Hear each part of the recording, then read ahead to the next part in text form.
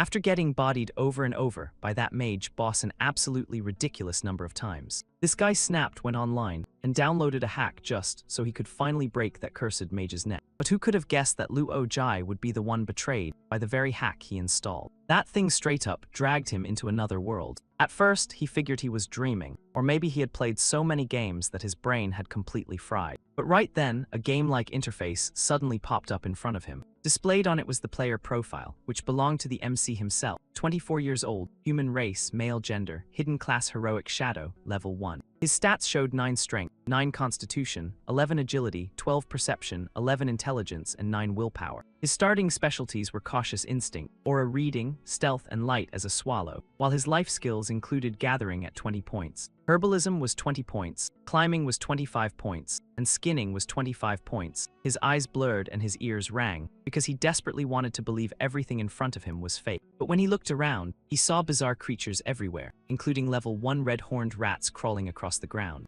A level 6 golden feather rock was soaring through the sky. Beside every creature floated a small game window with a brief description of its information. Exhausted, the MC got back on his feet and staggered toward a rocky ledge to observe the area. Up in the sky, there was even a level 16 Azure Sea wandering dragon. Down below, there were level 6 venom bears and countless other strange beasts roaming around. There was no denying it anymore. Everything that had just happened was definitely not a dream. He had transmigrated, and once that truth sank in, his expression turned even uglier. If he had crossed into another world, did that mean his real-world self was gone? If his parents found out, they would be worried sick. Only one question kept looping through his mind. What was he supposed to do now? But before he could even figure out an answer, disaster came charging in. A thunderous stomp of footsteps startled him so badly that his whole body jolted. He turned around and saw a hideous face with its mouth wide open, ready to bite his head clean off. Before he could react, the creature lunged, slammed into him, and knocked him straight off the cliff. As he dropped through the air again, he was so miserable he could not even cry. Seriously, why was this happening? All he did was open one little hack. So did he really deserve this nightmare? Besides, other Isekai protagonists usually defy fate and rewrite destiny, while his own transmigration looked like a total disaster. Then again, he suddenly thought falling like this might not be so bad. Maybe if he died here, he could wake up back home. Unfortunately, fate had other plans for him, because when he opened his eyes again, he was not in his room. He was in Copper Demon Town.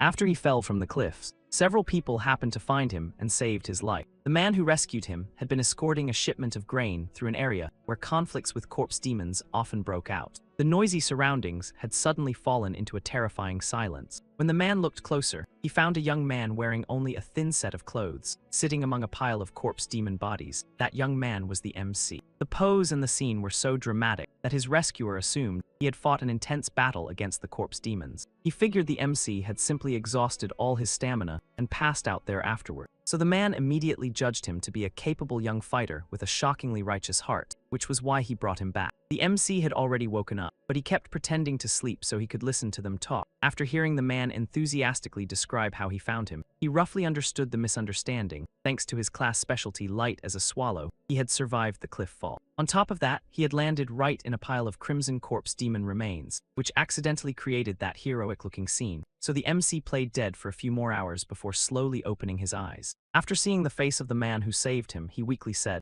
Thank you, oh, you know me," the guy asked, instantly looking excited. "You are the captain of Copper Demon Town's defense squad, who around here would not know you. You are seriously impressive, yo. Am I really that famous? Well, protecting the town so the people can live in peace is my responsibility. No need to worship me too much." Haha, after being praised, Ken grinned so wide his mouth almost reached his ears. In reality, in this game, every beginner village on every planet had a small guard NPC named Can, and they were all basically the same. But the MC did not have the heart to say that, because it would crush this NPC way too hard. After all, Can had saved. After that, the MC blended in with them surprisingly naturally. He also quickly got the hang of visiting the town shops and buying suitable equipment. Little by little, he started accepting the possibility that he might never return to the real world again. So his only choice was to make himself stronger in this world. And eventually, he would get revenge on that mage boss who had beaten him 99 times. The thing that transmigrated into this world with the MC was the hidden class Heroic Shadow, the very class he had hacked earlier. With this class, whenever he killed a monster marked with the sin symbol, he could obtain that monster's special attribute. Because of that, during his monster hunting journey, the MC always made it a priority to focus on monsters carrying that special mark, just like today when he took down a forest worm. Even though it was only a level 1 monster, not every special monster attribute was actually useful. For example, the forest worm's only special attribute was reproduction speed. All he needed was for that mage boss to drop dead just a little sooner. And just like that, Luo Jai began an endless grind of hunting monsters. Deep inside the forest near Copper Demon Town, even after wiping out more than a dozen different species, he still had not gained a single useful attribute. The MC started to feel discouraged, because if things kept going like this, sooner or later he would get crushed to death by the boss again. While collapsing onto the ground from exhaustion, he accidentally sat down with full force, right on top of a level 1 little demon frog. But that random accident ended up triggering a new opportunity.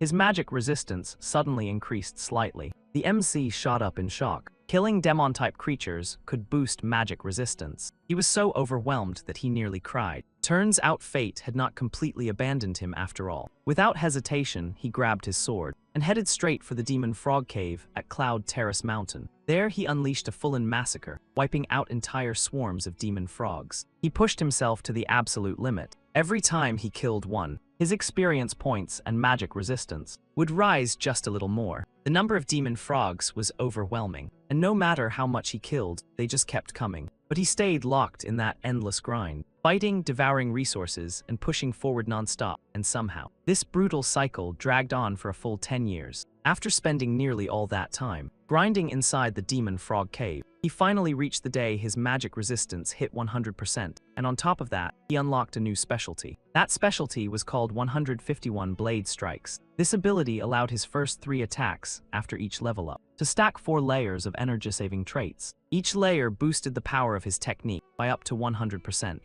Now Luo Jai had grown into a muscular and hardened man, and for him, the real game was only just beginning. After returning to town, he walked straight to the quest bounty board. Right in front of it stood a blonde girl, trying to accept a mission to hunt the corpse demon fiend. At first, the handler refused her request. The corpse demon fiend was far too dangerous. If she went alone, there was a high chance she would lose her life. The MC was drawn in by her voice. He quickly realized she was Dorothy, the younger sister of Kan, the man who had saved him during his earliest days after transmigration. Kan had never even gotten the chance to be repaid before he was killed by the corpse demon fiend. Back then, Dorothy was still just a child. Now she had grown up, but she still carried a burning desire for revenge. She wanted to kill the corpse demon fiend for her brother. The reason Luo Jai had been hiding for the past 10 years was because, even as a transmigrator, his 6 base stats were only slightly above average. Compared to real adventurers, he was pitifully weak, and he realized that in this world, he was basically easy prey for monsters. That was why he stayed cautious, slowly building power over 10 long years while waiting for the right moment. But now, with absolute magic resistance in his hands, he was no longer the same coward, and it was finally time for him to rise. When the handler saw him return after years of training in the Demon Frog Cave, he was overjoyed and urged him to quickly talk Dorothy out of the mission. But this time, the MC had no intention of telling her to give up. He also stepped forward to accept the corpse demon fiend subjugation mission alongside Dorothy. Seeing how determined they both were, the handler could no longer stop them. However, to prevent adventurers from underestimating their target, the man decided to assign an additional prerequisite mission. Only if they completed this task would he reveal the detailed information about the corpse demon fiend. And that prerequisite was to eliminate the Crimson Tide Corpse King.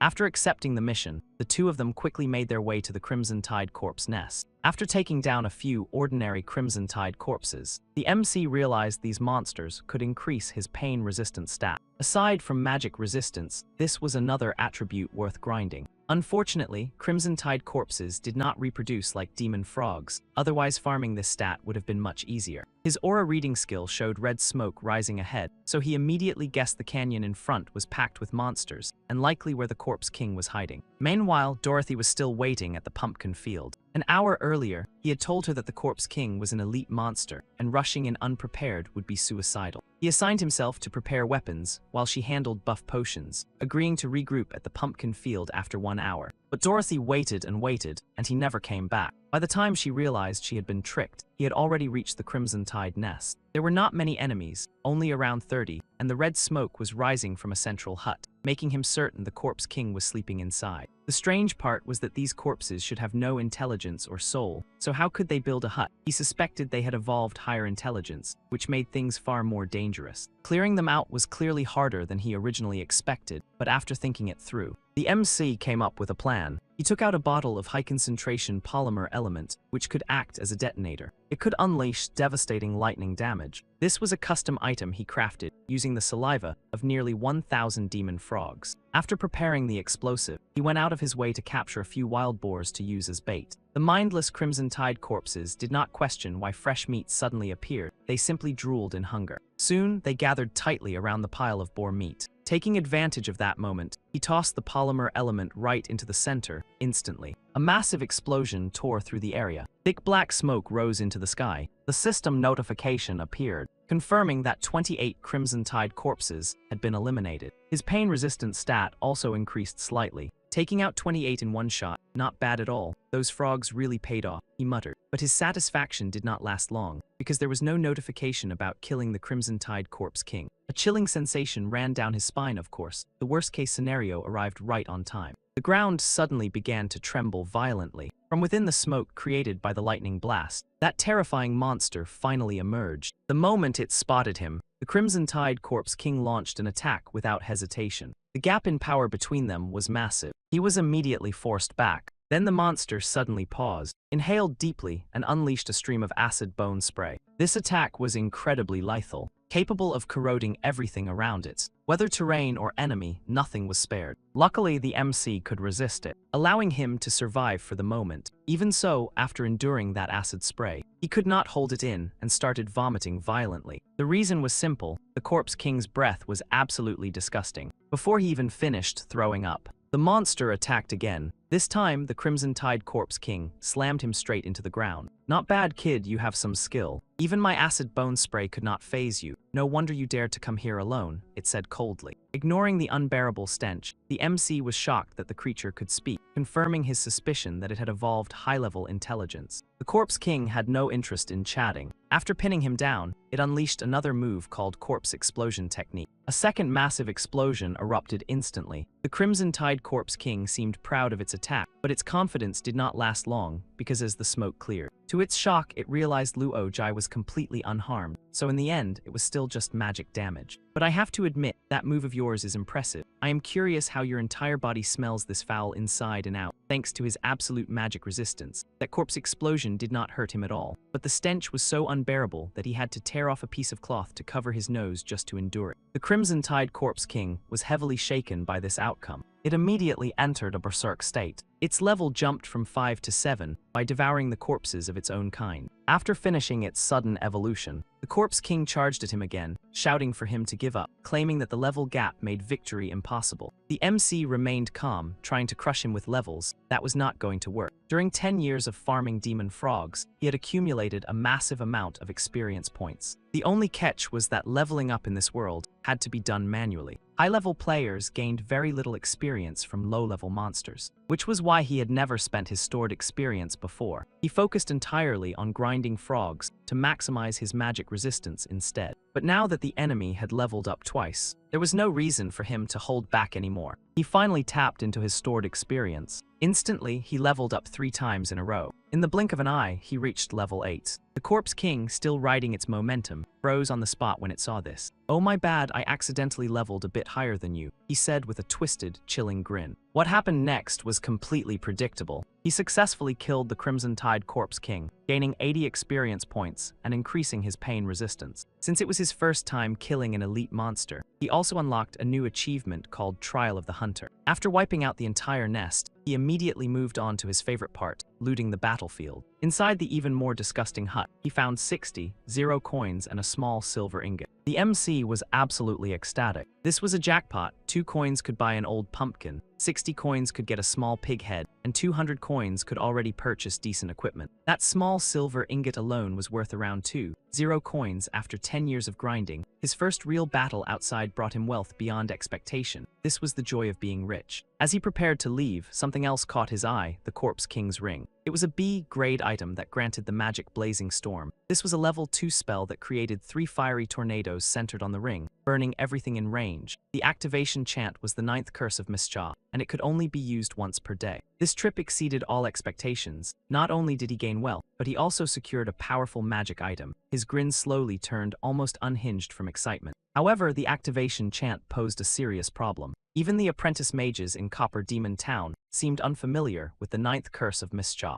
He would probably have to visit a gemstone shop in a larger city to find someone who knew it. For now, he stored the ring and returned. Just as expected, Dorothy was waiting with an expression full of anger. To calm her down, he quickly made up a story to cover his actions. Seeing him safe, she reluctantly let it slide, though she could not believe that the Ansui Kim could now solo those monsters. Still, for her, this was only good news. The stronger he was, the better their chances of defeating the Corpse Demon Fiend. News of him killing the Crimson Tide Corpse King spread rapidly throughout Copper Demon Town. By the next morning, when he went to buy weapons, the shop owner Miller said he had already heard at least 10 people talking about it. Miller prepared several powerful weapons for him. First was the Crimson Moon Blade, S-grade, with the special skill Bronze Sever. Second was the Abyss Sword, S-grade, with the special skill Hellfall. Lastly, there was the Violet Eclipse Bow, S-grade, with the skill Faith Release. These were clearly top-tier weapons, each equipped with powerful abilities. He could not take his eyes off them. Miller suggested he test them on some scrap wood nearby. The first thing he wanted to try was the Bronze Sever skill of the Crimson Moon Blade. After all, it was the highest grade weapon, but since it was his first time using it, he did not know its true power.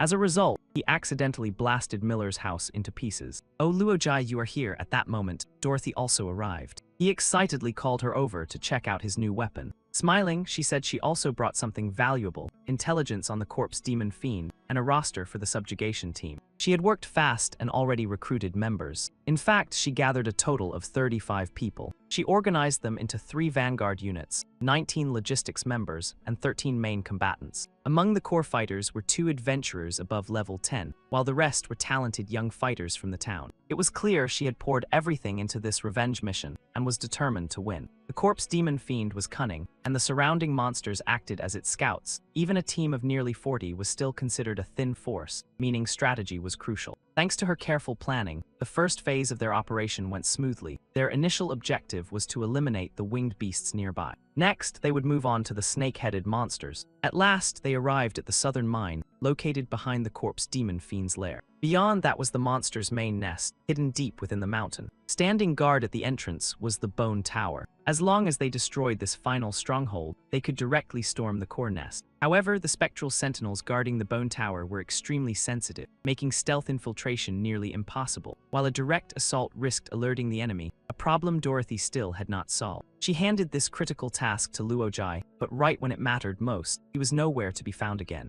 As the group searched around, they spotted him chasing a goblin. "What is that guy doing at a time like this? He still wants to play hero." Some adventurers muttered in annoyance, but others realized he was covering for his teammates' earlier mistake. "That goblin will run straight into the Bone Tower. Once it draws the spectral sentinel's attention, our plan will succeed," an older adventurer explained. At that moment, the MC cleanly split the goblin in half. Then he quickly hid behind a nearby tree trunk. The spectral sentinels were troublesome because they could sense traces of life. Any movement could expose him, so even though he was close to the tower, he had to remain still. The others grew anxious watching him. "He has already drawn their attention. Should we send backup?" Dorothy shook her head, knowing that would only make things worse. She trusted him completely and told everyone to stay quiet and watch. And sure enough, he had a plan. He had the Violet Eclipse Bow, a long-range weapon. Combined with its Faith Release skill, even while hiding behind the tree, he could still strike his targets. The spectral sentinel on top of the tower was quickly eliminated. He immediately dashed toward the tower to deal with the remaining sentinels inside. Dorothy was thrilled by what she saw,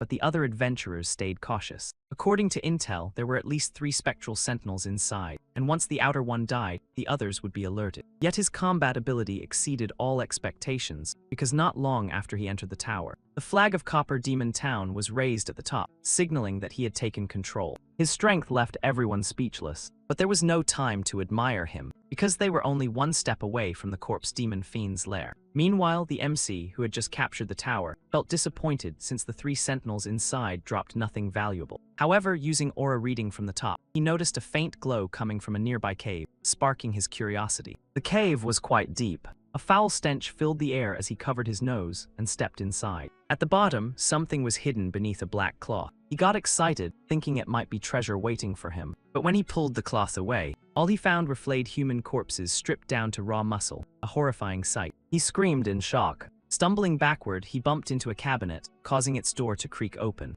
Inside, even more horrifying, were rows of human skin hanging neatly. The two scenes together formed a nightmare, sending chills down his spine. Though he did not want to believe it, he realized the missing townspeople over the years were likely brought here and skinned alive. The more he thought about it, the more he trembled. Back when he played this as a game, he never felt it, but experiencing it firsthand was deeply disturbing. Right then, a magic sphere suddenly shot toward him. He was engulfed in a cloud of purple smoke. Before he could recover, the attacker appeared, mocking him for failing to dodge such a basic spell. It even criticized how weak young adventurers had become. Then it began commenting on his physique, praising his build and proportions in a twisted tone. "Turn around and let me see your front," it demanded. When he turned, the creature became even more excited, laughing as it admired him like prey. He saw that the opponent was a short, sinister-looking sorcerer with a cruel grin that made his skin crawl. "These were all humans, right?" he asked, his voice trembling with anger. "You mean my materials?" the sorcerer replied proudly, boasting about its craftsmanship. It rambled on about how difficult it was to peel off human skin perfectly without ruining it. Every cut had to be precise, sliding between fat and skin, with the best material coming from young women. The victim had to remain alive during the process to preserve freshness, and hearing this made his hands shake with rage. He immediately drew his sword and slashed forward with killing intent. But the sorcerer was agile and easily dodged the attack. "What did hearing that make you eager to become my next masterpiece?" Right after speaking, the sorcerer pointed his staff straight at Luojai and unleashed another bone-melting spell just like before. What shocked him was that even after taking 2 direct hits, the MC could still move freely. "Not bad," he nodded, "but with your remaining strength, a few punches will not even scratch me." The moment he finished speaking, Luojai threw his first punch. Because of his absolute magic resistance, those bone-melting spells had 0 effect on him. On the other hand, his pure physical attacks hit like a truck. Each blow caused the enemy intense pain, and he was not stopping at just 1 hit. Using his superior size, the MC slammed the sorcerer to the ground, then unleashed a relentless barrage of punches straight to the face. "Wait, can we talk this out?" the sorcerer cried, but he had no intention of stopping. In desperation, the sorcerer transformed into the image of a young girl resembling Dorothy as a child. Surprisingly, that cheap illusion made him hesitate for a split second. Seizing the opening, the enemy unleashed his ultimate move, a level 2 spell called Burning Heaven and Earth. This spell consumed his lifespan in exchange for near level 3 destructive power, and he believed it would reduce the MC to ashes. But no matter how powerful it was, magic simply could not harm him.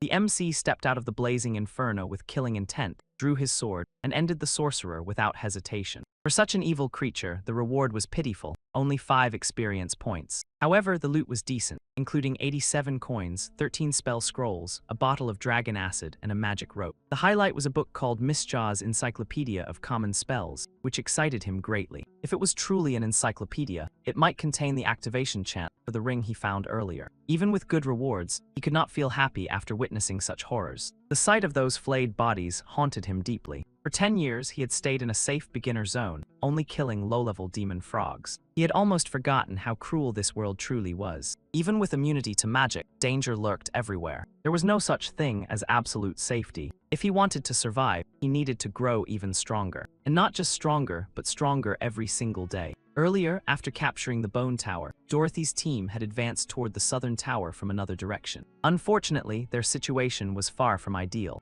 Leaving the cave, he noticed a floating projection orb in the air and guessed it was left by Dorothy. Inside it was her message, saying the corpse demon fiend had fled toward the burial grounds and they were pursuing it. He frowned, sensing something was off. If the enemy was truly intelligent enough to predict them, this was no longer a normal monster. And if it wanted to escape, heading toward the burial grounds near the thorn forest made no sense. A chill ran down his spine. He immediately sprinted in the direction they had gone. At the same time, Dorothy's group had been pushed to the edge of the thorn forest. There was no escape left. They were forced into direct combat, but the situation was dire. Uncle Terry, one of their strongest fighters, had already been injured. Others rushed to support him, while another adventurer tried to heal him. The skeleton warriors themselves were not very strong individually, but their numbers were overwhelming. No matter how many they killed, more kept crawling out of the ground. With such endless waves, even their weapons were wearing down. After hours of fighting, the number of enemies had doubled. If this continued, they would either be pierced to death or collapse from exhaustion.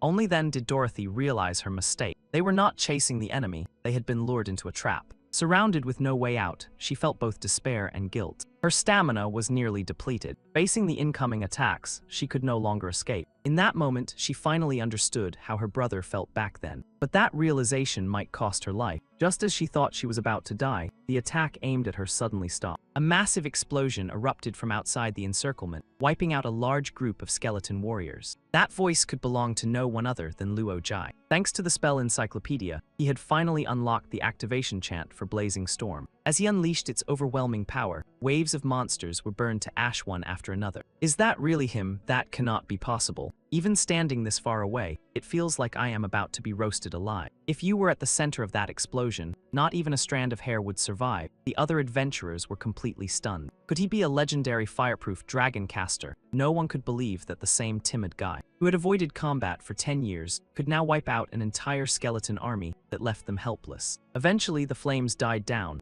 leaving thick black smoke rising into the sky. Dorothy wanted to rush in to confirm if the person inside was really him. He had just burned down over 100 skeleton warriors in one move and unlocked a new milestone, significantly boosting his fear resistance. At that moment, he was panting heavily from exhaustion as Dorothy approached from behind. Luo Jai, is that really you? She placed her hand on his shoulder. But when he turned around, she let out a sharp scream. The others outside heard her scream and rushed in, realizing something was off. That is not him, everyone attacked, they shouted as they charged forward. All their weapons were pointed at him. Do not move. Who are you really? He turned around, still himself, not some imposter. But the reason Dorothy screamed was because the intense flames had burned off all his clothes. Left with no choice, one adventurer took off his outerwear and handed it to him. After all, without him, they would have been buried under bones. They could not let their savior walk around naked. Once he got dressed, Dorothy finally approached him again and praised his power, asking how he had gained such terrifying fire magic, but he simply brushed it off as luck. Then he suddenly paused. Wait, you said the corpse demon fiend was among them? Dorothy nodded quickly. But something felt wrong. Even though Blazing Storm was powerful, it should not have been enough to kill that monster, and the system had not confirmed its defeat. He turned to the smoke he created. An aura reading told him something was still alive inside. He told everyone to step back and recover, while he went in alone to check. As he entered the smoke-filled center, he immediately sensed something was off. A lingering monster presence remained within the ruins. From the dense smoke,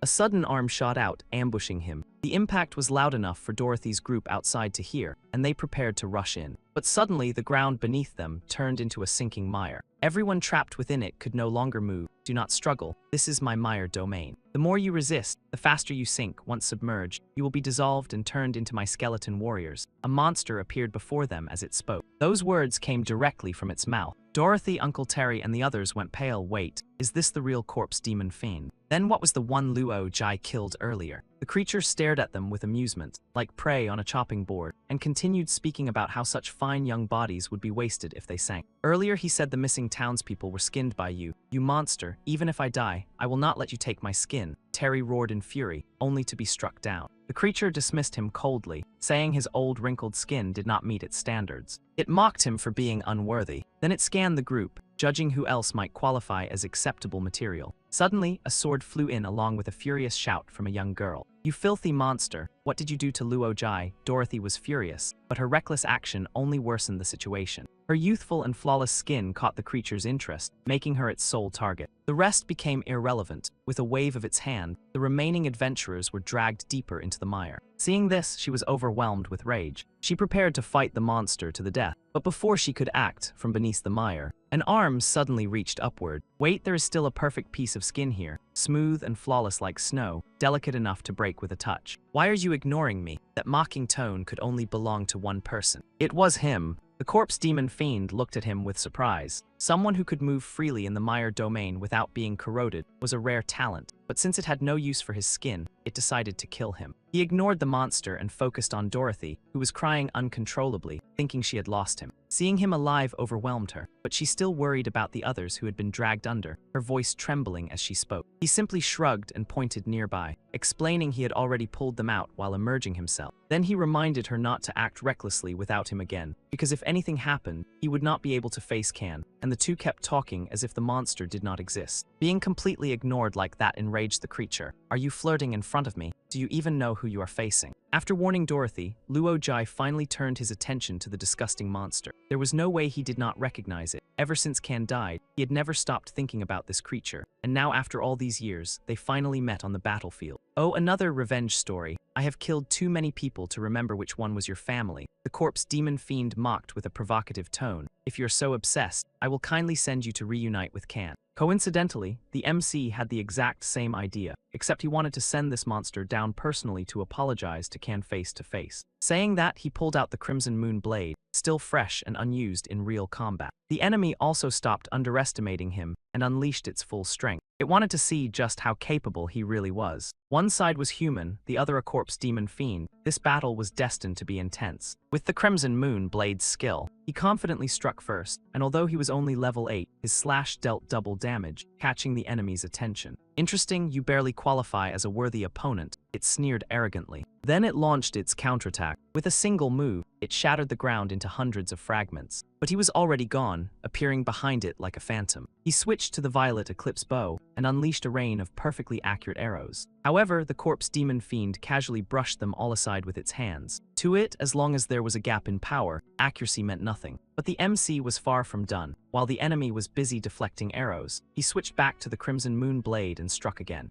Shockingly, the monster blocked the blade with its bare hands. It was even stronger than he had expected. In its eyes, he was nothing but a weak human, and it had already grown bored of playing. With a firm grip, it applied pressure, treating the weapon like a toy. Before his eyes, cracks spread across his brand new blade until it snapped in half. He was knocked backward by the impact. Worse still, the monster was already preparing another attack. This time, it unleashed its ultimate move, 100-bone Asura Claw. The attack came at terrifying speed. Its skeletal hands and razor claws rained down so fast they blurred his vision. He was slammed into the ground, completely motionless. Seeing this, the creature mocked him. You could not even endure one move. I thought you might entertain me, but this is just disappointing. But he had no intention of giving up. If he could not win like this, then he would stop holding back his levels. He decisively spent his experience points, jumping from level 8 straight to level 12. The corpse demon fiend was stunned. He slowly stood up once again. After a brief pause, the monster burst into laughter. So that is your trick, storing experience for a sudden level boost. It preserves strength and misleads the enemy, then unleashes a sudden power spike to finish them off. Clever, but unfortunately for you, I am your opponent. It remained confident, but its analysis was only half correct. Against normal elite monsters, leveling stats would be enough, but against something like this, he needed to fully utilize his hidden class. Gaining 4 levels meant stacking 4 layers of energy, each doubling the power of his attack. So even with a broken Crimson Moon blade, it now carried overwhelming force. He spoke calmly, but the enemy dismissed it as empty bravado. However, his words were not empty. He was ready to show the true power of his enhanced strike. And he proved it after leveling up. His weapon stored immense energy. With a single slash, he severed the monster's right arm, finally making it panic. Who are you? You ignore my attacks and wield such strange techniques. I have never even heard of your hidden class. He had no interest in answering someone who was about to die. The corpse demon fiend realized it had fallen into a disadvantage, but it refused to accept defeat. Even if it died, it would drag him down with it. In desperation, it gathered all its power for one final direct strike, an attack that would normally be easy to dodge. But at that moment, he noticed something wrong. Dorothy was directly behind him in the same line. If he dodged, the attack would hit her instead. With no other choice, he used his own body to block the attack. He thought it was just another magic attack, but strangely, he actually felt pain. The monster laughed wildly. What happened? Could you not dodge? Even if you gain 10 more levels, I still have countless ways to tear you apart. After landing the hit, it followed up with infernal Asura Claw. He forced himself to stand firm, refusing to show weakness. He mocked the creature for being foolish, using ineffective attacks against him.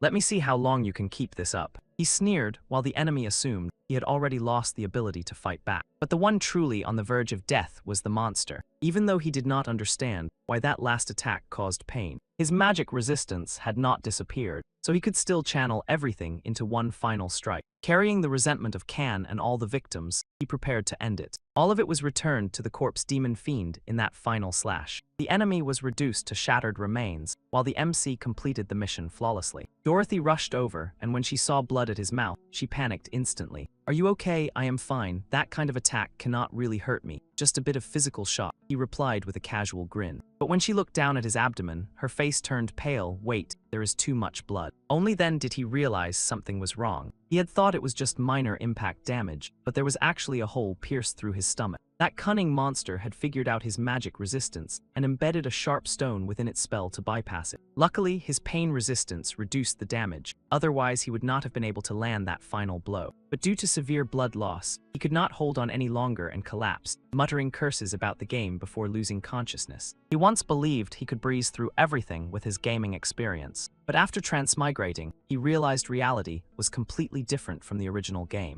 New elements appeared, and even monsters became far stronger than before. This world was clearly out to torture him. "Wake up, you lazy kid, the sun is already up, you will be late for school." In his dazed state, he heard a familiar voice. "Wait, late for school." He opened his eyes wide and sat up immediately. The first thing he saw was the watermelon pattern blanket in his room. Then came the sight of his computer and gaming console on the desk. This was his room. He froze, then felt overwhelmed with emotion. Finally awake, come eat breakfast. That voice was his mother. He hugged her tightly, crying as he said how much he missed her. Then he asked about his father, saying he missed him too, but she calmly replied that his father was still enduring punishment and he might meet him there soon. He froze and asked what punishment she meant. She explained that after he disappeared, his father drank heavily and killed 3 people while drunk. As punishment, he was sentenced to boiling oil torture, while she took poison and died, arriving earlier since her crime was lighter. The more he listened, the more confused he became, until he looked up and saw her blood-red eyes. His sense of happiness vanished, replaced by fear. She said he had also left the world and must return to the underworld for judgment. Then Oxhead and Horseface appeared behind him, declaring his punishment for possessing obscene content. He was sentenced to daily castration torture for 5 hours over 300 years. In panic, he instinctively covered himself. "Castration, just kill me instead, I was wrong. I will never do it again. Please spare me." He screamed and suddenly woke up again, realizing it was just another dream. This time, the first thing he saw was a beautiful head of blonde hair. He was still in Copper Demon Town, and the person before him was Dorothy. Seeing him awake, she burst into tears of joy. His injuries were severe, and she thought she would never see him again.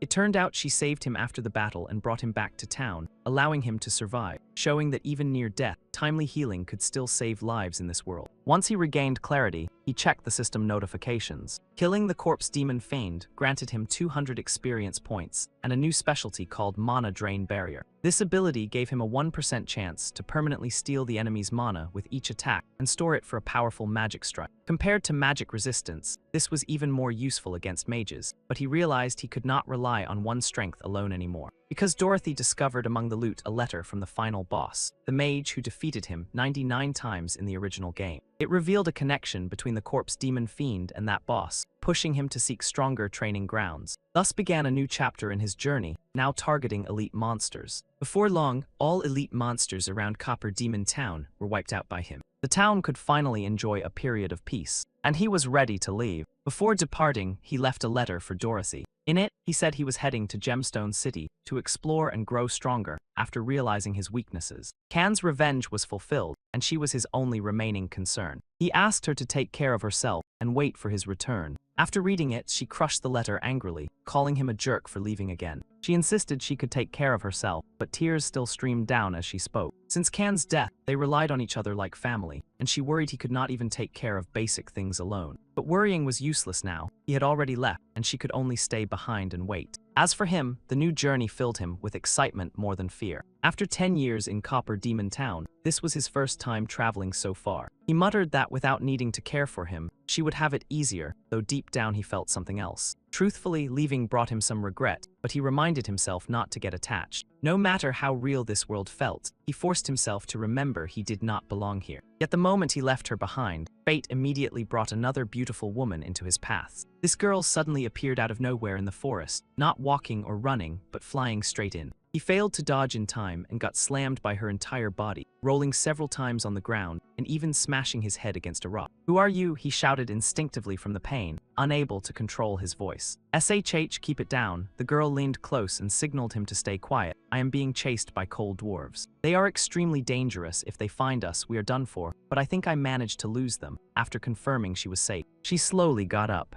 Then she apologized for causing him trouble. She introduced herself as Rachel, and seeing he was not seriously hurt, she finally relaxed. Then she called out to her companion Misei, "You can come out now, it is safe." He expected another girl, but Misei turned out to be a dragon, revealing Rachel as a beast tamer. Seeing it in person was far more shocking than in the game, leaving him staring at the dragon in disbelief. "Hey, you look unfamiliar. Why are you here?" she suddenly asked. He honestly explained that he was an adventurer heading to Gemstone City. Hearing that, Rachel looked concerned. "What is wrong? Is it far?" he asked. She shook her head, saying distance was not the issue, but the path required crossing a massive swamp, and it was filled with dangerous monsters. Even with Misei flying, it would take a full day, but the dragon was currently injured. Mentioning the injury reminded her of something, and she panicked. "I cannot stay. I need to return to Dragon River Village. The Harpies have allied with the Cold Dwarves, and my village is in danger." She was clearly in a hurry, but he grabbed her to stop her. After hearing about the swamp, he wanted to wait until Misei recovered to fly him across, but she refused to take him back to the village, because they were at war with the dwarves, and the situation was too dangerous. Since they were strangers, she did not want to drag him into it. But just as she said that, the Cold Dwarves caught up. One launched a sneak attack from behind, and he barely avoided it. The strange part was, despite being massive and muscular, it was still called a dwarf. She explained that was its name before the Great Cataclysm. After that event, magical radiation transformed them into their current monstrous form. With that, she ran off without hesitation. "Handsome hero, you look strong. Please help me stall them. I will repay you in the future." Before he could respond, she was already gone. He was speechless at being dragged into another mess. But looking on the bright side, this would be his first real trial after leaving the beginner zone. He drew his weapon, ready to face the towering monster. Thanks to his smaller size, he was far more agile than the Cold Dwarf. However, it was a pure physical-type monster. Its skin was as hard as bronze, making his strikes hurt his own hands. Even so, he still had a way to deal with it. After taking a beating and being pushed to his limits, he finally managed to kill it. Unexpectedly, defeating it increased his fortitude stat, which was just as valuable as magic resistance. This stat helped resist various negative effects like pain, stun, knockback, and control. In short, it was extremely worth investing in, so despite the difficulty, he decided to head toward their lair. Using aura reading from a distance, he estimated there were around 2,000 of them. That number made him both excited and uneasy. Charging in now would definitely get him crushed, so he searched through his previous loot for something useful. Digging through his inventory, he found a chunk of rotten corpse king flesh. The system warned it was highly contaminated and could cause severe diarrhea even in small amounts. A sinister smile appeared on his face. If their skin was too tough, he would attack from the inside. Once they were weakened, victory would be easy. Since one piece was not enough to poison all of them, he headed to a nearby water source. This was their only supply, so he tossed the rotten meat into it without hesitation.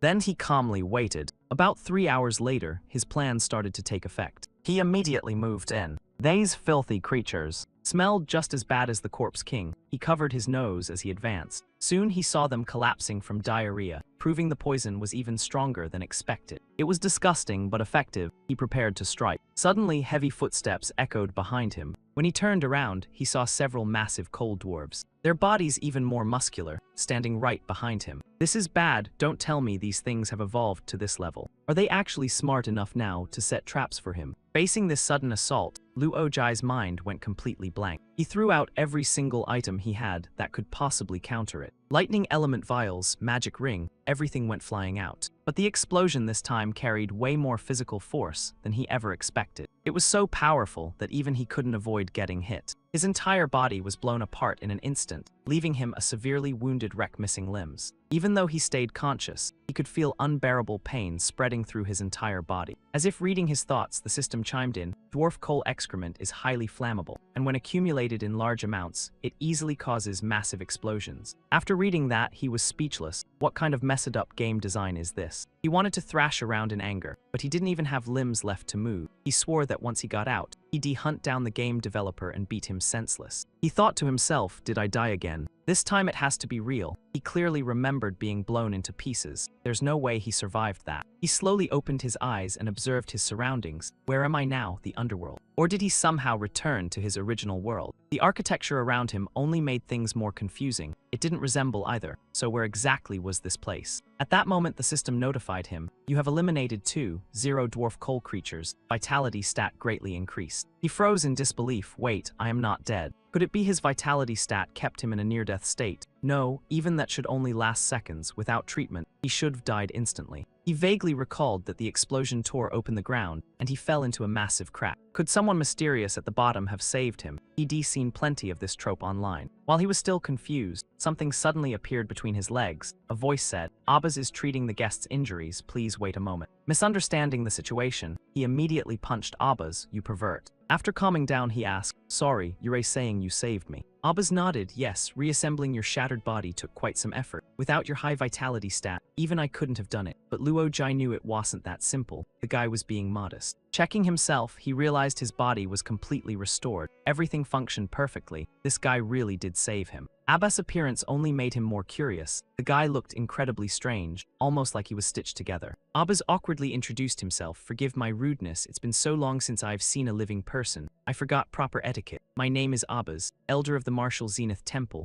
Luo Jai couldn't help but react. An underground palace, that's wild. But it looked abandoned for ages, and if you haven't seen anyone alive, does that mean you're the only one here? Abbas explained that there used to be many people, until one day the king of Terran sent a message. The Grandmaster rushed out and never returned. One by one, the senior disciples left. Those who stayed died overnight. Only a small squirrel remained with him, but even it eventually, Abbas looked incredibly lonely. The more he listened, the stranger it sounded. Everyone died overnight. Do you remember when this happened? Abbas shook his head apologetically. "I am sorry, I can't remember." He muttered the names again. Terran Kingdom, Martial Zenith Temple. He had never heard of any of them. Judging by the heavily weathered structures, this place likely existed before the Great Catastrophe. He continued asking, "How long have you been underground? Have you always been here?" Abbas knocked his own head repeatedly. "My memory module is overloaded to complete my final mission. I deleted many unnecessary data. Now my mind is unstable." Seeing that, he quickly stopped him. "Forget it, calm down." Something dropped to the ground, catching his attention. Something just fell out of your head. Abbas realized these are memory crystals, precious memories. Like when I peeked at senior sisters bathing, I couldn't bear to delete them, but now I must. If you want to see them, feel free. He immediately waved it off. "I am good." Abbas continued in a mechanical tone. "They've long been buried in history. Even I can't remember their voices or smiles. Peeking was rude, but at least it preserved them from being forgotten. Isn't that better?" He felt something was seriously off. What kind of logic is that? He picked up the crystal to inspect it. "But since I am not the creator, I can't read it. Too bad. I can't witness that past world." The system popped up. "Perfect memory crystal detected. Would you like to read it?" He refused instantly. "I was just kidding. I wouldn't dare disrespect my seniors." But the system auto-updated. "Reading memory crystal successful." Suddenly, he felt himself sink into a hazy scene. The scent and temperature felt incredibly real. This is true immersion, way beyond any VR game. His face flushed. Before the catastrophe, civilization was far more advanced. He was supposed to learn high-level skills and interact with senior sisters. Learn how to relax. Wait, that shadow looks kind of...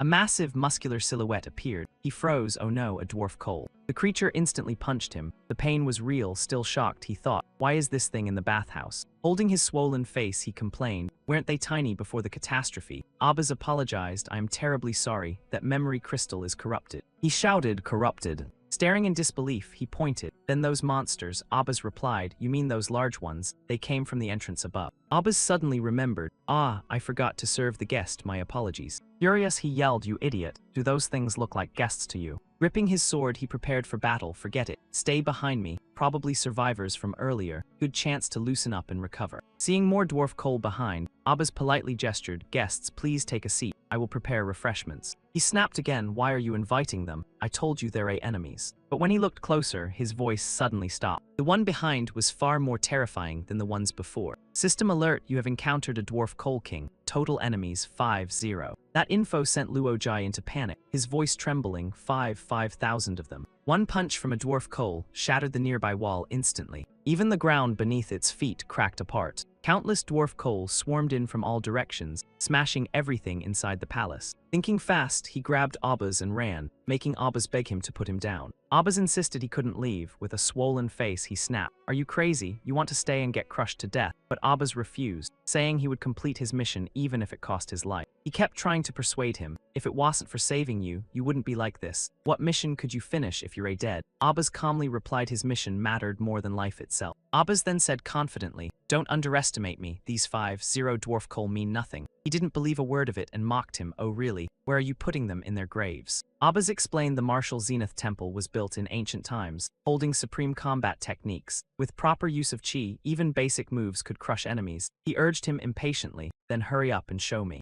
But the next sentence crushed his hopes. Abbas said his chi could only maintain basic functions right now. He snapped again. Then why even tell me this? Abbas asked for help. If the guest is willing, we might defeat them together. He pointed at himself in disbelief. Don't you see how wrecked I am? I don't even have chi. Abbas firmly denied it. No, I use chi to heal you. You can sense and absorb it. That means chi exists within you. Plus, you can read memory crystals directly. You're definitely no ordinary person. He scoffed. Stop exaggerating. Abbas insisted. If you don't believe me, let's test it. Follow me exactly. Seeing Abbas raise his hand, he awkwardly mirrored him and asked if they could switch gestures. When their hands touched, a surge of power flowed between them. Abbas exclaimed, yes, this is it. It's been so long since I felt such abundant chi. The power of light hidden within you. A massive force poured into Abbas as his voice echoed. Respond to my call, break through the gate and release the spirit realm, merge with me. His eyes went wide in shock. Is this some light envoy or justice warrior? This game is getting more absurd by the second. Abbas vanished, replaced by a divine being descending from above. Even the dwarf Cole stopped their rampage. Everything around him turned pitch black, making him panic. Where am I? How did I get here? Abbas' voice echoed, this is the heart of the deity, you must control it. He questioned him, and Abbas replied, it was summoned by your chi. Of course you control it, it mirrors your movements. No complex controls needed. His eyes lit up. Oh, I know this, light-paired combat systems. I've seen this before. Abbas sounded relieved. Then no need for further explanation. The enemy is right before us. Let's fight together. He immediately agreed. If that's the setup, then let's go all in. Under his control, the giant deity moved. He shouted, you filthy dwarf Cole. Taste my devastating punches. The deity roared with overwhelming presence. A barrage of punches rained down, knocking waves of dwarf Cole aside. Another crushing strike wiped out another group instantly. Flowing Mountain 100 Dragon technique sent enemies flying like leaves. He shouted, I'll wipe you all out. The dwarf Cole king trembled under the overwhelming aura. He sneered at it, a king. Huh, then you deserve to die by a finishing move. Abbas asked curiously, do you want to use a special technique? He awkwardly replied, I was just joking. Suddenly, a notification appeared. Skill successfully loaded. Seeing his stunned face, Abbas explained the deity responds to voice commands. He groaned. Seriously, Abbas told him to cover his ears. From underground, blazing red energy erupted violently. System alert, you have eliminated 637 dwarf Cole, total kills 254. Vitality stat greatly increased, race slayer milestone achieved. Watching the battlefield return to calm, he couldn't believe it. What kind of power is this? Truly worthy of a lost advanced civilization. But controlling the deity drained his chi heavily. Another 2 minutes and he might collapse. Luckily, the enemies were wiped out. Otherwise, he wouldn't see tomorrow. Abbas stared at the sky in a daze. Is that the sky? It's beautiful. He hadn't seen it for ages. I never thought the temple would see light again. Thank you. You completed my mission. He finally understood. So your mission was to bring light here. Abbas replied it was only one of many. He wondered how he could have so many tasks. Noticing Abbas weakening, he quickly asked, what's wrong with you? Abbas replied weakly, my energy is nearly depleted. It's been an honor meeting you, he asked urgently. Energy means chi, right? Can I give you mine? Abbas requested, please help me one more time. As their heads touched, energy transferred again, shocking him. What is this? Abbas' voice faded. As the elder, my final mission is to ensure Master Feng's martial arts are not lost. I never learned your name, how rude. And with that, Abbas shut down. He cried out, Abbas. System update, new skill acquired. Falling Star Flame, ultimate art of infinity tier created by Feng. Uses chi to strike directly at internal organs and bones. New skill acquired, Diamond Breaker, infinity tier technique by Feng. A powerful, decisive fist art with devastating offense. He kept trying to wake him. Abbas, my name is Luo Jai, can you hear me? I was the rude one. I didn't trust you, don't sleep. Tell me what energy you need. What should I do to save you? He built a grave for him. In the end, I still couldn't save you. I could only bury you like this. Fortunately, he found some information in the remaining memory crystals. The original headquarters of the Martial Zenith Temple was in Gem City. There was another automaton named Achi. If she survived, there might be a way to save Abbas. He made a decision, no matter what. He had to reach Gem City as soon as possible. When he returned and explained everything, Rachel slammed the table in disbelief. What? You're saying those explosions in the dwarf coal nest were caused by you? He replied, it's a long story, but they won't bother us anymore. By the way, how's Miss A's injury? She sighed, it's worse than expected. We need 2 or 3 days before crossing the swamp. He repeated, 2 or 3 days. Rachel reassured him, don't worry, Luo Jai. I promise to take you to Gem City. I won't break it. No need to rush, he nodded, all right. He thought this was perfect, a chance to train the skills Abbas passed on before he died. Suddenly, Rachel grabbed his hand. Come with me, I'll introduce you to Lady Moose. Dragon Fang Village survives peacefully thanks to her. Please keep this a secret, he agreed. She led him to a place and explained this land was once barren and corrupted by magic. It was restored by Lady Moose's emerald power. The dragon's immense strength keeps monsters away. He was stunned that powerful. Rachel then dropped another bomb. Moose is actually Misei's mother. He hesitated before speaking. Wait, so that means she's also a dragon. His words trailed off as he looked at Moose. He couldn't help but admire her. A stunning emerald dragon. Too bad intelligent beings like this could never be treated as tamed beasts. Moose spoke first. Thank you, young man. Rachel told me everything to show my gratitude. I will grant you the emerald blessing. But there's a condition. Help me eliminate Hampy on Rapunzel Avenue. He was immediately interested. The emerald blessing could only be used once in a lifetime. It grants random bonuses to 3 attributes out of 6. That reward was insanely tempting. But he decided to push his luck and raise the stakes. Moose's eyes flashed dangerously after hearing that. What did you just say? Even Rachel started to panic. Moose's furious voice echoed. Greedy humans dare to disrespect dragon customs. After returning, Rachel began explaining. She pointed at a board and said Misei once belonged to an ancient kingdom called Terran. He nodded. Yeah, I already know that. There was also a prehistoric civilization. Rachel continued. But do you know there was more than just Terran? The Easy Academic Society is another name for that ancient civilization. He froze. So you're saying the world-ending curse didn't just happen once? Rachel added. There was even a third time. That made him tense. If that's true, then Misei's situation is far worse than he thought. He had already wasted 10 whole years. Rachel revealed that the EZ Academic Society had deeply researched the extinction curse and recorded everything. This was the most valuable information yet. So, are you willing to eliminate Hampy in exchange? He regretted not reading the game's lore in his previous life. Now he had to grind for it just to get this intel. Back then, he skipped all story content. Skip everything. Who has time to read lore when you just want to jump into the game? In the end, he compromised. Fine, I can't leave anyway. I'll treat this as gaining experience. Rachel smiled in relief. Great, thank you. I'll give you all the information. Moose's mother once visited the Easy Academic Society. According to her memory, the records were stored in a floating laboratory. It was heavily guarded with complex structures. Unfortunately, the second catastrophe came suddenly, burying everything in history. He cut in. What kind of structures? Rachel replied calmly. I know what you're asking. Those ruins are now known as Gem City. He was stunned. Gem City. He fell deep in thought. Terran, the Martial Zenith Temple, the Easy Academic Society. Every clue pointed to Gem City. His reaction confused Rachel. She thought he was greedy at first, but it seemed he only cared about the truth behind the world's destruction. What puzzled her more was how he tried to raise the price earlier. Moose had released her dragon aura in anger. Yet he didn't flinch at all. After he left, Moose said there seemed to be a powerful seal inside him. Once broken, that power would be overwhelming. She ordered Rachel to satisfy his requests as much as possible. Rachel obeyed. She couldn't help but wonder, is this guy actually dangerous? Suddenly he shouted, if that's the case, let's set off immediately.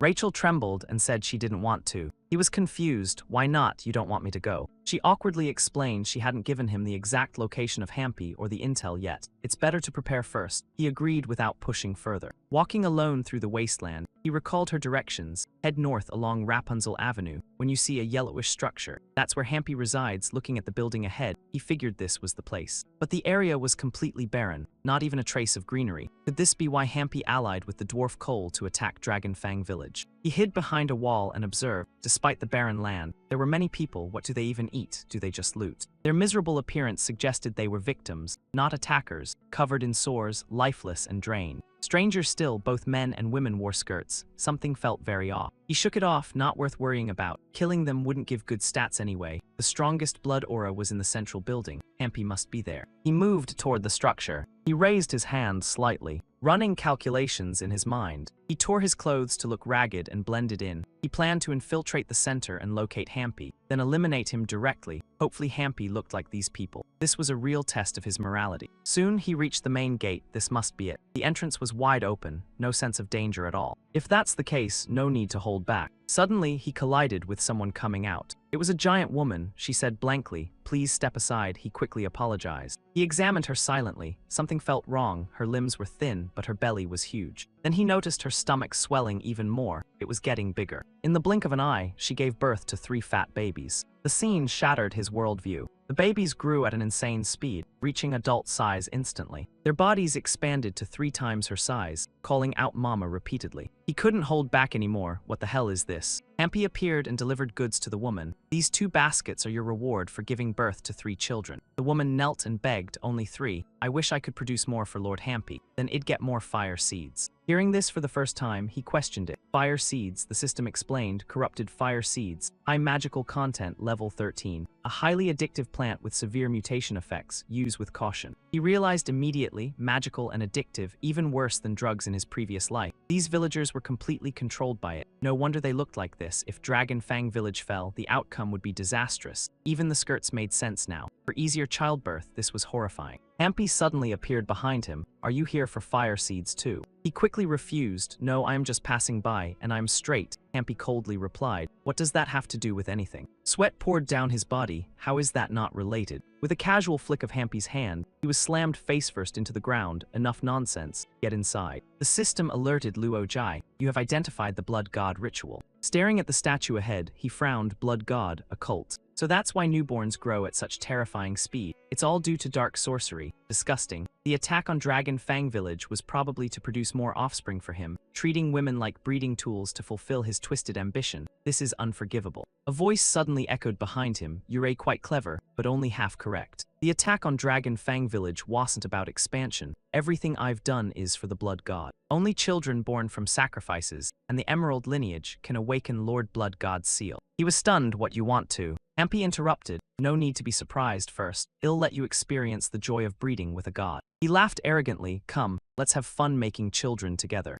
Luo Jai didn't hesitate and bolted. See ya, I am out. This game is getting more twisted by the second. Hampy released a swarm of serpents, binding serpent technique. They instantly wrapped around his limbs. He shouted desperately, let me go, you sick freak. Hampy reached out and touched his cheek. Not bad, your skin is soft. Breeding with you must feel quite delightful. His sinister laughter echoed, pushing him to the edge mentally. He couldn't believe it. 10 years of cultivation, staying pure and avoiding attachments just to leave easily at the end. And now this lunatic wants to steal his dignity and force him into this madness. This is too much. Suddenly, flames engulfed the building. He activated the demon ring's limit release. Thick smoke filled the air, making him cough violently. Good thing he brought the demon ring, but even its power wasn't enough to kill Hampy. Hampy's figure slowly emerged through the flames. So you were hiding here. Without clothing interference, body and soul can collide more intensely. It makes satisfying our bloodlust even easier. He summoned Crimson Moon. Enough nonsense. I'll cut that tongue of yours off. But he froze. His hand was empty. Where's my sword? Hampy smirked. Forgot to tell you, inside the city, I've set a force field that nullifies all weapons. No one can use them. That's why I don't need guards. If you want to defeat me, you'll have to rely on pure chi. With your weak body and childish mind, you stand no chance. Just lie down. I'll treat you gently. He clenched his teeth, as if he'd ever accept that. I won't let you touch me, not even once. But how do I defeat him? Then it hit him. Abba's passed martial arts to him.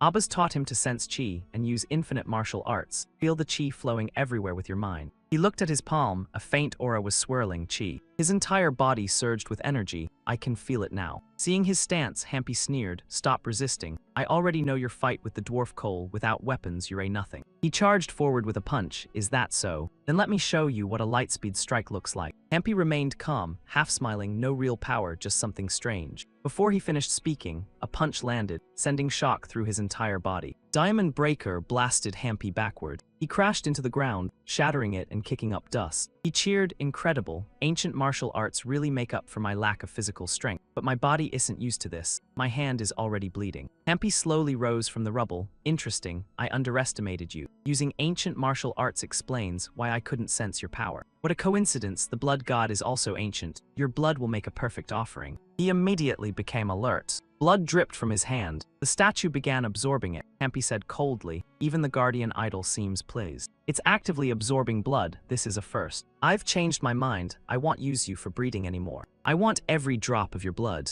His entire body surged with overwhelming power, so I'll use everything I have. He raised his fist defiantly. Let me show you my true strength. But Hampy struck first with Phantom Strike. He didn't back down and countered. Don't underestimate me, even at full power, so what? His Diamond Breaker clashed against the incoming strike. But before his fist reached Hampy's face, he was hit hard and staggered. He thought grimly, this guy is tough. Good thing my vitality and pain resistance are high. Otherwise it'd be done already. At the same time, Hampy reassessed him. This guy is nothing like the intel intel suggested, he's much stronger. They charged at each other again, trading blows and insults. Still, you're no match for me, stop bragging. As the fight dragged on, he grew frustrated. Damn it, does this guy have endless stamina? My chi is nearly drained, I don't know how long I can last. Hampy smirked. What's wrong? Getting tired? You can't hold on much longer. I've only used half my strength so far. Give up, you're not my opponent. Offer your blood willingly, and I might remember your contribution. Or else well enslave your village and slaughter everyone tied to you, family, friends, even distant relatives. Anyone with the slightest connection won't be spared. Yuan's parents and siblings will be turned into breeding slaves for the blood god. Those threats finally pushed Luo Jai over the edge, his power erupting as he roared, "Shut your filthy mouth before I smash it." Hampy froze in shock at the scene. How was this possible? The strange force inside him suddenly surged out of control.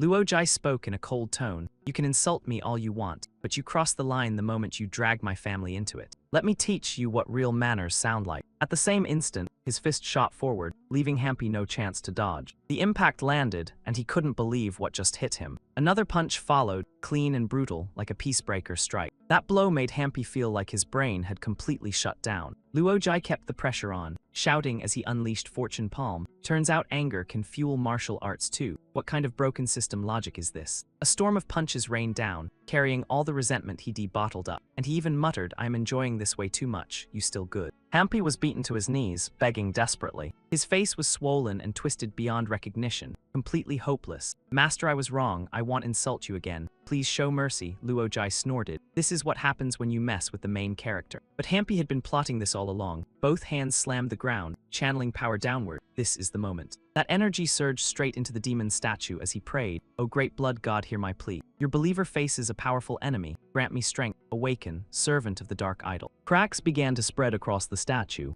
Hampy grinned wildly. Kijire dead for sure now. The stone shell shattered, revealing a demon beneath, and Luo Jai just stared in awe. Wow, it's actually kind of cute. Hampy felt completely insulted. How dare you speak like that? The demon statue is still in its juvenile stage. Even so, it's still a terrifying existence. Blood God's envoy, please eliminate the one blocking your master's return. The little demon let out a few low growls. Then it charged straight toward Luo Jai. Hampy was thrilled. This ancient demon statue has the funeral dirge skill. Just hearing it strikes fear into hearts. With it, the blood god's revival is inevitable. But what happened next left him completely speechless. The so-called blood god envoy acted like a tamed pet, letting Luo Jai casually cuddle it. Honestly, it's ridiculously adorable. Hampy stood there stunned, shouting, "How is this even possible?" Luo Jai snapped back, "You drank my blood, of course you listened to me, got a problem with that." Hampy instantly backed down. No, not at all, that makes perfect sense. If that's the case, then we're basically family. Allow me to call you big bro. Luo Jai wasn't buying it. He said, "I'm curious about that funeral dirge skill, little bro. Want to experience it firsthand. If you refuse family requests, then you're not my brother, just another enemy." The demon statue activated funeral dirge. Right after, the system notification popped up. You have defeated Hampy and obtained demon execution specialization. Level 2 trait, heal wounds, by consuming animal corpses. After taking down Hampy, Luo Jai returned to Dragon River Village, where the Emerald Dragon's attitude shifted completely, warmly blessing him. He could feel the surge of power from the blessing. No wonder dragons are intelligent beings. The buff effect was insane. His base stats clearly increased. Misei's injuries were fully healed, and Rachel kept her promise, deciding to personally escort him. Before departure, Rachel prepared dried rations for the two of them and the dragon. She even replaced his worn-out scarf and carefully patched up his torn clothes. He couldn't help but think, if life gave me a girl like this, what more could I ask for?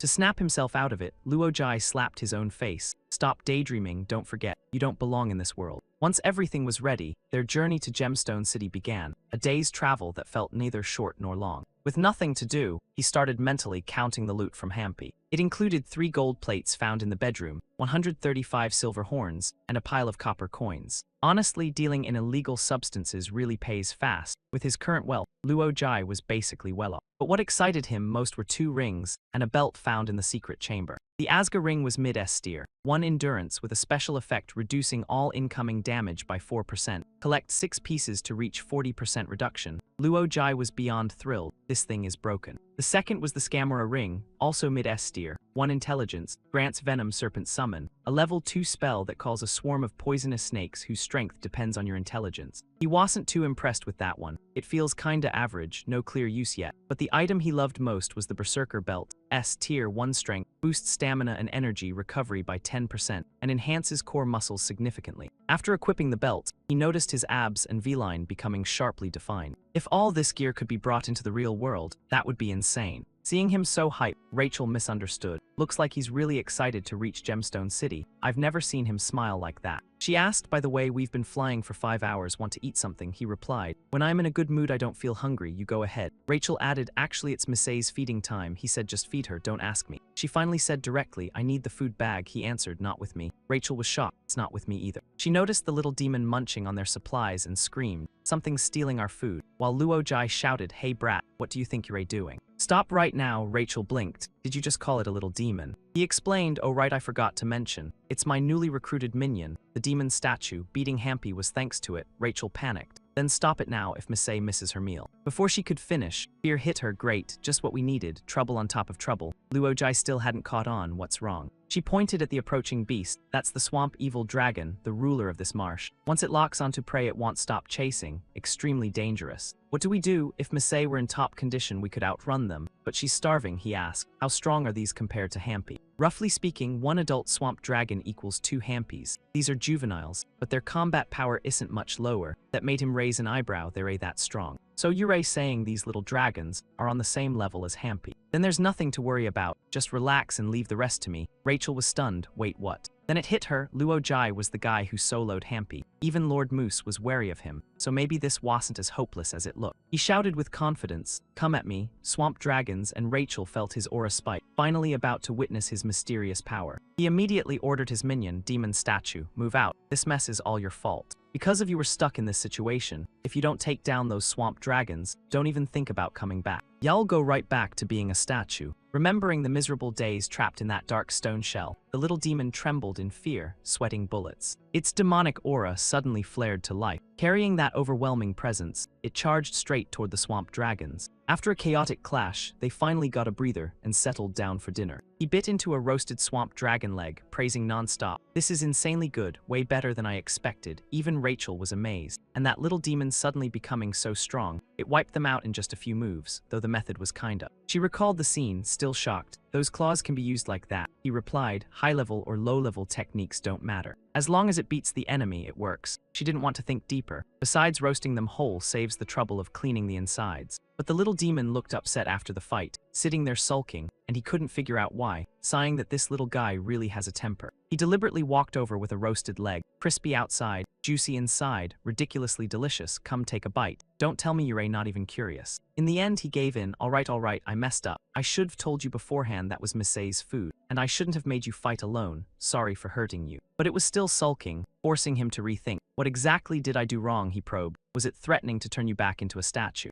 The demon finally reacted with a sound, and he was stunned. Wait, that's the reason. Sorry, I take it back. As long as I am here, y'all never be trapped in that dark stone again. He then asked Rachel, we're full and getting sleepy. How about a quick nap before moving on? She agreed. Suddenly he noticed her leaning close. I have something to tell you. He froze. Rachel, what are you doing? She softly said, you know, I liked you the moment I first saw you. He was stunned. Seriously, I never expected that. She whispered, then let's enjoy ourselves before we part ways. He panicked. Wait, Rachel. Turns out it was all a dream. The little demon was licking his hand non-stop, making him itch as he mumbled, stop, not there. When he woke up, he realized it was just a dream. Meanwhile, the little demon was happily playing with his hand. That startled him so much he smacked it a few times. While the demon held its swollen head looking wrong, he calmly said, looks like this illusion orb really knows what girls here like. Let's see what she has to say. Rachel's image appeared from the orb, saying she didn't wake him since he was sleeping well, and they had already arrived nearby. This is Lamont Estate, made up of over 20 farms in Dawn Town, ruled by Lord Erland Damish. He continued forward and reached the outskirts of Gemstone City, separated from Dawn Town by a river. She added that the only way into the city is the bridge over the Sierra River, but it's currently closed. The key is held by the local lord, and it only opens during the coldest days of the year, so adventurers often stay in town waiting, which left him baffled. How would anyone know the coldest day? Just wait blindly. She sighed, I wanted to travel with you longer, but Dragon Fang Village still needs me, and Misay is afraid of the monsters here. so we have to leave. Oh right, I'll send you one more private message. The next cataclysm curse will activate in 130 years. He muttered 130 years later. I'll be long gone by then. Before parting, she sincerely said goodbye. I am really glad I met you. I don't know your purpose in going to Gemstone City, but I believe you have a righteous heart. She gently kissed his cheek and wished him success. When he woke again, she was already gone. Only the little demon remained by his side. He shouted in frustration, "Damn it, this has to be another setup by the game." He crushed the orb, reminding himself it was just an emotionless tool. He quickly pulled himself together and moved on.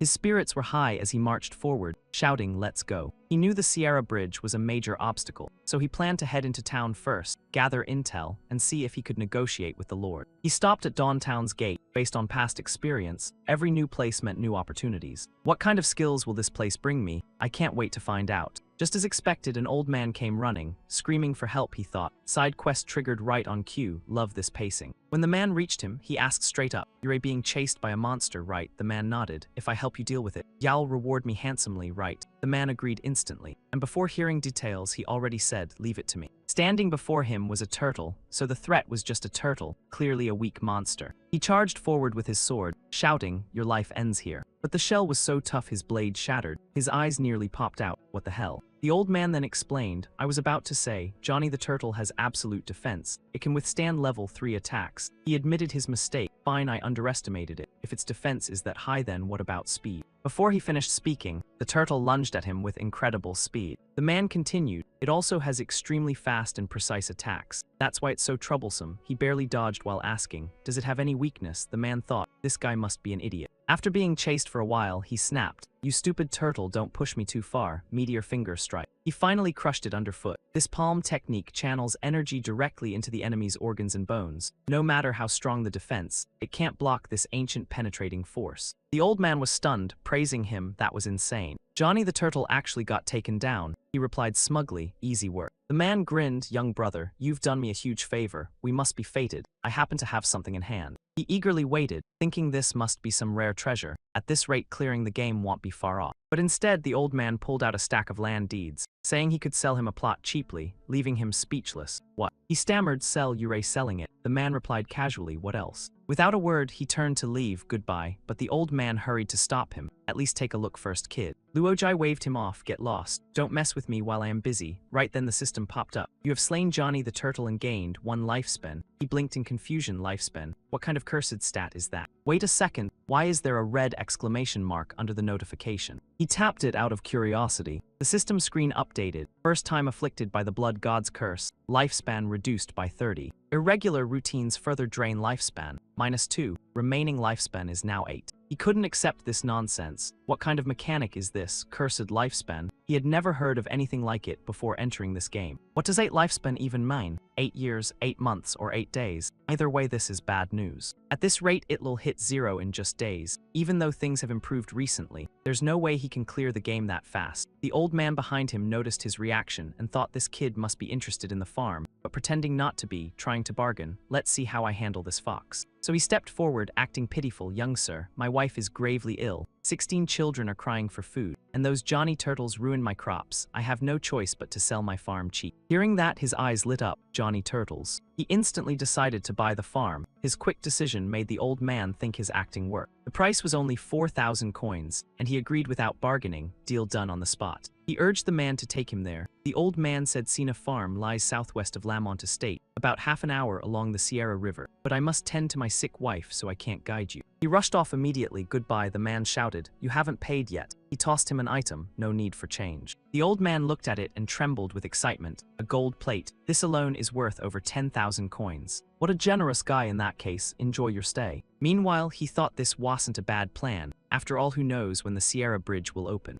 Staying here to hunt Johnny Turtles, secure his life, and build ties with the Lord as a farm owner might get him across sooner. Either way, he needed to speed things up. In no time, he arrived at the farm gate, finally here. Comparing the blueprint to reality, He hesitated, but wait. This looks nothing like the drawing. He stepped inside the house. Despite appearances, the interior wasn't bad, a solid wooden structure. He checked around, even a leather sofa was there. Kitchen, bathroom, bedroom, living room, everything was complete, even a fireplace, perfect for warming tired old legs. He recalled his past life, a cramped old house in the suburbs. If only his parents could come here too, at least he could let them live comfortably. Maybe he wouldn't even need to go back. He could just marry Dorothy and Rachel, make them his wives, and have a bunch of kids. The system notification cut his thoughts. Lifespan -1. He grabbed his head. Damn it, I am overthinking again. He decided to act immediately. Johnny Turtles, I am coming. But in the next moment, his lifespan dropped again. Cursed by the blood god, -1. Remaining lifespan is now 1. He cursed under his breath, damn it. He collapsed, trembling, only 7 days left. I searched everywhere within 100 miles and only found a few turtles, and the lower my lifespan gets, the faster it drains. I am done for. Weren't there supposed to be a lot of them? Why are they so rare when I need them? This game is clearly rigged against me. Suddenly he sensed movement behind him and turned sharply. Who's there? It was the little demon, looking battered and exhausted, and he immediately scolded it. Where have you been these past days? Did you know I was cursed and went looking for a new master? Smart creatures choose better nests. I get it. We don't have deep ties anyway, but if you left, why come back? The demon weakly reached out, letting out faint cries. He softened and helped it up.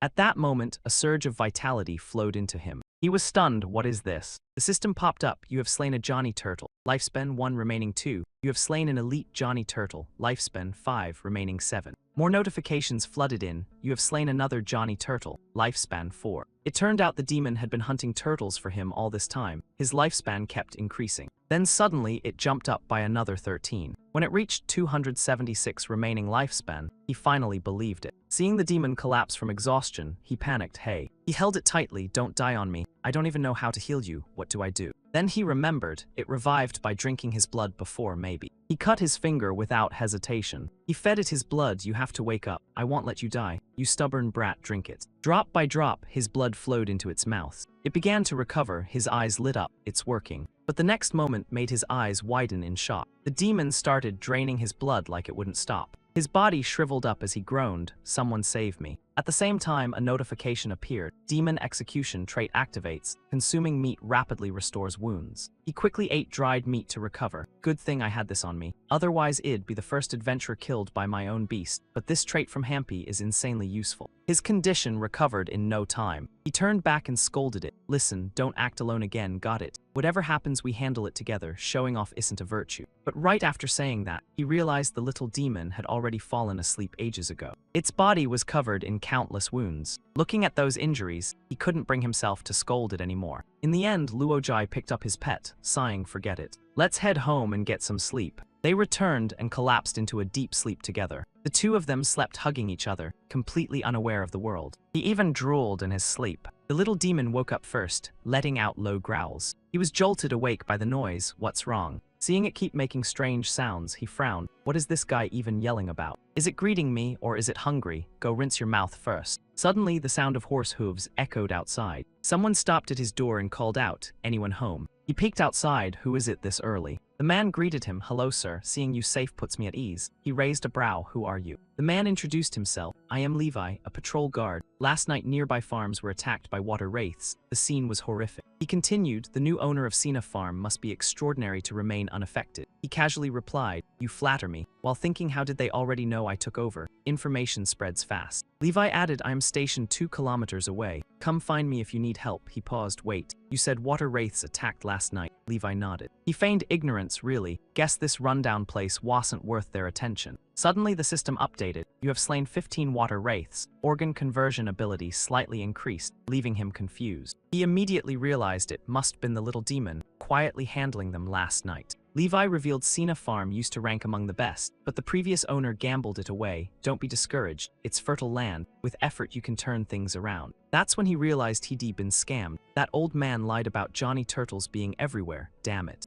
Levi warned him, reinforce your fences quickly. Stay inside if possible. These monsters are attacking in groups. Something bigger is behind it. Patrol units are investigating. More attacks could happen today, he asked seriously. Levi reassured him, just speculation, he nodded, got it, thanks. After delivering the message, Levi left. I'll check other farms, goodbye. With the weather nice, he decided to dry some meat. Humming, I love dried meat. Eat it late, and you might ascend to heaven. He muttered, I might be the worst adventurer ever. Feeding my pet with my own blood, good thing there's only one. If there were more, I'd end up a full-time blood slave. A noise behind made him turn. The little demon was dragging a pig back. It looked at him expectantly, as if waiting for praise. He scoffed, that expression isn't cute at all. The system notified, you have slain a red horn boar. Blood growth rate slightly increased. He murmured, blood growth. He nearly exploded. What are you implying? You think I'm your blood slave now, you little menace? Just hunt Johnny Turtles for me. What, you're saying you couldn't find any all day? Well, same here these past few days. Suddenly, birds scattered in the distance as if signaling danger. He looked over. What was that? The demon got excited and pointed ahead. Countless Johnny Turtles came charging in waves. System alert, Johnny Turtle rampage detected. One man and one demon froze, staring at the incoming fortune. Then both of them broke into wicked grins. Another hour passed. Across the hills echoed a voice, Lord Luo-Jai, Lord Luo-Jai. Johnny Turtles are heading to Sina Farm in massive numbers. Something feels off, like they're being controlled. Before finishing, Levi suddenly fell silent. All around him were piles of turtle corpses. He turned and smirked, Levi, you're here. Levi screamed in disbelief, what? You're saying these dozens, no hundreds of turtles, were all taken down by just you two? He casually made up an excuse. My ancestors passed down a palm technique that counters them perfectly. Quite a coincidence, huh? Levi teared up, that's incredible, this is amazing. He dropped to his knees, sobbing, Paramount Estate is saved. Leaving him awkward, hey get up. Levi replied, I can't, I'm too overwhelmed, my legs are weak. He could only sigh. He then asked, I've been searching for these turtles for days with no luck. Why are they suddenly everywhere? Levi explained, Johnny Turtles usually have low intelligence and move in small groups, but recently they seem to be following some irresistible command. They, along with other monsters from the Northwest Demon Forest, are launching coordinated attacks on Paramount Estate. Dozens of farms are already damaged. If not stopped, it'll get worse. Frontline reports estimate nearly 10,000 of them. Hearing that, he was shocked. Nearly 10,000 Johnny Turtles. Levi hesitated, I know it's a lot. If you refuse, I understand. Before he could finish, he froze. Seeing his trembling fists, Levi thought he was scared. Makes sense. Anyone would panic hearing that number. He looked at him with hopeful eyes, Lord Luo-Jai.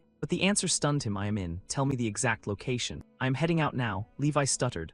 Just step outside, they're everywhere. He grinned, perfect. Levi watched them charge off so aggressively and shouted after them. Lord Luo-Jai, I've already informed the Lord. Just hold out for 2 days, and once he returns, we'll get through this crisis. He waved it off. No need to trouble the Lord over something this small. Little demon, let's move. The moment he stepped outside, he heard villagers screaming, run. The sound of frantic footsteps echoed everywhere. The entire village was being chased by the turtles. Johnny Turtles are coming, don't stop running. Lisa tripped over a stone while fleeing. She fell hard onto the ground in pain. Hansen rushed to help her up. Lisa, get up. She cried in fear. I can't make it, you go, but he refused, no way. If we leave together. At that moment, a Johnny Turtle closed in, growling at them. Both of them felt despair. This is it. Facing death, they confessed their feelings. Lisa, before I die, I need to tell you I like you. Hansen, I feel the same. Suddenly, a powerful shout cut them off. Meteor Starfall strike. Luo-Jai appeared like a hero, blasting the turtles away and saving the young couple. Cries for help echoed everywhere. He quickly located the source. There are still more over there, then turned to the kids. The Johnny Turtles at the southeast farm have been cleared. Go there and take shelter. Lisa thanked him deeply. Sir, may I ask? But he had already rushed off. Little demon, keep going. Lisa watched his back and called out, Big brother, please be careful. She turned to Hansen. He must be a legendary warrior. So strong. Hansen, don't misunderstand, I am just grateful. Hansen was even more dazzled, you're right. He's tall, charismatic, incredibly attractive. Thanks to that, the system notified him. You have slain 30 Johnny Turtles. Lifespan 48. You have assisted NPCs, endurance 3. He muttered, what kind of useless stat is endurance, whatever, focus on killing turtles. His next target was the group still screaming for help. Another Meteor Starfall strike earned him 9 more lifespan points. The little demon followed up, smashing turtles and gaining 11 more lifespan. But this pace wasn't enough for him, still not enough, I need more. The system kept flashing. Total lifespan gained 252, reputation 60, endurance increased to 6. Then came the alert, encounter Johnny Turtle King. Both of them turned to face the king of this rampaging swarm. He grinned like he'd struck gold. Perfect timing, little demon, charge with me.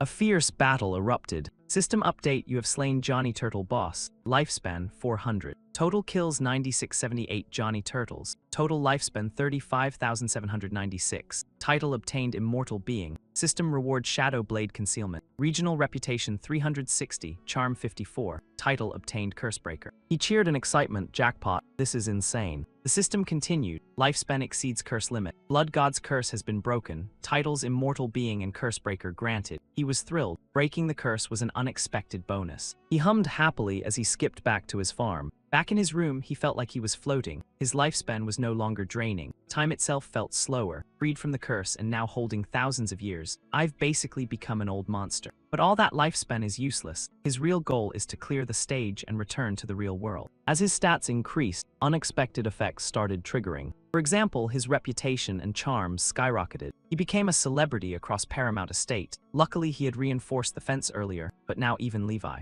Simai held a sign with his name, acting like the leader of his fan club. He felt helpless, his daily life was disrupted. People followed him everywhere. Some even sneaked in at night to steal his clothes. There were even those who wanted. While he slept, obsessed fans tried to sneak in to steal his underwear, but were kicked away by the little demon. Thankfully, the demon protected him. Otherwise, his purity would have been in danger. Fans are terrifying. He kept wondering what he should do about this. Just then someone entered his house and asked, "Excuse me, are you Lord Luojai?" Thinking she was a fan, he shouted, "Who are you? How did you get in? My purity is priceless. Take one more step and ill scream." She calmly introduced herself. "I am Freya, subordinate of Erlin. Sorry for the intrusion. I am here to deliver your reward." He frowned. Reward? She sat down and asked politely, "May I sit for a moment?" He quickly agreed, of course. He found it strange she wasn't affected by his charm. Maybe charm and fame only influence certain NPCs. Or high-level individuals can resist these effects. Either way, she seemed different. At least it meant some peace and quiet. Freya explained this reward should have been delivered last week, but I've been busy investigating the monster riots. He asked about the results. She replied, "We don't know their motive yet, but the culprit is a group active in nearby mountains, the Red Sleeve Brotherhood." He internally mocked the name, Red Sleeve Brotherhood, that sounds nothing like a Western fantasy group. She continued, "The Lord appreciates your righteous actions, if you hadn't dealt with the Johnny Turtle issue." He cut in, "No need to be polite, I am part of this estate too." Her tone turned cold. Those despicable scum attacked while the Lord was away. Once Lord Erlin returns, he will wipe them out. She added, "This is a personal gift from Lord Erlin. Please accept it." He took the book, noticing its glow. This has to be a rare item. The system displayed, "You have obtained an advanced martial arts manual." His excitement surged. Sounds powerful. Then more details appeared. Weak point strike. A lost technique from the Pinch sect created by Master Hihu. Description: when used on humanoids, it has a high chance to inflict intense pain, paralysis, dizziness, and other debuffs. With a chance of causing infertility, reduced effect on females. Duration depends on target toughness. He smirked, striking the weak point.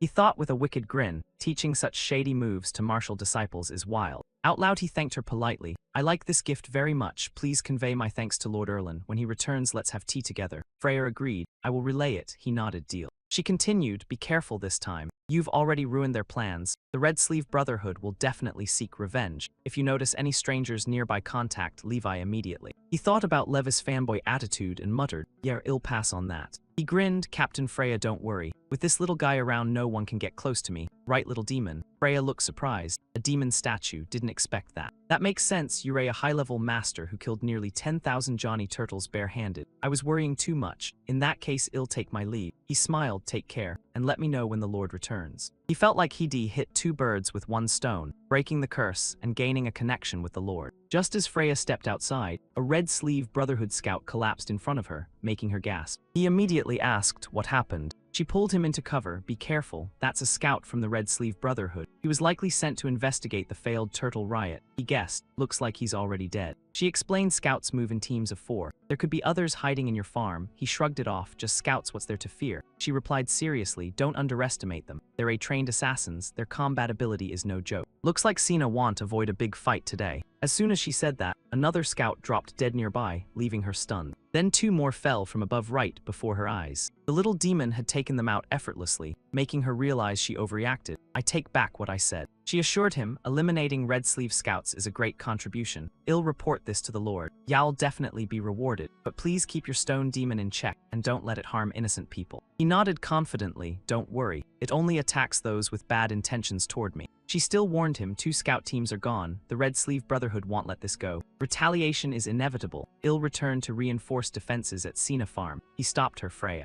He pointed at the crowd outside shouting, "I want to have your babies, Lord Luojai, I love you. Can you handle that before you leave?" She agreed instantly, easy. She took a deep breath as if preparing. Her entire body gathered momentum. Then she shouted at the crowd, "Don't you people have jobs? Go read a book. It's raining, bring in your laundry. Why aren't you this passionate about fighting monsters? Go clean your house and help your parents." The crowd scattered instantly. She reported done. He admired her. "Indeed, you can't be polite with crazy fans, but my fence." Back inside, he worried. What should I do now? Just wait for the Red Sleeve Brotherhood to attack. Then he remembered, right, I haven't tested my new skill yet. He looked at the little demon with a scheming smile. It sensed danger and immediately ran. He chased after it. "Come here. If you get hurt, I'll let you drink my blood. You can scream all you want. No one's coming to save you." The demon suddenly turned serious and growled, making him think, did it just flip on me? As it lunged at him, he gave up. All right, no more jokes. Turns out it shoved him out of danger. The ground beneath him exploded moments later. He stared at the dust cloud in shock. What just happened?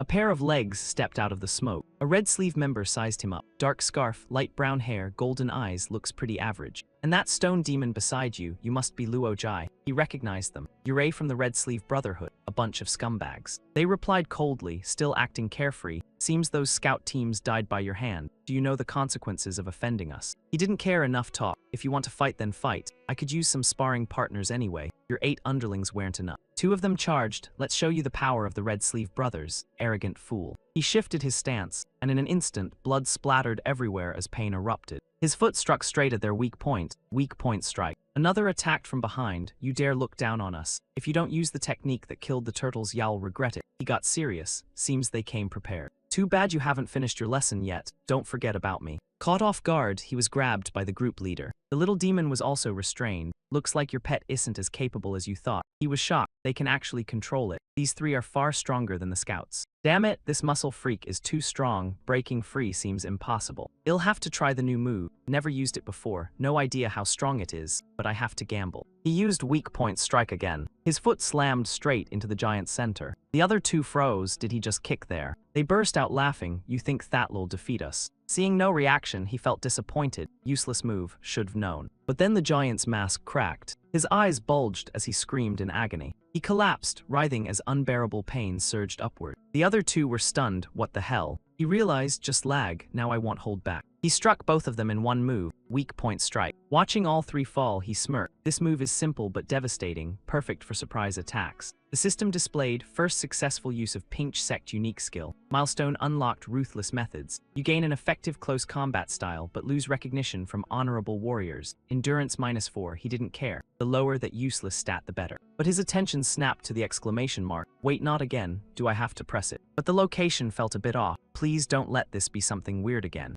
System notification. Extraordinary advancement quest detected. Would you like to begin? He froze. Extraordinary rank already. If he remembered correctly, that should only unlock after level 50, but he was just level 12. Could it be due to some special condition? He suddenly felt the system's kindness was suspicious. Better check the details first before getting tricked again. The system displayed 4 class options after advancement. Immortal Sword Wanderer, Beast King, Chi Master. He shouted in excitement. This is just like real-world games, and there's even a Chi Master class. I am basically getting top player treatment here. The system added, choosing any class grants an additional extraordinary body. It can nullify key damage factors. His eyes lit up. That sounds insanely powerful. I choose all of them. System update, title unlocked, Endless Greed, Shameless One. He exploded in frustration. Damn it, can't even do something that simple. This system is trash. Ignoring his anger, the system presented difficulty options. Elite level, eliminate Red Sleeve Brotherhood and defeat 2 bosses for advancement and 1 free stat point. Destiny level, eliminate them and defeat 3 bosses. Reward includes advancement, 2 free stat points, and 50 chances for a second extraordinary evolution.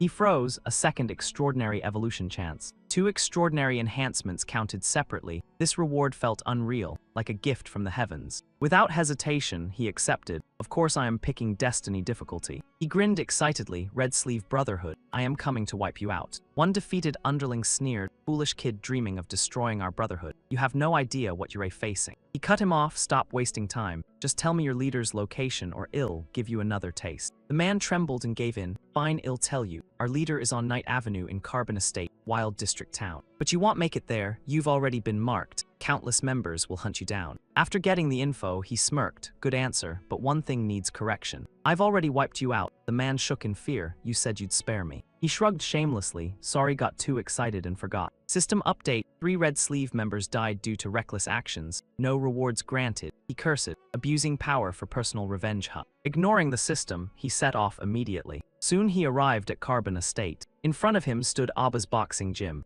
A guard asked coldly, "You want to join Leader Abba's elite guard? Show your sincerity first." He replied, "Lord Vicky already evaluated me." The little demon was chained up to act as bait. The guard was surprised. What is that? He smirked proudly. How about it? Is my treasure convincing enough? Vicky nodded. Indeed a high-quality specimen. I'll accept this gift. So can I meet Leader Abba's now? He asked. She scoffed. You're just level 12, not worthy of his attention. Come back at level 30. Right then, 2 men entered. He immediately saw through them. You're here to rob me, aren't you? Vicky replied, of course. He sighed. If I knew you'd be this straightforward, I wouldn't have wasted time acting and offering a gift. I actually prefer direct exchanges anyway. He instantly engaged. Diamond Breaker Strike. A knee strike followed. The 2 brutes were knocked down in seconds. He looked down disdainfully. These guys just flail around with no real skill. The little demon pointed. Vicky had already fled. He stopped it from chasing. Let her run for now. Think about it. If you were beaten, where would you run? The demon immediately understood his plan. Vicky ran while cursing. I should've known. How could a level 12 control such a demon? I underestimated him. Now I have no choice but to ask the leader for help. Hopefully he's in a good mood today. She rushed into Abba's room. Unfortunately, he wasn't in a good mood. Vicky, didn't I tell you not to disturb me during training? He punched her instantly, then followed up with a brutal elbow strike. After beating her, he bragged, how's my new technique? I only used 20% of my strength. Seeing her distorted face, he misunderstood. What's that look? You dare mock me, I'll crush you. She knelt down, barely managing to say enemy. But he couldn't hear clearly. What did you say? Stand up and speak. Get up or I'll beat you to death. Meanwhile, he had already arrived and was watching the show. With this intelligence, he's the leader. He spoke up deliberately. Let me translate for you. She said there's an enemy. But it was too late. His foot hooked upward. Weak point strike. He smiled victoriously. He assumed the guy was already dead. Let's go, little demon. These missions are getting easier by the day. That attitude completely enraged Abbas. His dark voice echoed, you dare look down on me and even insult me. Abbas roared furiously, you brat. He suddenly noticed something off. Wait, why hasn't the kill notification appeared yet? At that exact moment, Abbas' fist came flying straight at his face. I'll smash you to death. He barely had time to react. He took the hit head-on. His face twisted in shock. How is this possible? Abbas stepped forward again. Another punch came crashing down. He shouted, still not done. Abbas sneered, taste my new technique. He was beaten into a miserable state, unable to fight back at all. He finally groaned, that hurts like hell. Did this guy grow up eating iron fists? The force of the punch blasted through the ceiling, sending him flying upward. A single strike packed with power launched him high into the air. The little demon couldn't hold back and charged Abbas, who scoffed, trying to ambush me. Another punch shot straight at it. You're still too green. Its face swelled instantly from the blow. Abbas ignored it and targeted him again. That little thing isn't even worth my time. Meanwhile, his mind was racing. Why isn't weak point strike working on him? That makes no sense. Abbas prepared another blow. Where do you think you're running? He groaned internally. Here it comes again. When will this end? He activated his vampire skill. Barely dodging the strike, he hurriedly stuffed food into his mouth. He shouted as his body recovered to full strength. Abbas swept a kick across, but he narrowly avoided it. He clenched his fists. Time for my counterattack. His diamond breaker punch slammed hard into Abbas' abdomen. Then came a combo barrage, Meteor Starfall knee strike mixed with Diamond Breaker, and repeated Meteor Starfall hits. The final strike knocked Abbas back, leaving him unable to respond. He silently prayed, I've used everything I've learned, this better finish it. Dust filled the air, he couldn't see clearly, but no kill notification appeared. After all those hits, he should at least be heavily injured. Abbas stepped out of the smoke calmly. Finally, a worthy opponent. He laughed excitedly, now I am fired up, fight me properly. He couldn't accept it, not even a scratch on him. Abbas didn't give him time to recover and launched a hammer fist. He was stunned, is this guy a Super Saiyan? Why does he get stronger the more he fights? He regained focus, I won't lose that easily. Their fists collided head-on. His diamond breaker couldn't hold, and he was blown back. Fear crept in, what kind of monster strength is this? I can't beat him in a straight fight. Wait, I still have a trump card. He summoned the Blood Moon Blade, but it was shattered instantly by Abbas.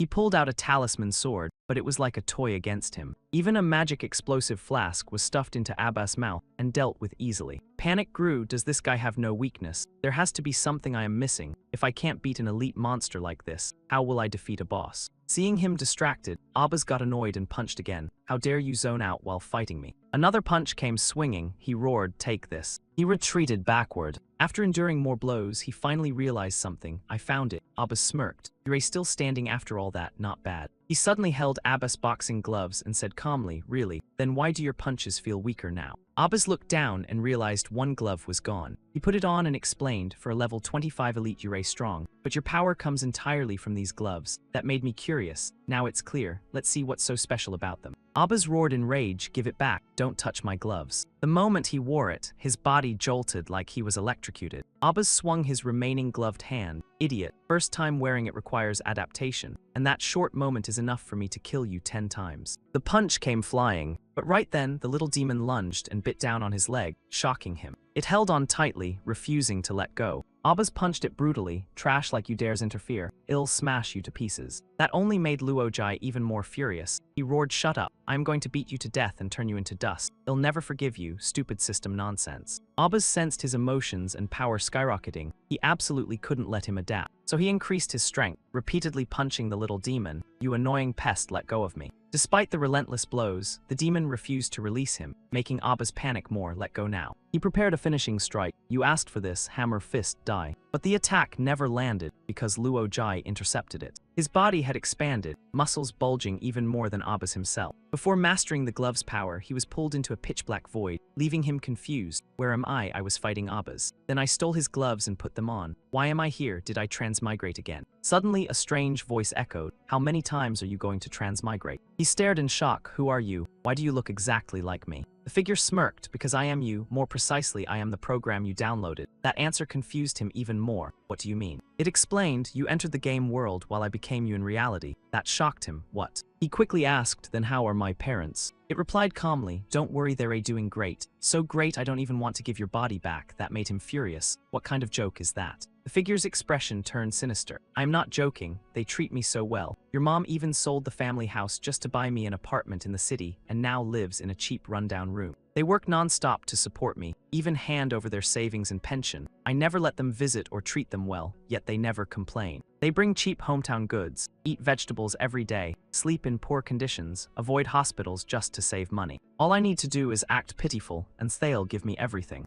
Living off others like this feels amazing. As for you, stay trapped in the game forever. Someone as useless as you dreaming of clearing it is pathetic. But I am generous. Before draining the last bit of value from them, I might let you see them one last time. Those words pushed him over the edge. Shut up. His rage surged outward, making Abbas feel like he was about to be roasted alive. This guy's anger is breaking its limits. What happened to make him this furious? But he's still just a level 12 brat. There's no way he can beat me. At the same time, the system kept updating. His level rose to 18. That shocked Abbas. How did he suddenly? Seeing his massive frame and incoming punch, Abbas finally felt fear. Let's talk this out. Adults should control their emotions. Ignoring his play, he threw a devastating punch. The blow sent Abbas flying far away. Even the nearby wall collapsed from the impact. Dust filled the air from the air. The glove shattered along with that strike. He suddenly realized, why am I not wearing clothes and the glove is broken too? Looking at the distorted figure below, he asked blankly, where's Abbas? Excuse me, have you seen a big guy named Abbas? The man trembled, that's me, but he didn't believe it. Stop joking, you only share the same gender. The man struggled. Didn't you beat me up, big bro? The system confirmed. You defeated Black Fist trainer Abbas elite human. Reward obtained agility fragment X6 and boxing mastery, increasing punch speed by 35%.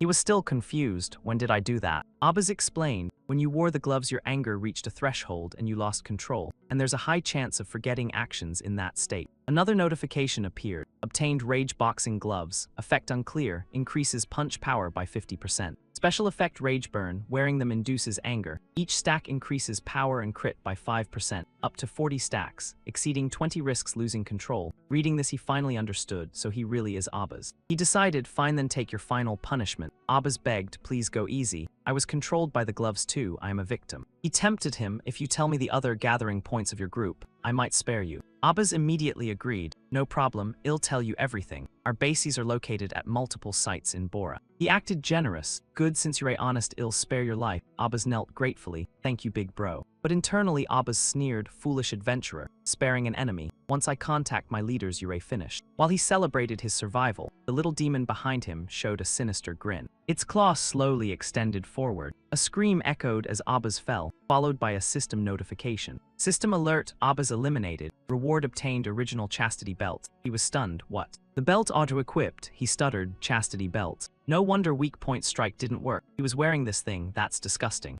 It looks perverted, but it's reliable. Almost completely protects that area. Honestly, I kind of want it back. Losing it feels oddly frustrating. He tried forcing it onto the little demon. What if it looks good? Plus it boosts defense anyway. At that moment, a group rushed past excitedly. Hurry up. The mobile library has appeared in the northern hills. While he was still coaxing the demon, come here, don't be shy. The group rushed by like a storm. Move faster or we'll lose our spot. They even stepped on him as they passed. He got angry and shouted, can't you see someone here? Looking ahead and seeing no one, he muttered, wait, I think I heard them say something about just now. The mobile library, he suddenly remembered. In his previous game world, reading for a set time could grant heightier rewards from the magic library. Since it spawned randomly across the map, it was known as the mobile library. Judging by everyone's excitement, this had to be it. No way he was missing this chance. Then he suddenly remembered, wait, where did that chastity belt go? Whatever it's gone, reading is more important. He immediately chased after the crowd. Wait for me, I am joining too. At that moment, a system notice appeared. Chastity belt successfully equipped. In front of the massive library, people were buzzing. So this is the mobile library. It looks incredible. Someone already went in. Wonder how long they'll last. Of course, the faster the better, so it's our turn sooner. Look, the door's opening. The door opened and a man was thrown out. He looked completely dazed, like he was high. People shouted in shock, hey, are you okay?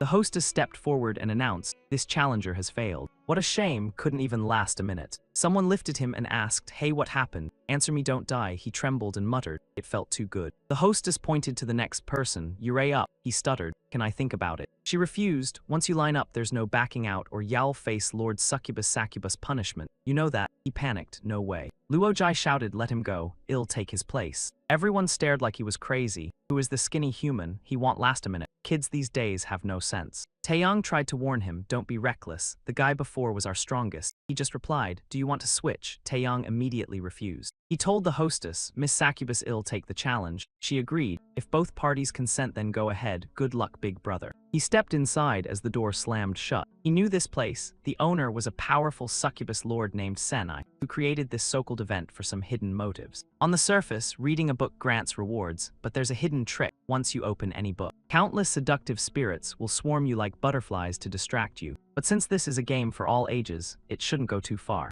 Since age 3, he had internet exposure and seen all kinds of content. Trying to seduce me, not that easy. But his body was brushed by those alluring spirits. He quickly dodged, hey, what are you doing? Why are you touching me? Isn't this supposed to be visual temptation only? I am reporting this. The succubi laughed, what's inappropriate? We always do this. If it's just visual, what's the point? Come on, stop resisting and enjoy. He was shocked. This is nothing like the original game. I quit. Goodbye. His scream echoed through the entire library. Outside, the hostess smirked, overconfident brat. Let's see how long he lasts. Inside, shelves collapsed and books scattered everywhere. The succubi were baffled. What kind of man is this? Why is he so resistant? One worried our charm magic is running out. Another guessed, maybe he's not even a man. The second one disagreed, impossible. Only men can enter. With 10 years of build-up, he should have fallen already. Another added, no matter what we do, he doesn't react. He doesn't even look at us. One got angry wanting to attack, but the others stopped her. Let him pass, we're out of options. He looked like he was calmly raiding, but tears streamed down his face. He cried silently, cursing the game for trolling him.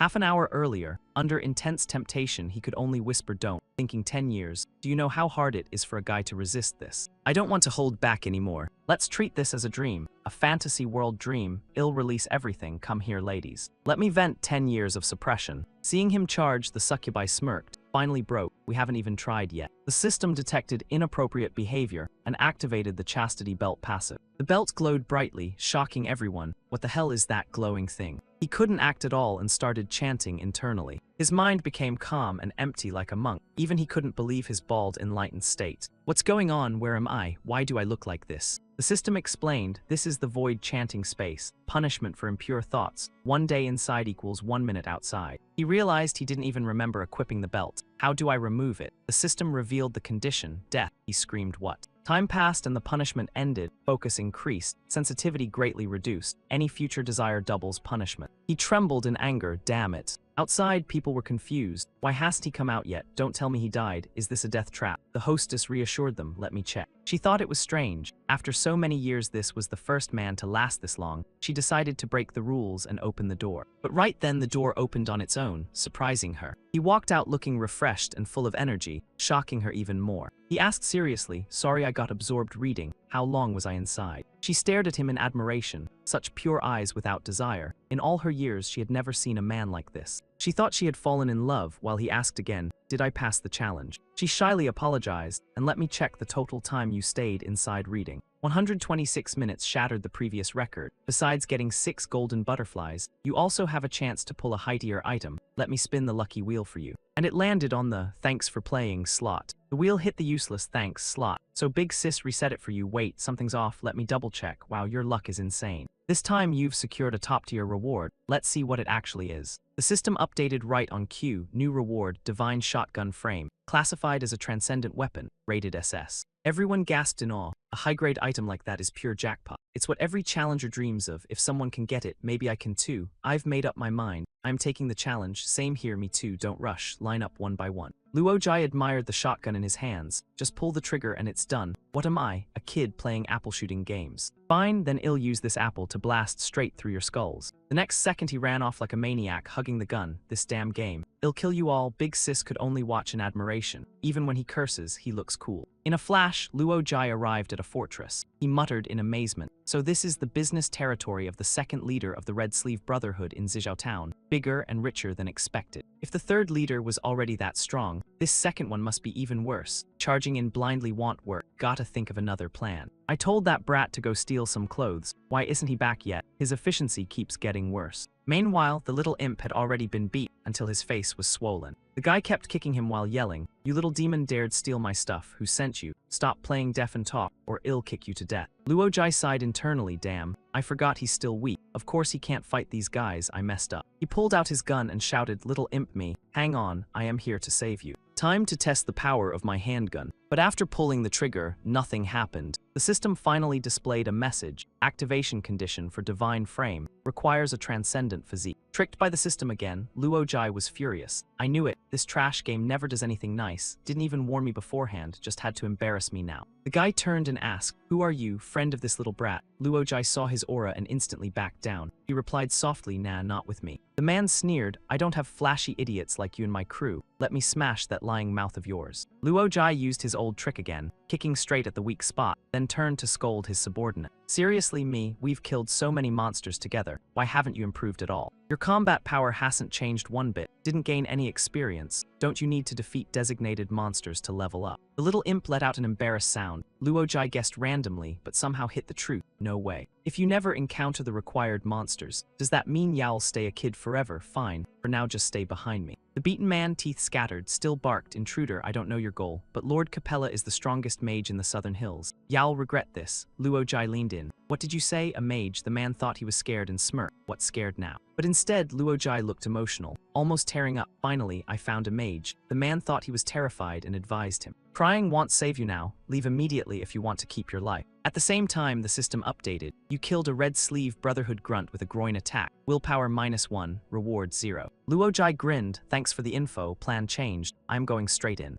At that moment in Capella's camp, a subordinate rushed in. "Leader Capella, something's wrong. The guy from Paramount Manor is here, killing one brother every step. In less than an hour, the town's guards are wiped out." Capella couldn't believe it. What, Zijao Town has thousands of magic traps. How could he avoid them all and still defeat the entire defense force? The subordinate stammered, I don't know, but everything I said is true." Before he could finish, his teeth were knocked loose. The one who hit him was Luojai, who had just arrived. He stared coldly at the leader, "Because I never bother hiding." Capella immediately recognized him. "Luojai. So it really is you." Luojai was surprised. "Huh, you know me." Capella replied, "You ruined our plans and killed the third leader Abbas. With fame like that, how could I not know?" Hearing praise, Luojai smirked. "You flatter me." His expression turned serious. "If things go well, your first leader will be saying the same thing soon." Capella was angered. "You really are full of surprises. I knew you'd come, just didn't expect it this fast. We underestimated you. Attacking Paramount Manor was a mistake, but now there's no turning back. To show sincerity, I'll greet you with my strongest formation." Luojai scoffed at the formation. "Strongest, this little power." Capella confirmed, "Feel that crushing pressure. You're already bound by my spell. There's no escape except your punishment." Luojai casually laughed. "No need for all that. I'm not running. Take your time, no rush." Capella poured more power into the formation. "You're about to die and still talking big. Y'all pay for your arrogance with blood." The Frost Hell formation erupted violently. Luojai was engulfed in magic. Shocked, what magic from hell within the blazing light? Only his shout echoed out. His face was filled with pleasure. "This feels amazing. This long-lost magical attack is making my heart feel incredible." Capella's eyes widened. "How is that possible?" Seeing him withdraw the magic, Luojai complained. "Why stop? Give me a few more rounds." Capella was stunned. "You defeated Abbas' physical strength and are immune to my strongest formation. I've lost." Luojai mocked him. "That's it, you're surrendering already. You're the most straightforward enemy I've met. Today you gave me a long-lost thrill. I'll spare you." Capella trembled, "Really?" Luojai smiled wickedly. "Let me send you off to meet your ancestors with my fists in the most satisfying way."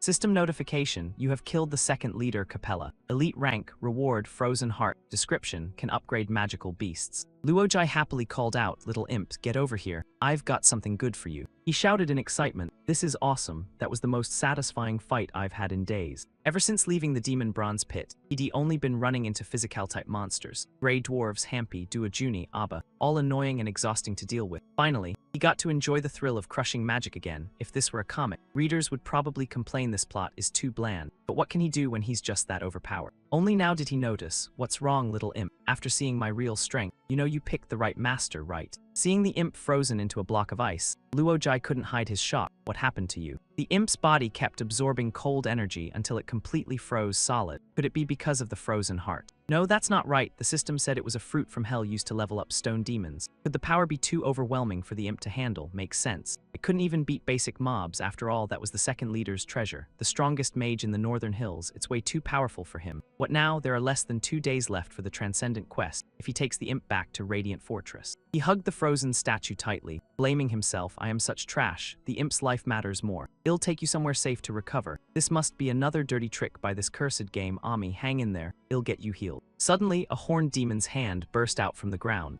At the same time, the system alerted him, encountered Hell-Horned Demon. Luojai was stunned as more kept crawling out. Horned demons? These are summon-type monsters. Why are they here? A barrier opened in the sky, and a voice echoed, "Fool. Obviously someone summoned them." Luojai frowned. "Who?" A figure slowly stepped out. "Judging from your tone, you're planning to quit midway." The first leader spoke coldly. "You killed 2 of my Red Sleeve Brotherhood leaders, and think you can just walk away? Not that easy." Luojai rolled his eyes. "Figures. Villains like you always repeat the same boring lines." The man declared proudly, "I am the founder of the Red Sleeve Brotherhood, Old Boss, the first leader." Luojai clicked his tongue. Who even asked? Then he picked up the imp and turned to leave. "Got something urgent. I'll spare your life today. Get lost." Feeling humiliated, Old Boss roared, "Shameless brat. Horned demons, attack." Luojai's expression turned dangerous. "I gave you a chance. Don't blame me for going ruthless." His signature groin kick and diamond strike came into play. Soon after, he was panting heavily, exhausted beyond belief. With a bruised and swollen face, Luojai angrily demanded, "What dirty trick did you use? Why can't I use any skills while you're so strong? This is cheating. I am reporting this." Old Boss replied coldly, "Idiot. This is the Hell Roman arena. Except for hell monsters, all abilities are sealed. With your so-called strength, just stand still and accept defeat." Seeing the horned demon's charge, he cursed, "Damn it. This is worse than Hampi's weapon-stealing arena." A heavy punch slammed down. Luojai gritted his teeth. Levels and skills are completely unusable. This is straight-up rigged. His head instantly swelled into a lump. The horned demons ganged up on him, beating him relentlessly. Old Boss even shouted, "Hit him harder. Beat him until even his mom won't recognize him." The little imp witnessed everything. Rage slowly pushed him to evolve. The ice shattered as the system announced, "Second awakening complete. Frost Stone demon form unlocked." A freezing gale blasted out from the imp's mouth. The icy breath surged forward, freezing every horned demon. Not a single one could escape his magic. Old Boss realized it instantly. That's Frost Hell magic. Isn't that Capella's ultimate skill?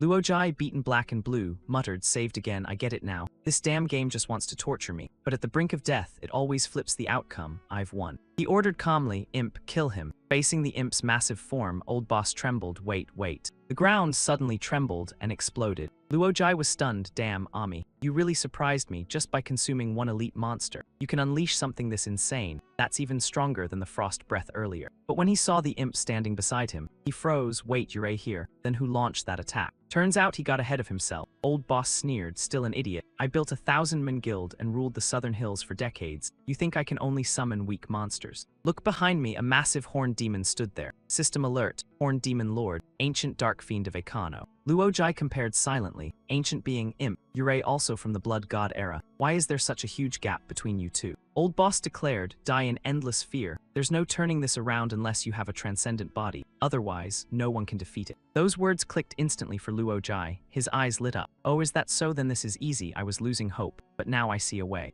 I love how you villains always expose your own weakness." Old boss sneered, "Hope, more like delusion. Stop talking and accept your death." Luojai stood firm. "You might not believe it, but once I take you down, I'll have a transcendent body. Imp, initiate plan B." The demon's punch crushed the ground. The imp barely dodged in time. Another massive fist came crashing down right after. The imp glanced back at him for help. 5 minutes earlier, Luojai had instructed him, "This is risky, but we have no way out. Will you gamble with me? Just lure the demon lord's attention. Don't fight him, just keep moving. That old boss is a summoner. I've played that class before. If nothing's changed, his combat power is nearly zero. The longer you stall, the better our chances. Hang in there. Everything depends on you." So 5 minutes later, the imp followed his master's plan perfectly. He didn't attack directly, just kept dodging and circling the demon. Old boss warned Luojai, "Stop wasting time resisting. In this arena, you're just a normal human. If you keep being stubborn, then I will." Before he could finish, Luojai punched him straight in the face. "Shut the hell up. Don't act tough in front of me. Don't think I don't know that armor is just hiding how weak you really are." Half of old boss' mask shattered instantly. Luojai glared fiercely, "Trying to trick me? You really think I'm just some level 18 rookie?" Old boss finally snapped, "Damn you, you've pushed me too far. Even a newborn horned demon could tear you apart." Luojai slammed his foot straight onto the man's face, forcing him into submission. The so-called leader was trampled like an ant beneath his feet. "Why aren't you summoning anymore?" Old boss could only gasp weakly. "How shameless, interrupting me mid-cast. Damn it, I'll risk my life against you."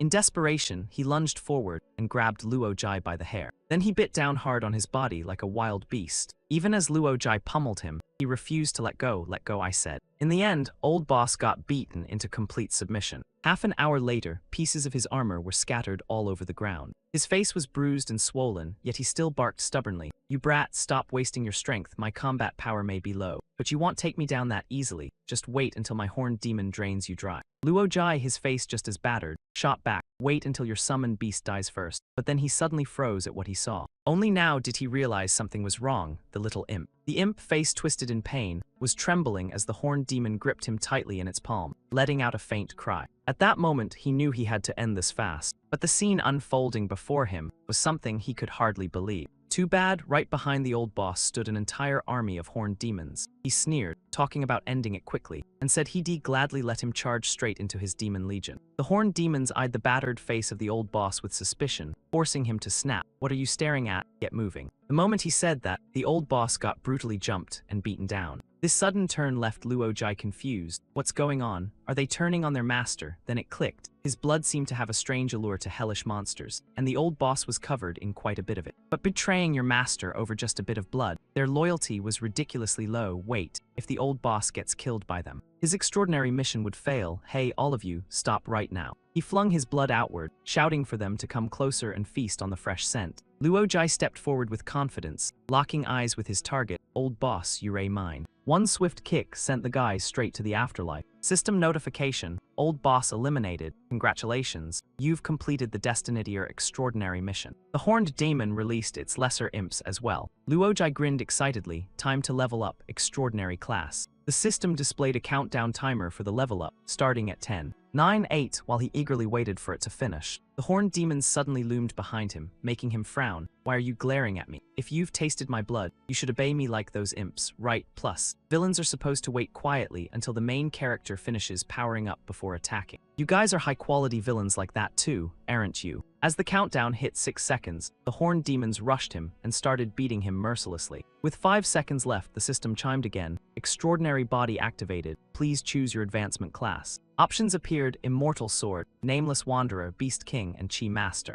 Luojai made his choice. I pick Search. But the screen instead displayed Chi Master. Class selected: Chi Master, leveling up in progress. Meanwhile, the horned demons kept beating him non-stop. Suddenly, a surge of power exploded from his body, blasting them all away. They slammed heavily onto the ground in every direction. System update: you have successfully advanced to Chi Master. You obtained an extraordinary body. All dangerous attacks are reduced to normal damage. 1 Constitution, 2 Perception, plus 2 random attributes. Initial trait: Endless Life, doubling HP and recovery, and doubling defense. All Kibe skills are doubled in power. Initial talent: Intimidating Glare, causing extreme fear in enemies. Weapon Mastery, firearms proficiency. Luojai was pissed. Those guys didn't hold back at all. But now the situation had flipped. He was going all out. The leader sneered, "Your master is dead, yet you still refuse to surrender." It replied coldly, "Master, I serve the ancient evil god Ikano. The old boss was just a partner. Now that you've killed him, I'll collect the payment he owed me from your body." With that, it lunged at Luojai to take what it wanted by force. He didn't panic and simply pulled out a gun. "You scared me for a second. I thought you'd be too emotional to fight, but since you're this tough, I am relieved." The gunshot rang out as he declared the start of a massacre. Luojai noticed something odd. "Leader, what's wrong? Why do you suddenly look so weak?" The horned leader's legs trembled violently before dropping to its knees. System prompt: the horned demon leader is emitting a weak submission signal toward you. He thought to himself, "This thing is way too dangerous. Not only strong, but almost as intelligent as a human. There's no way he could let it live." He aimed the gun downwards. "Sorry, but you're the most dangerous one here."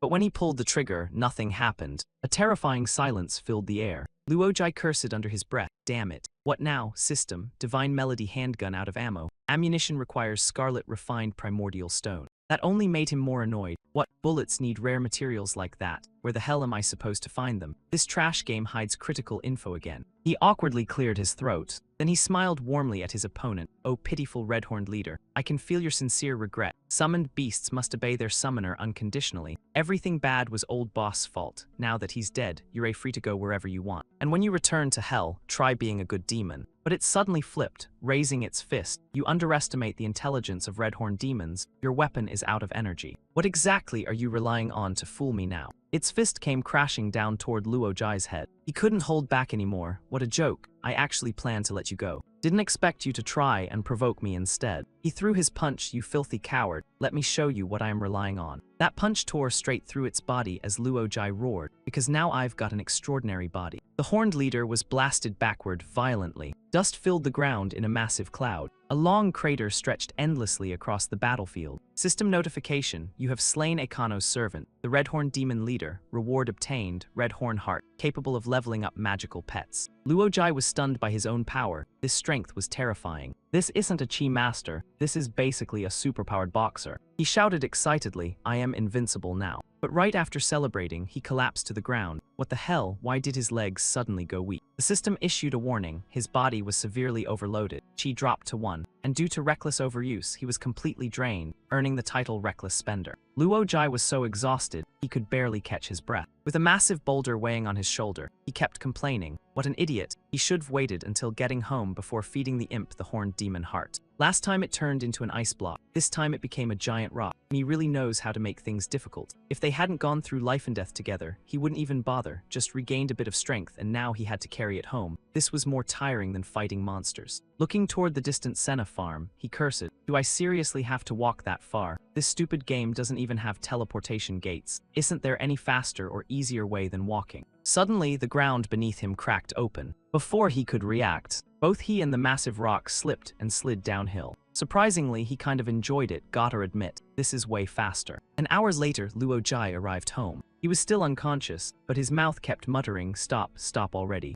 Don't spin anymore, even with pain resistance." His HP couldn't take it. When he finally woke up, he realized he was back at his house in Senna Farm. Oh right, thanks to that rolling rock, he made it back quickly. But every spin drained his HP. By the time he got home, he fainted from blood loss. But who brought him to bed? His body felt clean, like he'd been bathed. His clothes had even been changed, including his underwear. Could the imp have done it after leveling up? No way, it only knows how to cook. No chance it could handle something like this. Then who was it? A snail girl? That kind of feature wasn't even in the game. The door slowly opened. A horned demon wearing an apron walked in carrying breakfast, leaving Luojai stunned. A horned demon in his house, and calling him like that. Milk and bread, this is his breakfast. Seeing its cheerful smile, he couldn't believe it. This was really a horned demon. completely different from the ones he met before. Then it hit him, since he defeated the old boss, the demon contract must have transferred to him. Now it all made sense. Back in his previous world, he remembered female players also contracting horned demons. Because of their strong physique and endurance, they were once called the happy demons of wealthy women. But what use was that to him? Besides, this species only shows true loyalty to the Red Horn leader. Their loyalty to contractors is extremely low, just like what happened to the old boss. The more he looked at that smile, the creepier it felt. He kicked it in anger. Damn it, what's your real goal? Trying to avenge your former leader.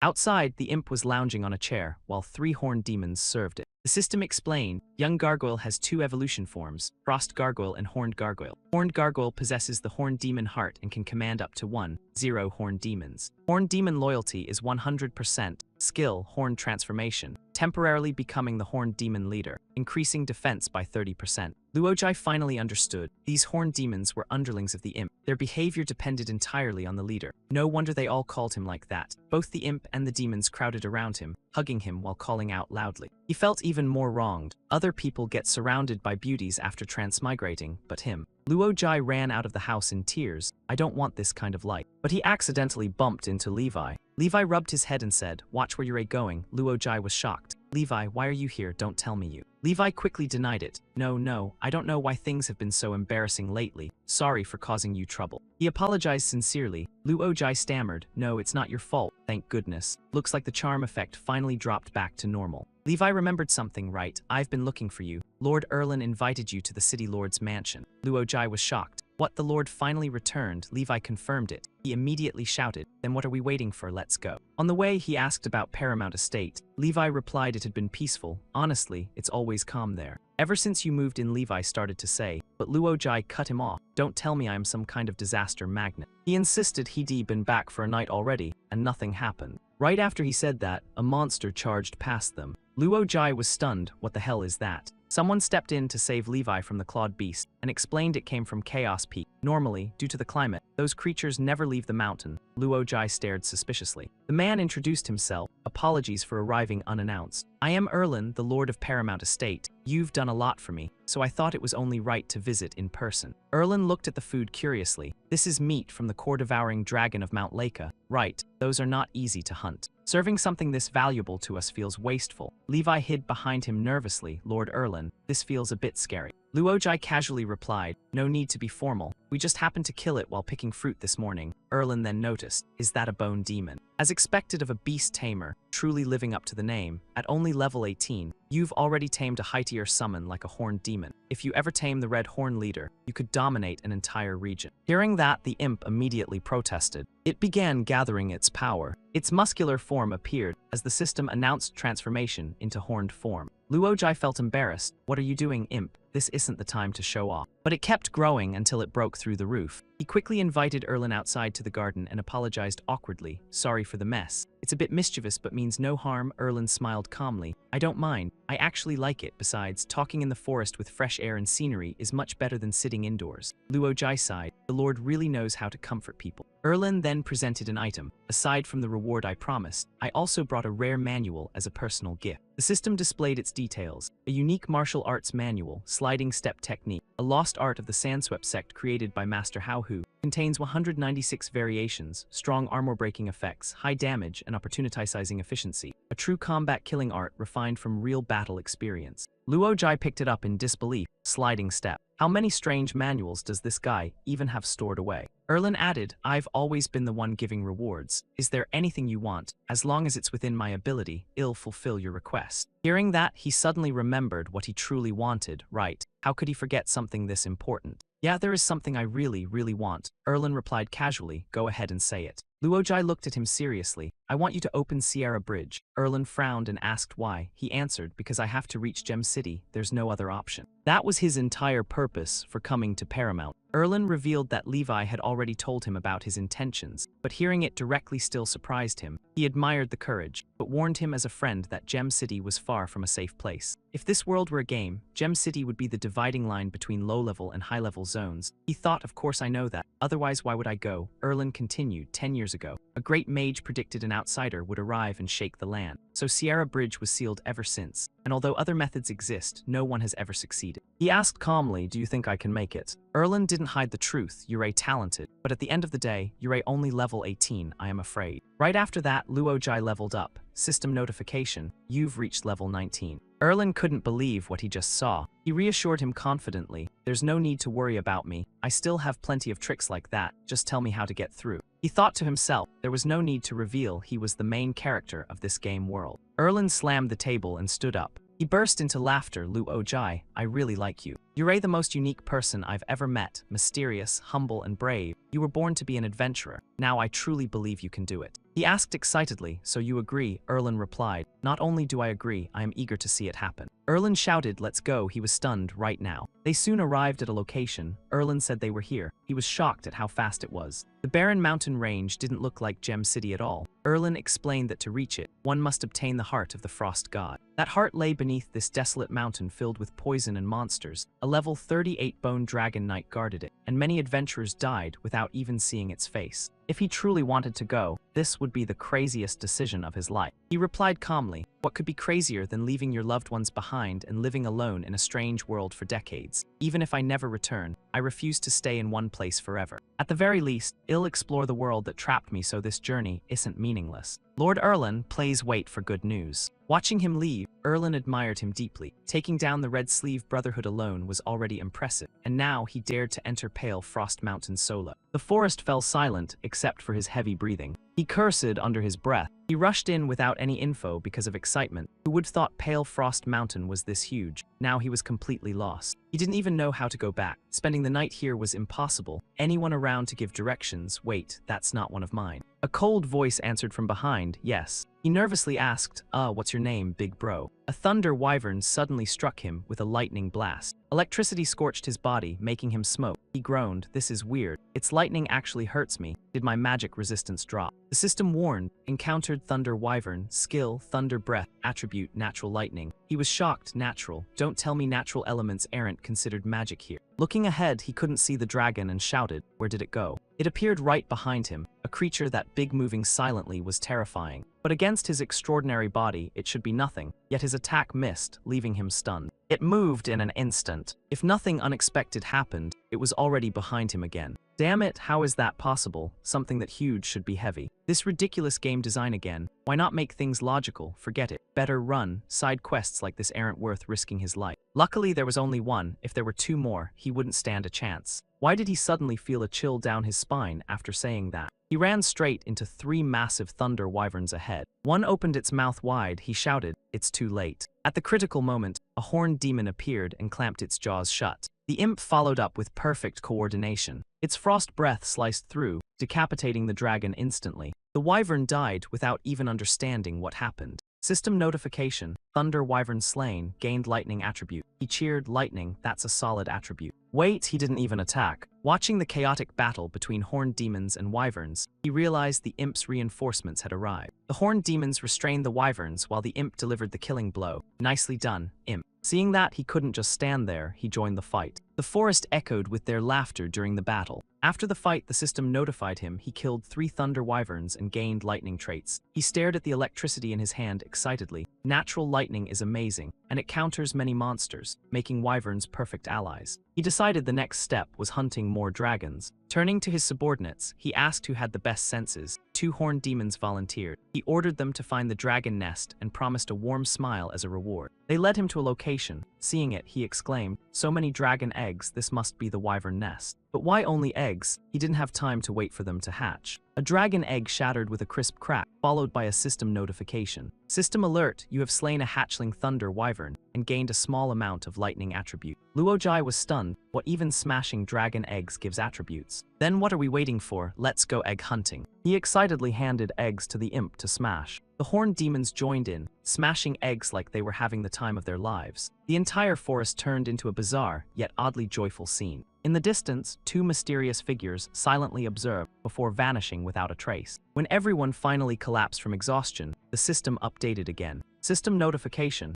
you have slain 67 Thunder Wyvern hatchlings and gained lightning attribute. Luojai laughed. This has to be the easiest way to farm stats in the last decade. Hatchlings give less than adults, sure, but smashing eggs is way easier. 10 eggs equal 1 dragon, no contest. Suddenly, a deep rumble echoed in the distance. It was the sound of Thunder Wyverns. He immediately rushed toward the noise. Looks like the adults are over there. 3 massive dragons surrounded a girl in the center. She screamed in panic, "You filthy dragons, stay back, there are 3 of them." The moment she saw Luojai, her eyes lit up. Finally, a savior, handsome hero, come save Annie. But it was all a trap set by Meiji. After waiting so long, Prey finally arrived. Too bad he's just a level 19 rookie, but even a small bug is still meat. He dashed forward without hesitation. "Let her go, I've got this." Meiji was kicked flying by him. His words stunned even the dragons. "That was close. Almost got beaten to it. Seeing you guys still alive puts me at ease." Chi surged from his body. "Now it's my turn. Lightning counters armor. You can't move at light speed forever, just stand there and take it." One punch packed with overwhelming chi smashed into a dragon. The second dragon followed the same fate. Finally, one kick sent the third dragon straight to its grave. He shouted, "This is called fighting poison with poison." System notification: you have slain 3 elite Thunder Wyverns and gained lightning attribute. The satisfying fight left him in a great mood. If he killed a few more, maybe he'd even unlock lightspeed movement. Meanwhile, Meiji watched in confusion, muttering to herself, "Is this guy insane?" But someone who can kill 3 Thunder Wyverns barehanded is a valuable kind of crazy. If she offered him to her sister, she might get a huge reward. With that thought, she rushed forward, hugging his leg and whining, "Big brother, I'm so scared. You already defeated those dragons. You're amazing. I got separated from my family and have been wandering alone. It's so pitiful. If you let me stay, I'll repay you with my body." She was confident that anyone would fall for her charm. "Just follow me obediently." But reality hit hard as he shoved her aside. "Move." He continued his dragon hunt. "Thunder Wyvern over there, I see you." Meiji trembled with anger. "Damn it. That level 19 brat ignored her charm. Fine, no more holding back. Activate seduction aura." Her clothes tore slightly as her breathing grew heavier. Her long legs trembled. She was determined. "I refuse to believe you want look." She shamelessly ran up again, acting weak. "I feel dizzy. I have no strength left. Don't take advantage of me while I am vulnerable." But then she realized the leg she hugged felt too thin. The imp and horned demons, all muscular, were staring at her intensely. She got even more excited. "What luck, so many strong men, even better than that guy. Time to make my move." She pouted sweetly. "Whoever looks into my eyes can play with me however they want." The imp couldn't take it anymore and began gathering power quietly. A powerful explosion echoed in the distance. Meanwhile, Luojai had already killed 2 more dragons. System notification: 2 Thunder Wyverns slain, lightning attribute gain.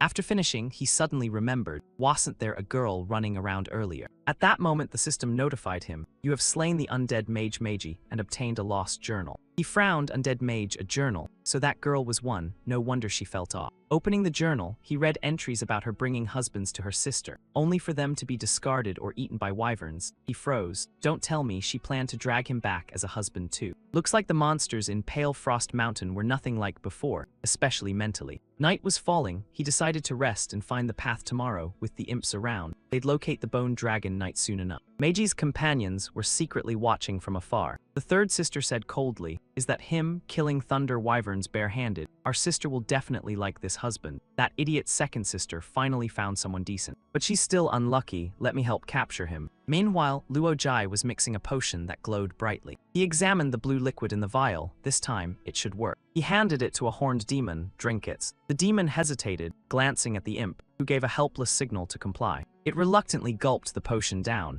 The empty vial dropped to the ground. Seeing it collapse, he sighed in disappointment. Don't tell me it failed again. The effort finally paid off as the horned demon successfully leveled up. Its power surged so violently that the energy burst shot straight out of the forest. He was stunned. What is this? The system confirmed it. Horned demon evolution complete. Blazing horned demon, Luojai cheered. Finally, it worked. All that sweat wasn't wasted. Give him a few more days, and he might even create a potion to help the imp level up. But right after saying that, the evolved demon suddenly collapsed. Seeing it lying there unable to move, he realized the potion's side effects were way too strong. Still, he was amazed. Dragon Essence potion made from dragon marrow and dragon gall was insanely effective. It boosted lifespan, strength, and even granted magic abilities. If mass-produced, he could build an entire army of horned demons. At that point, he wouldn't even need to fight personally to dominate a region. What a genius. So who's next for testing? looking at the unconscious demons behind him. He froze. Wait, no one left. Too many failures still. Since the materials were rare, they'd probably recover after 2 days. Forget it, dawn was approaching. Time to sleep and continue tomorrow. As the sun rose high in the sky, he remained in deep sleep on a soft bed. Eventually, he woke up.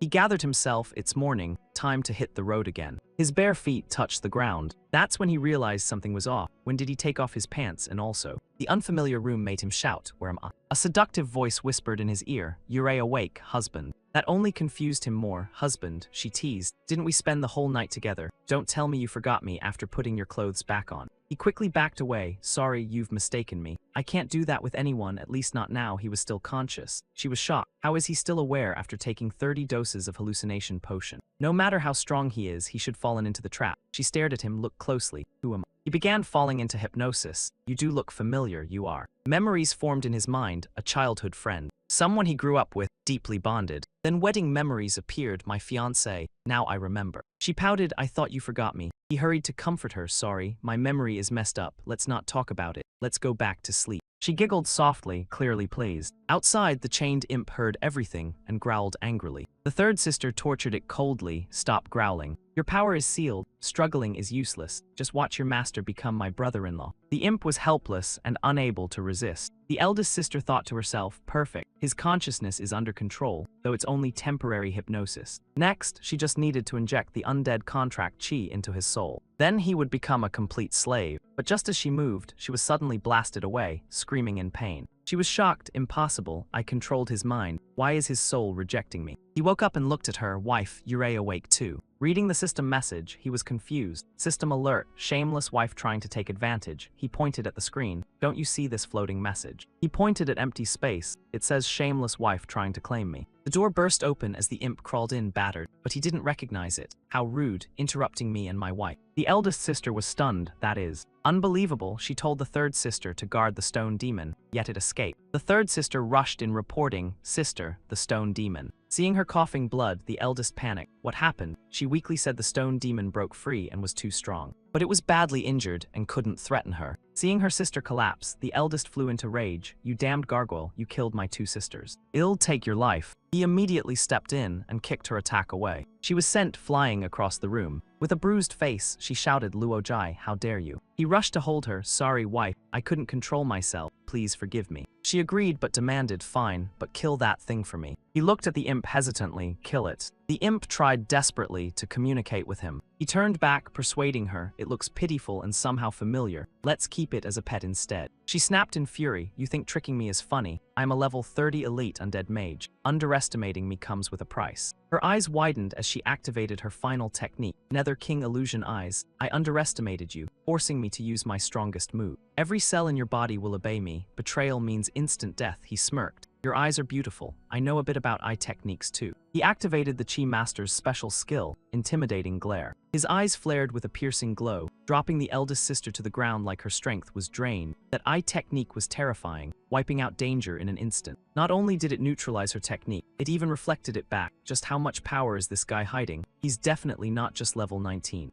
Luojai hurried to help her up. "Sorry, sweetheart. I shouldn't have looked at you like that. I must scared you." She cursed under her breath. "You lying bastard. I don't trust you anymore." In her eyes, he still looked unbelievably handsome. "Please forgive me, babe." Her willpower began to collapse. This is bad. The eye technique is backfiring. If she doesn't kill him now, she'll become his slave instead. She screamed loudly, "Come out, husbands." He stared blankly as multiple husbands surrounded him. Husbands. His world shattered. "I love you so much. And you're cheating on me, not just one, but a whole herd." If they were handsome, maybe he could understand. But how could she even stand these ugly ones? One pig-faced man protested, "Don't underestimate me. I am the most handsome in the second squad." He nearly blacked out. Second squad. The man explained they rotate in 3 squads weekly to serve her. The eldest sister snapped, "Stop wasting time, kill him." He punched her angrily. "Shut up, you vile woman playing with people's feelings." The husbands charged together. "You dare hit our wife, brothers, kill him." He spoke coldly. "Husband and wife should be loyal forever, yet you take pride in sharing like this. This is an insult to love, unforgivable." One of them began recounting his past. "I was once just a normal chef. I had a happy family, we brothers got along well,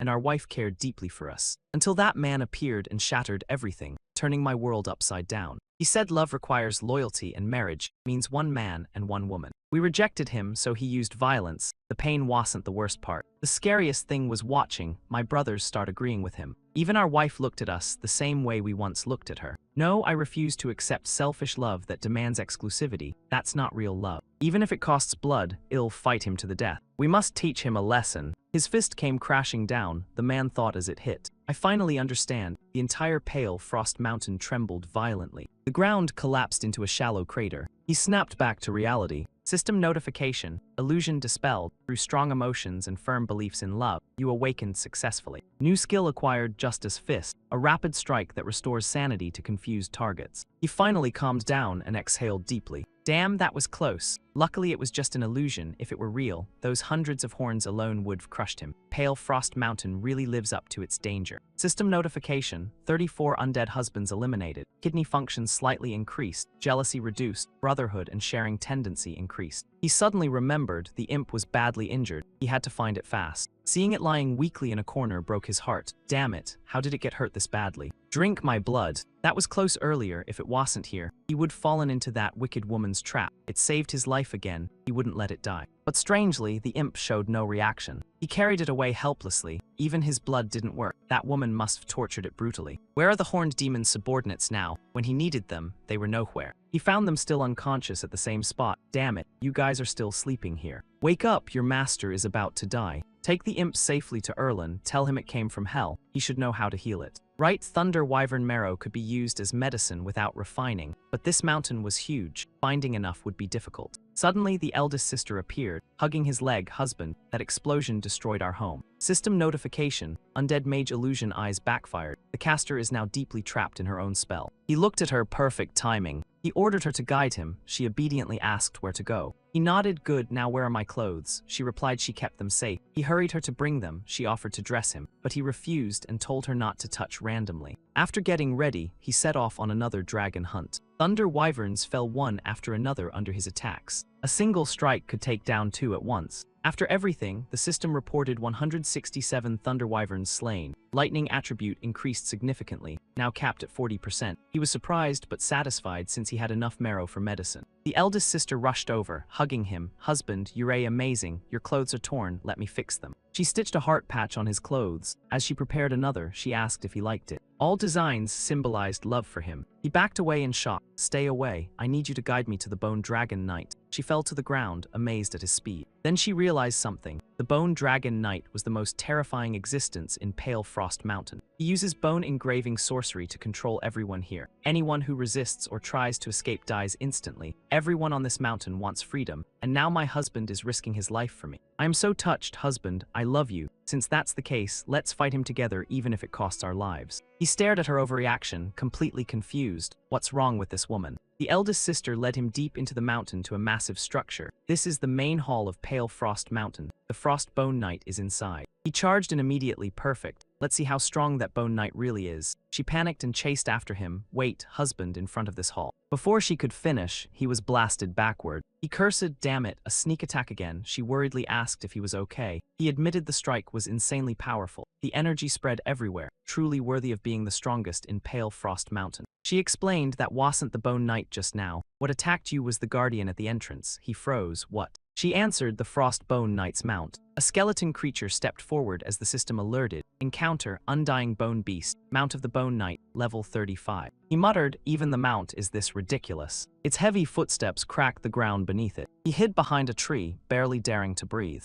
He thought if he counters mages, then this bone beast counters him. It has no heart, so charm-based skills are useless. Its bones are unbelievably tough. Even swords can't cut through them. The only method that works is armor breaking, but even if shattered, it instantly regenerates. He missed the imp badly. If it were here, it could scatter the bones. Right now, he was out of options. Should he use the Chi Master's ultimate punch to completely destroy it? But he needed to save that for the Bone Knight. Using it now would leave him defenseless later. The creature noticed him. He awkwardly asked, big guy tired, want to sit down and talk. The eldest sister saved him just before the bone beast stomped down. Watch out. She scolded him, husband, I know you want to defeat the Bone Knight quickly and live happily with me, but being reckless like this will only get you hurt. You must strike fast and hit its weak point. He looked at her with hope, so you know how to defeat it. She revealed the secret. The core bone that controls it is hidden somewhere inside its body. Destroy it and you win. You rest, let me handle it. Anyone who harms my husband will be crushed to dust. He felt incredibly lucky. Life really is full of surprises. He moved toward the hall. Next comes the boss fight. He gathered all his chi into his fist, ready to strike the moment he got close. But just as he prepared to move, she was blasted back again. He was shocked. Why are you back? She said she almost found the core but wasn't strong enough. She rushed in again, refusing to give up. Don't worry about me, husband. He felt strangely moved. Damn it, why is he sympathizing with the enemy? She's only acting like this because of the illusion. This place is too dangerous. He must get the frost god's heart and leave immediately. She was knocked back once more. He froze. What happened now? Bruised and battered, she said she found the core's location but couldn't break it. He hesitated. You're badly hurt. She replied sincerely, as long as I can stay with you, this pain means nothing. He was speechless. Suddenly she saw the bone beast behind him and shouted, watch out. She took the hit in his place. Its fangs pierced her chest, but she endured it. Husband, run. I can't hold on much longer, he said softly. You didn't have to do this. She swore, no matter what happens, I will never abandon you, even if I love too much. You are the one I love most. Those words shook him deeply. He struggled internally. Wake up. She's just under an illusion. In reality, she's a dangerous and cunning enemy. He couldn't let himself be charmed. This is all fake, just illusions like passing clouds. But he truly felt moved. His punch shattered the bone beast into pieces. Damn it, he still used that move. System notification, bone beast defeated. Bone density increased. Skill acquired, bone manipulator level 4. You can now control your own bones and use them as weapons. He rushed to hold her. Hey, are you okay? She whispered, husband, I am not going to make it. Will I live forever in your heart? Suddenly her eyes widened in fear. She warned him something's wrong.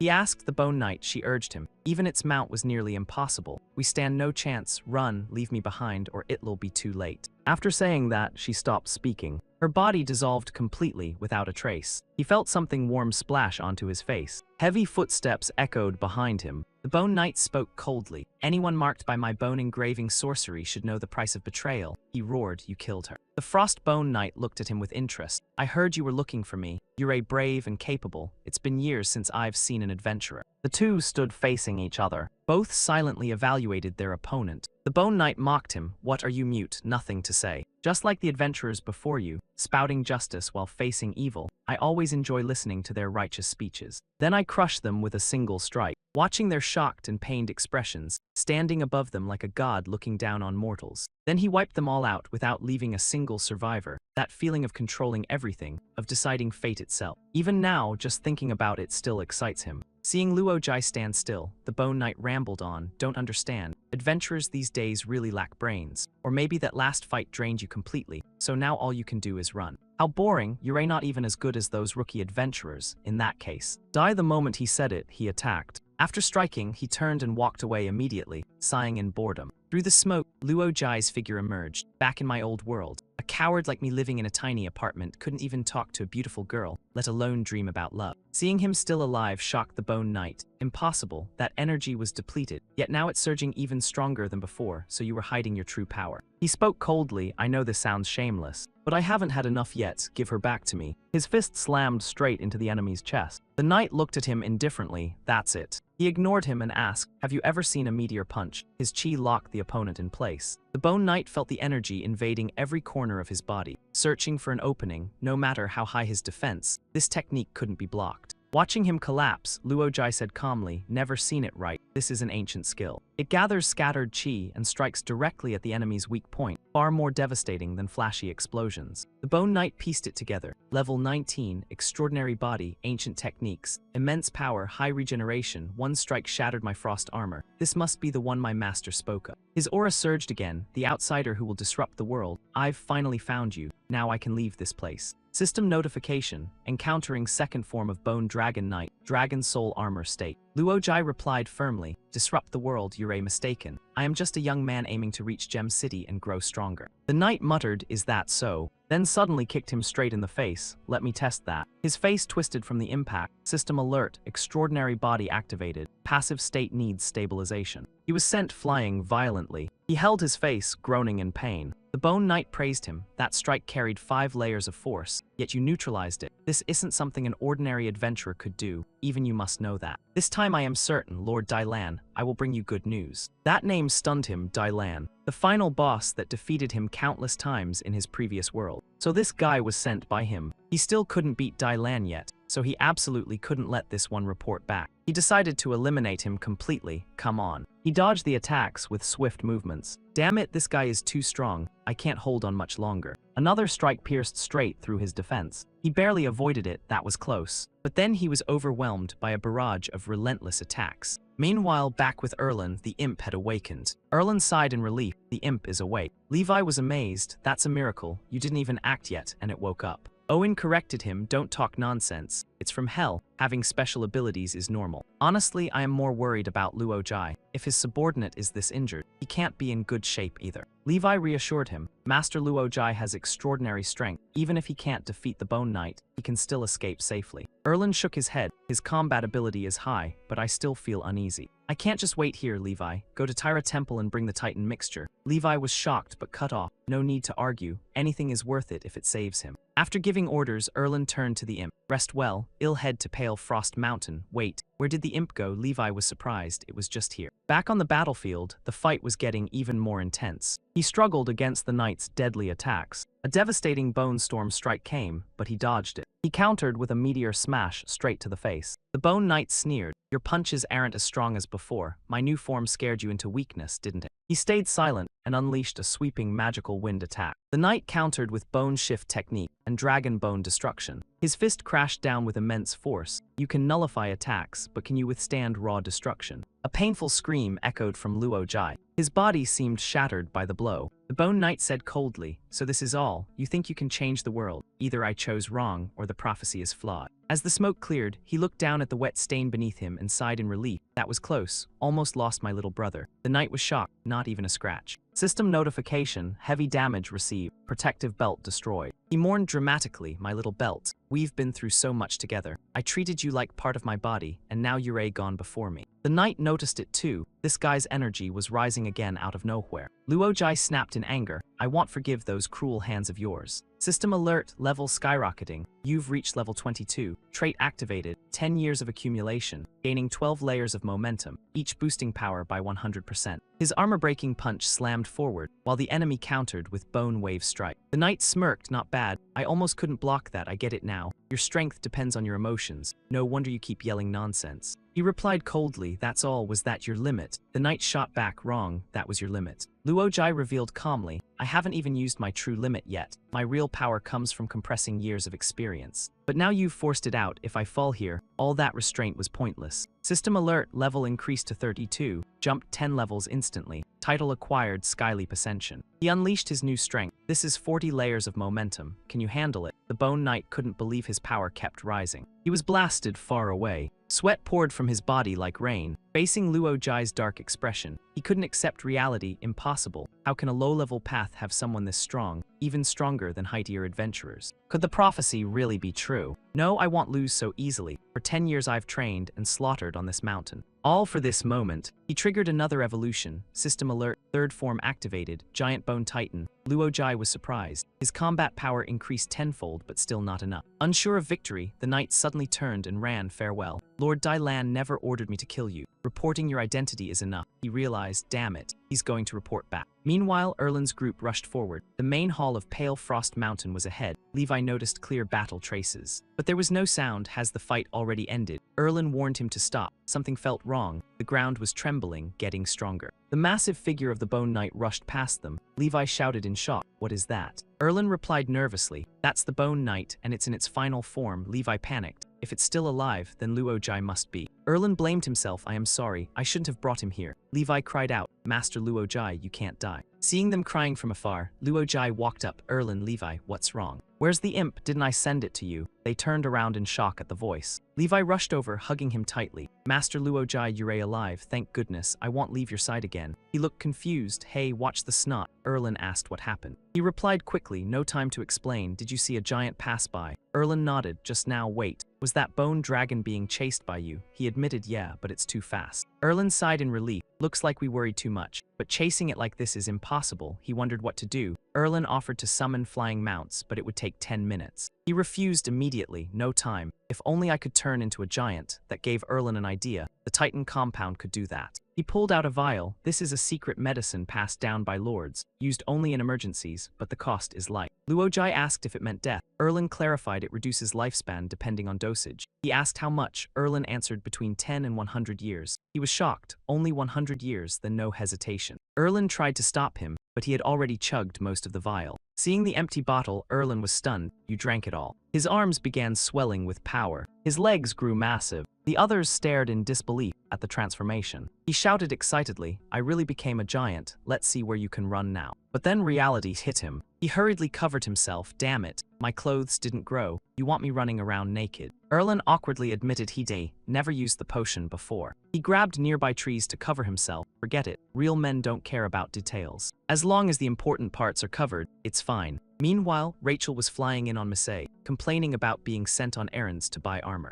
She wondered how Luo Jai was doing. Maybe they'd meet again after so long. As soon as she said that, he came charging toward her. She gasped, Luo Jai, what a coincidence. Seeing his appearance left her speechless. What happened to you? He replied. I'll explain later. I am chasing someone. He leapt over them. Excuse me. They stood there stunned, looking up in shock. After landing, he grabbed the Bone Knight. Got you. He slammed him into the ground. You made me waste too much time. How are you? He unleashed a barrage of punches. Didn't expect this, right? I've got plenty of tricks. Too bad you won't see them all. The final blow came down. Judgment strike. The entire forest was flattened into a wasteland. Shrinking back to normal, he sighed. Finally over. The Bone Knight laughed weakly. You won. But it's not over, he replied. All you can do now is talk. The knight revealed he had already sent bone scouts back to Dai Lan. He was shocked. What? The knight laughed proudly. Didn't expect that, did you? No matter how strong you are, you still lost to me. Suddenly the bone scouts returned, shocking the knight. What? They reported the mission failed. My bone squad was wiped out. Thanks to the imp and horned demons intercepting them, Luo Jai was saved. He hugged the imp tightly. You're awake, thank goodness. You had me worried sick. The Bone Knight finally realized someone had interfered. I miscalculated. When I die, Lord Dai Lan will sense it. None of you will escape, and I will never surrender. Erlen stared coldly. We won't kill you. We'll heal you and keep you alive in the Pale Frost Hall. He was shocked. Yurei, the Lord of Paramount Estate. Luo Jai is the chosen one from the prophecy. Help me kill him. Erlen scoffed angrily. Help you? Of course I will help, by keeping your power well preserved. The knight snapped. Are you insane? Siding with him, he's from another world. The one who will overturn everything. Erlen shrugged. Overturn the world. People born with nothing can only rise through Gem City. Meanwhile, those born with everything shut the gates to keep others down. This world of monopoly and inequality deserves to be shaken. He was stunned that someone dared say something so bold. Erlen turned to Levi. Issue orders. Surround the Bone Dragon Knight and secure the 9th Divine Seal, but leave him barely alive. Levi accepted immediately. The knight roared in rage. Traitor, Dai Lan won't spare you.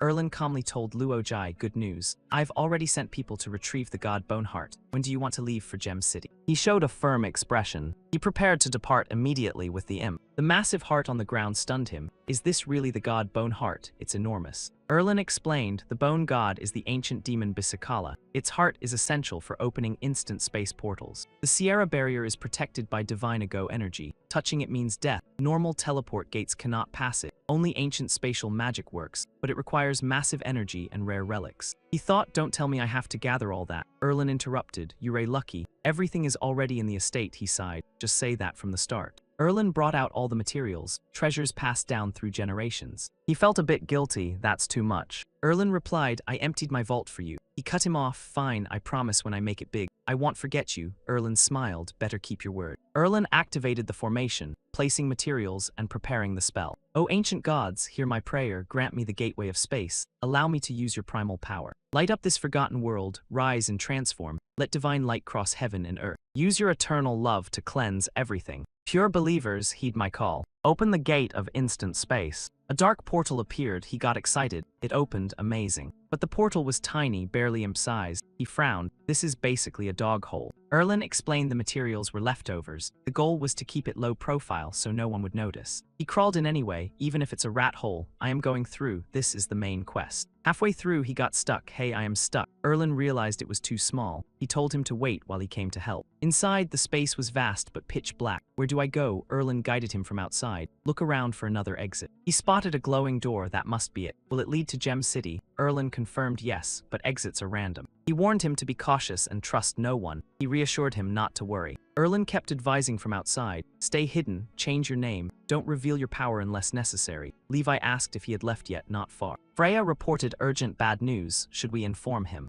Erlen already knew, is it about the extinction cloud? She nodded, then don't tell him. With his personality, he would stay and investigate. I won't let this distract him. I'll handle it myself. This forgotten land needs a miracle. Luo Jai has limitless potential. Changing the world is his destiny. Freya hesitated, but Demon Town is his home. We know and still hide it. Wherever the extinction cloud goes, nothing survives, cities have fallen, and Demon Town likely too. Erlin replied, if it can't be changed, don't burden him. He will understand someday. System message, your real journey begins now, no matter how hard it gets. Keep moving forward. He stood before the exit. He sensed powerful energy and even a faint fragrance. Gem City truly is unique. He didn't know when he'd return. Rachel, Levi, Freya, Erlin, thank you for everything. Dorothy and everyone in Demon Town, how are you now? I am doing well and I'll get even stronger. Give me time. I'll bring you all out. Wait for me. Then he stepped through. He found himself underwater. Makes sense. Appearing in public would be suspicious. This is safer. Erlin really planned everything carefully. But as soon as he surfaced, he realized he was inside a boiling pit filled with monsters. Bone Beetle level 45, Swamp Sludge level 43, Lava Fiend level 38, Multi-Eyed Demon Ape level 46, Spirit Unicorn level 41. System alert, you have entered a monster nest. 1 hour later, outside the nest, a group stood nearby, asking if this was the monster lair. One of them trembled. There are dozens of monsters inside. Their levels aren't that high, but each has unique abilities and they're vicious. Another added nervously, didn't some bosses go in days ago and never come out? One panicked, are we walking to our deaths? Another cried, I haven't even had a boyfriend yet. I don't want to die. Someone scolded them, stop scaring yourselves. Those bosses wanted to clear the dungeon. We just need to ambush a few monsters. While they argued, the cave suddenly exploded. Something burst from the ground. They screamed, it's a lava fiend. The swamp monsters too, everything inside is dead. They concluded the previous bosses must have wiped them out. Perfect. We can just take the rewards. The moment Luo Jai stepped out, everyone misunderstood the scene. Look, the big boss just showed up. Chen Zhen claimed he slaughtered over a dozen monsters, yet didn't gain a single useful stat. Thinking about those good bros like the magic toad fused into the Grey Dwarf made him nostalgic. Who knows when he'll run into allies like that again in Gem City. Zai stared at him in shock. Damn it. Have you ever seen a level 32 worm? One glance and I can tell you're just here to leech. Luo Jai froze for a second. Leeching fine. He played along. Yeah, I saw a few master mages enter the cave, so I followed quietly. Hearing that, the guy snorted. I knew it. Freeloaders like you are the shame of adventurers. Stay behind me and pick up whatever scraps I don't want. Luo Jai thought to himself, if Erlin hadn't told him to stay patient, he would've kicked that guy already.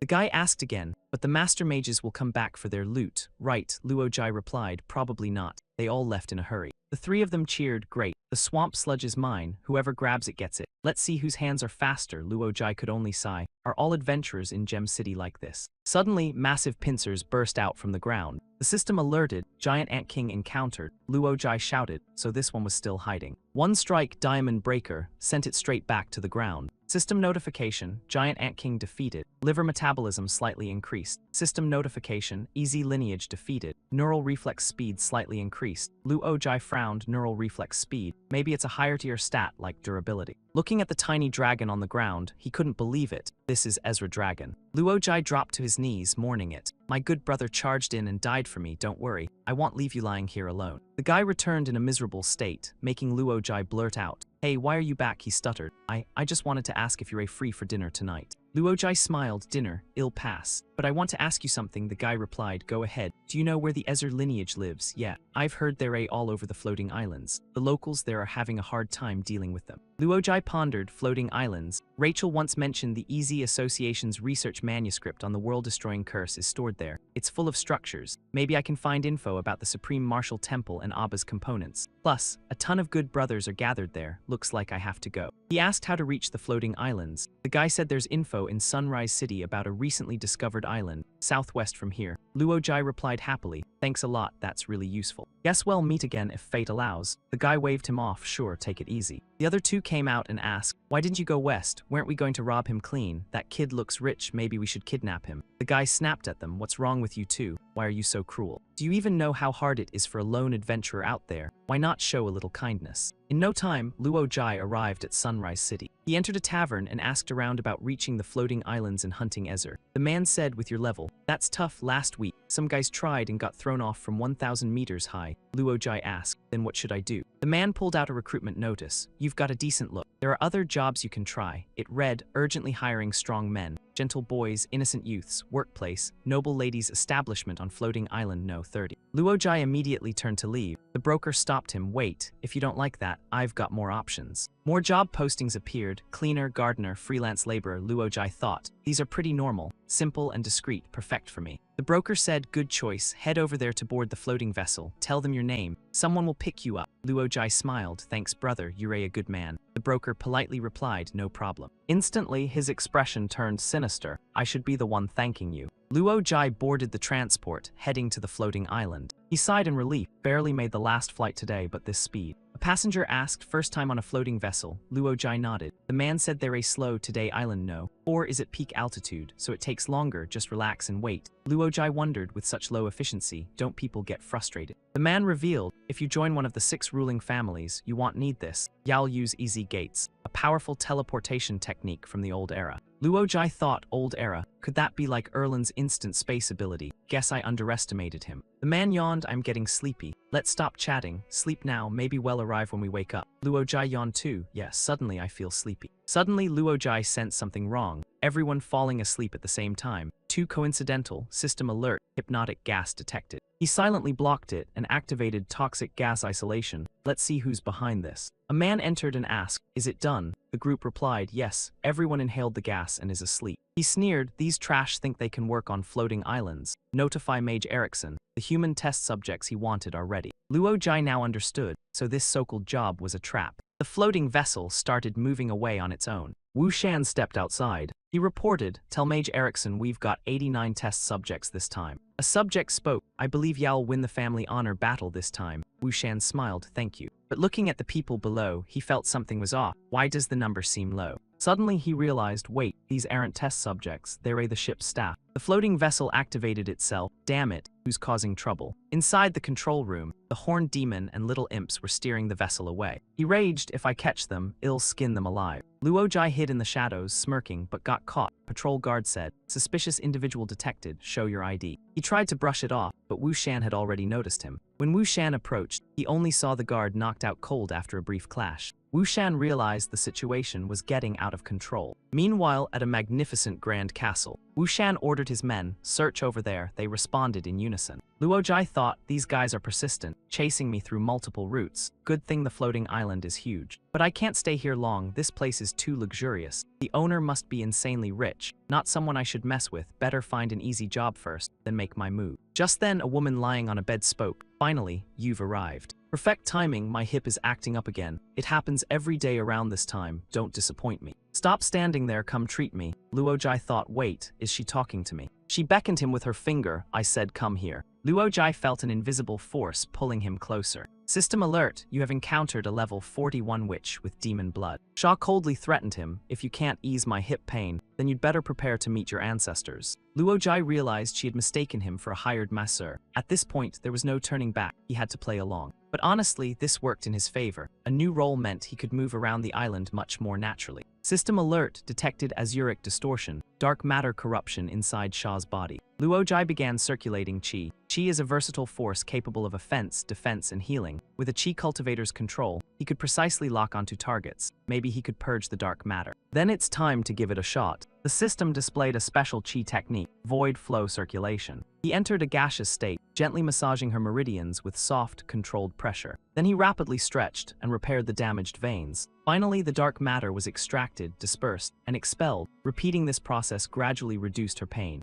Shaw couldn't help but moan, this feels incredible. It's been so long since I've felt this comfortable. Damn it, I can't hold back these sounds. He continued, the dark matter had seeped deep into her bones, making a full cure difficult. For now, easing the pain was the priority. As Qi flowed through, the pain faded away. Shaw let out a satisfied sigh. She felt like she was lying in a peaceful meadow. Her entire body relaxed in bliss, amazing. She could even sense the flow of heaven and earth. At that moment, someone entered and called out, Lady Shaw. I've brought the martial masseur you requested. Only then did she notice Luojai already working. While she was lying there, curious, she asked, who are you? He got caught red-handed and felt awkward. After the session, Shaw praised him. Your technique is exceptional. I've never seen a martial artist like you. Those from the new zone can't compare. I am very satisfied. Her butler looked at him. I didn't know you were a martial artist. Acting without permission was rude. My apologies. Luojai calculated silently. Since he had nowhere to stay, he might as well continue the act. He introduced himself confidently. That's right. I am the #1 martial artist in the new zone.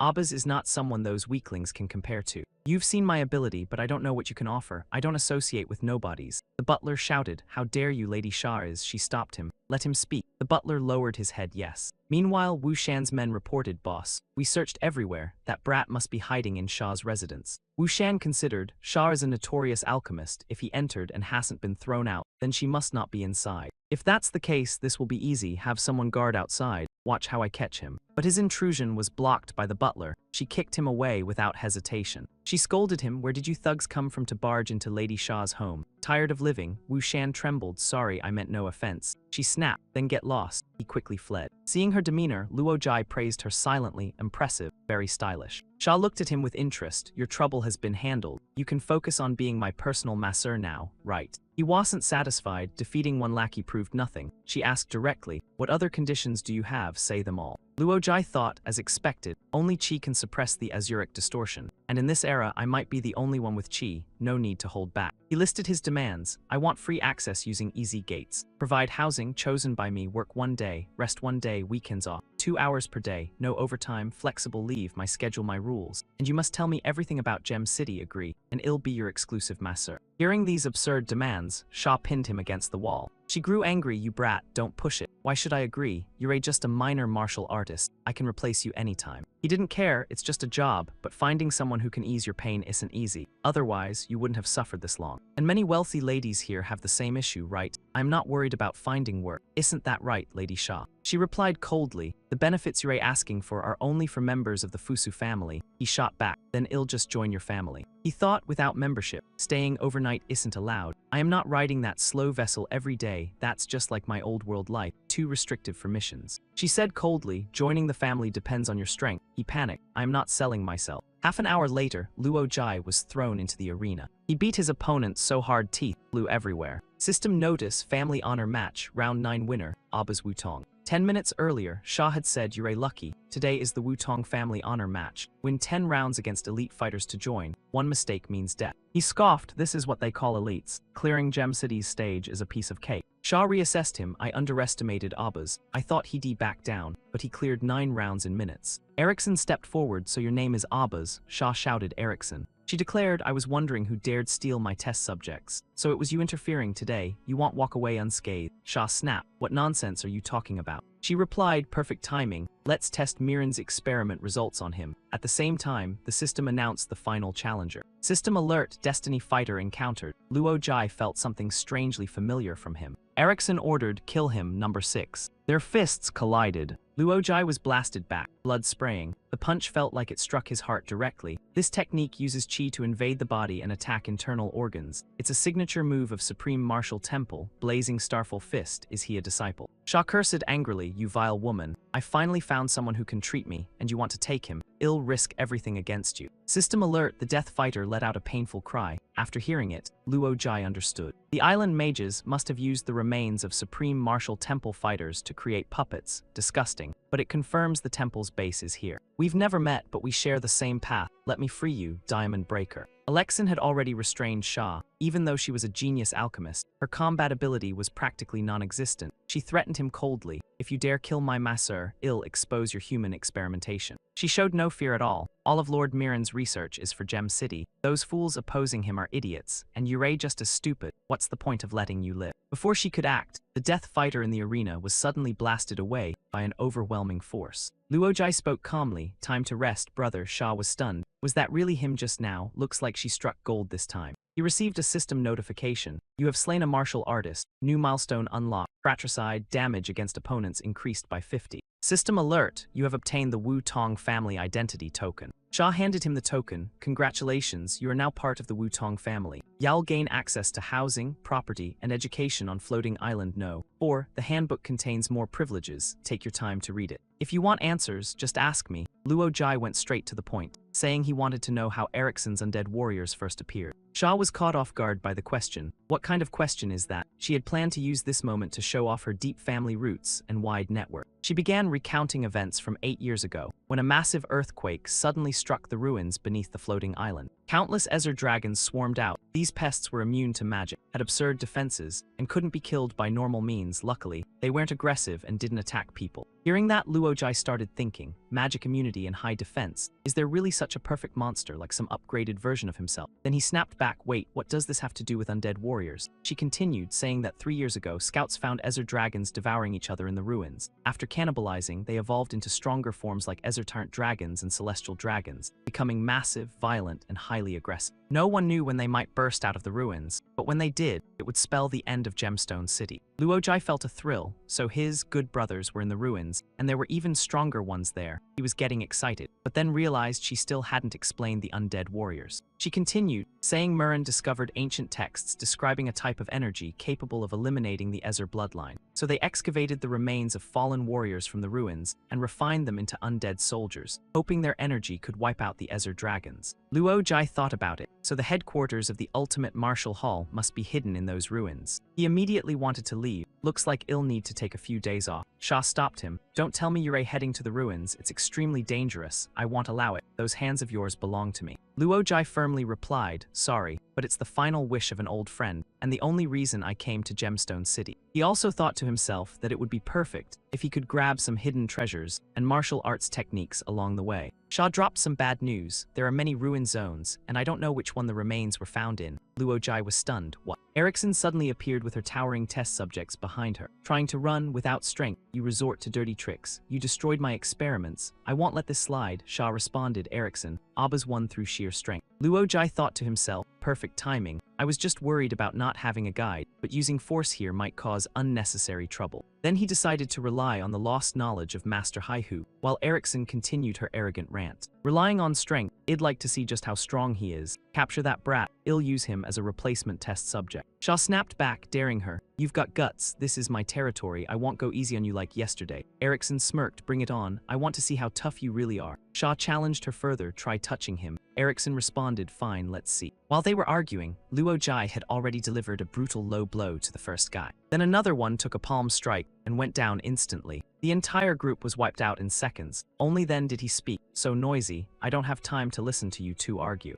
Erickson couldn't believe it. How is this possible? These are rank 2 guards from the Truth Association, capable of defeating level 40 warriors. Could he really be relying on pure strength? No, impossible. Seeing her silent, he continued, Mage Erickson, I hope you can guide me into the ruins. She sneered, countless treasures from past eras lie buried there. A newbie like you dreaming of treasure hunting, ridiculous. Half an hour later, Erickson was obedient like a puppy, leading him to the site, Master Abba's. This is where the remains of the ancient warriors were found. Behind us is a massive stone with an extremely strong anti-magic field. We tried everything but couldn't open it. There must be many secrets hidden behind it. Luojai reached out and sensed a pure flow of energy behind the stone. This must be the entrance to the ultimate martial hall. She was shocked. This place doesn't just have an anti-magic field. There's also a grand formation protecting Mount Feng Chi Wu, filled with countless treasures and lost techniques. The Truth Association has studied it for years but still can't break it. She mocked him, wondering where he got his information, thinking he could open the stone door alone. What a fantasy. At that moment, the system updated. You have discovered the grand formation protecting Mount Feng Chi Wu, so it wasn't just one layer of defense, all designed to keep outsiders away. All he had to do was channel the right amount of energy into the stone door, then guide it to locate the 7 formation nodes and seal them. With that, the stone door could be opened gently. Erickson's eyes widened as Luojai broke through and opened the door. He casually said, it's open, keep leading the way. She replied, are you kidding? I don't know what's beyond this point either.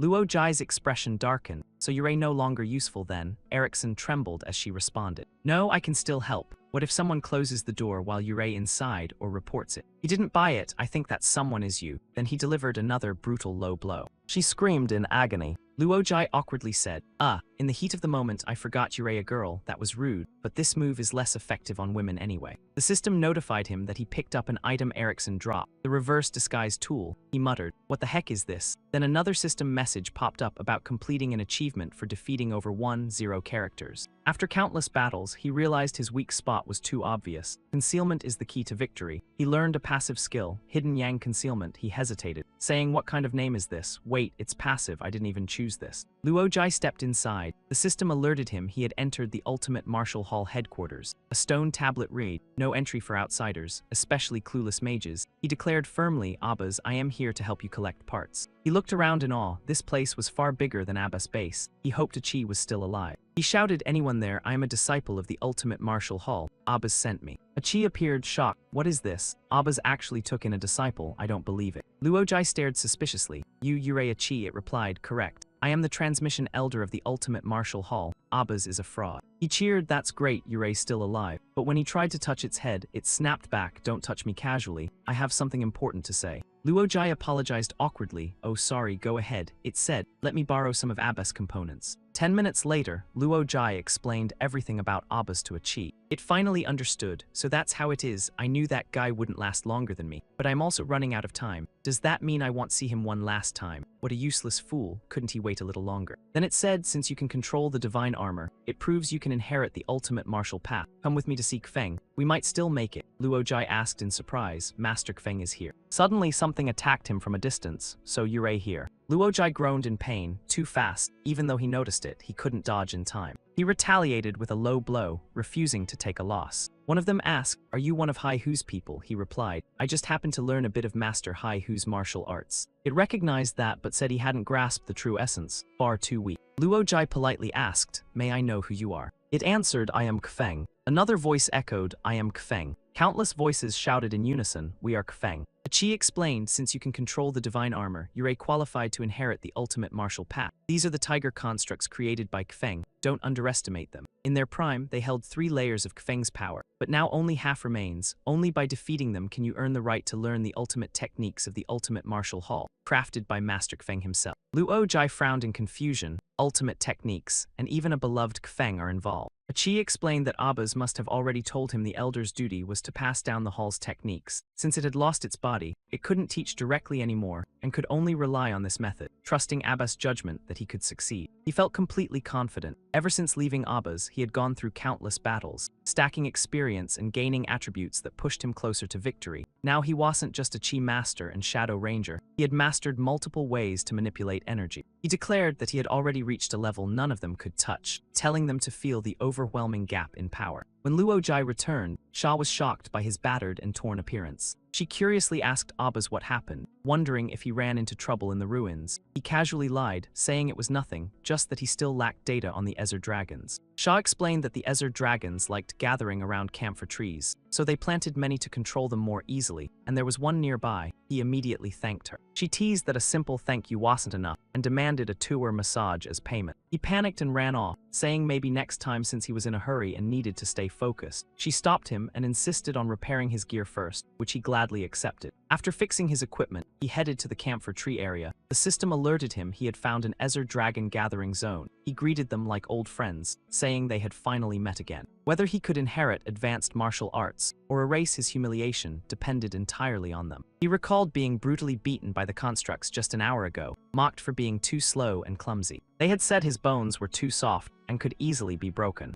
His tendons and skin were lacking, though somewhat resilient, like a child's body that hadn't trained properly. They ganged up and beat him mercilessly, calling him weak and sloppy, saying they would properly train him before letting him go. 1 hour later, he wiped out the Ezer dragons while analyzing the fight. Against the overwhelming speed and reactions of the constructs, victory was nearly impossible, but if he boosted his neural reflex stats and combined them with agility fragments gained from defeating Abbas, if he could double his speed, then victory would definitely be within reach. The system notified him he had slain 105 Ezer dragons, bringing his total to 265, and his neural reflex speed increased slightly. He unlocked the Chi Master's special skill, 8-direction Chi Flow. System notifications kept stacking as his total kills reached 721. The system continued updating, showing 264 kills, increasing his neural reflex speed again, and unlocking a milestone bonus, Bully the Weak, increasing damage against smaller monsters by 15. The system granted him gifts from the camphor tree, including the 100-water buffalo armor, making him immune to water and ice, along with a new grappling technique. He learned a unique martial art manual. The grapple technique allowed him to shape chi into chains to bind enemies like iron shackles. He immediately tested the grapple technique. Chains of energy shot from his hands, sweeping through every corner of the forest. He felt like fate was on his side. This move was perfect for countering the constructs, just as another system alert appeared. The system warned him he had damaged 7 camphor trees, and they regretted rewarding him, he awkwardly apologized, saying sorry to the trees. Back at the Truth Association, alarms rang out reporting another earthquake in the ruins, with a massive wave of Ezer dragons flying toward the floating islands. Murren was furious, questioning how things had suddenly gone out of control and whether the disaster he feared had finally begun. He demanded to know which island was targeted, learning it was floating island No. 4, and ordered his subordinate to stop hesitating and speak clearly. The report described seeing someone hanging dozens of camphor trees in the air, seemingly baiting the Ezer dragons.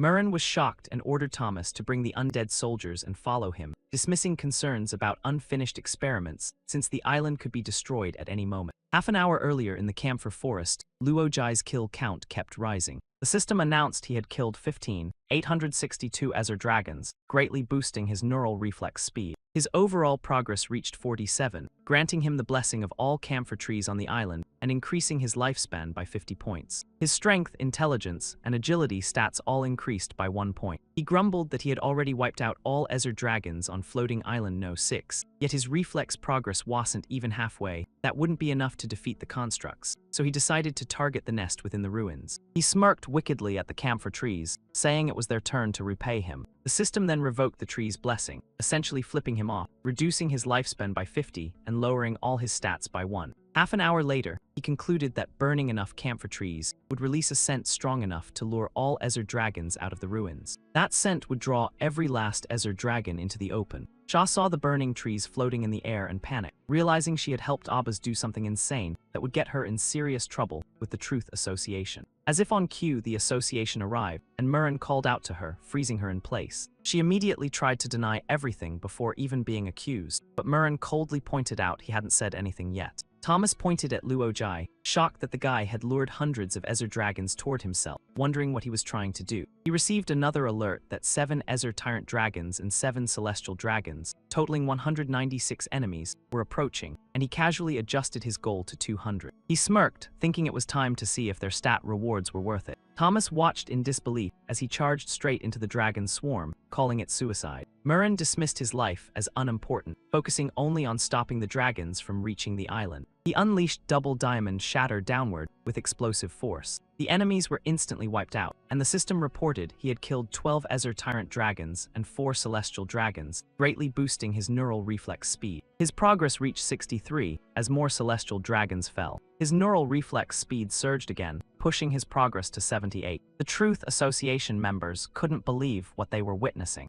Murren realized he was specifically targeting the Ezer dragons, but wondered how he was doing it since chi attributes had changed after the apocalypse. Someone suddenly shouted that several Ezer tyrant dragons were charging toward them. The undead soldiers prepared to engage. He rushed in and kicked them away, declaring that no one but him was allowed to touch his prey. Thomas watched in awe as Luo Jai slaughtered the dragons effortlessly, noting how his speed kept increasing and his kills were instantaneous. Murren ordered Thomas to use the scout eye to count the remaining Ezer dragons, and he reported there were only 13 left.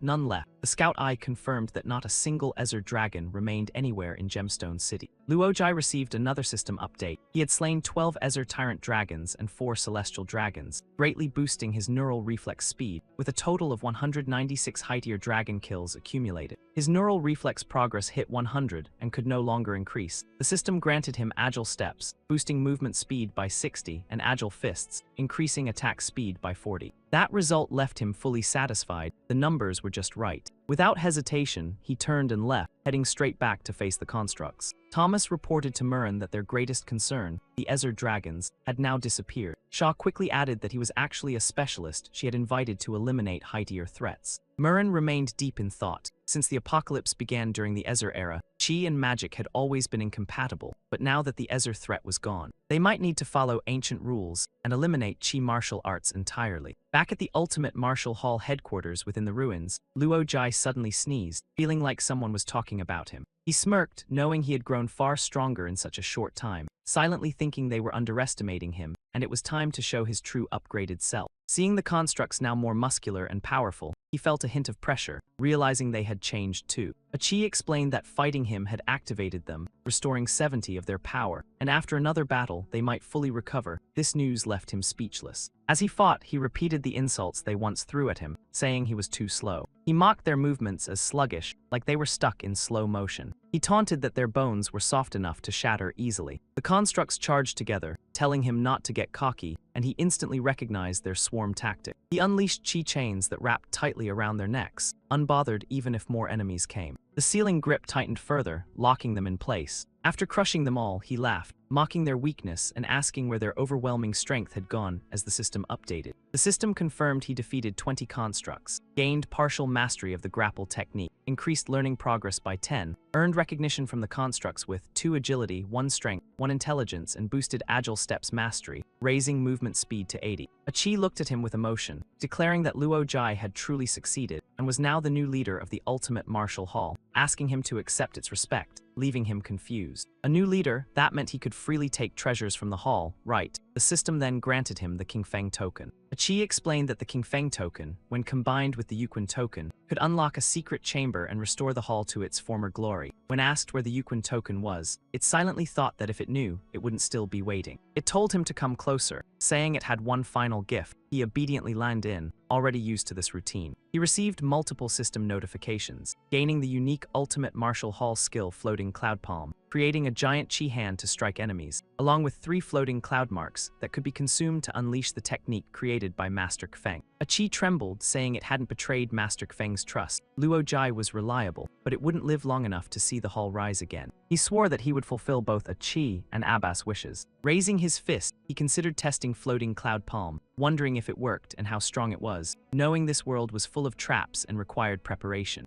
Achi suddenly shouted with its remaining strength, telling him to stop. It warned that the power of Floating Cloud Palm was immense, and using it here would destroy the entire hall. He awkwardly responded, "Really, wait, you're not dead yet." Achi weakly replied that it wasn't dead, just exhausted, with only enough energy to last 2 more days. He decided to quickly locate the structures within the Ezer ruins, refusing to let Achi meet the same fate with no clues. He planned to return and ask Sha, wondering how she was holding up. Meanwhile, on Floating Island No. 4, he climbed through a window, calling out for Sha, wondering why she was still asleep in broad daylight since he needed answers. But the person on the bed was Erickson. She smirked, saying she knew he would come and hadn't run away after getting information. He coldly noted her quick recovery and questioned why she was wearing Sha's clothes. She got annoyed, telling him to stop asking questions and serve her like he served Sha. If he pleased her, she might answer him. Otherwise, she could change her mind anytime, especially since Sha might not survive long. He clenched his fists tightly, suppressing his anger. Elsewhere on the island, Sha was being brutally beaten for defying the president's orders. Thomas demanded she reveal where Abbas, now considered out of control, was hiding. She refused, declaring that Abbas had wiped out all the Ezer dragons and was a hero, not a threat, and they would never take him away from her. A guard reported that Erickson had found Abbas at her northwest villa, and Thomas was pleased. He ordered the guards to deal with Sha while the others moved out. But just as the blade came down,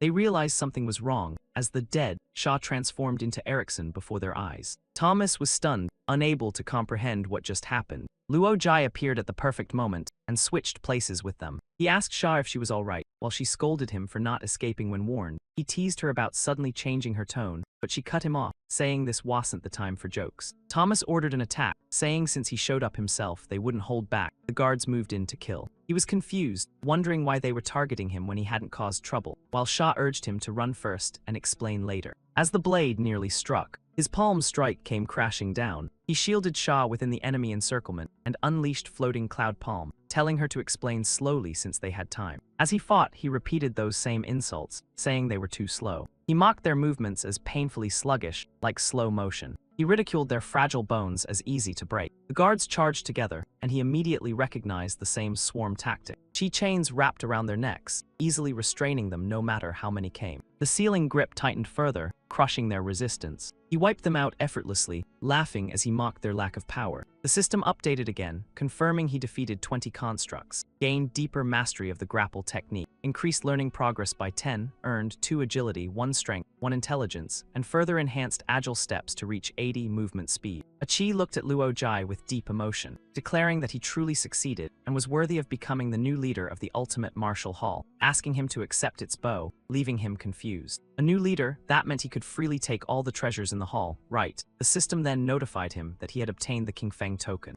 Chi explained that with the King Feng token and the Yuquan token combined, the secret chamber could be opened, and the hall restored to its former glory. When asked where the Yuquan token was, it silently thought that if it knew, things wouldn't be this complicated. It told him to lean closer, saying it had something valuable to give. He obediently followed, already used to this kind of situation. He received multiple system alerts, gaining the unique ultimate martial hall skill Floating Cloud Palm, which formed a massive chi hand to strike enemies, along with 3 floating cloud marks that allowed him to unleash the technique created by Master Feng. A chi trembled as it spoke, saying it hadn't betrayed Master Feng's trust. Luo Jai was reliable, but it wouldn't live long enough to see the hall rise again. He swore firmly that he would fulfill both a chi and Abbas wishes without fail. Raising his fist, he considered testing Floating Cloud Palm first, wondering if it was usable and how powerful it truly was. Knowing this world was full of traps and preparation was key. A chi shouted with its last bit of strength, telling him to stop immediately. It warned that the power of Floating Cloud Palm was overwhelming, and using it here would destroy the entire hall. He awkwardly replied, "Really wait, you're still alive." A chi weakly responded that it wasn't dead yet, just exhausted, with barely enough energy to last 2 more days. He decided he had to quickly find the structures within the Ezer ruins and avoid letting a chi repeat the same fate. But with no clues, he planned to return and ask Sha, wondering how she was doing. Meanwhile, on Floating Island No. 4, he climbed through the window and called out for Sha,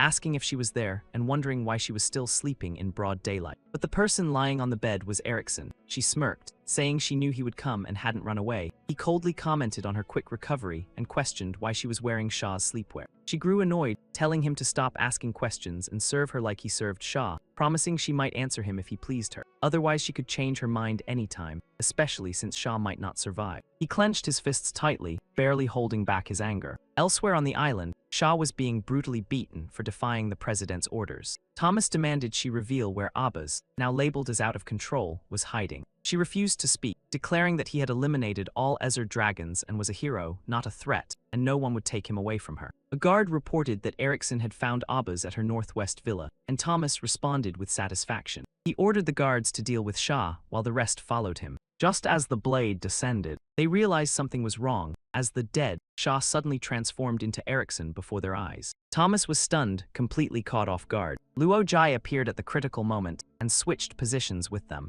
He checked if Sha was okay, while she scolded him for not escaping earlier. He teased her about her sudden change in tone, but she cut him off, saying it wasn't the time for jokes. Thomas ordered an attack, saying since he came on his own, they would show no mercy, and the guards moved to kill. He felt puzzled, wondering why they were targeting him when he had done nothing, while Sha urged him to run first and explain later. As the blade was about to strike, his palms slammed down with force. He shielded Sha within the encirclement and unleashed Floating Cloud Palm, telling her to explain everything slowly since they had time. She explained that after he wiped out the Ezer dragons and they returned, the president's controlled undead suddenly went berserk, destroying structures and injuring hundreds, even leveling Chenli Mountain. The president then eliminated the out-of-control warriors and declared them too dangerous, forming a new group called Elemental Supremacy and ordering all warriors in Gemstone City to be hunted down. He realized that Murren could have wiped them out earlier, but waited until chaos spread, clearly framing them. He couldn't understand the motive, joking to himself it might just be jealousy of his looks. He questioned Thomas, who was beaten and kneeling, but the man insisted he knew nothing, saying Murren made all decisions despite his position. He stared coldly, concluding there was no point keeping him alive. The system then alerted him that a dark soul curse was consuming his chi, and he immediately questioned Thomas about it. Thomas admitted it was a curse cast on the guards he killed, stating he would die within a day as his life force drained, praising Murren. He turned to Sha, asking how to break it. She explained that only killing the caster could remove such a deadly curse. Using tracking magic, she located 3 curse casters on Floating Island No. 5 along with Murren and multiple elite mages, swordsmen, and priests. He immediately decided to go kill them despite her warning it was a trap, knowing he couldn't wait to die.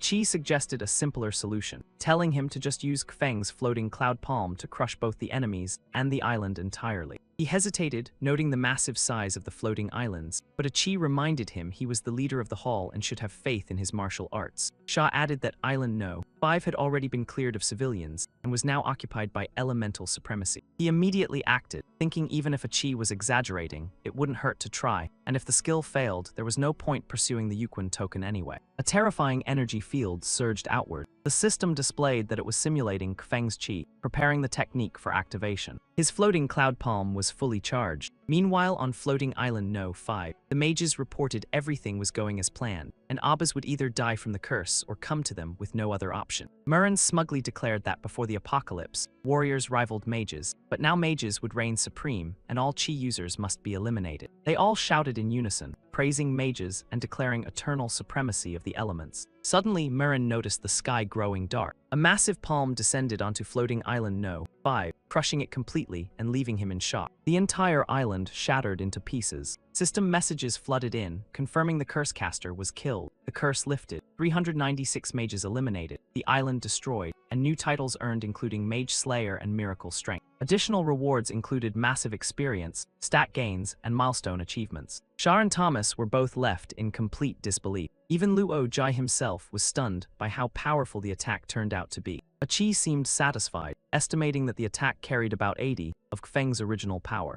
Elsewhere on another floating island, the people below also began to notice something was very wrong. The system announced that his actions made over 10 people unconsciously show the same expression, granting him the title Strong Will Awareness, boosting intimidation and deception against weaker opponents by 50. At the same time, Thomas dropped to his knees instantly. He bowed deeply and shouted greetings to Chairman Murren, claiming he had long hated the tyrant who forced them into evil deeds. He praised the one who eliminated Murren, saying it brought joy to everyone, and even proposed Abbas as the new chairman. Luo Jai chuckled at the act, saying the chairman position was fine, but he wanted Shah as vice chairman, asking Thomas if he had any objections, leaving the man trembling. He then remembered his real goal and asked Shah if any Ezer relic fragments were still on the island. She pointed toward Chenli Mountain, saying all ruins were hidden beneath it. Upon hearing that, he immediately called out to the little ghost. The spirit rushed over and carried him away, leaving Shah to handle things behind, confidently assuring there would be no problem. She turned to Thomas with excitement, saying it was time to settle their personal grudge, while he begged her not to hit his face. He arrived beneath Chenli Mountain, and couldn't help but marvel at the massive amount of fragments scattered there. He declared it was time to get to work. 10 minutes later, after assembling everything, he proudly showed the result, but Achi commented that being strong wasn't exactly appealing, making him awkwardly decide to redesign it. The new form looked flashy but somewhat tacky, yet he happily asked for feedback, and Achi admitted it was acceptable. He told it to try walking a few steps. The entire structure collapsed instantly, parts scattering everywhere. Achi scolded him for lacking basic assembly knowledge, saying random guesswork wouldn't work, leaving him frustrated. Achi then transferred its experience into his mind, deciding to teach him a few techniques, which he eagerly accepted. The system notified him he learned basic assembly, repair skill level 1. He immediately got to work, confident that with the knowledge now in his head, this time would succeed. Looking at Achi's current tiny spherical form, he admitted his skill level was still too low, but promised to make it look cool once he improved.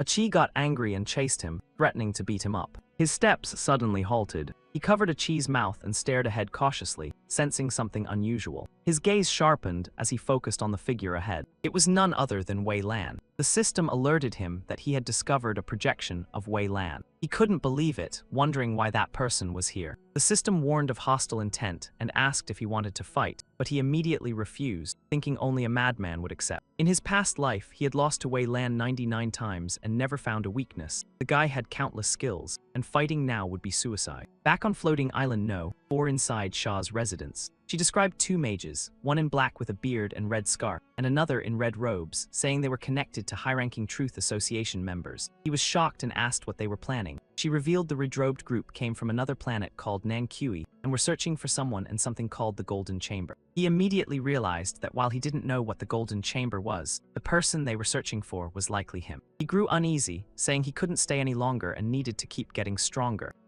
than Wei Lan before they found him. Shah felt down, asking if he was really leaving. Though reluctant, she said she understood he had his reasons and promised to handle everything on the floating island. She added that if the Black Mage and Murren were working together, she would disguise herself as Murren to mislead them and protect him. He admired her transformation, even joking that anyone who married her would be lucky. She playfully replied that if he agreed, she could become anyone he liked. He quickly changed the subject, feeling it was getting too awkward. Before leaving, he said he had a gift for her, catching her by surprise. He explained it was a model shaped like his hand filled with chi, useful for relieving back pain, though not as effective as him personally, and it even had a suction base for convenience anywhere. She was touched and thanked him, saying she loved the gift, and he felt relieved hearing that. She also gave him something in return, saying she wasn't great at fighting but had many rare items, including a shadow cloak that could help him escape danger, leaving him stunned. She continued, giving him a cloud travel carpet for easy movement and transport, which amazed him even more. She then handed him 3 yang gold coins, enough to buy half a city, urging him to take it for his journey. Her final request was for him to personally give her a massage once, and he immediately agreed.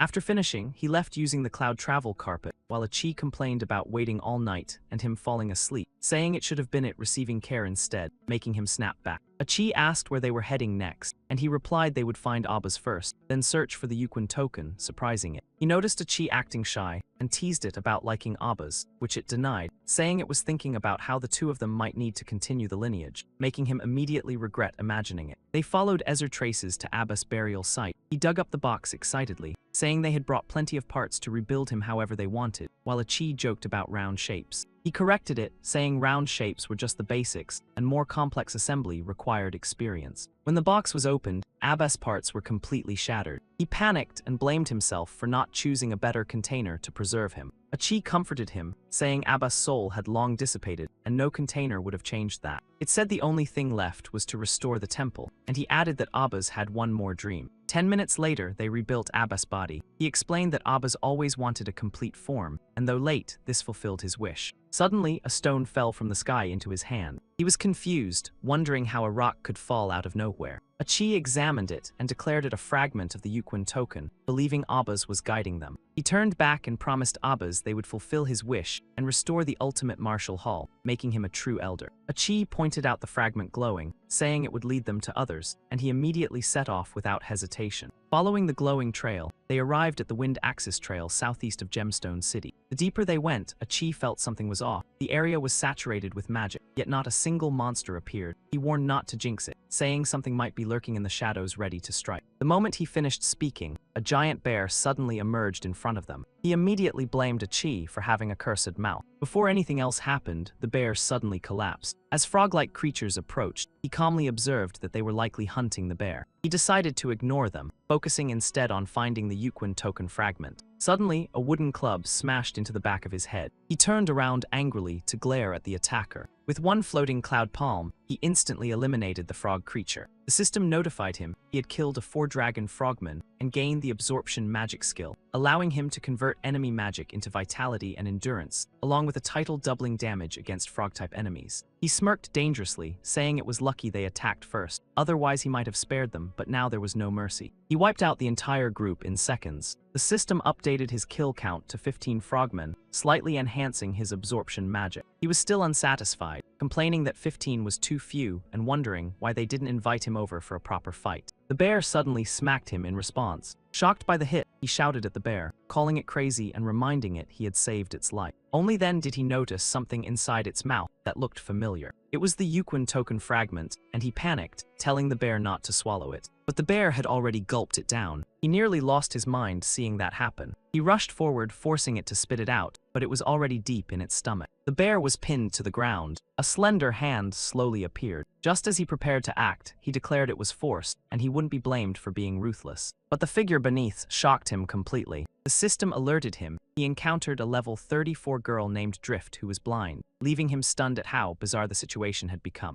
After he saved her, she regained consciousness and introduced herself as Chin from Spring Valley, while he simply replied that he was a traveler. She shyly said she hadn't realized he was behind her due to her blindness. He quickly told her not to turn around, making her confused and wonder if she was ugly, which he denied. She then asked his species and gender, and he answered plainly that he was a human male. Realizing the situation, she asked if she should get dressed. He awkwardly suggested she turn back into a bear instead, and she immediately transformed into a moon bear. She happily asked if that was better, and he sighed in relief, saying it definitely was. She offered to lead the way, but he asked where they were going. She said they were heading to Spring Valley, the most beautiful place in the Bamboo Peak Range, asking if he didn't want to see it, but he refused, saying he had more important matters. She agreed, but he internally doubted her claim, thinking a blind person couldn't judge beauty and her words were full of flaws. As he walked away, he realized the glow from the token fragment had disappeared. He hesitated, unsure where to go next, but she suddenly appeared behind him and told him they would reach Spring Valley in 2 kilometers, surprising him. She explained her grandmother once said boys liked playing hard to get. She invited him onto her back, clearly seeing through him, while he secretly thought the fragment might be in Spring Valley and decided to take the chance. She dashed forward at incredible speed,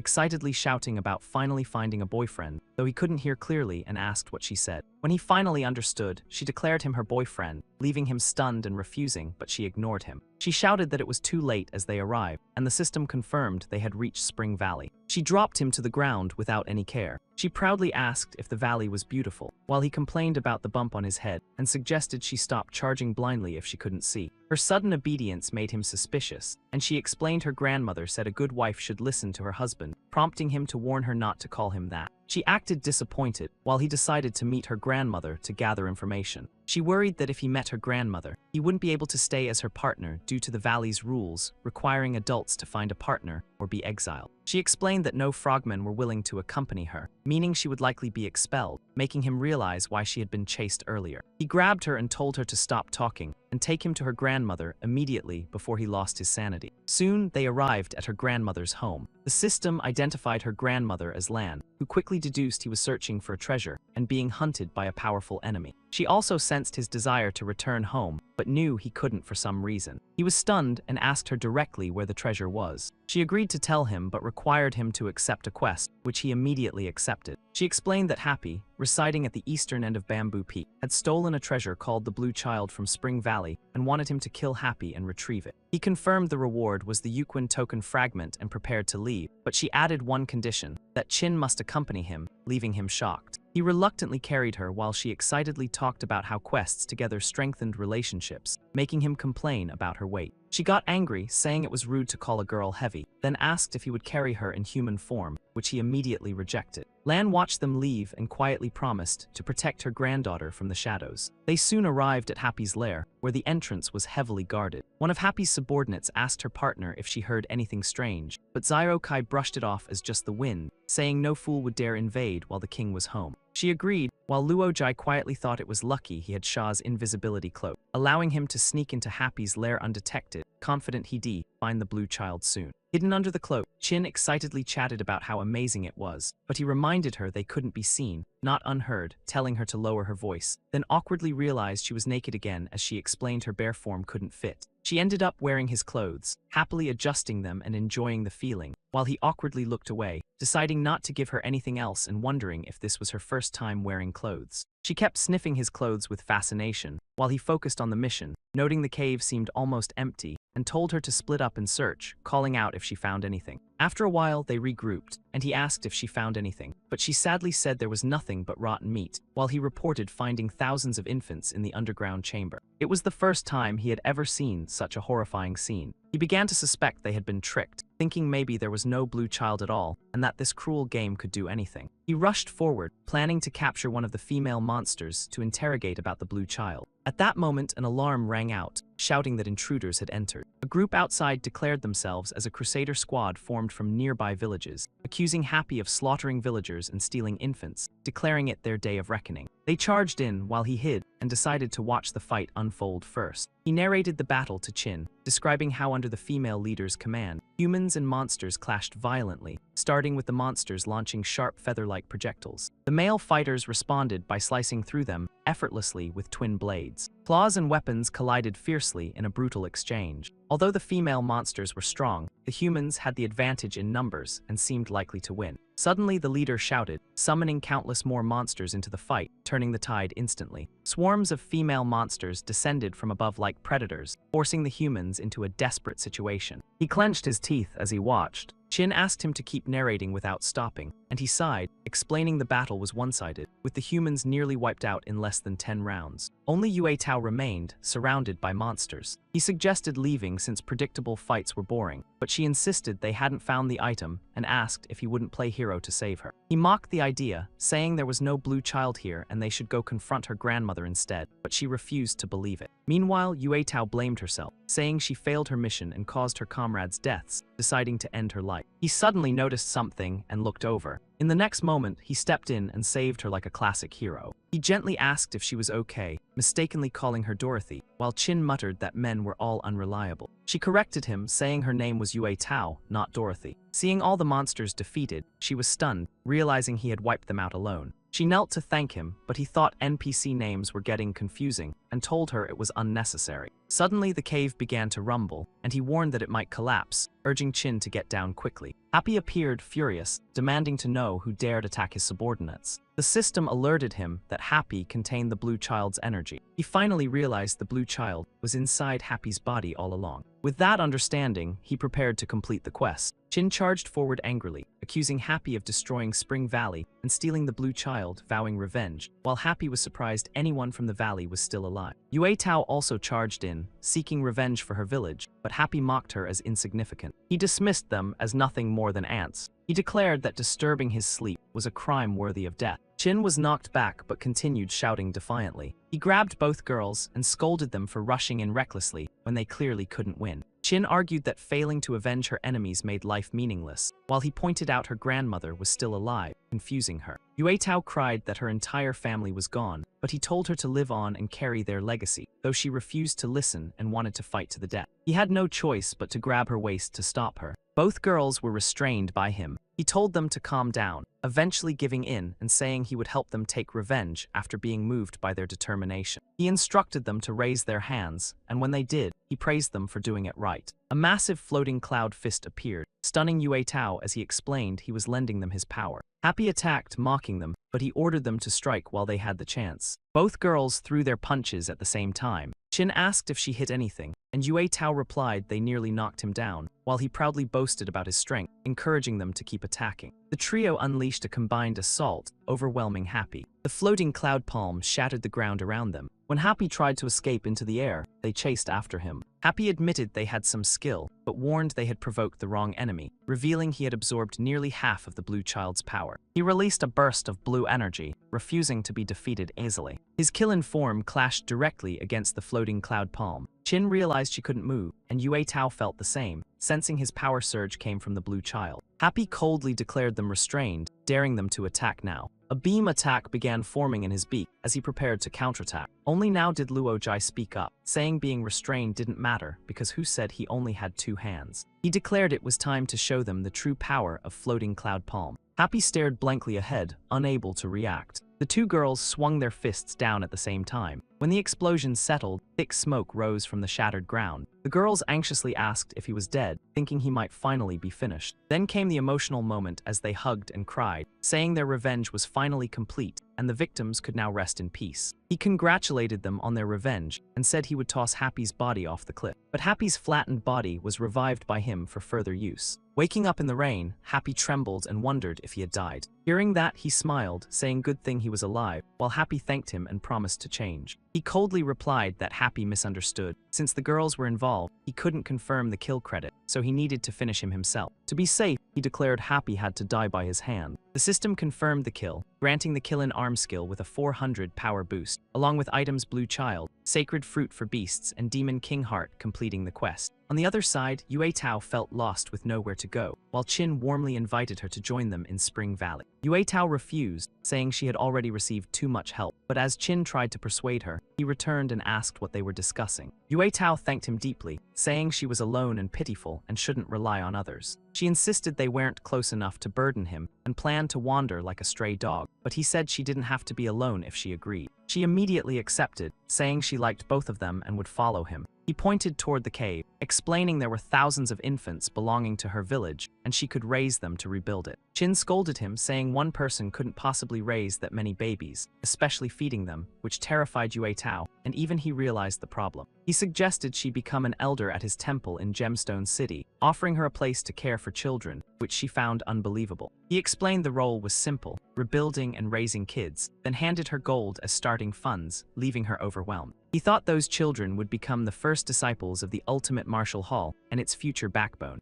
Yue Tao agreed to gather people, but he stopped her and summoned his horned spirits to handle everything instead. Half an hour later, Yue Tao held many babies like a caretaker. He used the cloud carpet to send them off, entrusting her with the children and telling the spirits to protect them, while Chin said goodbye, leaving him relieved. He then realized without the cloud carpet, returning to Spring Valley would be troublesome. Chin turned into a bear and offered him a ride, but he refused. They eventually returned on foot, and the system confirmed they arrived at Spring Valley. Seeing the once lush valley now barren, he wondered what had happened, while Chin happily called out to her grandmother. Lan appeared and praised her, while Chin credited him, making him notice something strange about Lan's face. Lan whispered to him that she was already dead and had been an illusion, admitting she used that form to ensure he accepted the quest. Chin asked what they were talking about, but Lan changed the subject and asked for the blue child. He handed over the green fragment, and she confirmed it was the right one. She said it could finally cure Chin's blindness and restore Spring Valley. She performed a ritual, calling upon the green god to revive the land and restore sight to the blind child. She prayed for wandering souls to find peace and for life to return. Chin's eyes lit up as she realized she could see again. Lan asked how it felt while he introduced himself, asking if she could see him now. He then asked why Lan looked normal again, and she snapped back that she couldn't meet her granddaughter in that previous form. Chin said she could see, though still blurry, but she was already satisfied. She hugged them both, thanking them while he congratulated her, and Lan felt relieved. Lan said she had to tell Chin the truth, but Chin interrupted, saying she already knew. She understood everything about the valley and her grandmother, but promised never to leave her. From their conversation, he understood the full story. 8 years ago, the blood god unleashed the second ring, draining life and destroying Spring Valley, while Happy seized the blue child during the chaos, preventing the valley from recovering. Chin survived because she was outside, but lost her eyesight due to magic. Her grandmother stayed behind as a lingering spirit to protect her, but now her wish was fulfilled, and her soul began to fade. Despite Chin's desperate pleas, she couldn't stop it, and Lan gave her final words to live well. Her spirit disappeared, leaving behind a fragment of the Yuquan token. This pushed him to become stronger, knowing someone was still waiting for him, while the valley slowly returned to life under the blue child's power. He asked Chin about her plans, joking if she was thinking about marriage. She said she had to live well, as her grandmother wished. She also wanted to grow stronger like him, and vowed to kill the one who destroyed the valley, asking him to teach her. He felt conflicted, not wanting another burden, and tried to find an excuse to refuse her. He explained martial arts required chi to deal damage, and wasn't something easily learned. He added that even if taught, success depended on her talent. He believed someone without chi like her couldn't achieve it. But Chin remained determined, declaring she would not disappoint her grandmother.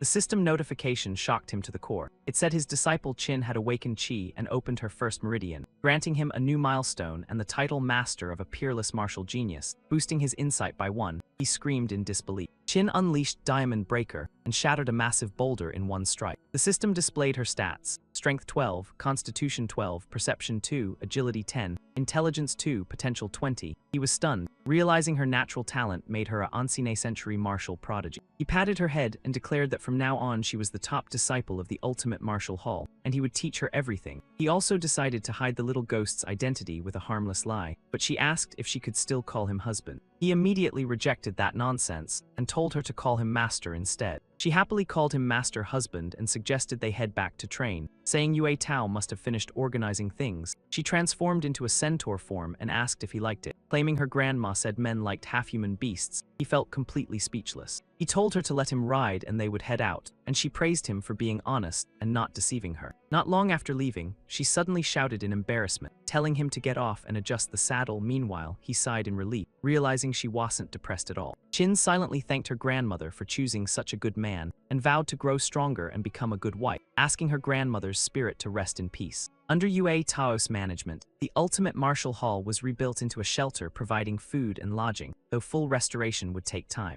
With improved assembly skills, he rebuilt 2 arms for Chi, who now had free time and even learned sewing, looking surprisingly feminine. Yue Tao worked the hardest. Even with 300 hired caretakers, she was still overwhelmed and barely had time to rest. As the leader, he wore a grand outfit handmade by a Chi, both flashy and fitting. Chin also got new clothes, since staying barefoot wasn't acceptable anymore. What amazed him most was her insane progress, mastering Diamond Breaker, Binding Technique, and Starfall Strike in less than 3 months. Yet Chin still sighed in frustration. He asked what was wrong, and she said her White Tiger art proficiency wouldn't improve and wondered if her training method was wrong. She begged him to teach her, and he awkwardly repeated White Tiger art in shock. A Chi reminded him that White Tiger art was the upgraded form of Diamond Breaker, hinting he might not know it, but he quickly pretended he did. He secretly asked the system to learn it, and it revealed Diamond Breaker could be upgraded. He realized he just needed to activate it and felt relieved. But the system then said his learning ability was too low to learn White Tiger art, leaving him furious and questioning how the main character could fail like this. Chin kept begging, so he bluffed, saying martial arts had no shortcuts and only hard work mattered. She was inspired and promised to keep training, while he pretended to encourage her. Time passed quickly, and winter arrived with falling snow. He told the little ghost a year had passed and asked what attributes it had gathered for him. It showed its gains from killing monsters, including increased bone hardness, fat density, flexibility, and even sluggishness. It also gained Thorn Force Field from killing Thorn Runners, which could absorb and reflect damage. His eyes lit up in excitement. The two immediately set off to hunt more monsters. Soon, the little ghost led him to a Thorn Runner nest. His floating cloud palm grabbed and destroyed the thorn creatures one by one. The system kept updating, showing increasing kills and improved force field effects. Sitting among the thorns, he absorbed their power and imagined becoming a mage master if he maxed it out. Hidden beetles inside the thorns couldn't escape either. They were crushed by his giant hand technique. Notifications flooded in as his kill count soared past hundreds, and he ordered more.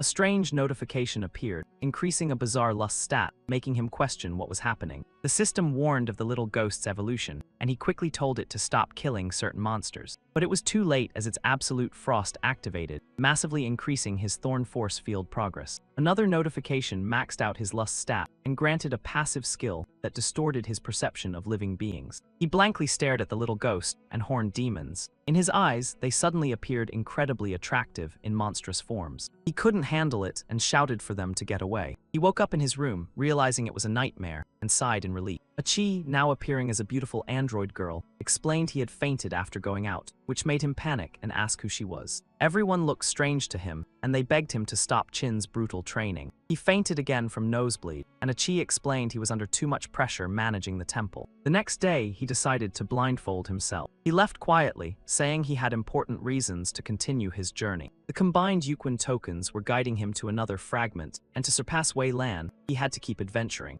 He angrily grabbed the little ghost and demanded it find a cold attribute to counter the lust stat. His pants fluttered in the wind. He sighed, saying for a week he had to change pants every morning due to the annoying effect, though he found plenty of thorn runners along the way. The system showed he had nearly maxed out the thorn force field with almost 50,000 kills. He spotted a distant house with smoke and decided to check for food since he had run out. In the yard, he saw a family being bullied. A withered cultist chanted a curse, claiming only by becoming like them could one be freed. The older brother stood firm, protecting his siblings and refusing to hand over his sister. The cultist swung his sword to kill him for insulting their god. His floating cloud palm struck instantly. The cultist died immediately, and the system rewarded him with a power fragment. The family treated him to pork belly, and he praised the taste before offering to deal with the cultists in exchange for all their food, which they gladly agreed to. Another wave of withered cultists charged in, daring to look down on him, shouting for their comrades to attack. His floating cloud palms slammed them flat without effort. The system reported 8 cultists eliminated and 12 power fragments gained. The villagers gratefully thanked their savior, but he immediately told them to bring out the pork belly. The homeowner agreed and rushed inside, but suddenly a gun was pointed at him as someone coldly questioned if he planned to eat meat. He calmly stepped aside without panic. The screech of brakes echoed across the ground.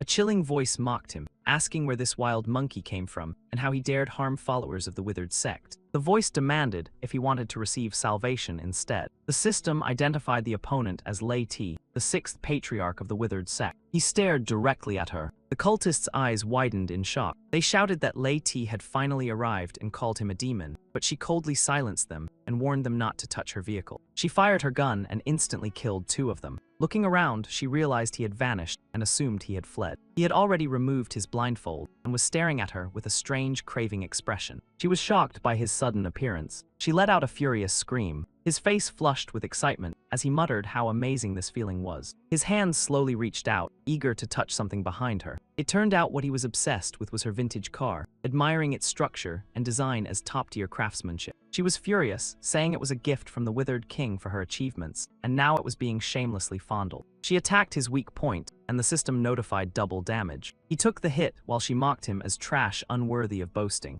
The system then informed him of delayed HP deduction, while stability remained, and that eating pork belly would activate dragon regeneration to fully restore his health. He smirked and flipped her off, calling her out for sneak attacking and lacking martial spirit, which shocked her. He counterattacked with a sneak strike, and the Thorn force field activated at 98% conversion. Lei Ti was hit by reflected magic. The system confirmed her death and rewarded 20 power fragments. Even as she collapsed, she couldn't understand what had just happened. The system then revealed a new advancement quest, allowing him to level up twice. It showed tasks including killing the third patriarch for a class upgrade and destroying the sect headquarters. Another mission required killing all 6 patriarchs and a two-headed dragon boss in the southern mine for further upgrades and level 55 progression, which intrigued him greatly. The system noted that his second extraordinary evolution required reaching level 50. He immediately chose the Destiny tier and leveled up to 50. He gained rewards including Rebirth Fist, which allowed him to discard a weakened body and become immune to negative effects for 10 minutes. His assembly skill upgraded,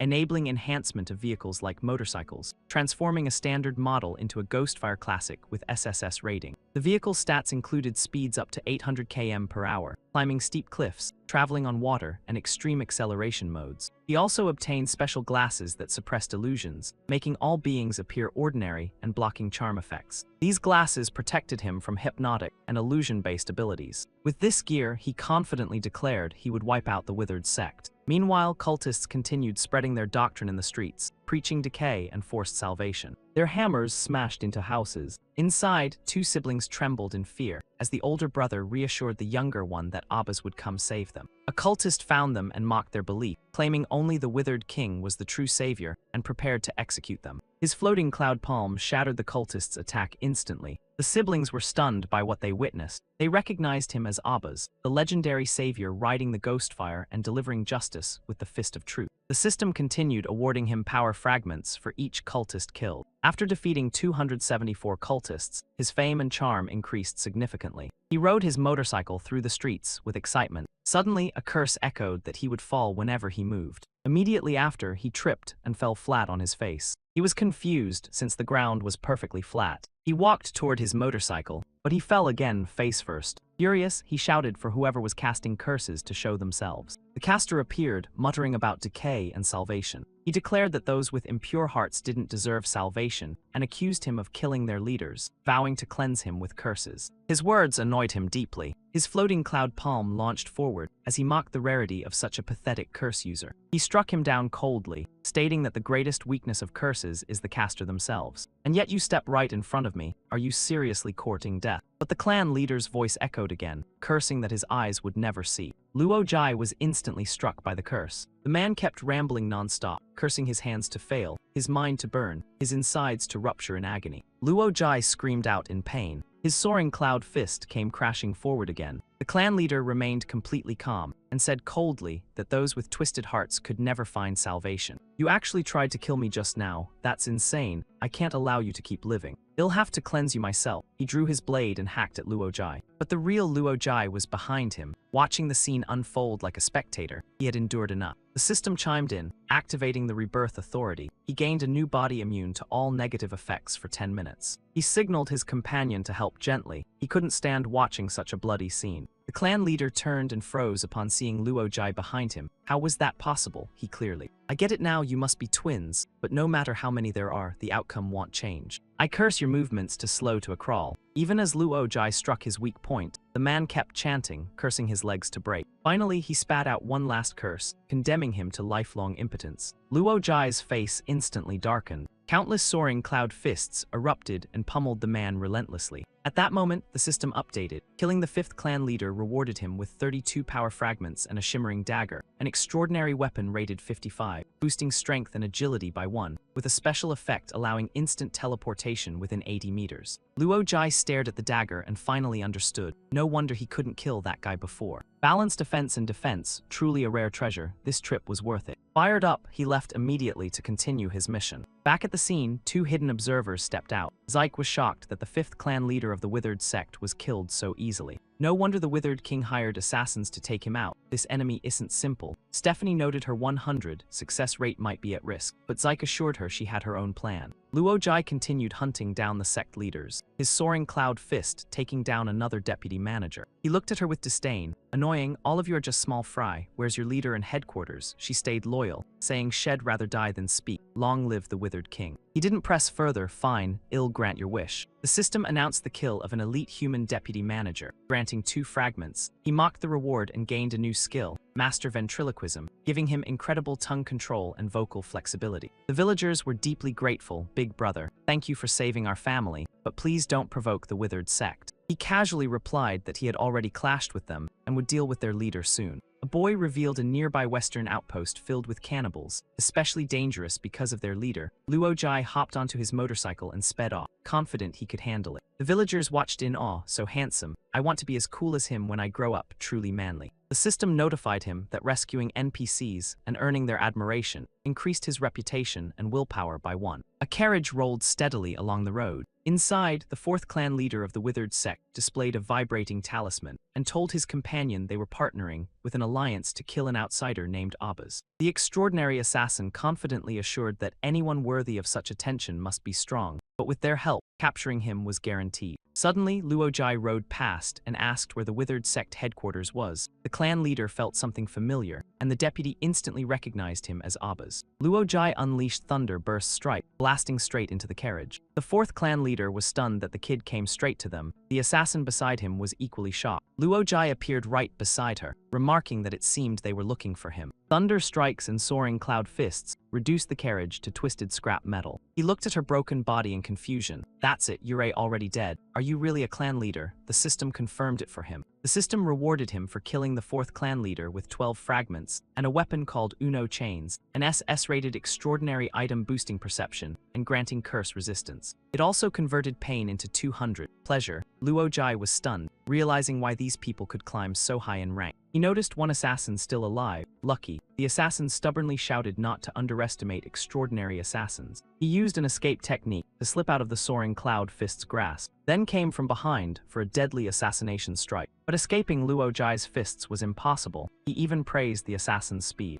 Watching the agile dodging, he smirked and suggested they make it a proper contest. Who's faster? The assassin gritted his teeth, annoyed as his opponent kept accelerating mid-fight. At this rate, he'd lose. Does he have to use that move? The guy suddenly flipped his stance and pressed in close. Then he tore open his clothes, revealing the assassin's so-called 100 guaranteed kill technique. System notice the cold demeanor skill is now in full effect. Luojai stayed ice-cold and slammed him with a single palm strike, crushing him like trash. System notice, you have slain an elite assassin and obtained escape technique. You are now proficient at breaking free from restraints such as torture devices, shackles, magical locks, mechanical traps, dungeons, and terrain restrictions. Loot acquired. The MC cursed under his breath. Another damn pervert still. This escape skill isn't bad. He lifted the gem and examined it. System notice, you obtained a healing gem. The gem shattered in his grip. Memories flooded in. The assassin asked a woman named Cisco how she maintained a perfect kill record. She pointed at herself. Obviously, this is why. He eyed it suspiciously, a body trap. She replied, most men can't resist looking. And that's my opening. He wondered what if the target is female. Cisco replied bluntly she doesn't take female targets. The assassin turned to leave. Goodbye. I am an elite assassin with pride and principles. I'd never wear something like that. Cisco advised him that the Assassin Alliance just accepted a high-paying order from the Withered King. Wouldn't an extra trump card help? Luojai frowned. A high-paying order from the Withered King, so he's already calling for backup. Looks like the other chiefs aren't that impressive either. Cisco hid behind cover, stunned. How did it not work on him? Is he even a man? Stephanie, we've been tailing him for days. Have you found his weakness yet? The girl replied, Cisco, maybe we should drop this target. He has a weakness, but it's not weak for us. He's an immortal tier adventurer. He's on a completely different level. Cisco panicked. Immortal, maybe you misread it. The girl sighed, I hope so. Let me temporarily access your perception. She muttered in frustration, useless. I still have to handle it myself. Suddenly,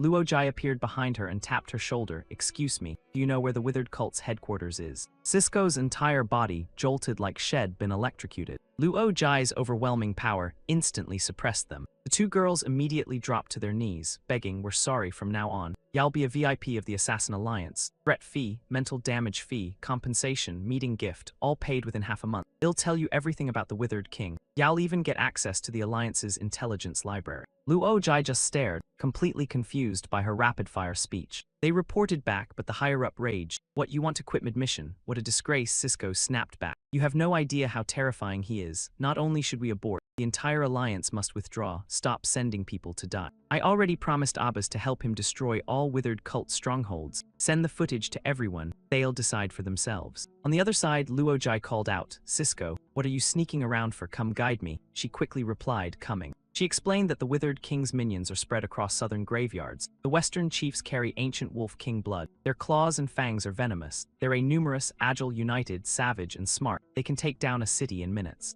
After killing one wolf-type minion, Luojai was impressed, not bad. He'll have Abbas turn this into a coat later. The two girls behind him were completely stunned. He added, we go straight for the king. Once the leader falls, numbers don't matter. They nodded rapidly. System notice, you killed the alpha wolf and obtained wolf pack contract. Summon a group of mountain wolves. Cisco revealed the Wolf King may have a weakness, but the second chief of Withered. The Twin Reapers are not easy opponents. They move like lightning and have eagle-like vision. Worse, they share senses from birth. With 4 ears and 2 pairs of eyes, they're terrifying. Against the twins, Luojai used Master Glare, freezing them in place. Damn it, my body won't stop shaking, sister. I am about to collapse. Then he smashed them effortlessly. He muttered boredly, their strength is also their weakness. Any effect they take is doubled. System notice, you killed the second chief and obtained sensory resonance. Share sensations with another target. Extremely stimulating. Cisco reported back. See, I told you this mission was impossible. His trump cards are insane. The superior still clung to hope. You also have a 100 success trump card, don't you? Cisco replied coldly. You think that trick works on him? That trump card is useless. She continued guiding him. Luojai sighed, the remaining chiefs are too weak. I am losing interest in the Withered King. How much longer? She thought it's because you're the real monster. Out loud, she said, beyond that mountain is the first chief's lair. Spotting a monkey ahead, Luojai immediately recognized it. Seeing him freeze, Cisco called out, Abbas is this way. He signaled her to be quiet. I found something interesting. System notice, you discovered the mountain sprite treasury.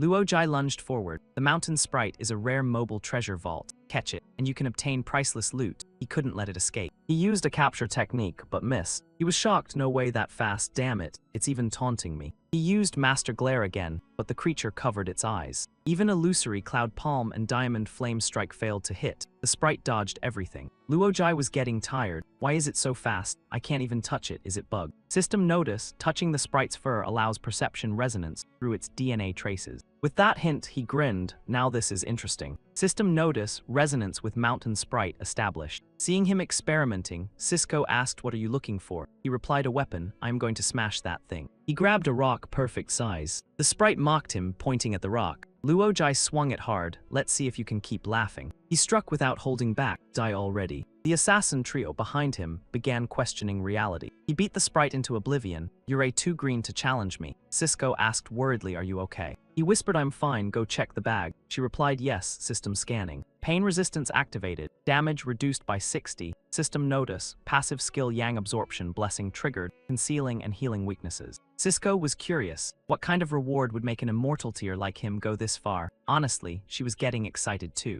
What could it be? They both froze when they saw a pile of carrots. The girl stammered, carrots. Cisco shouted, no way. These can't be ordinary carrots. Luojai asked her if the loot inside was actually valuable. She blushed and said, Abbas, there are tons of treasures in there. Hearing that, he got excited. Really? Let me take a look. Then his expression froze just like the others. He shouted, why are there only carrots? How is this possible? Back in my previous world, even the lowest items were at least SS rank. Did someone loot it already? Suddenly he became alert. He sensed someone who's there. A little girl fell flat onto the ground. System display, clumsy acting detected. The girl kept muttering, he can't see me. He can't see me. The MC's face darkened. What is this? Food maybe. She instantly snapped awake at those words. She quickly begged, I am not food. Please don't eat me. The girl introduced herself as Masanati from Green Willow Jade City, daughter of the city lord. If you spare me, my father will reward you. The system immediately exposed the lie. System notice, no such place exists. She is a heavenly realm exile transformed into a spirit entity and will be hunted by the Judgment Army in 120 years. Luojai smirked, Sandy, you really like lying. She panicked. How do you know my name? He continued, so when you said you're not food, that was a lie too, right? Cisco started a fire to prepare a barbecue. Sandy collapsed in terror, begging, please don't eat me. I am very useful and definitely valuable. The girl activated angelic chant. A soft glow wrapped around Luojai. System notice you received Sandy's blessing. Magic damage increased by 8 for 12 seconds. After reading that, he calmly said, Cisco, add some dill. The girl screamed in horror, no. I am good at organizing too. I can clean up your storage space. Please give me another chance. System notice Sandy requests to become your storage spirit. He thought about it. That's actually convincing. Managing storage is annoying. Let's test her for 2 days. If you perform well, you can have all the carrots you want. Sandy nodded eagerly. Please trust me, master. System notice Sandy has entered the storage space. Luo Jai told his companions, let's move on. Cisco replied, coming. Inside the storage, Sandy was thrilled. Perfect. A new home. These foolish humans were so easy to trick. A level 50 adventurer can have up to 100 storage slots. Isn't this basically mine now? Time to relax and live easy. But Luo Jai's storage space stretched endlessly like an infinite void. Sandy's dream of easy living shattered instantly. Cisco led him to another location. He frowned. Is this? She replied, this is a supply chamber the withered king is searching for. There are dozens scattered across the graveyard, but no one knows their origin. Luo Jai muttered, supply chamber, I remember this being Vasma's item. Let's open it. It might just be empty. The door slowly opened. System notifications flooded the screen. You discovered a Starship light cannon, super energy cannon, rating SSS. Consumes refined origin stones. Each attack fires a beam that annihilates targets with unpredictable damage. Note, its only flaw is being ridiculously expensive. All three stared in disbelief at the sight. Cisco gasped, what a monstrous weapon. Stephanie frowned, but it's too big to carry. She sighed, let's just go. Luo Jai activated his system skill. Unicorn arm surged with power. Illusory cloud palm gained 400 strength. He casually lifted the entire chamber. Mine now. System notice, Starship light cannon activated, new class unlocked, Starship Cannon King. He grinned in satisfaction. Fits perfectly. Let's see if it fires. Hope it's not another scam. The cannon loaded. System notice, energy fully charged. 1 refined origin stone detected. Fire a normal shot. Cisco warned him, this thing's power is insane. Don't fire it at the ground. He replied, don't worry, these refined stones are rare. I won't waste them unless necessary. He thought, judging from its aura, this cannon rivals Kfeng's illusory cloud palm, and with enough refined stones, it can fire endlessly. Another trump card secured. I'm getting stronger every minute. Suddenly, the ground trembled. System notice, a projectile-type monster detected. It has been hiding underground for a long time and is about to emerge beneath you. He frowned, why even warn me now? Are you serious? Just then Cisco screamed, we're doomed. I remember now, the withered king's pet, a 2-headed serpent, run. The serpent burst from the ground, too late. It swallowed them whole. Inside the dark space, System notice, cannon bonus shot ready. The serpent's mouth began glowing with blinding light. That beam shot straight into the sky. It pierced through the atmosphere into space. The dragon was completely annihilated. System notice, using prism cannon, you destroyed one head of the 2-headed serpent, along with multiple creatures in Mischa. Ultimate system reward triggered. Everyone stood frozen in shock. Luo Jai snapped in anger and punched the corpse away. This is all your fault. System notice, you killed the 2-headed serpent. New trait unlocked, second form, transform into slain serpent types. Secondary weapon unlocked, special trait, Dragon Slayer milestone achieved. He told Cisco, take me to the next supply chamber. When she didn't respond, he called her name. She replied, immortal sir, please let us change clothes first. The second chamber was empty. The third one was empty as well. Luo Jai kicked it in frustration. Still empty, damn it. Every single supply chamber is empty. Cisco reported that Abba's. Almost every supply chamber on my side is completely empty. I don't know how it looks on Stephanie's end. He sighed, already losing hope. No need to keep searching. Chances are her side is empty too. For some reason, these supply chambers must have fallen here and were already seized by the withered king. We just got lucky finding one. Right now, the mission upgrade still requires eliminating the first chief of the withered cult. If that's the case, we'll just have to visit his lair directly. They soon arrived at a deep cavern. She confirmed this is the territory of the first chief. Both girls covered their noses in disgust. The stench of blood is overwhelming. This looks like a ritual site for a blood feast. Corpses drained dry were scattered everywhere. According to intel, the first chief is a blood-sucking monster. The cult kidnaps people just to supply him with fresh blood. If we follow the trail of blood, we'll reach the first chief. Luo Jai became energized. Perfect, let's move. Cisco couldn't help but admire him. Abba's is unbelievably fearless. Even I feel shaken by this scene, but he's completely unfazed. The MC received a notification. System notice, extreme coldness skill activated. All bloody visuals have been censored. No need to worry about psychological impact. She turned to her sister. Are you okay, Stephanie? The girl replied, I'm fine. I wore 3 layers of underwear today. Deep within the cold cavern, Razel was continuously draining blood to fuel his power. The cultists reported the world will wither. Only then can we be freed. Congratulations, Lord Razel, on ascending to the destruction evil god. A total of 380 blood slaves were sacrificed. Are you satisfied? He nodded. Excellent, the blood quantity is sufficient. He slowly descended. Looking down at the kneeling cultists, he coldly asked, where is my reserve food? They answered, recently a man named Abbas has been interfering. He stopped our captures and killed our members. We could barely gather blood slaves. As for the reserves. Razel roared, what did you say? Useless trash, if you can't even handle that, what use are you? A gruesome scene was blurred out. He declared, then your blood will satisfy my hunger. Luojai stepped forward and mocked him. As expected of a cult, you even devour your own. Razel narrowed his eyes, so you're Abbas, the one causing trouble. He confirmed calmly, that's right, and soon it'll be known as the cult destroyer Abbas. Razel sneered, big words. Charging into my domain alone proves you're no ordinary fool. The MC raised an eyebrow alone. His teammates were hiding behind a rock in fear. Stephanie whispered, Cisco, lend me another pair of underwear. Razel's aura feels like a true destruction god. This is beyond control. He pulled out a shimmering vegetable blade. His plan was simple, end it in one strike. One opponent is enough. But the blade shattered instantly. He was shocked. What kind of defense is that? System notice. Divine protection shield detected. Now it was Razel's turn to counterattack. He struggled to dodge each incoming strike. System notice. Razel's agility and physique stats exceed 20. He also has a temporary destruction domain buff. Luojai realized this meant the enemy grows stronger through destruction, far more dangerous than the two-headed serpent or previous chiefs. He must be eliminated before fully adapting. He summoned multiple unicorn illusory cloud palms at once. Razel laughed coldly, who has time to play games with you? He activated Blood Demon Cloak. The MC attacked with Unicorn Illusory Cloud Palm, while Razel reinforced himself with Blood Barrier Defense. Cisco observed they seem evenly matched. Even though Razel evolved, he's only half ascended and still bound by limits. Unlike Immortal Tier, Stephanie whispered, I sense something. Cisco asked what. She revealed Abbas has a seal. If released, his power will surge drastically, though not fully immortal. The girl gestured 3. I sense 3 seals, each containing immense power. If the final seal is broken, he becomes truly immortal. Cisco understood, so Abbas is hiding his real strength. Wait, I only sensed 1, you sensed 3, then how many are there? The girl explained legends say the number of seals determines one's title. 1 seal is single realm, 8 seals is 8 realms. His name is Abbas. Cisco froze in shock, no way. They gasped, 3 seals already mean immortal, then what about 8? Does that mean we actually have hope to resist the world's destruction?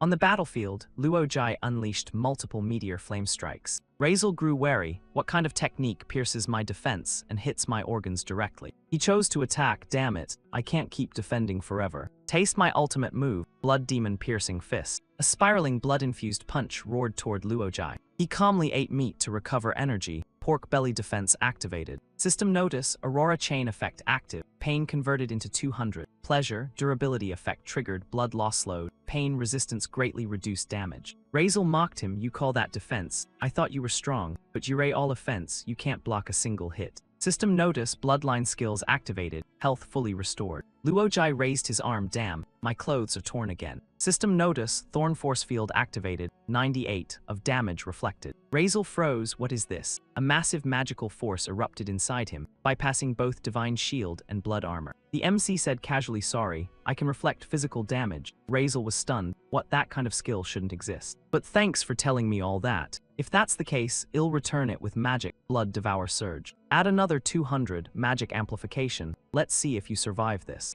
Luojai calmly stared at him and said casually, I have 100 magic resistance. The enemy froze in shock. His illusory cloud palms slammed down again, crushing the opponent flat. The MC declared the game is over. But no system notification appeared. He frowned, no alert, that means he's not dead. Cisco quickly shouted Abbas, his real body is escaping. Razel ran for his life, cursing non-stop, damn it, my demon form took forever to cultivate and now it's ruined. Once I return to the Withered King, I'll have him tear you all apart. Luojai revved his motorcycle and chased him down. Where are you going, kid? Need a ride? Razel glared back, you're like a ghost that won't go away. Don't think that junk bike can catch me. Ahead was the steepest slope in the southern graveyard, nearly a 90-degree incline rising over 1,000 meters. With my enhanced legs boosting speed by 400, let's see how you keep up. But that didn't faze him at all. He activated lightning speed. Velocity shot up to 800 km per hour, accelerating from 0 to 100 in just 0.6 seconds. The bike launched forward like a rocket.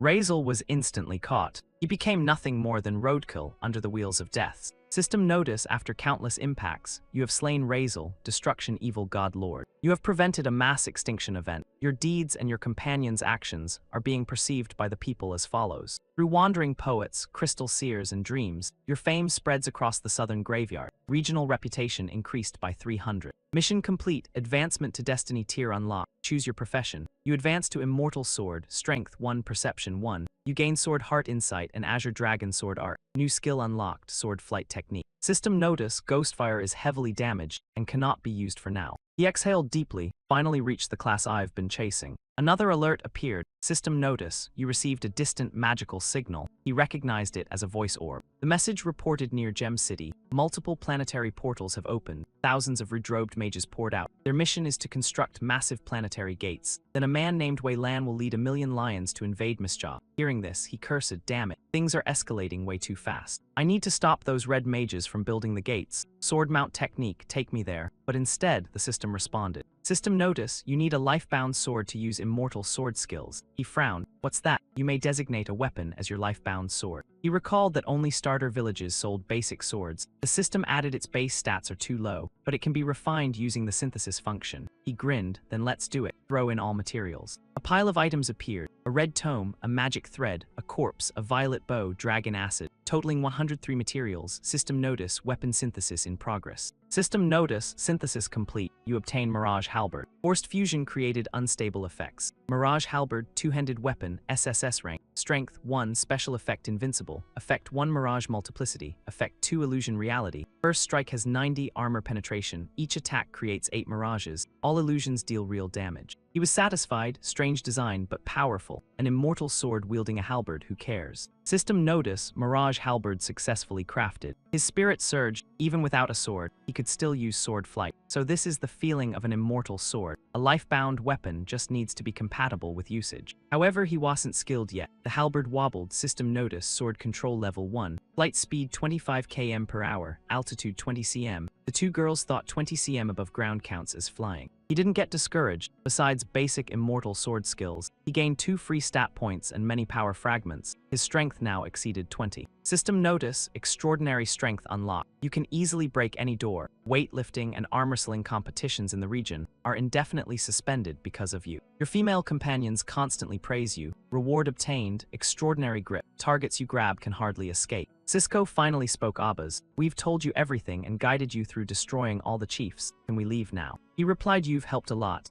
Consider the assassination debt settled. They cheered. We're free. I want a feast. I want a spa. He continued, but there's one more thing. You secretly observed and recorded my battles. What about that? Exposed, they glared at the eye. This is your fault. I told you not to peek around. The eye spoke. Abbas, I represent the Assassin Alliance elders. We sincerely apologize, name your compensation, and we'll do our best to fulfill it. He smiled casually. That's easy for you. He pointed at Cisco. I want her. Lend her to me for 10 years. Stephanie panicked. 10 years shall be broken. The eye agreed instantly. From today, you are a silver member. We'll hold a grand ceremony. Cisco and Stephanie are yours. The girl gasped in shock. He frowned. Wait, I didn't ask for both. The eye replied, they grew up together and cannot be separated. It vanished immediately. That's settled. See you in 10 years, kids. Stephanie muttered, we've known each other less than 10 months. Cisco sighed. Can't you see we've been abandoned by the Alliance? The girl said, but you're the 100 success assassin. Cisco shook her head, not anymore. Stephanie hugged her tightly. In my heart, you'll always be the same. Cisco stayed silent.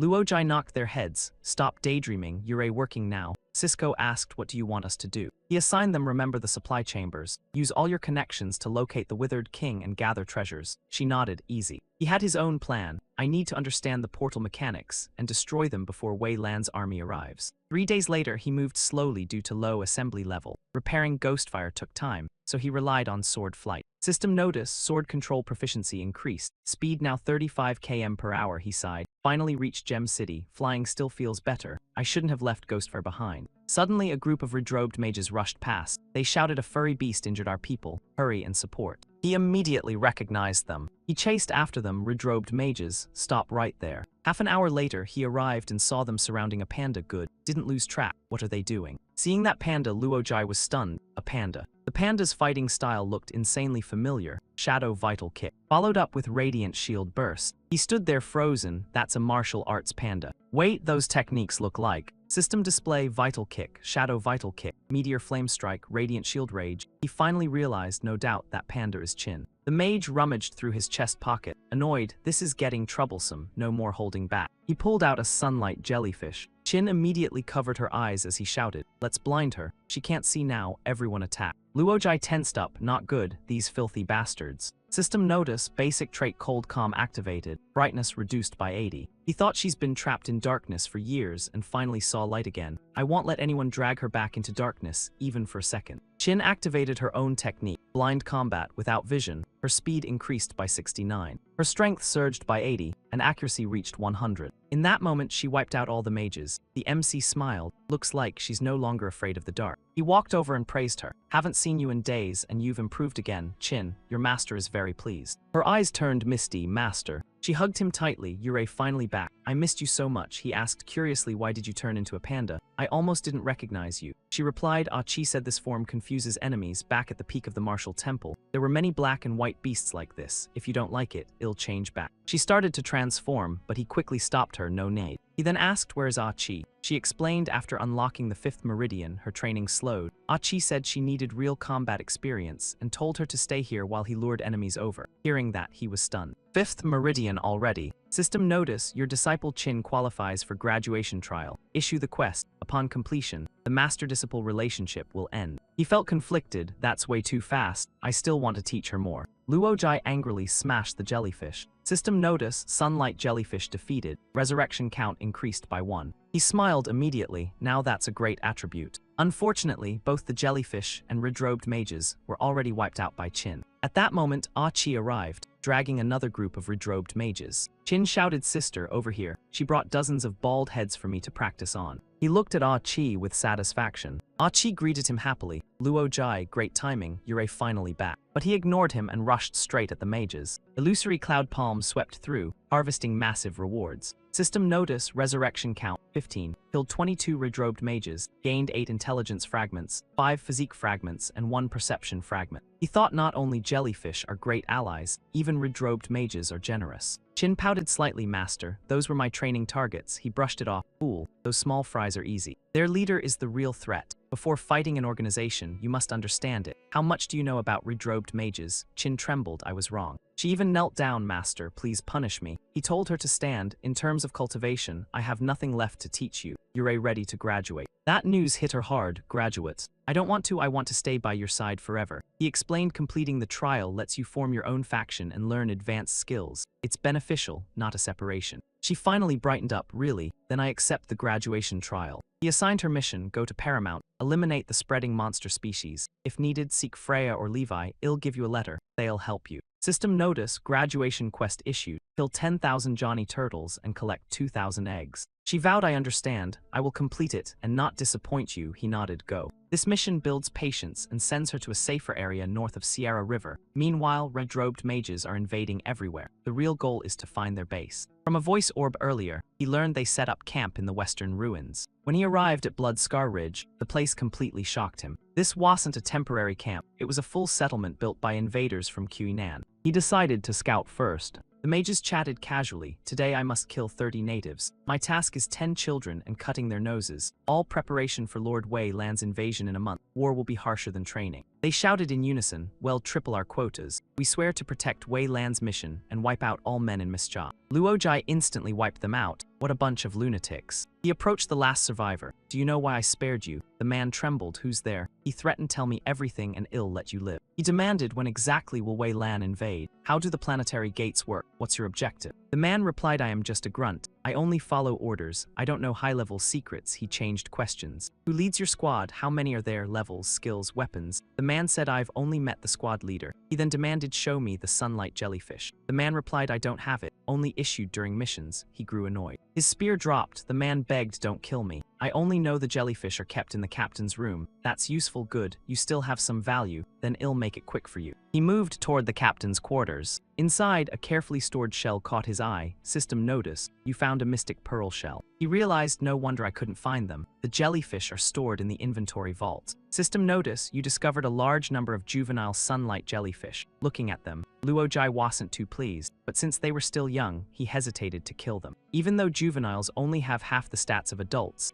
killing 100 would still grant at least 50 resurrection counts. He stored the shell away. This treasure should be kept to grow first. System notice, obtained mystic pearl shell. He looked around excitedly, searching for more shells. Only with thousands of resurrections could he feel safe. Suddenly, someone stepped out to block his path. You killed so many of my people and still dare to stay. Leading the mages, he sneered, aren't you afraid of death, or are you just stupid? The MC replied coldly, you must be the second squad leader. Perfect timing. Answer a few questions honestly, and I'll give you a painless end. The squad leader raged, nonsense. I'll smash that arrogant mouth of yours and see if you still talk big. Moments later, he was beaten black and blue. Kneeling like a dog, boss, please spare me. Ask anything and I'll answer. He questioned, who is your leader? Where are they? What's your mission? And how do the planetary gates function? The man confessed the leader is Vera, a council member and Wei Lan's daughter. They are heading to Death Scar, having found clues about the Golden Chamber and a sacred sword. Luojai thought to himself, could it be the world-ending holy sword? That weapon must not fall into their hands. The man added only Vera understands the gate mechanism.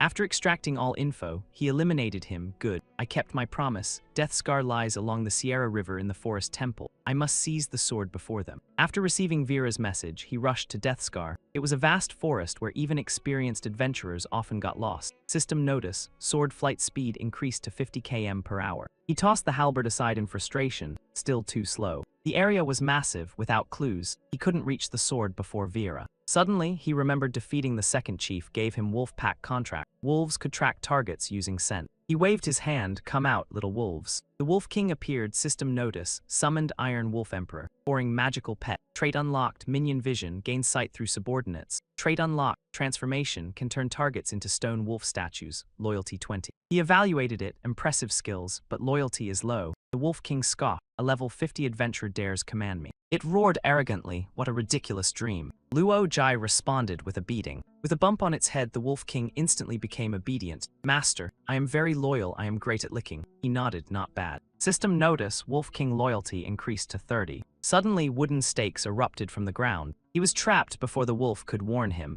Master, be careful, the wolf bolted away. He watched helplessly. At that moment, Vera's group descended from above. She stared at him. After searching for days, we finally found a living person. She ordered her subordinate interrogate him. System notice, encountered Vera, daughter of Wei Lan. He became alert, she's Wei Lan's daughter. The subordinate said hunter or cultivator. Doesn't matter, answer obediently and you won't suffer. The MC smirked. They came to me on their own. Fighting now would expose him and gain no intel. Better to pose as a hunter and infiltrate them. Seeing no reply, the man shouted, are you deaf? He asked Vera what to do. Seems he doesn't understand our language, maybe torture. She replied gently, don't be rough. Bring him back and question him slowly. Luo Jai thought, perfect. Now I have a reason to go with them. Vera instructed, be careful and don't scare him. At Investigation Squad 9's temporary camp, Vera ordered everyone to rest. We continue tomorrow. Watching them leave, he felt disappointed. Hey, don't disperse, come interrogate me. 2 hours passed with no movement. He thought you dragged me here and don't even feed me. If you don't come soon, I'll act. The cage opened. Vera said, you're free now. Don't be afraid, I won't hurt you. My name is Vera, I come from far away. This was all a misunderstanding. I apologize on their behalf. You must be hungry, let me treat you. He enjoyed the meal comfortably. She chatted, can I know your name? He made one up. She smiled, now we're friends. She began psychological manipulation. I felt drawn to you the moment I saw you. Maybe it's fate, you're shy, aren't you? Let me tell you my story. Since birth, I've been a dark sorcerer. In my land, every sorcerer must choose a master. Mine demands things from me every night. If I fail, I suffer unimaginable punishment. Can you understand that fear? She leaned into him. System notice, Vera is probing your emotions using manipulation techniques. Any flaw will expose you. She touched his face, you're so cold. I've said so much and you ignore me. Let me remove those strange glasses so we can truly connect. His eyes grew hazy, system notice, lust trait activated. He suddenly kicked her away. Vera was shocked beyond belief. He put his glasses back on. Sorry, I didn't mean that. I am an orphan. After my guardian died, I lived alone in the forest. These glasses are the only thing he left me. Even he didn't believe his own story. System notice, learned skill silver tongue. Silver tongue, threering trait, your speech becomes highly persuasive. You can deceive effortlessly with just a few words. Vera gently hugged him. I didn't expect your life to be so tragic. I am sorry for touching your glasses without permission. He thought this skill came at the perfect time. System notice, such a flexible tongue might have even better uses elsewhere.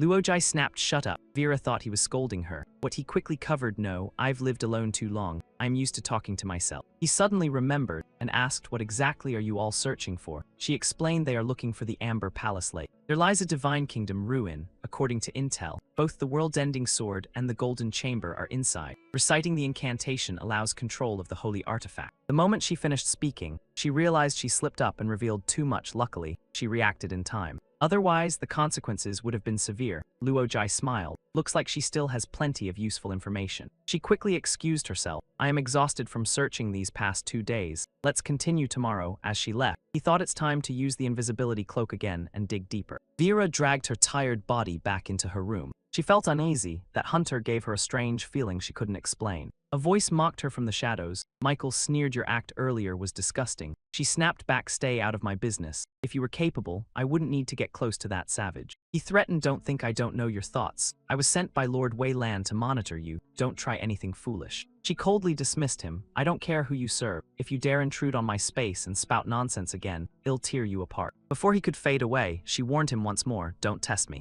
Vera let out a deep breath. She stared at herself in the mirror. As her cloak fell, her body was revealed, covered in countless scars. She removed her hairpiece. Her true form appeared, her head bald and marked by suffering. Seeing this, Luojai's expression changed completely. Could everything she said earlier be true? If so, my plan feels a bit low. Maybe I should cancel it. Vera activated a hidden formation within the mirror and contacted the Immortal Palace right arm elder Huangzong. She reported, seriously, I've found clues about the Golden Chamber. Please tell me the secret of controlling the sword. And how to kill Wei Lan, my father. That revelation shocked him deeply. Kill Wei Lan. A dark voice echoed from the mirror, dear Vera. If you truly found the Golden Chamber, I am pleased. Now I will tell you the incantation, the beginning of world end. The chant continued, end of clouds, ultimate blade. As for your father, once you enter the Immortal Palace, someone will help fulfill your wish. She swore, I will give it my all. The next day, before a grand palace, system notice, Divine Kingdom ruins discovered. Using Vera's clues and the wolves' tracking, they quickly reached the massive Death Scar and found the hidden ruins. Vera was excited. I can feel the aura of world end. The sword must be somewhere here.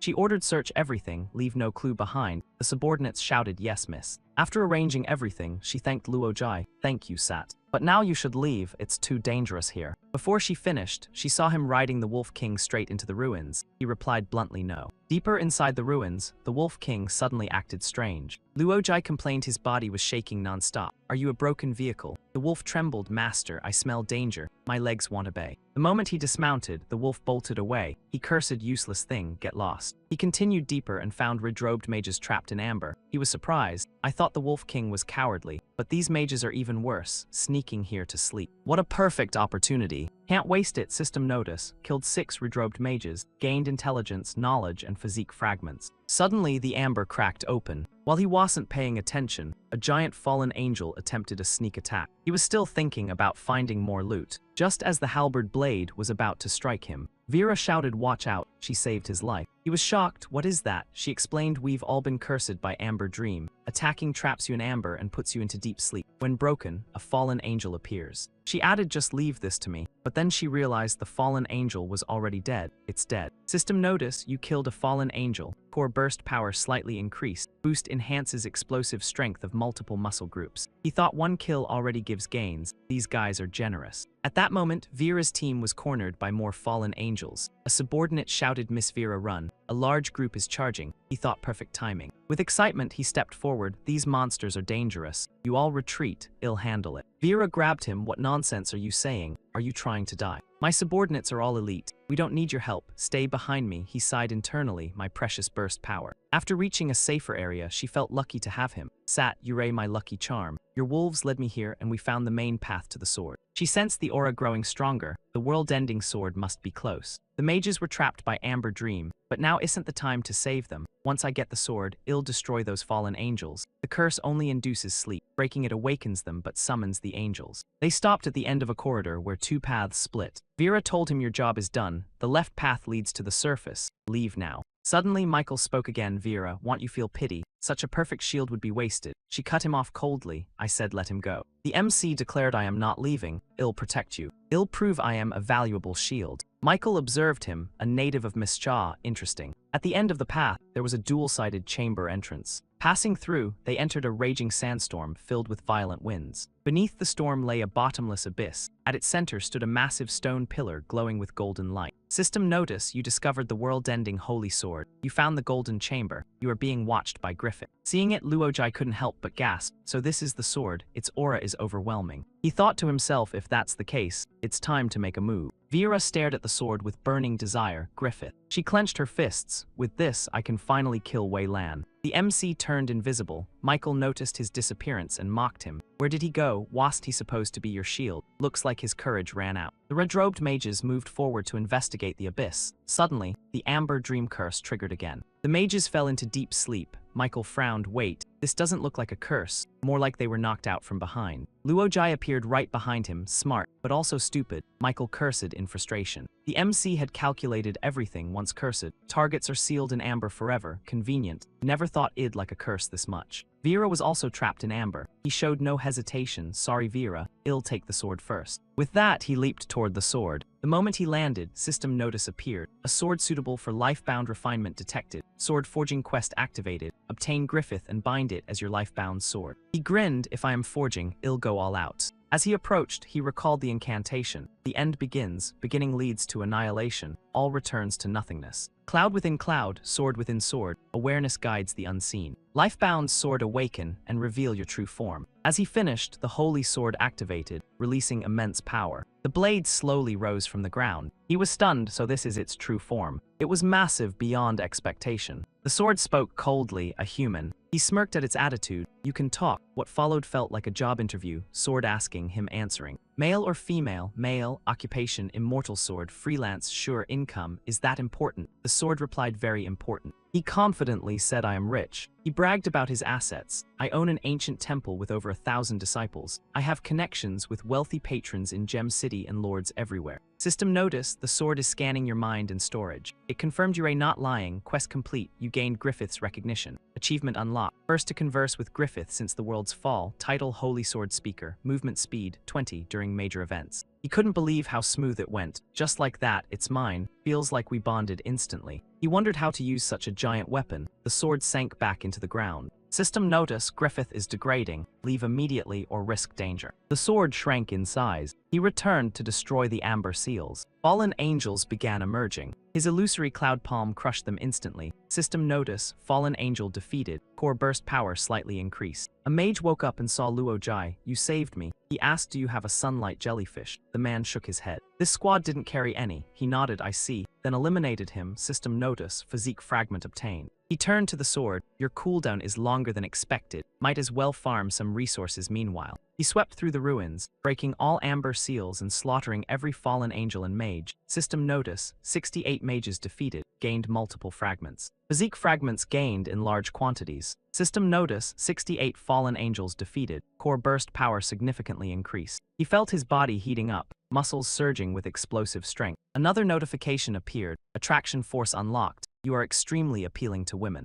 Energy surged through his body. A massive force erupted from within, muscles trembling uncontrollably. System notice, new core skill learned, Storm Core, generates violent winds through body motion. The wind energy allows flight, hovering, and slows enemies caught in the vortex while dealing damage. He thought Vera still needs dealing with. Though she's Wei Lan's daughter, their goals align, might as well spare her. Sandy was summoned and cheerfully asked for orders. He instructed clear space in storage for the amber. She nodded happily. Suddenly, system warning, Amber Dream Curse is about to activate on you. He frowned, not good. A powerful force is pulling you somewhere unknown. Enter arena automatically. He sighed, no choice then. Seeing his expression, Sandy asked what's wrong. He warned her, stay back, don't touch anything, I'll trigger it. She suddenly bit his finger, don't move, let me handle it. System notice, Amber Dream Curse dispelled. Sandy neutralized it for you. He was shocked, you can remove curses. She replied casually, anyone with a mouth can do it. He exclaimed, Sandy, I like, but she fainted immediately. At that moment, system notice, sword degradation complete. He smiled, perfect timing. He raised his hand to summon the blade. The sword flew obediently into his grasp. System notice, obtained weapon Griffith, two-handed immortal sword, evaluation unavailable. The sword declared you are unworthy to judge me, temporary degraded stats apply.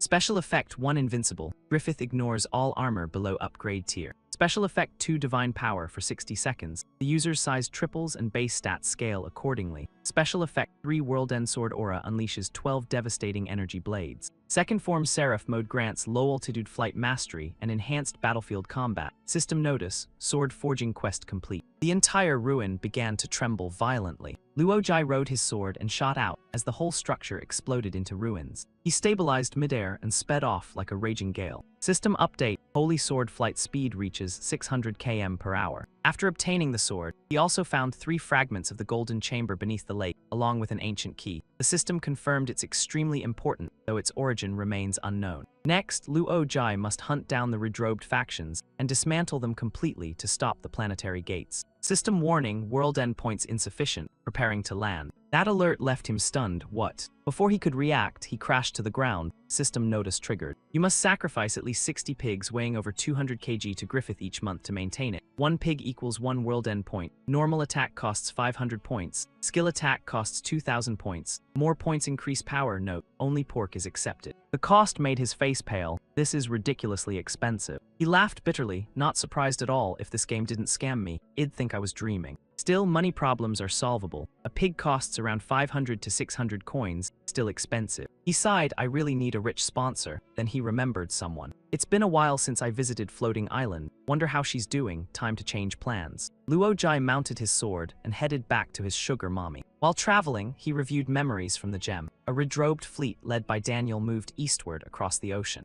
Their mission was to recover a lost underwater treasure. Passing near Gem City, he might intercept them. System Notice, a special vision triggered due to a major event. A mysterious tentacle annihilated the redrobed fleet. He muttered, a vision that happened days ago. The sea is dangerous. At least I gained stats from those ships. System Notice, Ancient Demon Akano requests telepathic link. He guessed that must be the tentacle creature. He declined, not now. Finding pigs is more important. Laughter echoed through Sass Castle, filled with satisfaction. She teased him. Luojai, pressing harder feels better. He replied, I'll stay in Gem City for a while and visit daily for massages. She was delighted, but why do you need so many pigs? He brushed it off, don't ask, it's important. She hesitated, I'll try my best. He sensed trouble. She explained, redrobed forces have launched a campaign against Gem City. The Truth Association elders are voting on surrender. The enemy built a fortress across from the island. Redrobed mages swarm everywhere. Anyone trying to escape is executed brutally. Supplies are running out. He thought the situation matches intel. They're awaiting for the planetary gates to open. The timing should be within 2 days. He told her focus on gathering pigs. I'll handle the rest. She agreed immediately.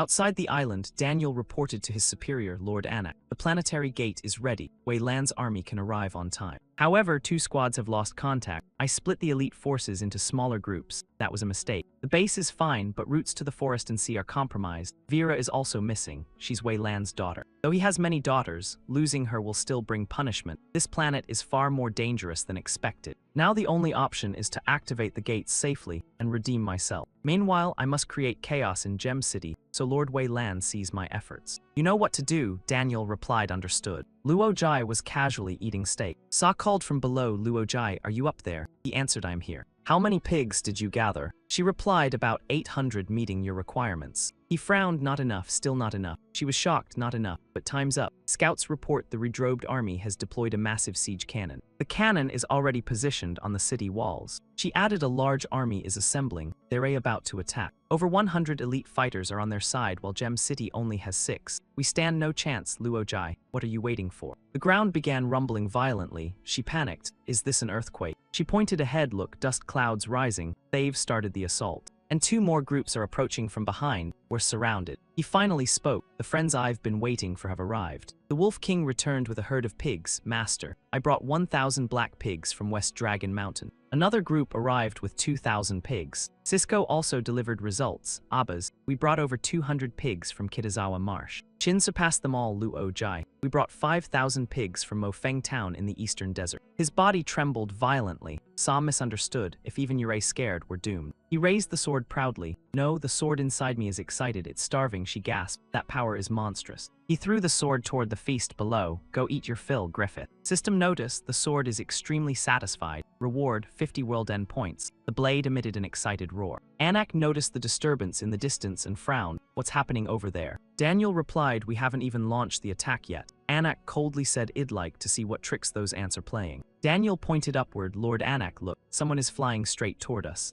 He narrowed his eyes. Just one person. There must be a hidden air unit. Issue the order. Prepare anti-air defense immediately. The subordinate acknowledged the command. Anti-air energy cannons were locked and ready. The cannons fired as Luo Jai rode in on his blazing motorcycle. After upgrading assembly skill, Ghostfire's performance skyrocketed. Light wheel Ghostfire no, one roared forward. He scoffed at their aim. These guys can't shoot for crap, just spraying randomly. Daniel panicked. Lord Anak, it really is just him alone. Anak smirked. Even better. Adjust the Dragon Slayer cannon, blast him into dust. In midair, mobility drops. There's no dodging high-speed artillery. He activated light wheel double jump. Speed surged 300% for 2 seconds, hitting 3,000 km per hour. He slammed into the ground. Damn, couldn't break. One resurrection lost, Ghostfire damaged. Anak cursed him, idiot. Anak ordered the army forward. The battlefield echoed with a unified roar of kill. The tide shifted. Two-headed Hell Dragon transformation joined the fight. Hellfire roared from its mouths, blasting the mages apart. Anak watched calmly. Not bad. You've got quite a few tricks. Too bad you picked the wrong opponent.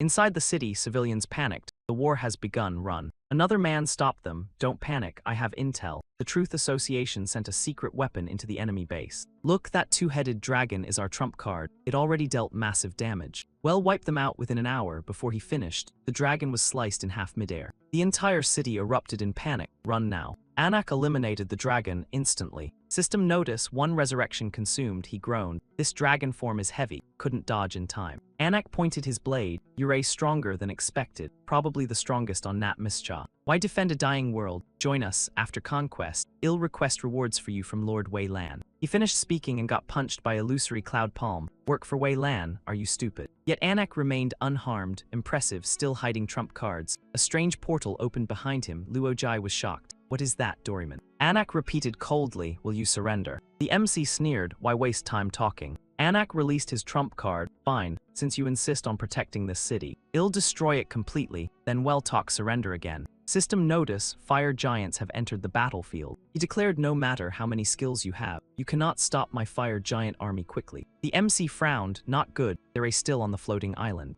Anak pressed again, still time to change your mind. System notice offering to Griffith complete. The holy sword is satisfied. You gained 8733 world end points. He shouted finally, you're here right on time. He gripped the sword tightly. Now it's your turn to carry. The blade erupted with terrifying power, forcing everyone back. Anak was shocked. This guy's trump cards are both numerous and insane. If I recruit him, my council will rise. He declared war. The harder you are to tame, the more I want you. Show me everything, Luo Jai. The MC answered with a basic slash. A giant collapsed with a thunderous crash, shaking the battlefield. The citizens gasped. Even that giant fell in one strike. We still have hope. The messenger rallied them. This land is our home. We won't let invaders take it. Stand together, protect our homeland. System update, killed 25 fire giants, gained berserk trait, anger boosts power by 200%, gained flame trail trait, every step leaves fire behind. He grinned, this is the power of 500 pigs. He kissed the blade, you're insane, bro. Anak was even more stunned by his behavior. System notice, killed Phil, gained blood formula trait.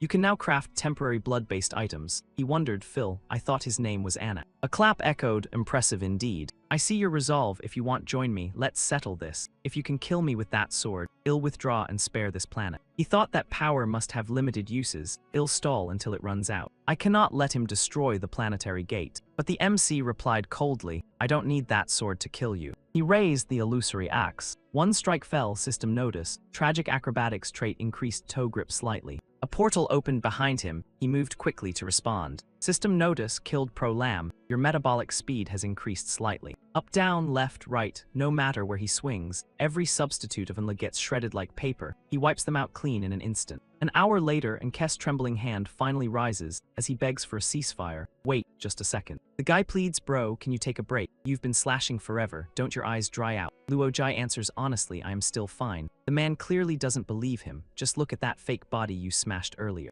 Let me tell you the truth. This entire city is filled with my substitutes. Even if you had 3 more days, you still couldn't finish cutting them all down. He turns to the sword and mutters, Griffith, looks like they're underestimating us. The blade responds with a cold intent to kill. The sword plunges deep into the ground, and Luojai immediately unleashes Extermination Sword Chi. Taste the power of 2,000 pigs. The land erupts as the Holy Sword's force detonates everything around it. System notification. Eliminated 1, 487 Crimson Robe Mages. Gain knowledge fragments, power fragments, intelligence fragments. Let's check it out. Even Enki is stunned by the overwhelming aura. He smirks, judging by your face. The planetary gate must have been destroyed already. I was planning to infiltrate slowly and figure out how to break it. But now, guess we're going all out. And Ki shakes his head. No, this is just the portal controller. One function stabilizes the spatial channel. The other locks in coordinates and timing. There's another one just like it in QAnon. Luojai grows curious. What happens if you destroy it? The man reveals the portal might activate ahead of schedule. But after waiting, nothing happens. The man calmly adds, I told you, it has a positioning function. Some warriors in QAnon may have already been deployed elsewhere. Lord Weilan's magic is boundless. If I fail, I can't escape responsibility. So why not gamble my life? Maybe hell revive me when he sees my loyalty. Lord Weilan, I swear to defend this gate with my life, to repay your immense kindness. System alert, and Ki uses his life as a medium to lock the endpoint of the planetary gate here. Luojai finds it strange. This should be worrying, yet deep down he feels a surge of excitement. Griffith, you ready for battle? The sword answers, always. System alert, encountering Lord Tier Beast Li Wei Tan,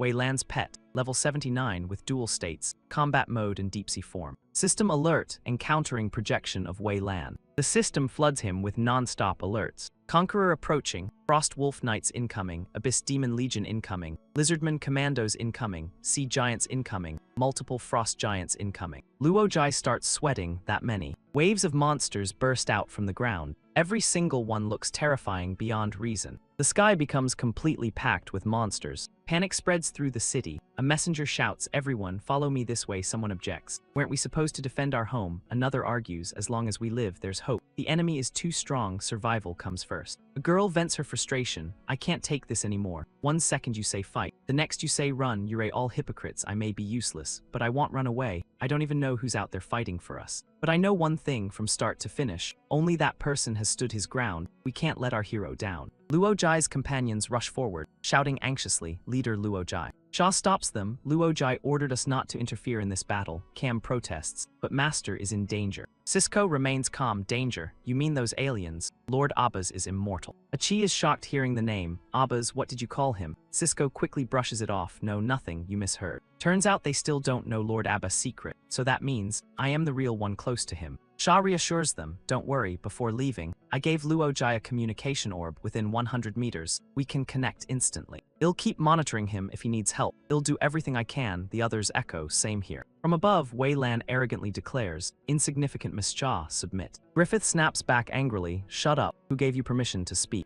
Weilan is left speechless with rage, you. Luojai continues mocking. What kind of being are you that can't even open your mouth? System alert. Weilan's projection is extremely enraged. Portal progress accelerates. The invading army launches a full assault toward you. Luojai grins inwardly. Weilan hates being interrupted. Even his projection shares that flaw. The more unstable his emotions, the easier it is to expose weaknesses. Today, he'll wipe out your 60-year army. With one sweep, he activates his angelic form. A normal attack alone consumes 500 pigs. He and the Holy Sword dive into chaotic combat with 7 beasts. System deducts 500. System alert, 65 lizardmen slain. Another 500 deducted. System alert, 24 Frost Wolf Knights eliminated. Another 500 gone. System alert, 16 Sea Giants killed. Angelic form, 12 streams of Extermination Sword Chi. One swing drains 0 pigs, unleashing overwhelming force that warps the space around him. Shah struggles to stand against the shockwaves. Now she understands why he forbade them from joining. With Luojai's current power, they'd only hold him back. Beneath Luojai, a bottomless crater has formed. He mutters, trash mobs cleared. The last 0 pigs are reserved for you. Weilan can't believe it. The army he built for decades has been wiped out by half. Li Weitan lunges forward with razor-sharp fangs, while Weilan declares, I want his life. He's shocked that beast is still alive. Li Weitan clamps down hard on Luojai, forcing him to brace his body against the crushing jaws. Weilan sneers confidently, my pet is a hybrid born from a sea serpent queen and 3 demon kings at divine level. How could you possibly kill it? Hearing that makes Luojai feel sick to his stomach. Together, that's disgusting. Li Weitan devour him. A massive tentacle bursts out as the system alerts. Akano's tentacle has joined the battle. He grins in satisfaction. perfect timing, spending 500 pigs. He slashes straight at its face. Let's see if you survive this. The notification immediately pops up. System alert, Lord Tier Demon Li Wei-tan eliminated. Akano suffers backlash damage. System alert, Evil God Akano requests a super sensory link. He instantly rejects it, no. System alert, Conqueror successfully transported. He watches with excitement. Come on, all of you attack. I want to see what kind of monsters you really are. As long as Wei Lan's true body isn't here, numbers are just stats. But the next alert hits him like cold water. System alert, Wei Lan's true body is approaching. System notification, although Enki sacrificed himself to guide the path, most of Wei Lan's forces remain at the original location. The Conqueror carries a hidden temporary weapon. Once activated, Wei Lan's true body will instantly arrive in Mischa. Sweat pours down his face. No way, I just burned so much effort clearing that and it was only a small unit. The Holy Sword now has only 500 pigs left. Taking down the Conqueror won't be easy. He turns to Griffith. If you level up 2 more times, will the power of these 500 pigs increase? The sword advises against it. Don't rush, that's a qualitative leap. Your current body can't handle it, he insists. Don't worry about that, level up now. Afterward, it'll let you feast on pigs until you're stuck. At the mention of food, the sword instantly agrees, preparing to level up. Give me 7 hours, he panics. Wait, 7 hours? You might as well say goodbye to the world. The sword asks, then how long do you think is enough? He sets the limit, 1 minute. Finish it within 1 minute. The sword is stunned, 1 minute to level up. You think this is childbirth or something? He stares seriously. Just tell me if it's possible. The sword admits it's possible, but only a temporary level up. Just 1 level, lasting at most 5 minutes. He nods, that's enough, hurry up. System alert, Holy Sword entering temporary upgrade. It warns him, Luo Jai, I must remind you, wielding power beyond your limit will cause severe damage, think carefully. He answers firmly, don't worry, I have my own way. The system confirms the temporary upgrade is complete. The sword hesitantly asks him something. Am I too big now? Can you handle it? He shakes his head. It fits perfectly. The floating cloud palm of Kfeng has been activated. A gigantic hand manifests in the air. System update, Killin arm skill activated. The arm gains 400% attribute boost. Sword skill divine power triggers, granting triple body enhancement and massive stat increases. The enormous hand tightly grips the upgraded sword. The blade feels the warmth and strength of that massive grip. Completely enveloped, it feels secure and satisfied. Combined with the Holy Sword, he unleashes floating cloud rift slash. Wei Lan remains calm. Foolish Mischa native in this world, size doesn't equal power. System alert, Conqueror transfer nearing completion. It possesses larger-scale destructive capability. Wei Lan continues, now witness the Conqueror's counterattack. It'll show you what true invincibility looks like. His weapon clashes directly with Luo Jai's massive hand. He only manages to shout, how is this possible? System alert, Wei Lan's projection destroyed, Conqueror portal destroyed. Transfer of Wei Lan's true body failed. Tap to claim additional rewards. Below the city, the messenger and the girl are still arguing. You want to die and be a hero, don't drag us with you. She replies firmly, I never asked you to stay. Someone suddenly points at the sky in excitement. Stop arguing, look over there. What's happening? Did we win? The distant group erupts in cheers. Luo Jai won, he's insane. I knew Master would pull it off. Chi beams with pride, as expected of the leader of Extreme Wind Pavilion. He really carries Kfeng's legacy. He smiles in relief. It worked. Suddenly, something grotesque crawls out from the crater in the ground. Wei Lan's dark voice echoes, Brat, since you chose destruction, I'll grant you total annihilation. System alert follows. Wei Lan's projection has cast Flesh Curse. Flesh Curse effect, wherever it spreads, flesh and blood mutate uncontrollably, highly infectious and toxic. Infected zombies sprout like weeds, quickly surrounding him. Shaw shouts in panic, this is bad, a high-level curse. Even if the caster dies, it won't disappear. The undead will keep spreading, dying and reviving endlessly. There's no way to wipe them out. Yet he stays calm. Wei Lan, is this your final move? That's all you've got. He pulls out Sandy as his trump card. Come here, secret weapon Sandy. I've got a mission for you. Finish it and I'll reward you with fresh carrots. The mischievous girl instantly agrees the moment food is mentioned. He uses illusory shadow slash to cut through waves of zombies. Sandy asks curiously, what do you need me to do? He replies, remove the curse from the bodies I destroy. Don't let it spread further. She nods confidently, leave it to me. How many curses are there? His answer leaves her speechless. Not many, just 800. An hour passes. The final zombie falls to him. Meanwhile, Sandy has devoured curse after curse, until she's completely stuffed. He asks her how's the curse situation. She puffs her cheeks and answers, all cleared. System alert, flesh curse eradicated. Sandy has consumed 38,721 curses and will enter a deep sleep. He exhales in relief. Finally, it's over. He's satisfied with the loot, 8 large rewards in total. Thinking about Sandy being exhausted and falling asleep makes him soften. He decides not to store the rewards yet. He'll wait until she wakes up and surprise her. In a hidden corner, he finds the final fragment of the Jade Spring token. Combining them forms the complete Jade Spring token. It grants the right to rebuild the Extreme Martial Temple. Do you wish to establish the sect gate here? He smiles with excitement, of course. As the leader of Extreme Martial Temple, today I establish the sect here. A grand temple rises from beneath the earth. System announcement, a majestic sect rises straight from the ground. Springs burst forth as flowing water nourishes the land, and lush greenery spreads instantly like magic. Luojai gazes in awe at the scene. This architecture is incredible. Renaming it Clear Spring Sect sounds way more fitting. His companions rush over in excitement. Luojai, Lord Abba's master leader. He greets them calmly. Perfect timing, you all made it. Help me spread the word. From today onward, our sect, revitalized martial sect, opens its gates to recruit disciples. Wherever the Clear Spring River flows will become our martial grounds. Anyone who dares trespass will be killed without mercy. Shar immediately steps up. Leave this mission to me. System notifies you that you've crushed Dailan's alien army and completed today's mission of reopening the Miracle Mountain Gate. What you pulled off is being treated like a legend, spreading through poets, fortune tellers, and common folk alike. The tale of Luojai single-handedly wiping out thousands and restoring the Mountain Gate has swept across Gemstone City. From now on, your past will never stay buried as your identity slowly comes to light. In just a short time, he's become a storm-level figure. And the number of people begging to join the Extreme Martial Temple is beyond counting. A girl stands before the endless blue sea, blowing a conch shell into the distance. A man steps forward and asks why he was summoned. She replies, Sir Gui, I've confirmed the intel. In the north, a martial angel has appeared. He built a massive structure in the sky called the Extreme Martial Temple. Gui bursts out in excitement. Finally, I've found a clue to the Thousand Sects. From now on, I finally have backing. Come with me to the Extreme Martial Temple. She clings to him and asks Sir Gui, is that warrior really stronger than you? Gui answers, from what I know, the temple's leader is at least at the immortal tier. She realizes it instantly, so we don't have to worry about being hunted anymore. Gui nods, of course. The system logs similar events happening across every corner of Misja, with masters from all over gathering toward the Extreme Martial Temple. Luojai gazes into the distance with satisfaction. This empire is something he built himself. Now the registration gate is completely packed. Looks like it's time to raise the disciple entry requirements. New information arrives. The system announces that by defeating thousands alone, you've displayed terrifying talent in slaughter. Your leveling path has reached Assassin Rank 0. 1. A brand new journey has begun. Luojai recalls that in his previous life, he only reached rank 0, 37 and still couldn't defeat Dailan. That guy must be at least rank 0, 4 or higher, maybe still leveling up non-stop. He realizes he still has a long road ahead. Sandy rushes over, calling out Master. With panda-like dark circles, she looks exhausted. I spent 3 days and nights sorting all the loot. The total value reached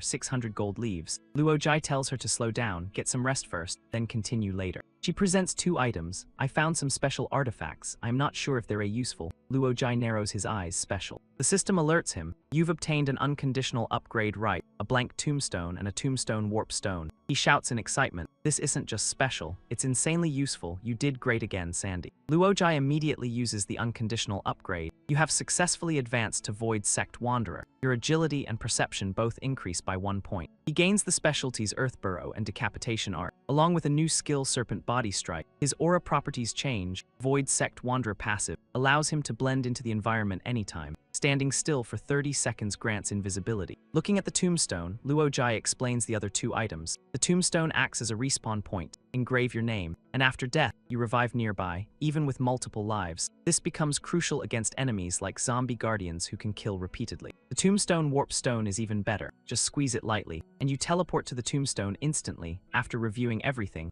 Luojai finally decides to sever ties with the holy sword Griffith. He says, Griffith, you're powerful, but you have your own will. To nurture a sword requires harmony. You've grown too independent and no longer fit my path. What I need is a life-bound sword that belongs solely to me from start to finish. The sword misunderstands. Are you abandoning me? He immediately denies it. No, you've got it wrong. I have a more important mission for you. The sword asks what it is. Luojai reveals his plan. I want to fuse you with the Mountain Protection Formation and the sect's fortune energy to create a far stronger barrier. From now on, Ya'll guard the sect. Ya'll be the most respected entity in the entire temple. He'll make every disciple raise pigs. As long as you protect the sect, y'all have endless food, so deal. The sword instantly agrees. Luojai doesn't waste time and starts setting everything up. With cleanup finally done, it's time to check on the new recruits. But the moment he lies down to rest, Luojai gets interrupted again. The system displays that someone has used a 14-ring divine prayer to summon him. His body begins floating in a pitch-black void. What's going on?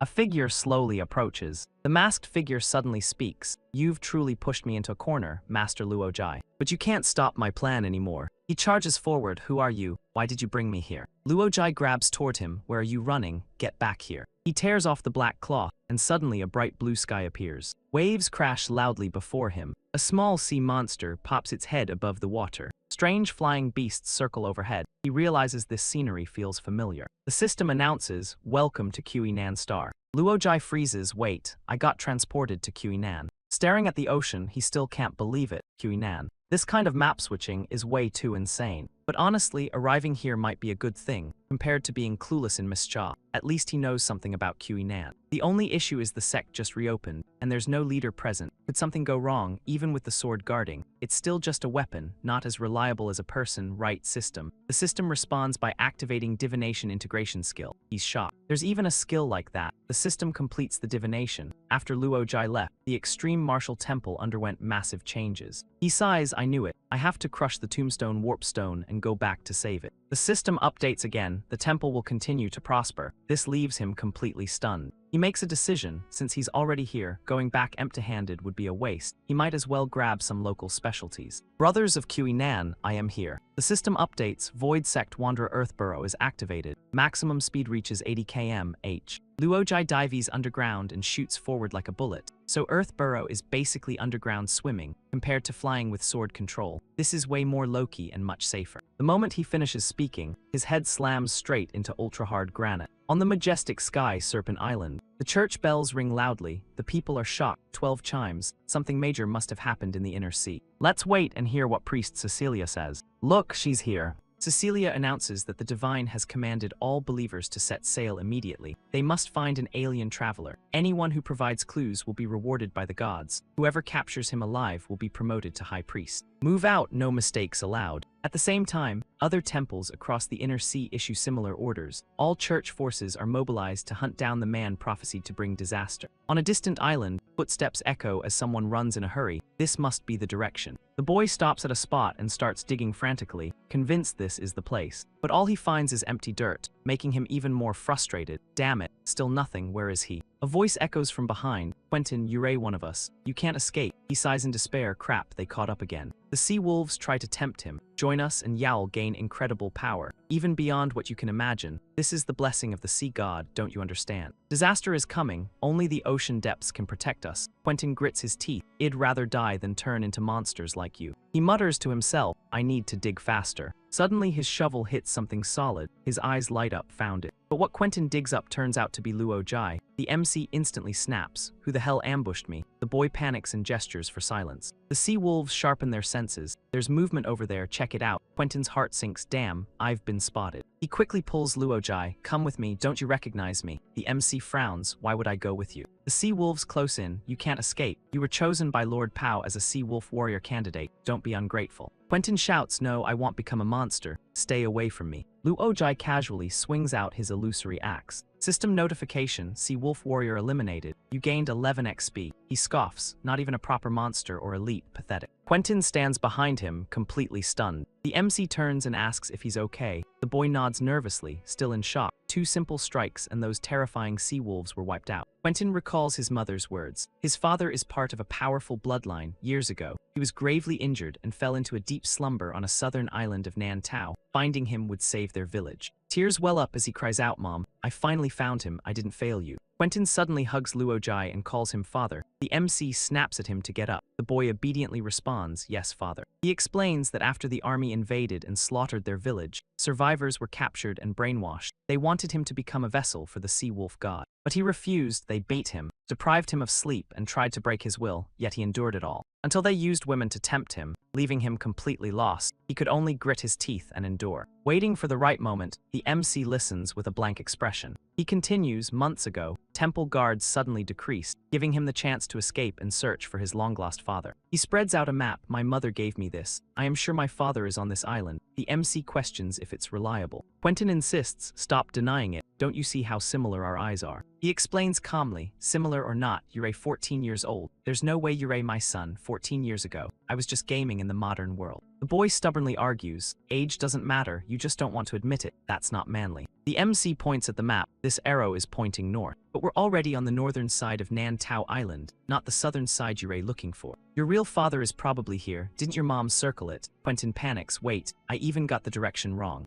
So you're not my father. I'll leave right now. He stops him. Don't rush. Tell me about this world first. Consider it payment for saving you. Quentin asks his name. He replies Luo Jai. The boy introduces himself. From Quentin's explanation, Luo Jai learns he's in the inner sea of Kui Nan, a unique region between two massive continents filled with dangerous waters and scattered islands. The area is home to countless races, both land and sea dwellers, along with hundreds of religious factions. It's a vital trade route full of pirates. Most importantly, monsters are everywhere. For him, the inner sea is basically a treasure vault. Quentin's info also triggers memories from his past life. The upcoming Blood Fury Sea event is about to erupt, affecting 3 major sea regions. During this event, at least half the gods of the inner sea will fall, bringing an even greater opportunity. Over 10 upgrade items and at least 3 immortal grade treasures will appear. There's even a heavenly apex vessel from the Kovacs, second only to their mother core. He thinks about it. Just imagining owning that vessel feels amazing. If he hadn't read all the lore about the Sea Serpent Queen before, he'd never know these secrets. Especially the hidden history written by players. Even now, remembering it gives him chills. That writing was next level. The incident began when the Sea Serpent Queen seduced the Kui Nan war god, but only conceived a half-god child. To complete the pregnancy, she sought out the Sea Wolf god. Furious upon learning the truth, the Sea Wolf god fought her and was severely injured. Under manipulation from a hidden mastermind, he invaded the Deep Sea Leviathan's territory and broke its seal. Starved for years, the Deep Sea Leviathan devoured half the islands in the inner sea upon release. Armed with a weapon left by the war god, the Sea Serpent Queen defeated the Leviathan and seized part of its ocean authority. But instead of sealing it again, she made it her new partner, constantly trying to produce offspring. Luojai judges her as completely obsessed. Every famous male god in Kui Nan has been seduced or used by her, including the war god. Sadly, none of her children were successful before the Leviathan, so players are eager to see what comes next. Knowing the full storyline, he can secure countless treasures. When the Leviathan appears, it brings massive loot from the seabed, and the clash between gods is the perfect chance to steal more. Right now, the Sea Wolf god is still recovering, giving him plenty of time to prepare and gather allies across the inner sea. Then this happens, then that happens, and everything falls perfectly into place, a flawless plan. Meanwhile, at the Extreme Martial Temple on Mixture Planet, disciples question Guikyu. The leader has been missing for too long. You said he was in seclusion, but this is excessive, that's right. They continue complaining. We came from all over to join, and now the leader disappears just days after we arrive. You're in charge of the investigation. You must know something. If you don't give us an explanation today, we're not leaving. Guikyu shouts for silence. I've found the truth, the leader has. He boldly claims the leader has ascended to a higher realm.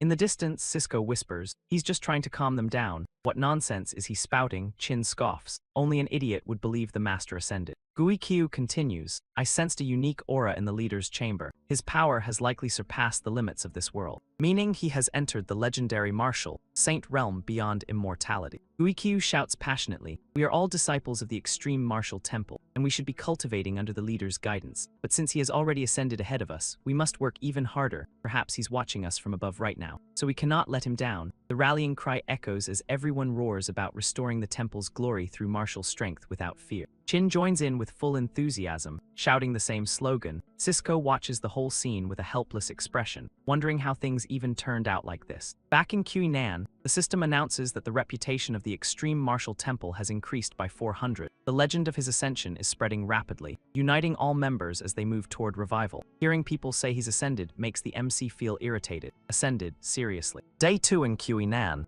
Luo Jai arrives and chooses to leave the wasteland on a simple wooden raft with Quentin. Watching the paddle move like an oar, he sighs. This is way slower than sword riding, but still decent. After another day of travel, he successfully reaches Nan Tao Island. He parts ways with Quentin, who plans to head south to find his bloodline father. The boy waves goodbye. Thank you, Lord Luojai. I'll repay you someday. Meanwhile, he starts planning to enter the city and see what gear or items he can pick up. Huinan really is wealthy. Even entering a small city requires strict inspections. Guards shout for everyone to line up and show identification. He overhears locals gossiping. Have you heard? The entire sea region is searching for an alien traveler. Even a clue earns huge rewards. No wonder entry checks are so strict. He feels uneasy. Are they talking about me? They continue describing him. Apparently a short human male with a cowardly personality and an ugly appearance. One glance and Yael know it's him. He sighs in relief, good thing that's not me. But suddenly countless eyes lock onto him. That's him. He immediately uses Earth Burrow and escapes to a small island 20 kilometers east of Nantao. While they lose track of him, he resurfaces in the middle of the ocean. Dragging his battered body and torn clothes like a beggar, he walks away. These people are brutal and their taste is terrible. He switches into fresh clothes. Luckily, he prepared dozens in advance. No more worrying about clothes getting destroyed in battle. Yet he's still being hunted. Seriously, they caught up this fast. Turns out the sea wolves are chasing someone else. They arrogantly declare they've come to collect taxes. How dare you run? He exhales in relief, so it's not about me. The woman they're chasing protests. What are you doing? Isn't the sea wolf god supposed to be benevolent? The sea wolf sneers. Even gods get angry. Your kind caused his downfall back then. Now it's time for neutral factions to pay. He thinks to himself that the sea wolf god has clearly gone insane, blaming neutral forces for losing to the sea serpent queen. This means a full crackdown is coming soon, leaving him no room to stay hidden. He unleashes illusory shadow slash, instantly separating a sea wolf's head from its body. System notification, sea wolf knight eliminated. Your genetic material activity slightly increases. He reacts in surprise. Wait, illusory blade, hold on. System notification,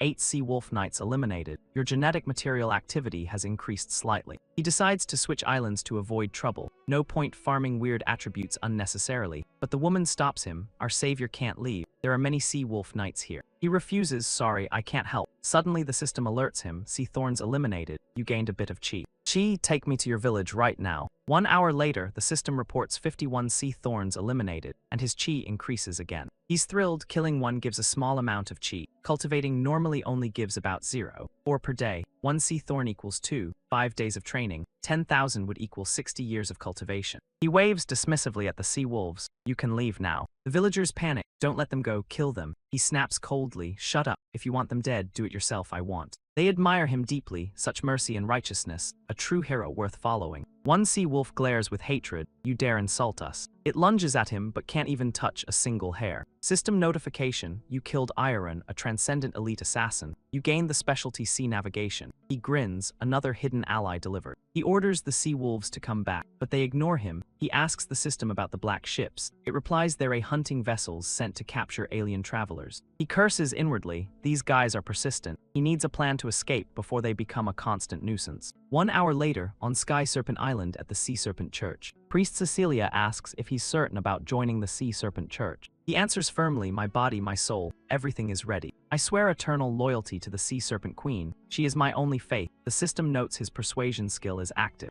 His plan is simple. If hiding won't work, then infiltrate. Becoming a devoted follower should help him avoid pursuit. Suddenly the staff reacts, detecting faith anomalies. Cecilia shouts angrily, imposter, what are your intentions? He panics, damn, persuasion doesn't work on equipment. Time for plan B. He pulls out a bag of gold as a bribe. Please accept this offering. Cecilia accepts. You do have potential to become a devout believer. System notification, you have successfully joined the Sea Serpent Church. He smirks, mission accomplished. She tells him to register his identity. He replies, my name is Achi from the northern Deer province of the western continent. I used to be a knight, now I sail the seas. Cecilia explains that contributors like him can take one of 3 roles: Temple Guardian Knight, Queen's Holy Guard, or Special Missionary. He chooses without hesitation, I'll be a missionary. She nods, good timing, I'll perform your baptism today. Follow me, he agrees. System notification, you have been baptized by Priest Cecilia. You gain level 2 Divine Blessing, Life Flame. Your vitality surges and grants immunity to most diseases. You gain resistance to poison, plague, curses, plus 10% magic resistance, defense, and movement speed. He's amazed level 2 is already this strong. What about level 1?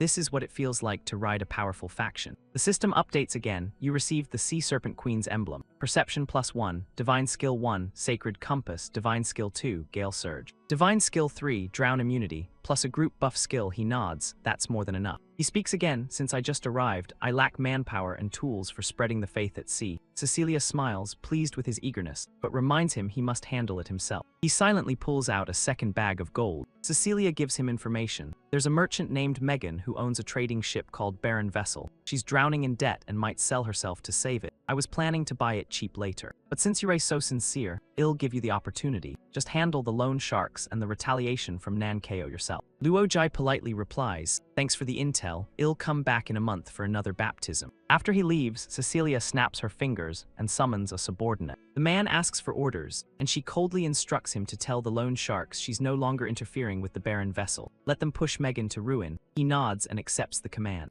Near Crimson Tide Island, aboard the Barren Vessel, a lone shark blocks Megan's path, mocking her attempts to hide. She quickly explains she was just trying to earn money. The thug smirks and says it's time to pay up. She begs for more time, but he suggests she entertain their captain if she wants a delay. Megan panics and changes tactics. She claims she has an inheritance at Holy Stoneport, but the thug cuts her off. They only want cash. He orders his men to take both her and the ship, deduct the debt from the vessel. Megan refuses and curses them, but he tells her to complain to their Sky Sea captain. Right then, Luojai appears and shouts for them to stop. He declares himself a special missionary of the Sea Serpent Church, named Achi, and claims the ship now belongs to the church. The thug curses him, but he calmly gives them 10 seconds. Anyone not part of the original crew who remains will be treated as an obstacle to the Queen's will, and obstacles to the Queen's gospel will be eliminated without mercy. His blade rests against the thug's neck, as he calmly says he'll personally send them to meet the Queen. The thug panics and tries to name-drop Cecilia, but Luojai continues counting. 5 seconds left. Furious, the thug yells that even Cecilia wouldn't act this arrogantly. Who are you? The MC doesn't hesitate and kills him on the spot. This is the fate of anyone who blocks the Queen's glory. The rest flee in terror. He turns to Megan and asks if she's the one. She nods. He reassures her he's not like Cecilia. The ship will be rented, not taken, 10-year lease, and the rent equals her debt. Any objections? She's stunned and speechless. He asks again, and she quickly agrees, calling it an honor for the Barren Vessel. She kneels and promises loyalty. As long as he clears her debt, the entire ship will obey his orders. He asks how many crew she has. She admits she's alone for now, but can call back her father's old crew anytime. He tells her to gather them quickly while he handles the debt issue. As night falls, he walks across the sea using wind step, reaching speeds of 120 kilometers per hour. The lone shark's sake vessel comes into view, and he admires its size. He reflects that making money through money is the fastest way to rise in any world. Without cheats, climbing the hierarchy is brutal. He puts on an invisibility cloak and sneaks aboard. As he passes a cabin, the system alerts him. He encounters Captain Tianhai Sanlung and his slave. After assessing him, he realizes this so-called boss is surprisingly weak. System notification, slave eliminated. You gain the trait collective weakness disdain. He's confused by the strange notification. Suddenly, a monster appears behind him, furious over the slave's death. It taunts him, asking if he wants to replace the slave. He's shocked since this wasn't in his data. The creature lunges, trying to grab him, but misses completely. It mutters something about reminding him of someone from the newbie village. He responds that it just makes him feel disgusted. He unleashes Vajra Cloud Palm, blasting it through a wall. The crew misunderstand the situation, thinking their captain is getting wild again. They even joke about joining in, completely oblivious. System alert, Tianhai Sanling activates Sea Beast armor and begins regenerating. The armor provides 86 defense and ignores armor-piercing effects. He hesitates, wondering if there's any way to break through. Maybe self-sacrifice strike will work. He launches a heavy blow. A crack appears in the armor, making him grin. It works. Suddenly, the system warns he's entered near-death state. He panics as the enemy keeps regenerating. The crack in the armor quickly heals. He notices self-sacrifice strike can still be used without cooldown in near-death. As long as he stays in that state, he can spam it infinitely. Outside, guards consider entering to check on the situation. Inside, he unleashes continuous strikes. The guards see the chaos and hesitate to enter. System notification, Tianhai Sanlang eliminated, you gained Master Calculator trait. With 700 neural reaction speed, he calculates he can unleash 150 strikes in 15 seconds, enough to shatter any defense. The cost is just entering near-death once. A true trump card, he silently thanks the Grey Dwarf for making it possible. System reward, 7 Chi Energy Shell Cannon skill. Fires a high-speed rotating energy sphere that ignores armor and magic defenses. He finds it average, but continues reading about Mermaid Necklace SS, and see Monster Horn SSS with summoning ability. He decides to pack the rest, and let Sandy sort it later. 3 days later, news spreads of Tianhai Sanlang's death. His alias Achi gains fame, Cecilia's favor increases, and the Sea Serpent Queen briefly notices him before losing interest. He exhales in relief after reading that was close. Megan reports they're a half a day away from Beast Glory Bay and near a fleet he mentioned. He orders them to rest there overnight before moving on.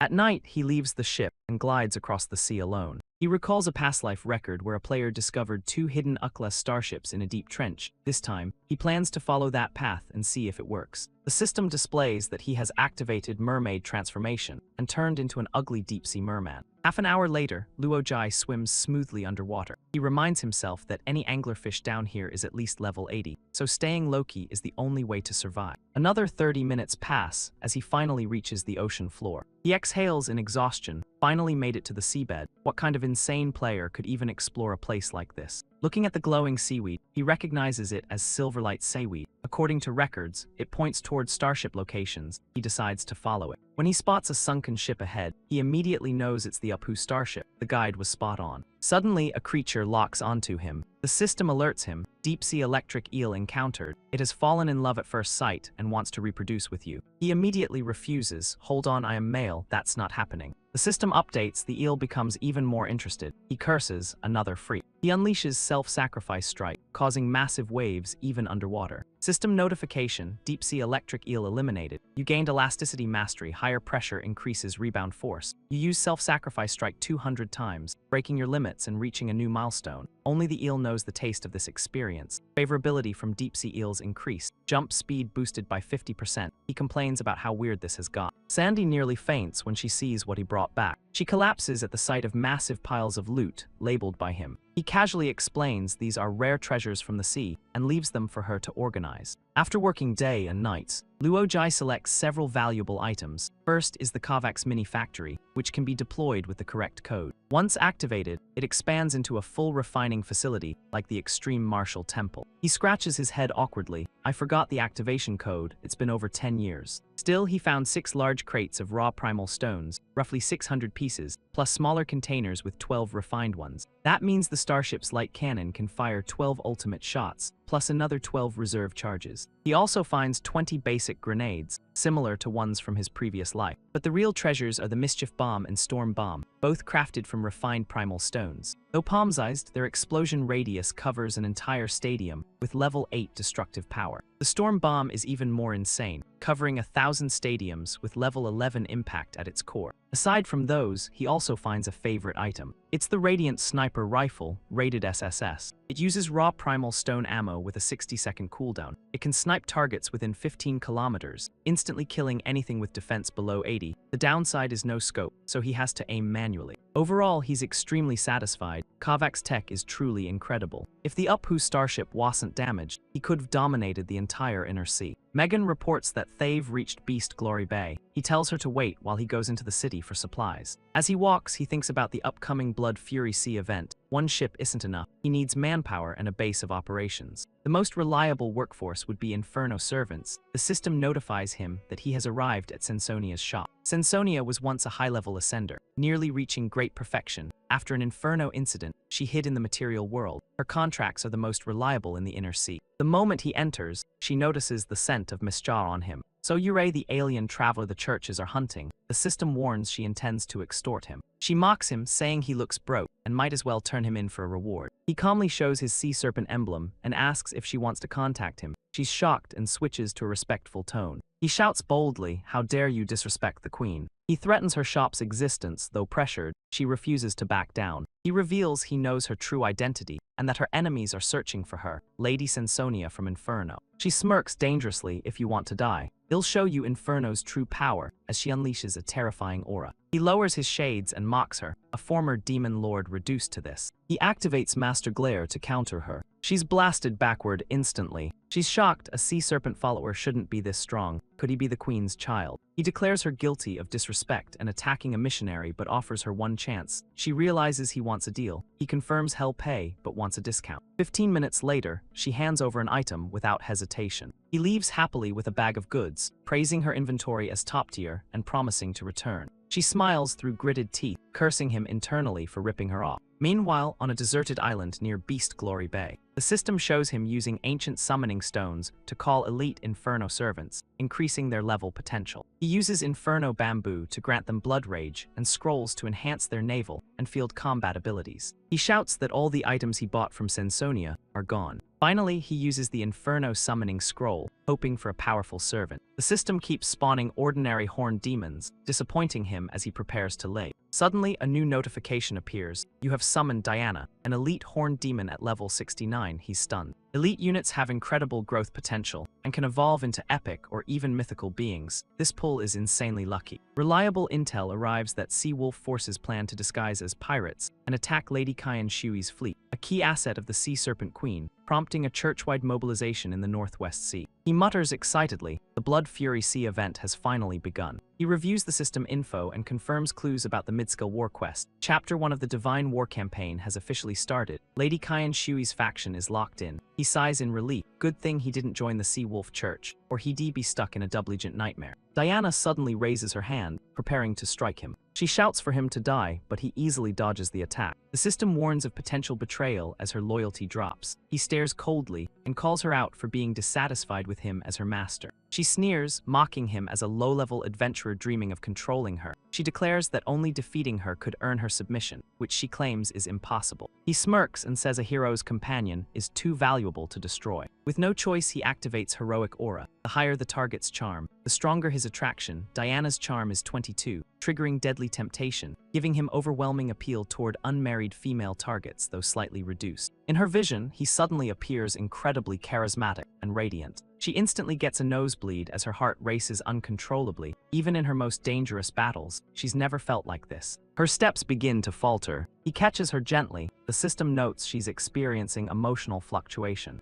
Her favorability increases by 4 as Master Wind Melody passive activates. She feels an overwhelming sense of safety and power from him. She kneels and pledges loyalty, calling it an honor to serve such a strong master and vowing to become his blade. The system confirms a new servant, Diana, daughter of the Crescent Moon, an extraordinary hero. She possesses Inferno Crescent Bloodline Tier 3, excelling in close combat and war magic, with dual roles as Skull Collector and Flame Chaser. He also gains a giant gut beast, 12 normal horned demons, and 6 elite ones. He's still unsatisfied, only 20 units, not enough. The system triggers another summon, bringing in Iron Wolf King and 20 more horned demons. The Iron Wolf excitedly greets him, saying it missed him dearly. Diana immediately strikes it for disrespecting their master, glaring at it coldly. The wolf growls angrily, but she challenges it without hesitation, ready for a duel. He interrupts and asks about the extreme martial temple. The horned demon reports everything is stable, but the little imp is missing. Meanwhile, on a wasteland of Mistjaw planet, the little imp sits beside an unconscious Vera. She wakes up with amnesia, asking who she is and where she is. Her head aches terribly as a voice tells her to find the holy sword. She questions it, but her memories are clouded. She only recalls meeting a terrifying figure. She concludes that person caused her memory loss and decides to leave. Noticing the imp, she asks if it saved her. It nods, and she asks if it has a master.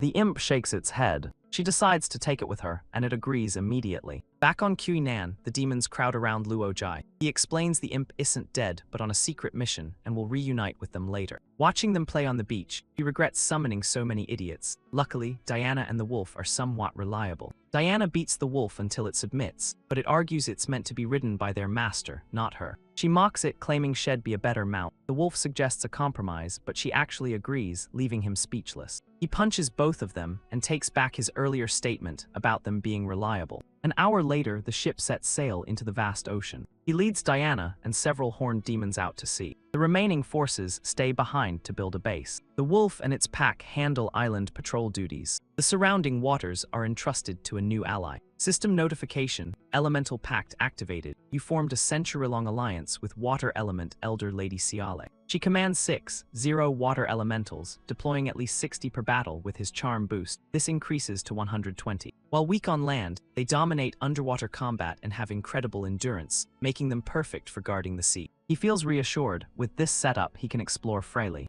In the northern inner sea, a fleet receives urgent news. Large numbers of pirate ships have appeared ahead, while sea wolf forces approach from behind, clearly working together. Lady Riel orders everyone to prepare for battle. Reinforcements are on the way, they just need to stall. Her subordinate acknowledges the order. He observes the situation through a telescope. He recognizes Riel's fleet. She is the first follower and a clone of Lady Kyan Shui, a common tactic among major churches. The Sea Serpent Queen also has dozens of clones, and even her offspring are born from them, while her true form remains pure. He finds it strange that so many forces are deployed just to surround a single clone without attacking. He realizes the sea wolves aren't targeting Riel directly, making this the perfect chance to act. He orders his crew to raise the pirate flag and accelerate forward. The barren vessel blends into the outer formation of the Sea Wolf fleet, successfully infiltrating them. He jumps onto another ship and signals his team to stay put while he scouts. Diana agrees. Activating Void Sect Wanderer allows him to merge seamlessly with the surroundings. Using stealth, he sneaks into the lower deck. Two guards notice the hatch opening and question it, deciding to check below. The moment Luo Jai steps inside, he freezes in shock. What is this place? The system alerts him that he has discovered a massive number of sea leeches. He grins, thinking these, good brothers, are delivering big rewards. The system updates. You have killed 60 sea leeches.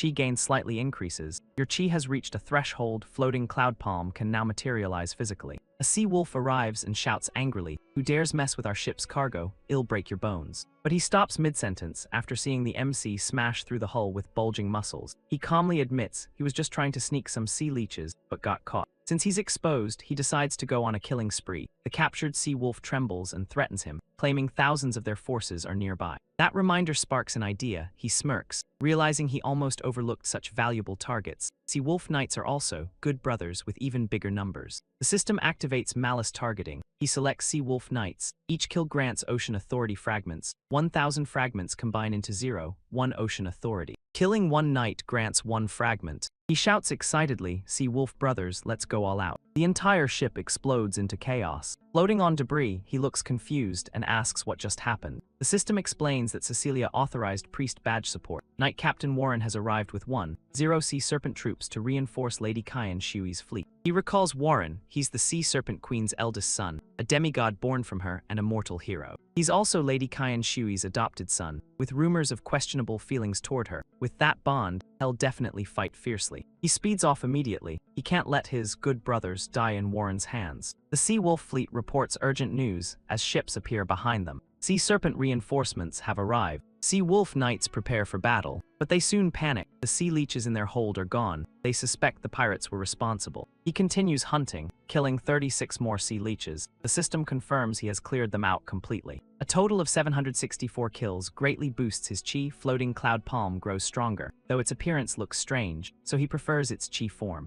He leaves the ship. Next up are the Sea Wolf forces. A Sea Wolf reports to their leader Cruz, who coldly asks why he's panicking. The subordinate mentions the approaching reinforcements. Cruz replies it's all according to plan, but the subordinate continues. Before the two sides clash, a giant hand emerges from the sea, crushing soldiers at high speed. More ships suddenly explode, and their forces have already lost nearly half. Cruz growls angrily, realizing Warren tricked him. Transforming into a storm giant, he decides to personally confront Warren. Meanwhile, he dives underwater. The system reports mischief bombs killing 144 Sea Wolf knights and 39 pirates. He gains 130 fragments, totaling 569, converting into 1 ocean authority. He gains enhanced ocean adaptation, sensing and controlling water currents like a fish in water. He can slightly alter flow direction. He feels amazing, thinking stealth play is incredible. Only the leader's ship remains. Once the leader falls, this battle ends, intensifying the conflict between the two factions and benefiting him greatly. The system alerts him of a powerful sea monster approaching the battlefield. A A subordinate reports to Riel that reinforcements have arrived, but she coldly points out they're only surrounding them, not attacking. She adds that communication has been cut, meaning they're being used as bait. The subordinate insists the Sea Wolves will lose, since Warren is leading reinforcements and already destroyed half their forces. Riel praises Warren for growing smarter, using strategy instead of brute force, hoping no more enemies arrive. Suddenly, a sea monster named Ulysses rises from the water and joins the fight, shocking everyone.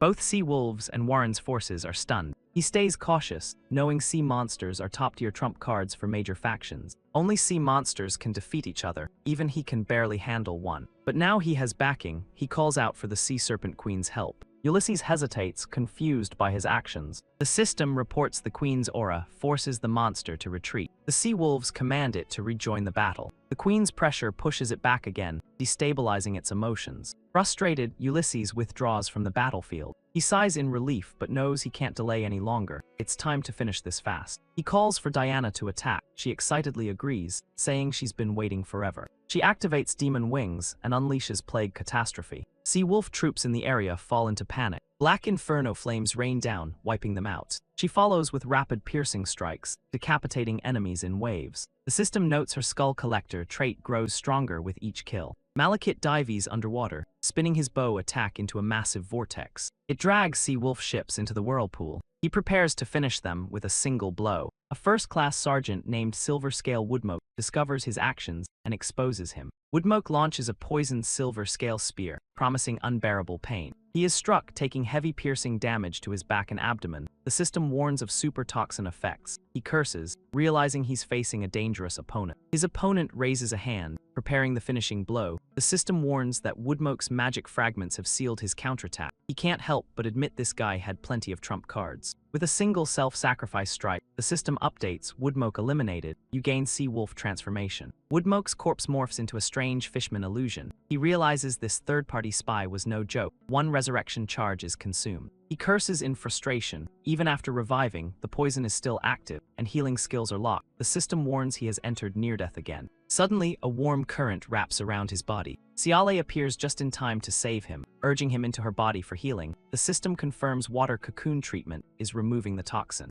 After an hour, Luojai finally regains consciousness. Diana happily exclaims that he's awake. She praises Lady Ciale's reliability. Meanwhile, Riel discusses compensation, stating her church will cover all costs and send rewards later. Hearing this, he wonders if the battle is already over. Warren approaches and asks if he is a Chi, the special missionary. He notes that his arrival speed was even faster than his own. The system warns Warren is suspicious. He casually explains he had personal grudges with the Sea Wolves and happened to be nearby. Since things are resolved, he plans to leave. Warren stops him, promising proper thanks later. He simply agrees. Diana supports him as they walk away. He asks about the battle outcome. She proudly explains she wiped out all Sea Wolves above Tier 9 while he was unconscious. The system shows he killed 624 Sea Wolf Knights, reaching 3 Ocean Authority. He unlocks a new title, gaining bonus defense against spear-type weapons. Warren suddenly calls them to stop again. He turns and asks what the prince wants. Warren bluntly exposes him, saying he's clearly not a real missionary. He mocks him, saying only a fool wouldn't notice. He questions why someone this strong would settle for such a minor role. Then he boldly claims they must share the same mother and demands he call him brother. He denies it instantly, saying he has no blood relation to the queen.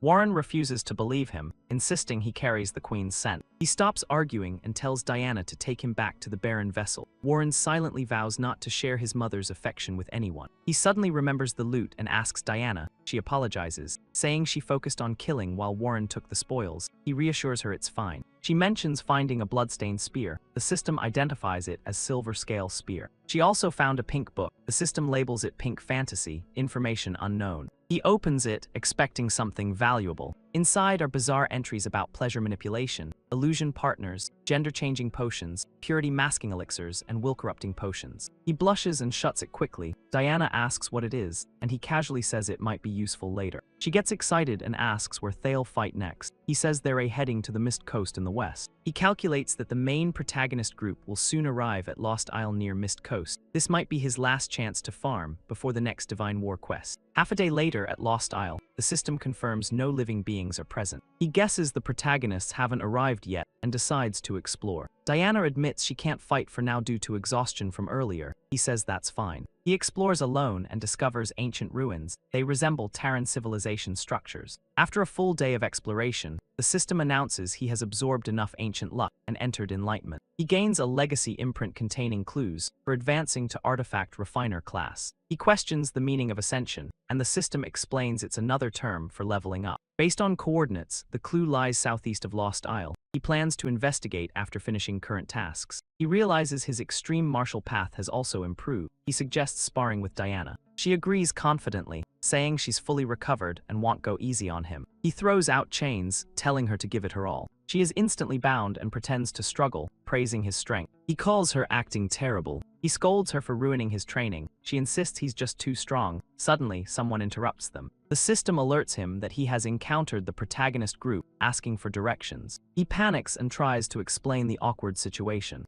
In the end, thanks to shared goals with leader Brandon, he smoothly joins their team as a martial artist. Brandon curiously asks about his earlier technique and critiques it, suggesting improvements. He begins doubting whether this protagonist group is reliable, and if Brandon can really save the world. Suddenly, the ship stops. A large number of magic conch shells block the path, filled with sunlight jellyfish. Brandon boldly orders everyone to move forward and clear the obstacle. He jumps into the water first, shouting for others not to compete with him. He yells excitedly that the conch shells are his. But below he finds empty space, leaving him confused. The system warns that the Sea Serpent Queen is watching him. He wonders why she's watching him here. The system states she invites him into her divine domain, and he accidentally accepts. He panics and tries to run, insisting he didn't choose this and apologizing while trying to leave. The Queen stops him instantly. She calmly asks where he thinks he's going. He nervously asks her to speak. She bluntly asks if he's interested in having a child with her. He is completely stunned, thinking this is way too sudden and outrageous. He clears his throat and calmly answers that for now, he's not interested. The Queen bluntly counters that he killed her child, so he owes her one in return by logic and emotion. He must repay her with a child, leaving him speechless. He realizes this woman's mindset is far from normal, and her indifference to Li Wei Zhan's death proves she truly doesn't care. Suddenly, a girl appears out of nowhere and hugs his leg. Then more girls appear, surrounding him.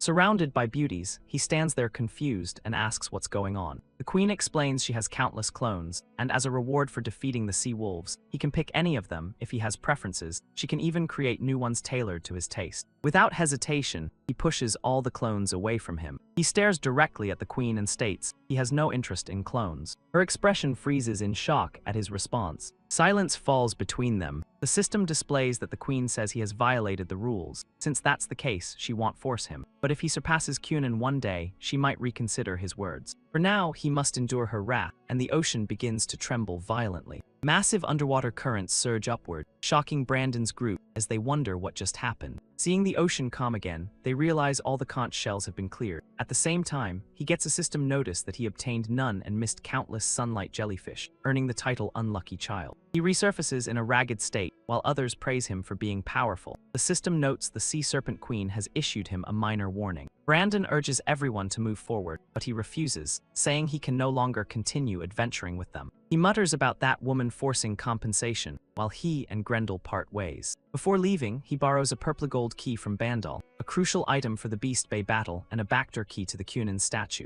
3 nights later at Beast Bay, he recalls from memory that the entrance lies beneath the statue's skirt. After searching for a while, he finally finds the hidden entrance. He inserts the key into the slot. An invisible space instantly pulls him inside. The system announces he has entered the inner dimension beneath Kunin's skirt, arriving at Kunin's armory. He cheers in excitement, knowing this is his moment to rise. The system adds that each main class grants a random compatible weapon. Reviewing his classes, he notes Assassin, Chi Master, Sword Cultivator, Shadow Walker, Martial Artist, Sniper, and Ammunition Expert. He wonders when he got Ammunition Expert, probably from the bombs he collected. Having too many skills is its own headache. The system begins distribution. First weapon for Sword Cultivator is Magnetic Spectrum Sword rated S, with flexible and expandable properties. It has strong magnetic attraction and can split into 2 blades, each retaining half the original force. Though it's only a sword embryo, he believes it will shine under his care. His life sword begins nurturing itself. The second reward is a mech for Ammunition Expert, originally massive, but thanks to Kovac's compression tech, it's now palm-sized. Named Sky Immortal Mech, it's an extraordinary war unit capable of land, sea, and and air combat with overwhelming firepower. It boasts immense melee strength, primal stone engines, multiple weapon modules, and devastating firepower systems. With a flight speed of 800 km/h, he's thrilled but notes it won't be usable soon due to rare materials. The third item is Shadow Boots for Shadow Walker. The fourth is Celestial Bow Necklace for Assassin, and the fifth is Ironblood Battle Pants for Martial Artist. The sixth is World Honey Jar, capable of instantly restoring health. He sweats reading its description, thinking it's useful but oddly suspicious. He even considers tasting it, then immediately decides against it. Carrying all these treasures, he returns to his island base, which has been well developed by his subordinates. To prepare for the next major battle, he donates all his loot to the Sea Serpent Church, making Cecilia extremely pleased. After multiple baptisms, his badge upgrades and he gains more divine spells, but he still isn't satisfied. One day, he returns to Sensonia's shop. She greets him casually but instantly recognizes him. Sensonia drops to her knees, begging him not to come again because he's already emptied her inventory. He says he's here for business, not shopping. She jokes that even private matters come with a price and tells him to ask first. He suddenly asks a bold question about whether she wants to do it with him. She panics and shields herself, asking what he means. He clarifies that he's talking about cooperation. She questions it, saying she's done with business. Internally, she'd rather become a pirate than be exploited again. He proposes that he or the Sea Serpent Queen could grant her long-desired goals. She becomes cautious. He reveals he knows her plan to harvest Fear Authority during the upcoming war and explains her limitations. She doubts herself, saying she lacks the power to challenge gods. He reassures her they'll help eliminate targets, while her success depends on her own ability. She asks what she must offer in return. He presents a contract requiring 100 years of service, sharing all Inferno gateways, and providing a premium contract package. She explodes in anger, calling him shameless, and saying no human could write such terms. He silently admits he borrowed ideas from capitalists in his previous life. He manipulates her mindset, saying only he can help her ascend quickly and reclaim her territory. With no better options, she agrees. The system confirms the contract, granting him access to the immortal spring for exploration and plunder. Before leaving, he casually drops a line saying he'll come back to assist anytime if needed. A smooth, pleasure doing business to wrap it up. He studies the badge on his hand as the system alerts him. A corrupted Ascender clone is currently controlling the western slums. He quickly figures only that sorrowful maiden could trigger such a high-level warning from the Sea Serpent Church. Helping the queen now might open the door to even bigger rewards later.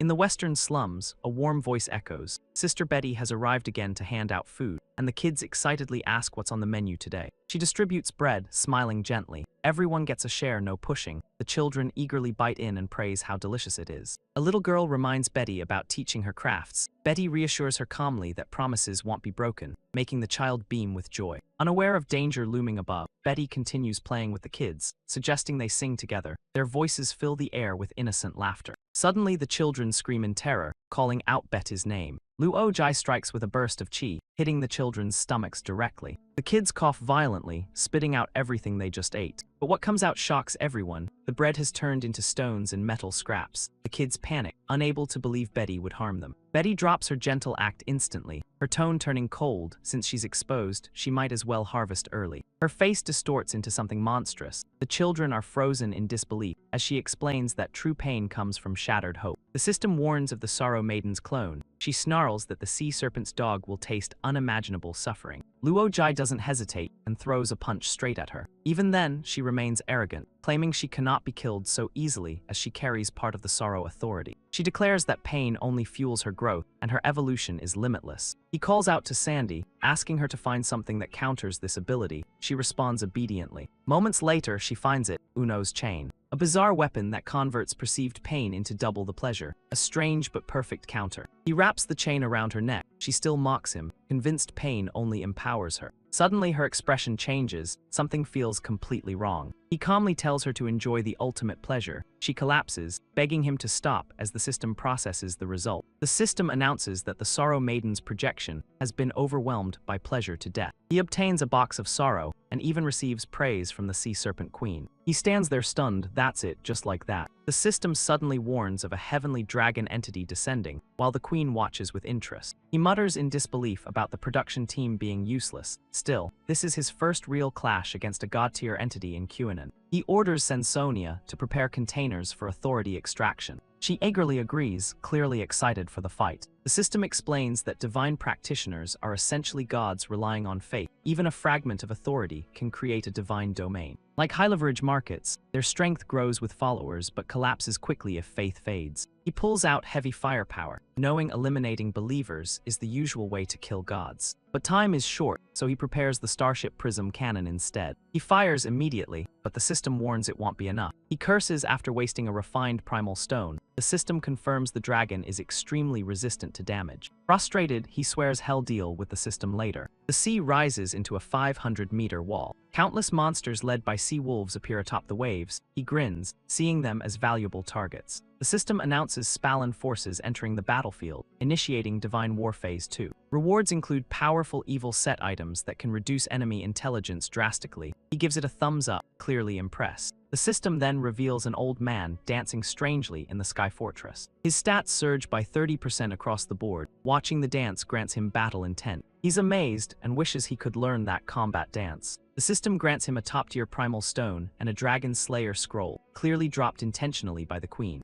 The heavenly dragon scoffs, mocking the QAnon war god. It roars that everyone will become its prey as fear spreads across Beast Bay. The civilians tremble, praying desperately for divine protection. Just as the dragon prepares to devour the dancing old man, Luojai shouts for it to stop. Both the old man and the dragon freeze in surprise. The dragon turns around, furious at whoever dared grab its tail. He grins and activates the highest-grade primal stone, summoning the immortal mech. The dragon recognizes the Kovacs technology instantly. He confirms it calmly as the crowd cheers, believing a war god has appeared. The immortal mech draws its dragon-slaying sword, radiating destructive power. The blade pierces the dragon, but its defense is overwhelming even at its weakest point. Outside its divine domain, even the cannon failed to deal real damage. Enraged, the dragon bites down on the mech, declaring him dead. He feels the pressure, realizing the dragon is far stronger than expected. The Dragon Slayer scroll activates, suppressing the dragon's abilities as it unleashes its ultimate breath attack. But the moment it exhaled, Luojai instantly grimaced in disgust. Bro, have you seriously not brushed your mouth for days or what? Dongyu just stared witty-eyed in shock, letting out an awkward snort. The system kept firing alerts. Effect 2 of the Dragon Slaying Scroll activates. Super concentrated caffeine acid rapidly softens dragon scales. Effect 3 triggers the Dragon Slaying Sword. The Dragon Slaying Sword cleaved straight through the Sky Dragon's tail.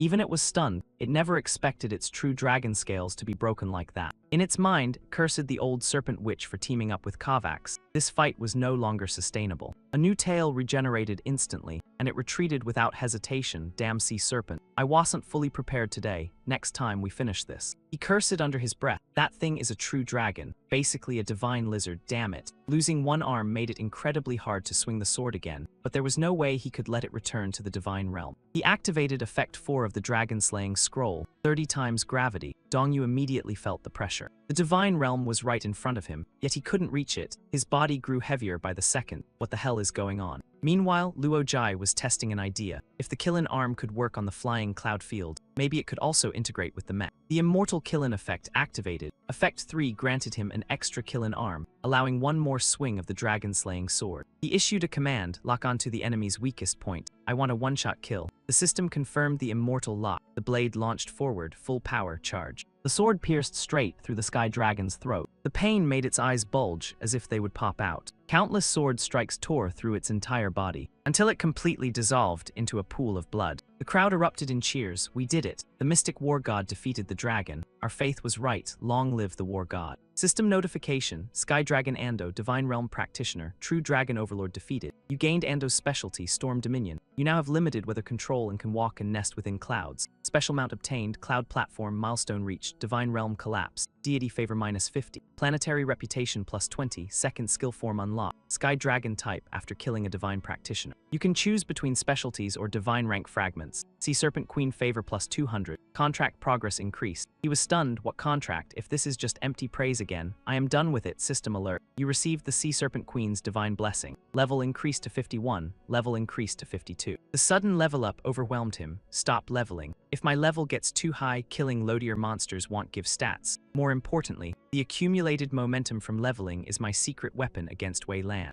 System reminder, each level grants 3 base skills and 4 stacks of momentum. Each stack increases attack power by 100%. Information sourced from initial authority. His reaction confused the Sea Serpent Queen, causing her to halt the blessing. He let out a breath, good, no more leveling. Then the system chimed again. The Queen felt hurt and was now in a hard-to-please mood. Sweat poured down his face. Your Majesty's blessing satisfies me greatly, but the enemy hasn't been fully eliminated. How could I dare accept rewards early? He raised his weapon, aura flaring. I'll fight through fire and blood for you. Even without rewards, I won't regret it. System display, 1921 Sensonia Sea Wolf Knights slain, absorbed 0. 1 Fear Authority of the Sky Dragon, you offered 0. 1 Sky Authority to the Sea Serpent Queen. The Queen smiled in satisfaction. He realized she was actually pretty easy to please. Sensonia handed him an item. When I absorbed the Sky Dragon's authority, I found this. It might be useful for you. System alert, you obtained the Endless Modification Scroll. Authority-based item. Effect 1, bind target mage in death magic. Effect 2, summon 12 assassin phantoms triggering endless mutual destruction until the target reaches near death. Effect 3, summon projections of 12 immortal thieves to endlessly steal until the target is completely stripped. Effect 4, summon 6 dragon priests to continuously apply near-death blessings. This ensures the target remains in a near-death state while being looted. Effect 5 summons a necromancer to revive the target's bones as an undead mage and bind them permanently. Effect 6 summons a cultist to sacrifice the target's soul to an evil god. Total of 12 sequences. After reading it, Luojai couldn't help but mutter, "This is absolutely insane. There's only one scroll, yeah, probably just one." The next day, with Luojai's help, Beast-Tide Bay entered a brief period of peace. But in the original storyline, the Bay was doomed. His presence had altered fate itself, and that might cost him his ability to predict what comes next. He could tell those sea wolves lurking in the distance were like predators waiting for the perfect strike. He actually admired that unyielding spirit. Once he fully recovered, he planned to hunt down 2 Storm Alpha wolves. That lightning palm debuff effect sounded pretty fun too. Gotta admit, the Spallon family's recovery soup was insanely refreshing. All fatigue just melted away. While soaking in the pool, 3 girls approached and spoke up. "Lord Luojai, please help us drive away the enemies outside. The clan leader ordered us to serve you while you bathe." He blushed, thinking that old clan leader looked so proper, yet had such a sly side. One fiery girl stepped forward. "I'll massage your shoulders." Another volunteered, "I'll wash your feet." He quickly yelled, "Hey, washing feet is fine, just don't wash anything else." He relaxed and enjoyed the atmosphere, then thought carefully, including his past life. He'd lived over 30 years already. Yet somehow, he had barely interacted with women. Maybe he should take this chance seriously. The system suddenly alerted that the Sea Serpent Queen had clenched her fists due to his thoughts. Hearing that instantly killed his mood. He shouted, "Are you serious? Does this world have 0 privacy? At least in my previous life I had my own room, could peacefully learn from my teachers, but here every lonely midnight when I try to handle things myself. These alerts pop up and ruin everything, and now gods are watching me so that saying heaven sees all came from here. I'm not some actor with all of you staring, how am I supposed to perform? Scram, all of you, get lost." System update, you have replaced staff member Moses of Spallandi. The Sea Serpent Queen showed a satisfied expression. At that moment, Sandy appeared and reported, "Master, all treasures from the Skyline Beast's stomach pouch have been sorted into storage." Her face suddenly turned red. "Master, you're so mean." Pointing that thing at me, he replied, "Stop talking nonsense. What good loot did we get this time?" System update, Cursed Hero Greatsword. Dual Wield Mastery SSS rating. Inheritance 1, Crossblade Technique. Inheritance 2, Sandstorm Sword Art. Inheritance 3, Dragon Slayer Sword Art. He realized that in his seraph form, he really did need a massive sword. Next was the True Feather Jade Pendant, a sect-defining treasure of some chi refining order, and also the crown jewel of the Dwarf King. He wondered if ancient Cunin was truly filled with chi cultivators. Next item, Extraordinary Wanderer's Camouflage Mist. Effects: in Mist, gain abilities, Mist clones, create 4 near-identical duplicates. White-robed Wanderer, teleport within 30 seconds up to 200 meters. He praised it as a great treasure, but needing dense fog made it tricky. Next was the Sub-Dragon Breeding Manual, containing detailed data on female creatures of nearly 5,000 races the Skyline had, favored over 100 years, complete with countless recordings. He blushed reading it. At least 3/4 of the creatures were unheard of, definitely worth studying later. Half a day later, inside the Storm Sea Wolf Major General's temporary camp. The general trembled in rage. Again, total annihilation. Even the Skyline fell. Why did their strength suddenly spike? It was the same during the battle with Riel. Damn it, I'll find the mastermind and torture them to death. The moment he finished speaking, he became the one who died. A bullet pierced his chest. The culprit was Luojai. He sighed. Life really is fragile. Cruz was a powerhouse rivaling Warren.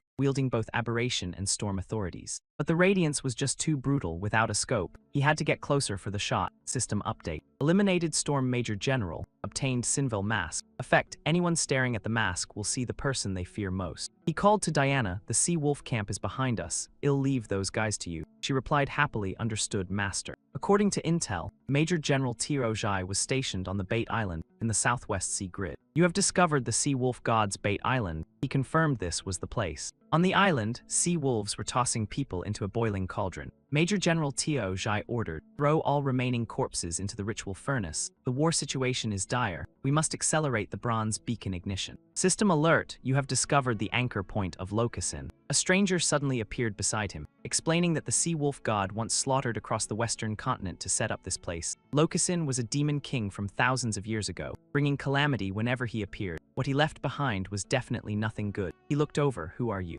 He thought the system voice had changed, then realized he'd been exposed. The stranger panicked, crap, I've been found. No choice, I'll have to silence you. He unleashed his ultimate move. System alert, you have encountered the immortal Peng Island leader. With a casual wave, he sent Peng flying, then bluntly mocked, leader, you're way too weak. Watching him slowly get up, he repeated, seriously, too weak for a leader. But once he saw the person clearly, he blushed, thinking, why is he so cute? Is this actually a girl disguised as a guy? He moved closer to inspect. Seeing his suspicious grin, the other shouted, hey, what are you doing? Don't come any closer. System alert, heroic aura only works on the opposite gender. He realized the truth, definitely male, but his charm stat was unbelievably high. Peng covered himself tightly, stay back or I'll scream. He reassured him, relax, I sense chi from you, so I got curious. The boy widened his eyes, you know about chi. Are you a chi cultivator too? He couldn't even look directly at Peng's face. It was too cute. Even with glasses, it was overwhelming. He replied, yeah, but your chi reserves are pretty low. Peng said awkwardly, I just haven't found the right entry method yet. Besides, chi quantity doesn't matter, how you train it does. He struggled to keep composure. Stop making those cute expressions. After learning they were on the same path, the boy relaxed and chatted casually, all his guard completely gone. His story unfolded. His name was Su Ziu, born in a small fishing village in western Ludi. Due to his natural charm, even his own family constantly fought over who got to sleep beside him. The entire village avoided long fishing trips just to see him every day. Whenever he went to sea, fish swarmed toward him, filling boats every time. Until months ago, sea wolves attacked the village. He was captured, but they ended up fighting each other over which ship he should board. He fell into the sea and was saved by a giant turtle, brought to immortal Peng Island. The island spirits helped him cultivate, even making him their sect leader. After half a year, he felt strong enough and set out for revenge. He thought, what kind of ridiculous web novel trope is this? Su Ziu revealed, the one who killed my parents is on this island. I'm going to wipe them all out, he said. The one you're after is here too, Su Ziu asked, confused, what do you mean? He continued, just leave the revenge to me. Don't worry, Su Ziu nodded, all right. He thought you're way too easy to persuade. At least pretend to refuse, then again, maybe he's used to people helping him since childhood. 10 minutes later, Luo Jai activated his sea wolf transformation, tossing a mountaineering pack loaded with storm bombs toward the bronze beacon. Then he grabbed Su Ziu and sprinted nearly 10 kilometers away from the blast zone. He grinned and said, little Su, looks like we're fated brothers. Big bro's got a gift for you. Su Ziu blinked, confused, a gift. He pointed at the island erupting in explosions ahead. Take a look. Su Ziu trembled, stuttering, that's insane. System update, you destroyed the Locasin cult and prevented a massacre that could have affected tens of thousands. You have received the blessing of the Cunin star. Under its protection, your luck is greatly increased. You will always gain wealth, never lose your way, and your daydreams have a high chance of becoming reality. The MC instantly started fantasizing again. System notification, you eliminated the Lightning Major General and obtained the Evil Knee Guard. Special effect, Black Silk Barrier, instantly forms a defensive shield over your lower body, blocking the first physical attack. A message arrived through the divine insignia. High Priestess Cecilia of the Sea Sand Church invited you to join her party. He muttered, finally remembered me. My sacrifice of Skyline Authority wasn't for nothing. He accepted the invite. System display, you have joined the high-tier divine channel. Chat is currently locked. Cecilia sent a message, secret mission, time unknown. Stay prepared at all times and await my signal. System alert. You obtained divine art, instant return within the sea domain. You can return to the celestial temple in 1 second. He thought to himself, Cecilia's secret mission must be tied to that operation capable of influencing the final war. During that event, there would be a chance to seize the treasure brought out by the deep sea Leviathan from the trench, but it was extremely dangerous, so preparation was key. Suziu looked at him repeatedly. Brother Jai, are you leaving already? He nodded. Yeah, something important came up. Suzia's expression turned gloomy. Who knows when we'll meet again. I wanted to invite you to my home and discuss cultivation. He immediately agreed without hesitation. Suziu led him home. System alert. You have discovered immortal Pengwater Palace. The MC suddenly snapped back to his senses and shouted internally, why did I agree to hang out at his place at such a critical moment? My brain must glitch. System alert, you have discovered the ocean-stabilizing divine needle. He instantly took back his thoughts. Actually, coming here wasn't such a bad idea. System display, ocean-stabilizing divine needle. Description, meteorite relic from Pinglai ruins. Tier-up item, pillar type. He wondered what a pillar-type item even meant. He pointed at it. That iron rod belongs to your family. Suziu shook his head. No idea, probably ownerless. Someone once said it was an amazing treasure, but too heavy to use, so it got treated like scrap. Hearing that, he smirked. This is straight out of Journey to the West. No way it's just junk. He stepped forward to test his strength. Let's see if I can lift it. No way I can't with my current power. Suziu nodded confidently. If it's Big Brother Jai, it'll definitely work. He gritted his teeth and lifted. Extraordinary strength. Kirin arm core burst, plus multiple buffs all stacked. Yet the divine needle didn't move an inch. He was stunned. Seriously, not even a twitch. System alert. Requires at least 24 strength to lift. You're just a bit short. He refused to give up and tried again, but failed. Damn it. Useless system. Couldn't you warn me earlier? Suziu asked worriedly. Brother Jai, are you okay? He waved it off. I am fine. I just realized it's truly scrap metal. Why waste energy on trash, right? Suziu scratched his head. Strange. Everyone else thinks it's scrap when they try, but I don't feel that way. He casually lied. That's because you're too weak. Once you're stronger, y'all feel it too. Let's head inside. As they entered, the women of the residence greeted them. Young master, you're back, Suziu said. We have an honored guest today. Please take good care of him. They all nodded. The beautiful women warmly surrounded Suziu. Let me help you undress. The room is already clean. Even bathing was handled by them. Suziu smiled happily. Thank you, sisters, for always taking care of me. I don't even pay you. I don't know how to repay you. One replied, letting us stay by your side is enough. Besides, we can earn money ourselves. I've even been saving up for you. Suziu suddenly asked, wait, where's Brother Jai? They replied, we didn't see anyone else. Being completely ignored, he quietly left. Better to wander alone than watch this. If I keep looking, I'll die from emotional damage. This kind of life isn't for me. Suddenly, a talisman fell from above and smacked him on the head. System display, Mountain Seal Talisman, ancestral grade item. Effect, once attached to a target, it transforms into a massive mountain. He realized this was basically 5-finger suppression. Is this the Kunin Star Blessing effect? I am just wandering and finding treasures like this. Let's keep exploring. After walking around, he reached the scripture pavilion. Just looking at it feels legendary. The moment he stepped inside, the system alerted, discovered a minor subdimension. His luck was ridiculous. I just walked in and already hit jackpot. The info continued. Grants a personal subworld anchored to you. Inside, you are the supreme existence. Build, farm, raise creatures, create anything imaginable. He scoffed. Mistreating animals is a no-go, but then realized it meant having a permanent base. Definitely a rare treasure. System alert, subdimension seed implanted in your chest. Transformation time remaining, 12 years. He frowned. That's way too long. He searched for ways to speed it up. The system showed acceleration requirements, divine artifacts, demigod artifacts, incomplete subdimension materials, ascender skull fragments, and pillar-type items. He raised an eyebrow. Pillar type, isn't there one right outside? He called Sandy. Gear me up with strength-boosting equipment. She responded instantly. Sandy shouted, equipped, master, helmet strength boost, shoulder armor power surge, chest armor burst core, wrist black tiger gauntlets, waist heaven-turning belt, dragon cannon shorts, Kunin warrior leggings. He looked at the chaotic outfit and complained, can you at least care about aesthetics? She replied, I can switch it. He waved her off. Forget it. Let me pull that pillar first. This time, the divine needle was finally lifted. He felt his strength barely met the requirement. System notification.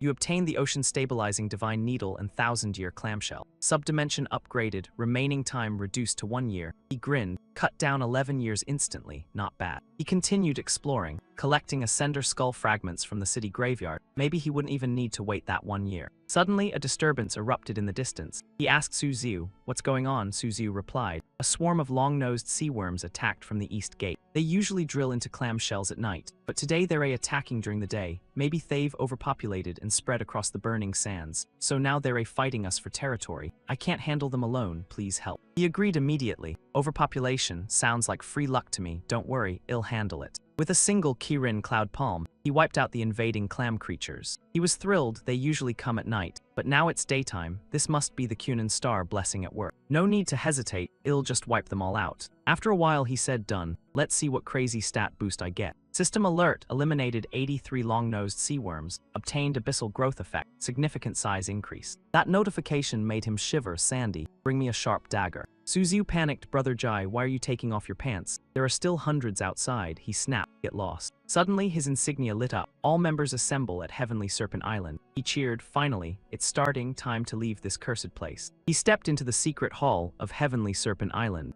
Facing High Priestess Cecilia, he bowed respectfully. Special Operative Luo Jai reporting. She coldly replied, "You're late. I've already sent the others off. You're the last one." He could only respond, "My apologies." She tossed him an item. Take this. Well, talk as we move. System display, you obtain Divine Technique Finger Strike. Effect, 1 full power blow from the Queen. Remaining uses, 3 out of 3. You obtained Emergency Escape Scroll. Effect, instantly return to Heavenly Serpent Island when near death. Priests will provide optimal support. You obtained Endless Blooming Wind Breath. Infinite growth and expansion. He couldn't help but praise it. That's insane. Cecilia spoke again. I must remind you, this mission is extremely dangerous. This is your last chance to back out. He answered firmly, I want retreat before securing that treasure, no matter what. Cecilia nodded in approval. Good. I admire your courage. Stay steady. She unleashed a spatial vortex. They arrived in the deep sea, and she immediately assigned him a task. Your mission is to place half of this vial inside the deep sea giant's divine realm. Delay its destruction as long as possible. The longer it lasts, the more it benefits the Sea Serpent Queen. He replied, understood. She handed him another item. This is a sun candle. Always monitor it. If it goes out, run immediately. Got it. He nodded. Got it. Before leaving, she said, stay here and wait for my signal. He quickly asked, how long do I wait? But she had already vanished. He sighed for the treasure. Ill endure. Sandy, got anything to pass the time? She replied obediently, yes, master. System display, equipped Prince Fishing Outfit, Fishing Skill 50. Equipped Prince Fishing Socks, Fishing Skill 50.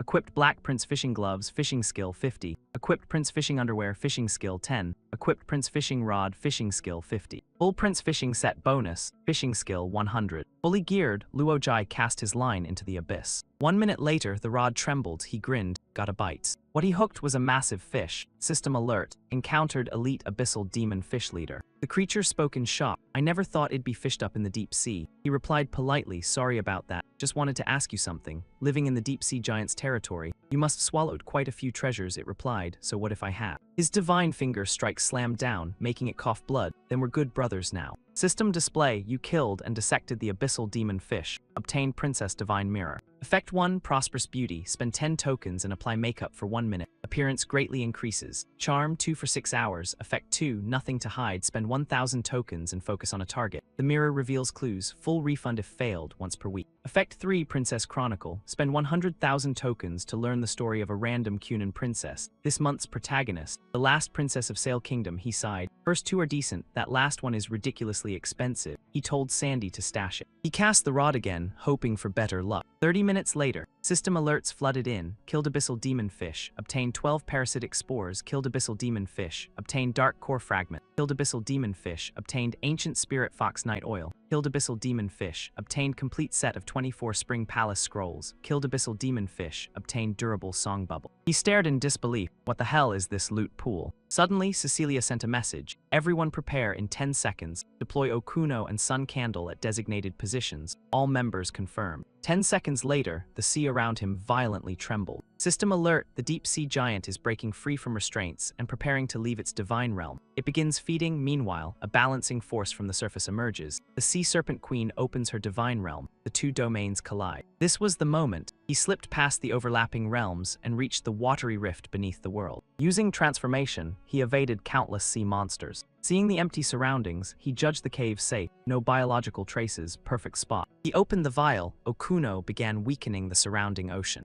Under the invisible divine chain, the weakening effect was amplified infinitely. He finally understood. No wonder they needed to delay as long as possible. But the deep sea giant wouldn't sit idle. Intruders would arrive soon. Better guard the entrance. System alert. Encountered Cage Demon. You have entered the mobile prison of the Cage Demon. The demon stepped forward. Who are you? Why have you entered my master's domain? Even if you don't answer, I know. You're one of that serpent woman's underlings. My master predicted your dirty tricks. Just didn't expect you to be this weak. Your allies are being hunted down as well. Don't worry. Soon you'll reunite in hell. He remained calm and even praised it. This prison artifact is impressive. I like it. The demon sneered. Of course, it's my ancestral treasure. This is a prison. You're the prisoner. Who are you to question me? Arrogant human. I'll torture you mercilessly. Before it could finish, it was suddenly bound. What's happening? He was also surprised. "You're doing?" A third voice appeared. "Want to know? Pay up." The sudden arrival shocked the demon. Another one. "You filthy humans dare ambush me. I'll torture you both to death." He ended it instantly. System alert. Killed cage demon. Escaped mobile prison. Obtained mobile prison. Deception skill 1. He smiled. Deception is a top-tier skill. Stack enough and the results are insane.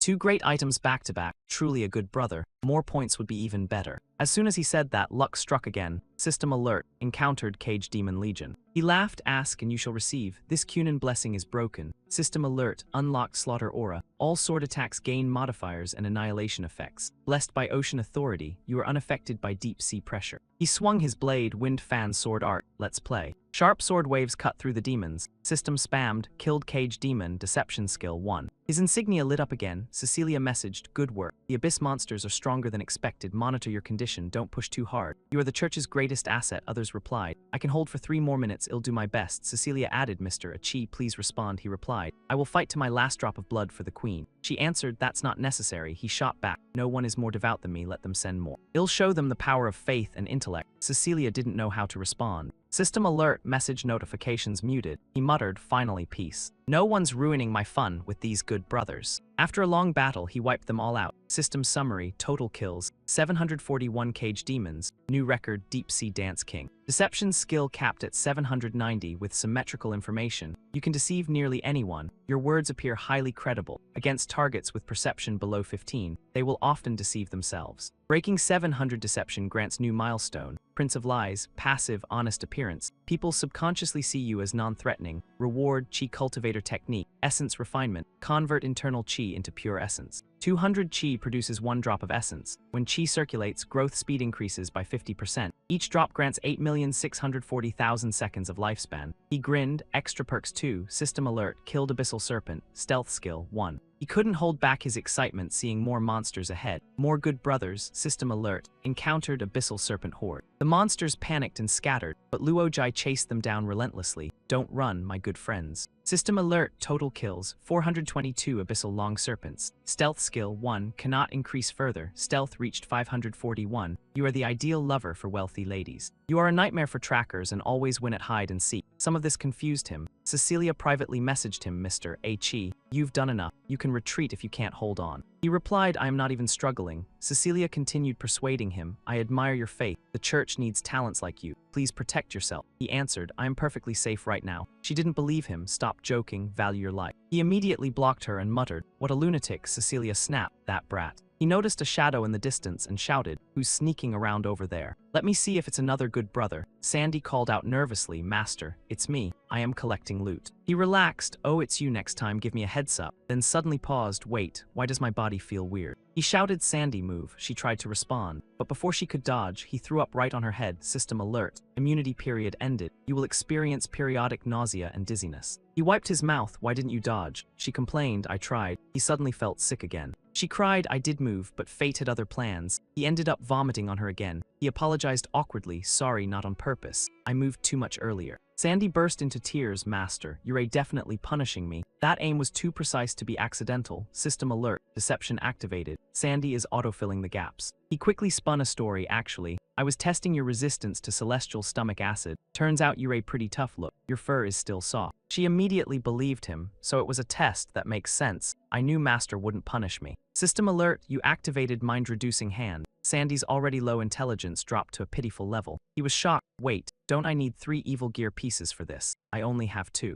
System reply. You have collected all 3 evil gear pieces. He couldn't recall when. Probably Sandy picked it up without reporting. System added. You assigned Sandy auto-loot orders for low-value items. He decided valuable items must be handed over personally. Suddenly, a notification popped up. Cecilia left the battlefield. Sea Sand Queen withdrew. Deep Sea Giant broke free. The ground beneath him began to crack. He realized it was time. Activating Seraph Beast form. System alert. Guardian authority unlocked. All passives active. Your life is critically low. Near-death state activated. 100% toughness effect in play. He controlled ocean currents to stabilize himself while treasures poured out. Perfect chance to grab more deep-sea slingstones. System alert. Obtained purple grade item. He clutched it tightly. Another item appeared, golden grade. He grabbed it excitedly. Jackpot, this one's huge. Suddenly, he froze at what he saw. The golden item was clamped in the jaws of the deep-sea giant. System alert, encountered deep-sea leviathan. He awkwardly said, "Is this yours? Sorry, here you go." System alert, toughness immunity reached limit. The giant snapped its jaws shut, but he teleported away just in time.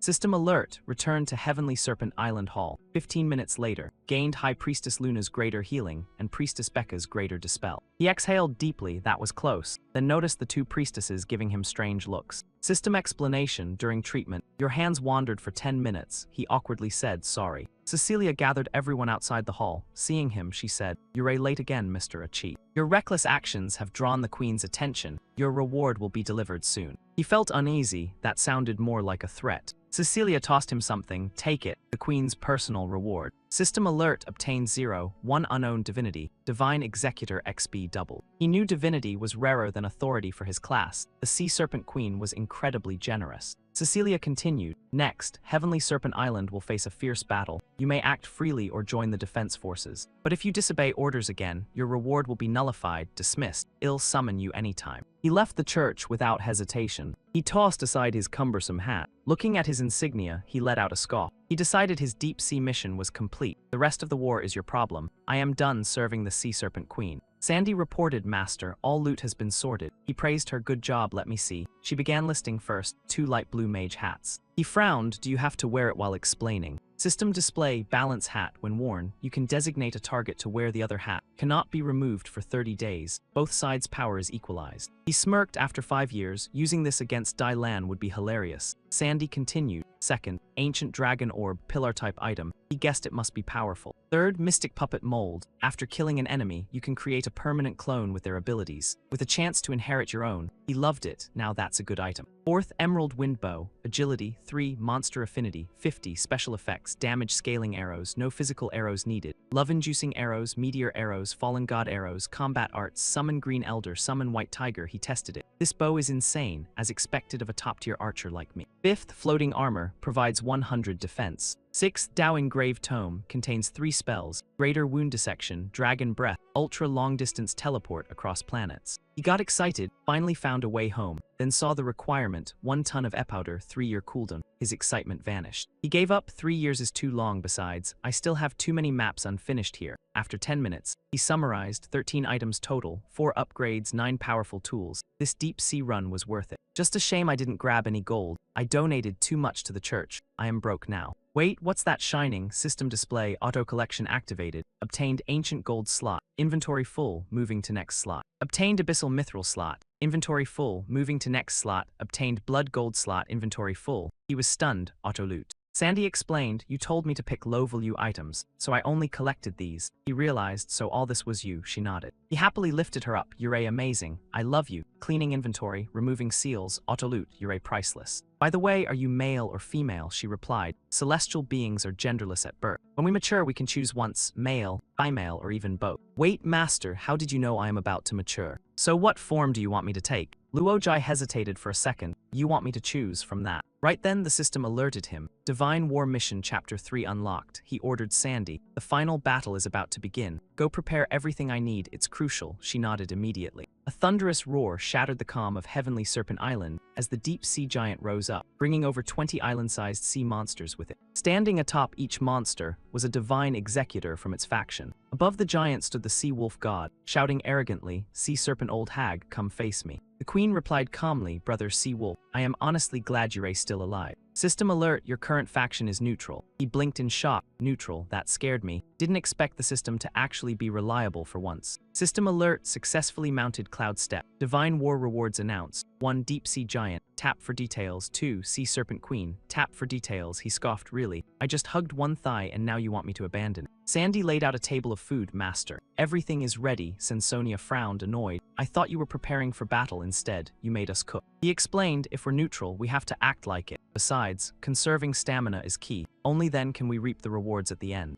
On the battlefield, the Sea Wolf King roared, with the deep sea giant on my side. Let's see if you dare act arrogant. The queen replied coldly, enough talk, come at me. The Sea Wolf faction charged forward, prepare to die. The Sea Serpent Queen's army also surged ahead. Both sides clashed with full force. Their power collisions sent shockwaves that felt like they shook the cosmos itself. Even his floating dining table was blasted away. 7 days later, half asleep, he asked, this fight still isn't over. Looking at the ocean filled with massive craters, he muttered, is this even still a sea? System update, over 20 sea monsters eliminated. All divine executors under the giant are dead. The Sea Wolf god's whereabouts unknown. The entire battle was controlled by the queen. Final result, absolute victory for the Sea Serpent Queen. Even the queen admitted she was lucky. Without the Kunin weapon, this would have been a brutal fight. A subordinate asked, Your Majesty, the deep sea giant fled to the abyss. Should we pursue? She replied, no, retreat and recover. I'll handle the rest. System alert, Sea Serpent faction has left the battlefield. He grinned, finally gone. He turned to Sensonia. Did you locate the giant? She nodded. He praised her. We already killed her son. Killing her husband too isn't too much. Right, let's go. At Shark Strait, the deep sea giant was gravely wounded. It cursed angrily, that damn woman, I'll make her pay. Hiding nearby, he thought, it didn't return to the abyss because it's too injured. What's down there that even an ascender fears? The giant suddenly turned. Who's there? A wave of toxic gas shot out. System alert, encountered ascender-level toxin. He felt the pressure, so this is ascender power, way stronger than silver scale toxins. He summoned wind, system alert, cloud turning rain summoning activated. Gentle winds dispersed the poison. The giant reverted to beast form and roared, just extraordinary rank, and you dare challenge me, you're a courting death. System alert, mountain seal talisman activated. Immortal Peng Mountain suppressed the giant, but not enough to kill it. He admired it, as expected of ancient relics, truly powerful. Trapped under the mountain, the giant pleaded, You're a strong, I accept defeat, spare me and I'll serve you. I know countless secrets of the abyss. System alert, lie detected. He activated cloud rain technique, summoning dense fog. Seeing deception fail, the giant turned hostile. I don't believe you can kill me, worst case, I'll call that woman. He replied confidently, killing an ascender isn't easy, but not impossible. System alert, mist clone activated. Clones inherit 90% of stats. His clones swarmed forward. System alert, snake body strike hitting 40 times per second. 1 minute later, system confirmed the giant was near death. It gritted its teeth. What kind of monster are you? It decided to call for help. Your Majesty, I surrender. As soon as it spoke, his clones were destroyed. System alert, clones eliminated. The queen appeared with her followers. A cold voice echoed, Where did this monkey come from, daring to ruin my plans? The Black Sea God stepped forward. Leave this to me. You escort the giant. He threatened, let's see who dares move. System alert, Wind Master Palm activated, ready for use anytime. The Black Sea God was shocked. Immortal power, someone achieved it before the queen. With power surging around him, he slowly stepped forward. He brushed past her coldly move, You're not my target. He sighed in relief internally, that bluff almost killed me. If I use my last Wind Master Palm, I lose my strongest trump card. But if I don't, I can't guarantee killing the giant. If it escapes, my real strength is exposed. Guess I'll have to try that method. He began leveling, system alert, reach level 100, basic class cap reached. Experience rewind scroll activated, level reset to 1, massive XP gain. He surged to level 52,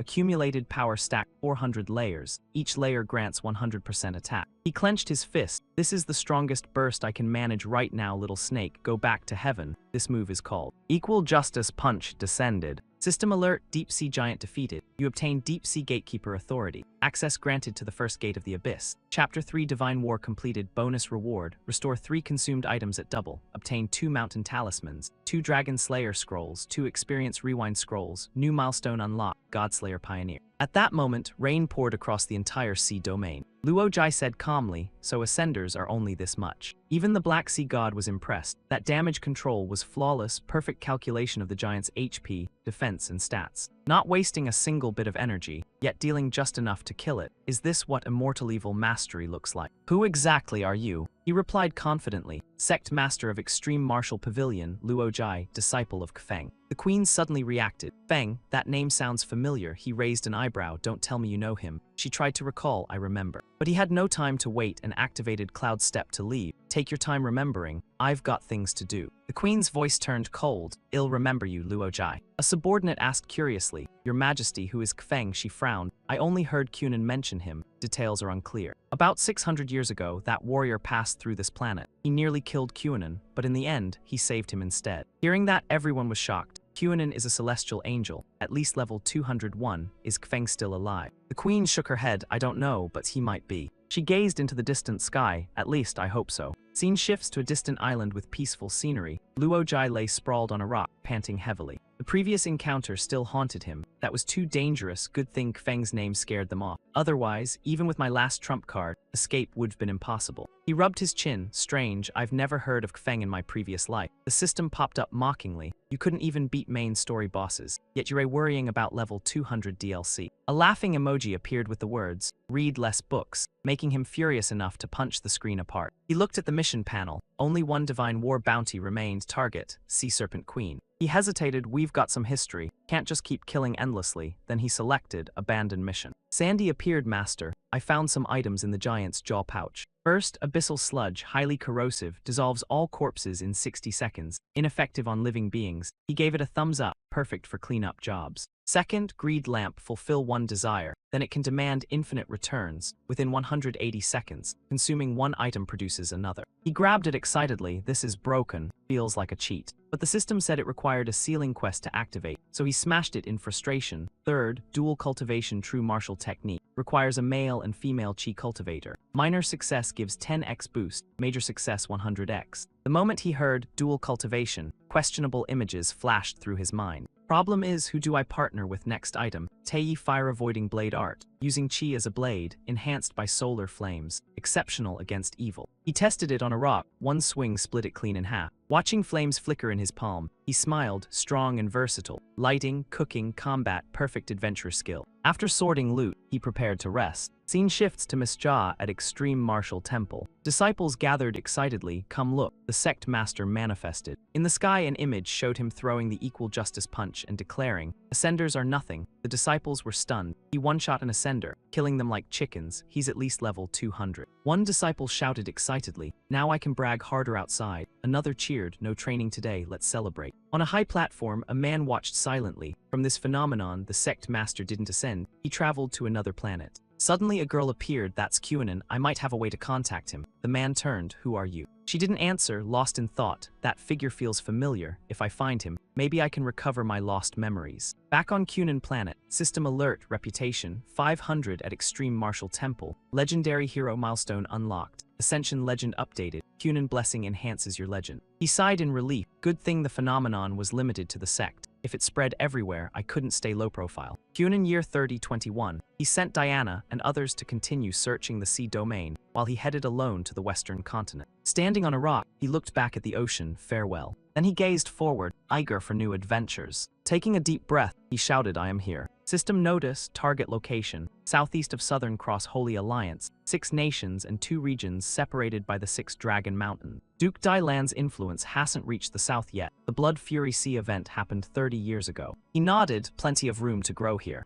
He dashed down the mountain, cheering, everything's ready, just need some allies. Suddenly system alerts spammed, slime killed, your stat improved. Bird monster killed, your speed increased. He looked at the stats, speechless, guess I need more info first. Soon, he arrived at ZH letter 1EA5 Envu Mountain Town, bustling with activity. A notice caught his eye, Arm Wrestling Tournament Season 7 Grand Prize. Spend a night with Alice, he muttered, win arm wrestling, get a night reward. This place is wild. A burly local man wrapped an arm around him, interested, sign up. Alice won't disappoint. He stammered, no, I am weak. The man laughed, don't be modest. Pointing at the stage, he said, you're lucky she's here. The crowd stared at long, pale legs walking out. He stared intently while the man kept talking, don't underestimate her. Anyone who's been with her becomes lucky, he thought. No one would underestimate that. The man added to adventurers, she's a princess. But the princess turned out to be a pink pig wearing a golden ring. System revealed, Alice is an Andes sow with exceptional bloodline. He was shattered, you sleep with it. Even with strong luck aura, he couldn't accept it. The man explained, before Alice I was dirt poor, orphaned and exploited.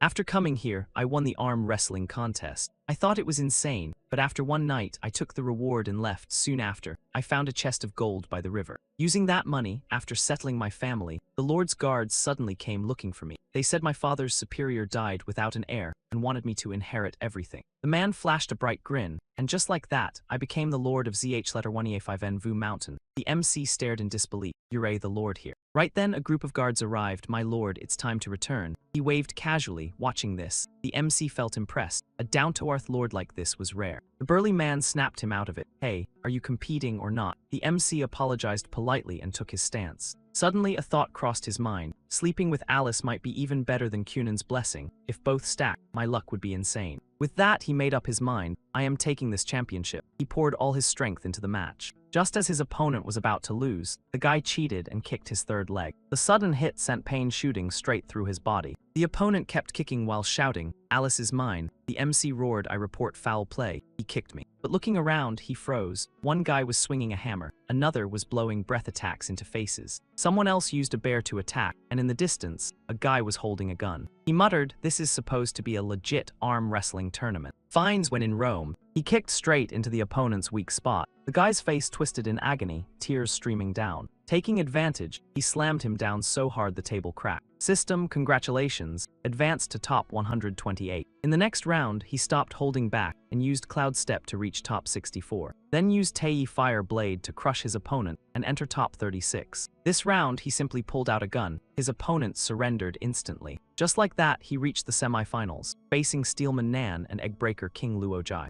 The opponent warned, kid, I've seen all your tricks, they want work on me. If you don't surrender, it'll break your arm. Rare to meet someone like this, he agreed, fine, let's fight fair. But the moment he said that, the opponent unleashed a barrage of attacks. Fortunately, the system analyzed them as low-tier attacks. He got annoyed, you think you deserve luck. He summoned both Wind Master arms. The opponent still tried to persuade him. My body is reinforced with the strongest steel. Your attacks are useless. The system confirmed his defense was high. The MC tapped his head. Your brain isn't steel, right? The Iron Man snapped. Take your filthy hand off or. Before finishing, his expression turned blank and childish. He had been hit by mind-reducing hand, turning him into an idiot. The winner of Season 7 was decided. Eggbreaker King Luojai amid cheers. He held his bouquet and thought, didn't even need second layer power. That night under the boss arrangement, he slept with Alice in the rooftop pig pen. Hugging the pink pig, he joked, is this the boss wife? The next morning, he killed an evil crow, raising his class cap slightly. Then killed a frog and gained martial insight fragments, which could fuse into new techniques. He praised it nice, even random kills give useful stats.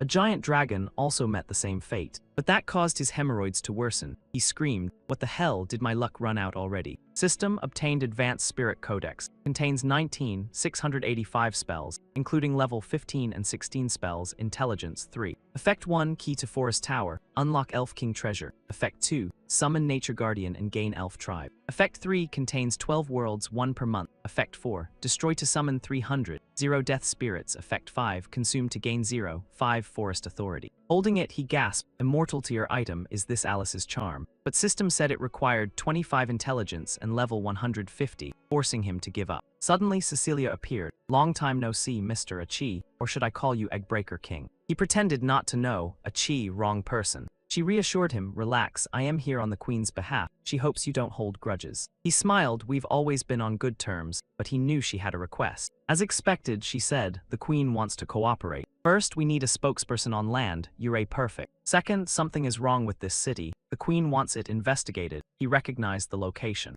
In his memory, Rovas was a city built by a tech-obsessed Kovas. Even without her request, he planned to go. One reason was for a decryption device, another for upgrading his sleep expert ability. Plus, earning the Queen's favor made it even better. They quickly struck a deal he accepted. She assured him the reward would be generous. He asked, so what exactly am I investigating? She replied. The Queen sensed something abnormal during her immortal breakthrough. No clear leads, he gave a thumbs up sarcastically. She added it might involve evil spirits. I saw many evil crows in Drauva's territory. He stroked his chin, evil crows again. That's another reason to go. Suddenly, he leaned close and whispered, before I go, I've got 2 questions. First, where is Cunan now? Second, what's the Sea Serpent Queen's real name? Cecilia's pupils shrank in shock. The Queen suddenly possessed Cecilia and shouted fiercely, don't push your luck. It startled him, forcing him to step back. Her eyes turned completely white as she warned coldly. First, you are not qualified to know Cunan's condition. Second, if I find you secretly digging into my past, I will make you regret it for life. As for you killing the deep-sea giant with immortal gear and ruining my plan,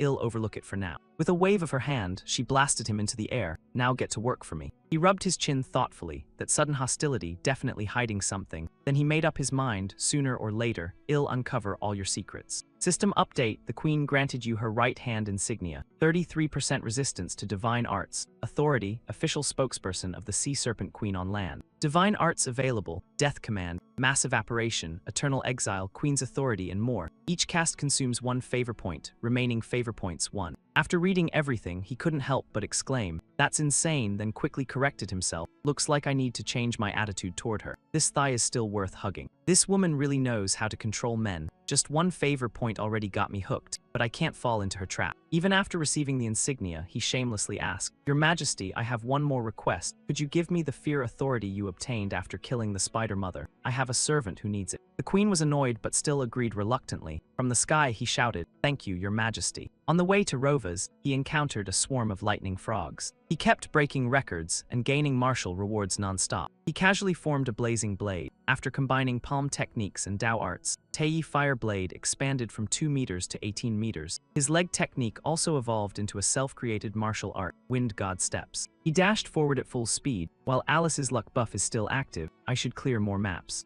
System display, speed increased by 400%. Continuous footwork grants mobility, penetration, and sweeping effects. While running, he encountered a rare green-faced monkey. It ran alongside him carrying a sack. Without hesitation, he kicked at it, but it dodged. He grinned wickedly, "Still fast, huh? Too bad I'm faster now." He unleashed Wind God Steps. A massive vortex formed, scattering debris. He snatched the monkey's sack and knocked it with a headshot. The monkey cried and fled into the forest. He sat down and opened the sack. "Let's see what treasure you've got." System alert, you obtained a sandy. He nearly popped his eyes out. Holding the little girl, he wondered, do monkeys traffic people now? Then looked closely. This sandy seems livelier. 2 sandies would be nice. She bit his finger, System explained. This sandy consumed level 2 essence. He was shocked. System alert, this is a bone succubus. It reads thoughts and transforms into your deepest desire. He cursed. What the hell, I like sandy, but not that much. She kept biting his hand. He asked, "What are you doing?" She tilted her head cutely. System explained, "The succubus wants to please you." He clapped his hands, "Don't insult Sandy." System alert, bone succubus killed. Gain 0, 1 mist authority. You gain enhanced perception and control in mist. New ability, bone fairy summon. Hearing that, he smiled. So she was a good sister. My attitude earlier was off. While thinking, System warned, the monkey returned with 8 companions. His eyes lit up. Perfect, more good brothers delivering loot. After a chaotic battle filled with impact sounds, the monkeys fled, each with bumps on their heads. He sat down, amazed, so many treasures from 1 sack. This is exciting. This one should be legit. Suddenly, a mist succubus appeared, resembling the queen, scaring him. Without hesitation, he used Wind Master Palm to destroy her. He hated aggressive women like that. System alert, another bone succubus killed. Gain 0, 1 mist authority. He hesitated to open more sacks. He smashed them instead, better destroy them. Who knows what weird forms they'll take. System alert, killed 6 mist succubi. Total mist authority reached 0, 8. Looking at the last sack, he paused. Maybe keep one as a trump card. Their abilities are unique. System alert, you obtained green-faced monkey treasure sack. 1 hour later, Cloud Step brought him to Rovas, a city filled with dazzling lights and modern structures. He was stunned. This architecture feels like another world. He carefully scanned below. There's a heavy evil aura here. All the evil energy originated from a massive pit. There must be clues down there. He jumped in. Suddenly, another group followed. A woman beside him asked, "You've got good instincts. Which guild are you from?" System identified her as Eve, Iris guild leader. Eve was surprised. A quick-draw shooter. That's rare. The city lord will be pleased. He suddenly aimed his gun at her companion, who panicked. "What are you doing?" A bullet fired past him. At that moment, werewolves ambushed from above. The Iris Guild shouted. Werewolves were surrounded. Formation B. He stood alone, firing upward. 1 wolf was decapitated mid-air. He spun smoothly, taking down each enemy. The area filled with white bullet trails and gunfire. Within seconds, before the guild could react, he had wiped out all the werewolves. Everyone stared at the corpses, shocked. A blue-haired man admired him, as expected of a quick-draw shooter. "Teach me your secret." He casually blew smoke from his gun. "Probably talent. I've been good at shooting since I was young. It only got better with time." Eve was thrilled and tried to recruit him, saying someone who inherited Kova's power like him belonged in Rovas. She urged him to join and maximize his talent, but he brushed it off, saying he'd decide after watching their performance. She declared today's goal was to wipe out werewolves from floors 20 to 25. With him joining, she believed success was guaranteed. Everyone responded enthusiastically. System scan detected a small-scale operation. Squaddleville mission, Werewolf Revenge, has begun. Current factions, Rovas Kingdom vs. Underground Werewolves. You are a third party. Killing either side grants rewards. He thought, seriously, I just joined them, and now I am stuck in this moral dilemma. Mission options appeared: balance both sides equally, reduce total combatants below 1,000, or assassinate both faction leaders, rewards unknown. He chose decisively, trusting Alice's blessing would make the rewards worthwhile. Eve suddenly sensed movement ahead and ordered formation, then paused. Wait, those look like members of the Hummingbird Guild. A girl who looked like she escaped a massacre warned them not to go down. The lower levels have fallen, evil spirits have evolved. Our weapons barely work anymore. Eve immediately ordered communication, report back to HQ. The rest follow me down and rescue survivors. He volunteered to scout alone. I am fast and even faster at running. Let me check first to reduce casualties. She refused. Too dangerous. I am coming with you. He realized refusing might raise suspicion, so he agreed while planning to ditch her later. At floor 32, corpses were scattered everywhere. He concluded a brutal massacre had happened. Survivors were unlikely. Eve examined the scene. This doesn't look like werewolf tactics, more like. She hesitated, then shook her head, unwilling to believe guild members could slaughter each other.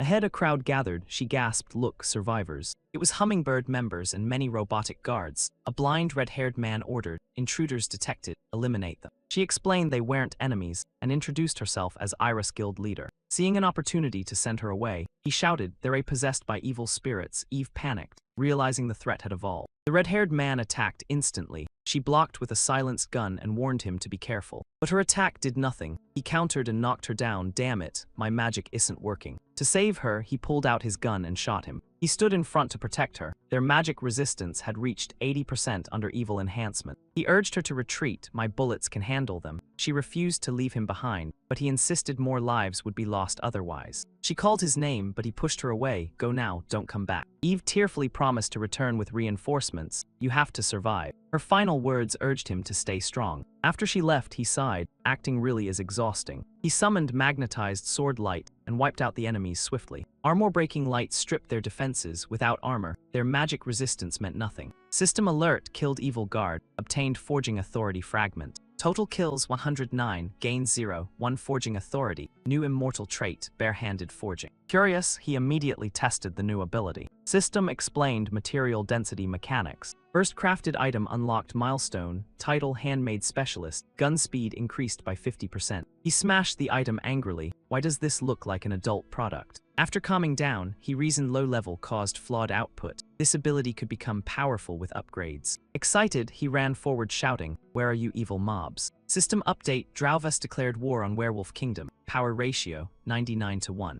He shouted in frustration, how is this balanced? This is impossible. He guessed reinforcements had arrived, wiping out most forces. I can't go deeper, I need to go back up or fail the mission. While hesitating, he was suddenly surrounded by werewolves. They bared sharp fangs and attacked. He screamed, stay away. A brutal human versus wolf fight erupted. In the end, he killed all 23 wolves and gained agility fragments, but he wasn't satisfied. I don't want this, why are you forcing me like this? System activated auto-collect, obtained Cobalt Miner Helmet, 3 Endurance, Transformation Ability. Additional effects: Summon Dragon Vein Warlock level 69, ignore head damage while leveling after death, soul enters Kobold Kingdom. He summoned Sandy excitedly. He placed the helmet on her head, curious about its effect. Her eyes turned white as a transformation began. Her body grew larger, and so did her presence. She transformed into a half-human, half-beast form as he laughed. Sandy became a level 79 Dragon Vein Warlock. She could now resist improper commands. He protested. When did I give improper orders? He decided to test the helmet's defense by throwing a rock at her. Suddenly, the ground behind them collapsed violently. Through the dust, a group appeared. Captain, 2 mutated werewolves ahead. System alert. Encountered Chrysanthemum Guild members. He used deception, were allies, possessed by evil spirits, forced to fight each other. The leader suggested taking him along, but he refused calmly. As he passed, the man stopped him again. You're a outside support who got separated from Iris Guild, right? He nodded. The man raised his gun. Sorry, you may be innocent, but I can't let my wife be blamed for abandoning her team. Then you'll have to die just like in her report. With that, he fired a shot straight at him. Sandy instantly slapped the miner helmet onto her master's head, turning him into a wolf beast form that still looked insanely cool. While the guy stood there stunned, he calmly said he had been debating whether to strike for balance or not. Thanks for giving me a reason to kill. He summoned his blade and launched into a ruthless slaughter. But after several strikes, the system notified him the attacks weren't landing properly. He even ran into evil spirit guards. His eyes widened as he realized this time the spirits boosted agility. The situation flipped. Faction ratio, Rovers 1, Werewolf Kingdom 99. He froze in disbelief. Even possessed humans had reversed sides. He thought he was the only third party, but now others were switching sides more than him. Sandy quickly re-equipped the helmet and returned to her beast girl form. The danger escalated. He glanced back and saw another squad descending from above. Things were getting messy. Suddenly, a massive limb appeared. Sandy transformed into a dragon vein beast. It opened its mouth and spewed acid over the monsters. He realized why Daria attacks left them no escape. Taking advantage of the chaos, he rode the dragon across the acid while summoning a bow. He knew he had to wipe them all out in one go, pulling the bowstring to its limit. Meteor Arrow activated with overwhelming pressure. System Alert killed Nodo Titan Engineer, gained Titan Controller trait. He rubbed his chin, muttering this felt like just the beginning. Later he'd probably have to pilot Titans. Good thing this was a game, otherwise drawing it would be insane. System Update: after killing tens of thousands of sea creatures, he gained Spirit Projection and Liquid Body traits. He was stunned at the sudden rewards. Then he remembered Diana was farming elsewhere. Turns out she was grinding hard still. The sudden flood of rewards felt suspicious. As expected, while riding the dragon, he sensed the aura of a divine executor. A true upgraded alien hero template. He sighed, of course. He raised his sword, thinking Dragon Slayer scrolls worked on lower dragons, but not on higher tier ones. So he decided to test the Queen's divine dagger. He wanted to see the full power of her pre-immortal strike. He lifted his sword skyward as energy engulfed his entire body. With no target, it instead opened a new realm. System Alert entered a newly created subdimension. You are now its ruler with absolute authority.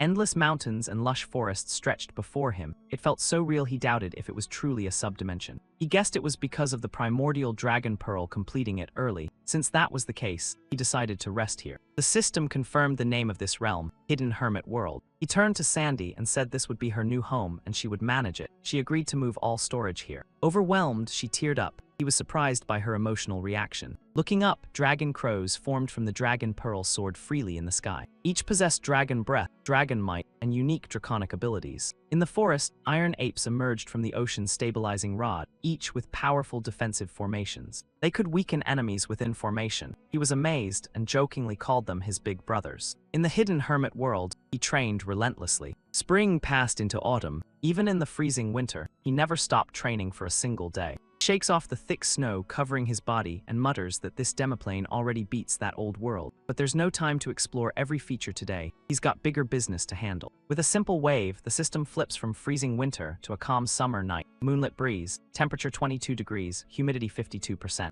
Luojai activates the Mistbone summoning technique and calls forth a skeletal fairy, a cute lowly girl who smiles and asks if her master needs assistance. Though newly summoned, she shocks even the system with her knowledge, forming her body from delicate bones and moonlight, unlocking a new milestone: woman made of water. He asks her to clear his confusion about the path ahead, and she bows politely, saying the mist bones have shared all the information and shall explain everything now. 500 years ago, the nightmare tide of Bo Feng briefly surfaced, seemingly searching for something unknown. For reasons unclear, it was severely wounded by Angel Kui Nan and retreated underground to recover. Unexpectedly, it stumbled upon an ancient ancestral ruin, and now he grows curious about this hidden legacy. The system reveals Jade Phoenix Nest as the perfect place for forging, hinting he should go, though he worries Bo Feng might still be guarding outside, not eager to get smashed. Suddenly, he remembers someone reliable and grins. Time to cling to a big thigh. Using the Sea Queen's badge, he opens a chat and asks Cecilia if she's interested in slaying a dragon, offering level advancement, then negotiates for some dragon-slaying divine arts as backup. She replies that's way too much since the queen can only craft one per month, but he insists he can wait, leaving her speechless before she relays the queen's message that the nightmare is badly injured, not much stronger than a deep-sea beast. The chat cuts off with the user busy, leaving him cursing that woman under his breath. Outside the demoplane, a hand holding a sword pokes out, waving cautiously.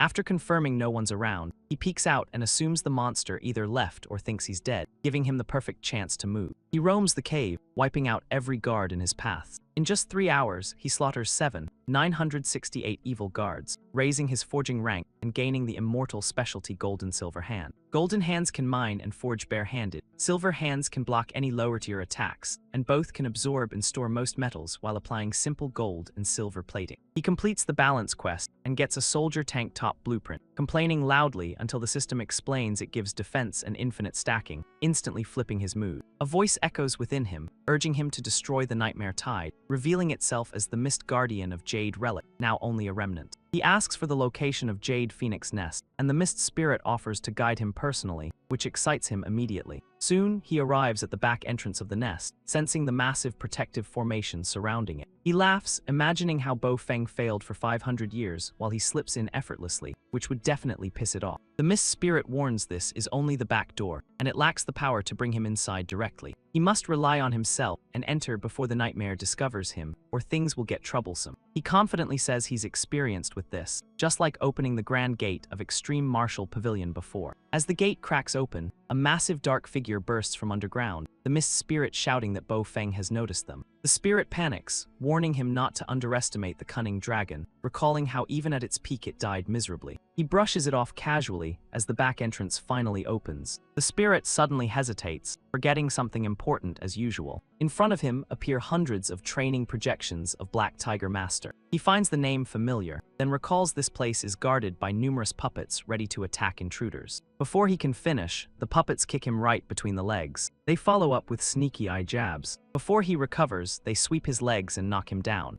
then finish with a brutal piercing strike. Waves of puppets pile on, attacking every weak point imaginable. In the chaos, he recalls another detail about Black Tiger. Bruised and battered, he remembers the ruthless techniques: knee strikes, eye gouges, heart grabs, toe stomps. Realizing this is the master he never met, he powers up, throws them off, and counters with his own grappling techniques, launching into a fierce exchange. One puppet falls to a devastating windbreak kick to a vital spot. Another gets hit with storm-piercing strikes straight to the rear. More puppets collapse under relentless foot stomps. 10 hours later, he stands atop a mountain of defeated puppets, praising the master's skill while boasting his own growth. The system reports his body has been attacked hundreds of times, immunity ends, and he collapses from exhaustion. He dies once, triggering auto-resurrection by the system. He wakes up refreshed, realizing why he used to lose fights without trump cards. Survival is impossible. Suddenly, a figure rises from the rubble, a muscular man praising his talent. He panics at the stranger's sudden appearance. The man hugs him, revealing himself as Black Tiger Master's clone, saying the puppets were just training tools and offering inheritance, though he awkwardly rejects anything beyond skills. The clone bends backward while still gripping him tightly. A massive explosion occurs as the system logs a devastating suplex from the clone. He loses 100 revival counts and screams, while the clone calmly says experience is the best teacher. The system updates, granting him Black Tiger Master's 18 grappling forms, allowing high-damage throws with scaling power. He grins, realizing these marks are powerful kill moves like Drifting Cloud Palm, a huge profit. The clone weakens after using the move but praises him for taking it without injury, calling him talented, and he eagerly asks for another round. The clone fades away, leaving him thinking if Black Tiger was here, others like Feng might have been too, making this place even more valuable. He asks the Mist Spirit to guide him further, but it bids farewell, satisfied he passed the entrance. The spirit dissipates, leaving him alone and confused, wishing for more clues. Now alone again, he scans the dark surroundings, deciding to casually explore this vast area. Moments later, Luo Jai arrives before a towering structure, spotting a glowing scroll ahead, immediately sensing that a lone tower in such an empty land must hide something valuable. Curious, he wonders what it is, and can't resist reaching out to touch the scroll. Instantly, streams of energy burst out and wrap tightly around his body. The system floods him with notifications as ancient incantations engrave into his body, unlocking a new class module, Flute Summoner, a noble mage profession tied to the Jade Phoenix Nest, with conditions requiring a newborn nest and mastery of flute playing, granting him the title True Mage, beginner mage rank. He sighs, realizing both conditions are out of reach, no flute skills and no phoenix nest, meaning this class must wait, but the place clearly holds insane treasures, so he heads upstairs. Inside a private chamber, a glowing gem catches his attention.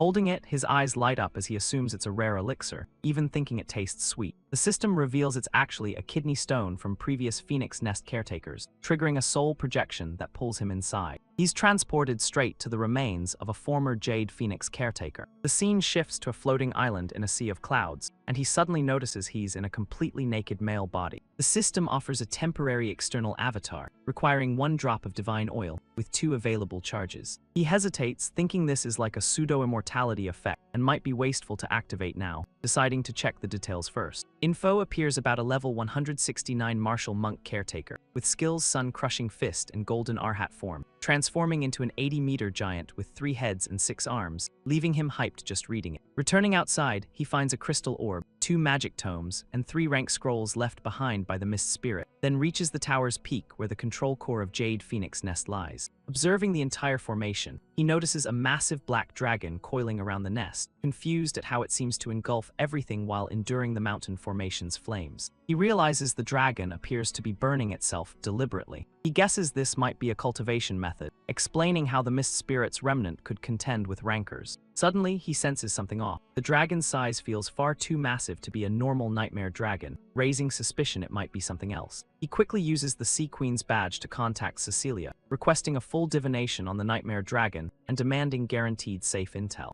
The Queen agrees, granting him Serpent Queen's Divine Eye at the cost of 5 favor points. Left with only 5 favor, he grumbles as the truth reveals the nightmare dragon is actually Winhill in disguise, who is in turn a red dragon assassin at level 129. He judges that the opponent's strength isn't far below his own, and after half an hour, uses the nest system to pinpoint the withered field. Standing there, he swears that once he secures the next Jade Phoenix, he'll activate the mountain formation and trap that scheming dragon to death. He soon discovers a massive Jade Phoenix egg, its size leaving him stunned at the treasure it will become. The system states it needs at least 20 to 30 years to hatch, requiring strict protection, leaving him groaning in frustration. The Mist Fairy appears urgently, reporting a new crisis in Great Reef Valley, as Drauvas sends guard King Mobalai, while the werewolf King Deding personally joins the battle. Naturally, the MC grins while riding his cloud-stepping platform, ready to take advantage of the chaos and reap benefits. A day later, the battlefield is littered with mechanical debris and destroyed robots, as a woman laments the heavy losses.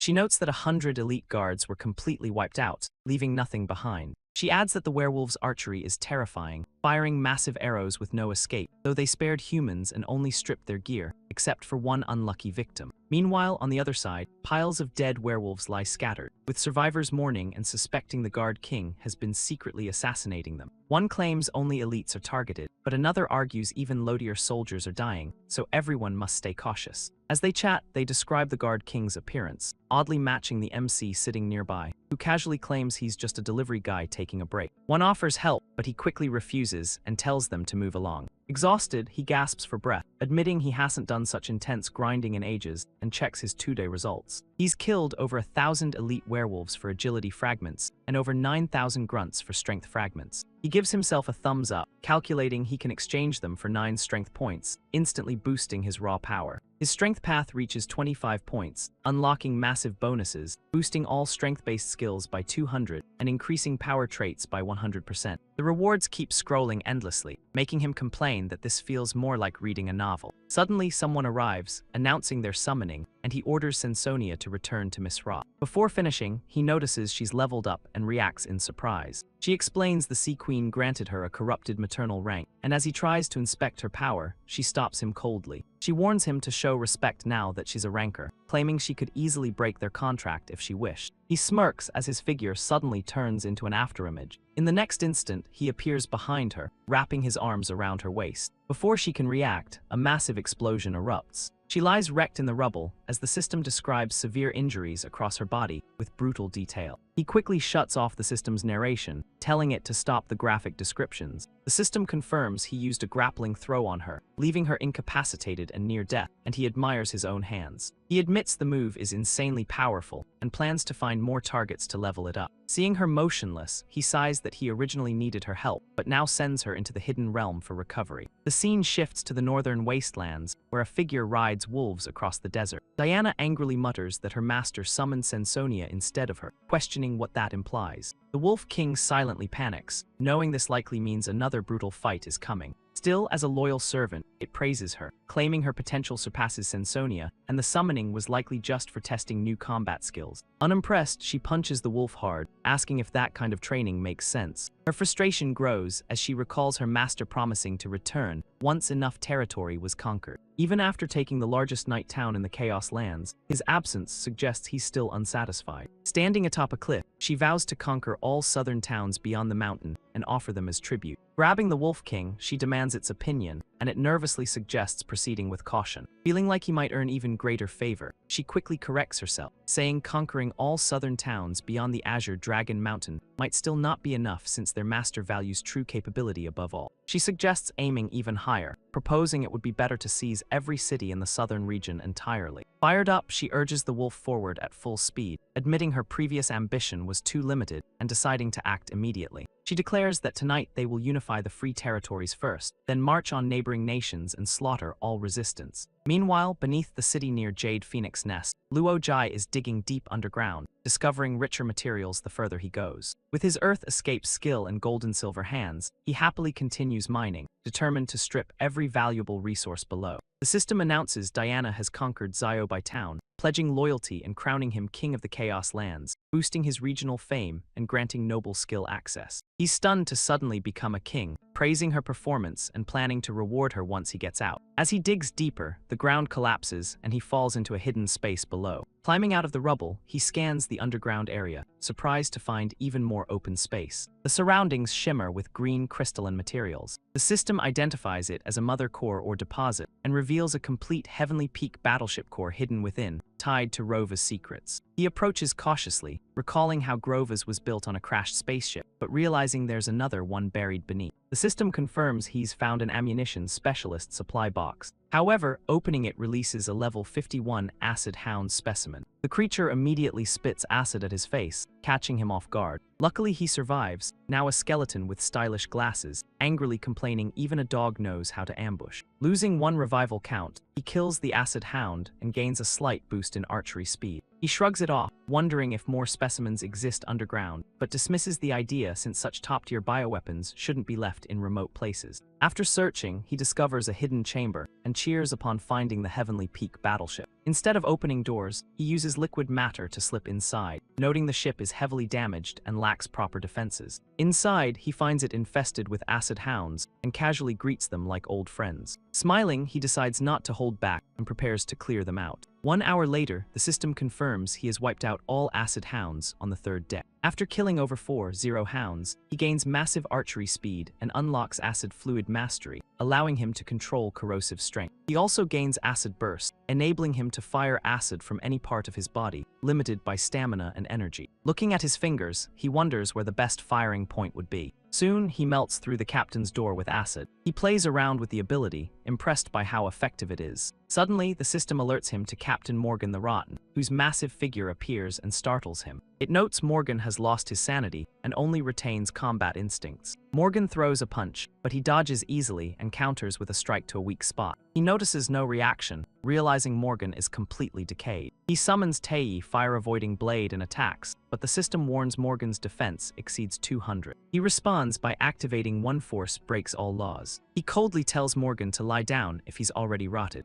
After killing him, he gains corrupted origin force, allowing him to trap souls in eternal bottles. He also obtains the captain's whip and starship medal. A bubble-like object intrigues him, granting origin force enlightenment, a new energy type he finds promising. 20 minutes later, he finishes looting the control room. He gains refined ore boxes, high-grade ore, and a password breaker, thinking the compression factory is ready but lacks cheap labor. The system grants Blasphemous Moon, a weapon firing once per minute with penetration that bypasses rank defenses. Under moonlight, its power doubles and cooldown drops significantly, while kills prevent revival, making it deadly against rankers. He notes such powerful weapons always come with tough conditions, meaning it'll have to wait for the right moment. Finally, he extracts a strange energy core from the ship's engine, currently dormant. Holding it, he remarks it feels almost alive. The system explains it's a morphing lifeform powering 90% of the ship, making him excited at its value. He points ahead confidently, believing there's still more treasure to uncover. A message arrives from Cecilia asking if he wants to kill a dragon, mentioning Brandon. He initially refuses, but she reveals Brandon is the reincarnation of Kui Nan. Hearing that, he immediately changes his mind in shock. His curiosity ignites, urging her to explain everything in detail. She explains a green dragon is rampaging near Organ Kingdom, and Brandon wants to hunt it but lacks suitable allies. He senses something suspicious about the situation but agrees to meet, requesting time and location. In a rundown tavern in Piccolo Village, someone questions if he truly serves the Sea Queen. He cuts straight to the point, asking for the plan and how he should cooperate. Brandon recounts meeting Princess Messia, describing her beauty and their wild encounter that night. Unable to listen further, he interrupts and demands the relevant details. Brandon resets and explains a mysterious evil kingdom rising in the southeast. Its tyrant king oppresses neighboring lands, prompting Baron Cassidon to secretly recruit a green dragon, leaving him shocked at the contradiction. Brandon shrugs it off, saying it's politics beyond their understanding, sketching a crude portrait of a chaotic demon woman, while the king's identity remains unknown, and he plans to strike during the battle, though the MC instantly recognizes Diana.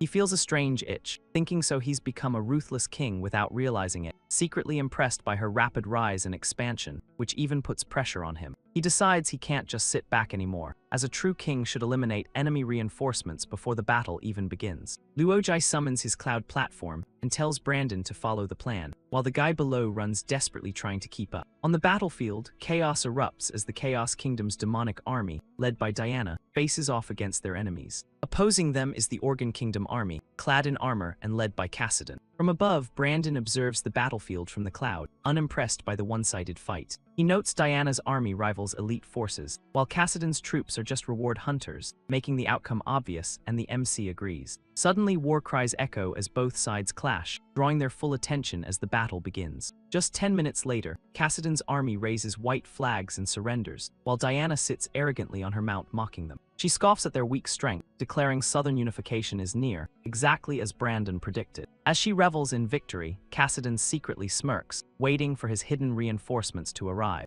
A thunderous dragon roar suddenly echoes across the sky. The system alerts them to an adult green dragon as Cassidon bursts into laughter, claiming victory is his. Brandon informs the MC their target has appeared, but when he turns, the MC has already vanished. He has already leapt onto the dragon's back, mocking it for attempting a sneak attack. Without hesitation, he activates Diamond One Force breaks all laws. The green dragon is slammed into the ground with a deafening explosion. Both armies freeze, staring at the blast in shock. The system confirms the kill, boosting his curse resistance slightly, leaving him annoyed there was only one. Immediately, a new alert appears as he encounters an entire green dragon legion. Cassidon regains confidence, thinking his reinforcements have arrived. But moments later, 26 dragons are wiped out, leaving his joy crushed instantly. The MC casually asks Brandon if there are more dragons elsewhere, confusing him completely. From afar, the ancient green dragon Augustus Mikado roars in fury, accusing them of slaughtering his kin. Brandon panics and denies involvement, but the MC calmly admits it was him. Brandon freaks out upon hearing it's an ancient dragon, claiming they're in serious trouble. The MC boldly challenges Augustus to come out and fight one-on-one, leaving Brandon stunned at his insanity. When Augustus remains silent, he suggests provoking him further, asking Brandon to insult him loudly. Though hesitant, Brandon agrees and prepares to provoke him despite not being good at trash talk. Gathering courage, he shouts insults about Augustus' shameful past, declaring war on behalf of the Chaos Kingdom. He continues with exaggerated accusations, even naming the war Operation Mikado Extinction, making the MC secretly impressed. The scene shifts to the Green Dragon Temple. A subordinate rushes in reporting on the enemy, revealing the MC's identity as Athas, a warrior tied to the Sea Queen.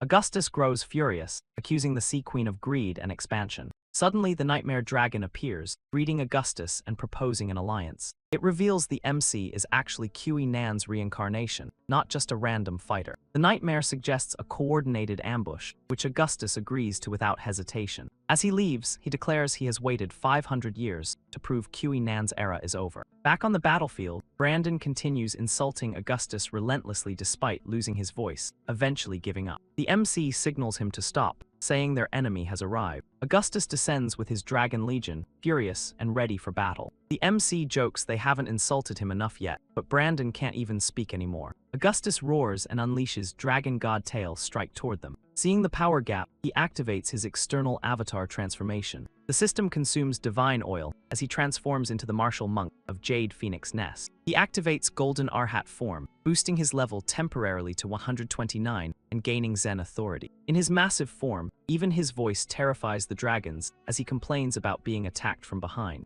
With a single clap, he crushes a dragon, with the system confirming the kill of an ancient dragon clone. He continues smashing dragons like insects with overwhelming strength. Within 3 minutes, he kills 268 green dragons. He mocks Augustus, questioning if this is the extent of his power or if he dares not appear in person. Suddenly, massive pillars entwined with dragons erupt from the ground. These pillars dwarf his giant form, as the system reveals Augustus has activated Divine Dragon Authority. Augustus declares this is the result of sacrificing hundreds of dragons to unleash his true strength. The system announces he has entered the 5-color dragon realm, where actions are monitored and periodic rank checks weaken him if failed. The resurrected dragons charge again, claiming immortality under divine blessing. He realizes the strategy, endless reviving dragons to stall him while the realm weakens his stats. He keeps crushing them barehanded, curious how many times they can revive, though they yield no attributes. Suddenly, the system notes his curse resistance increasing again, making him realize the revived dragons still carry original traits, leaving him thrilled. The ancient green dragon looks smug, thinking his aura has intimidated the MC, boasting that his legion can fight endlessly if he wills it. He stares back with sparkling eyes, joking that if there were an award for most touching character in Wainan, this dragon would definitely win.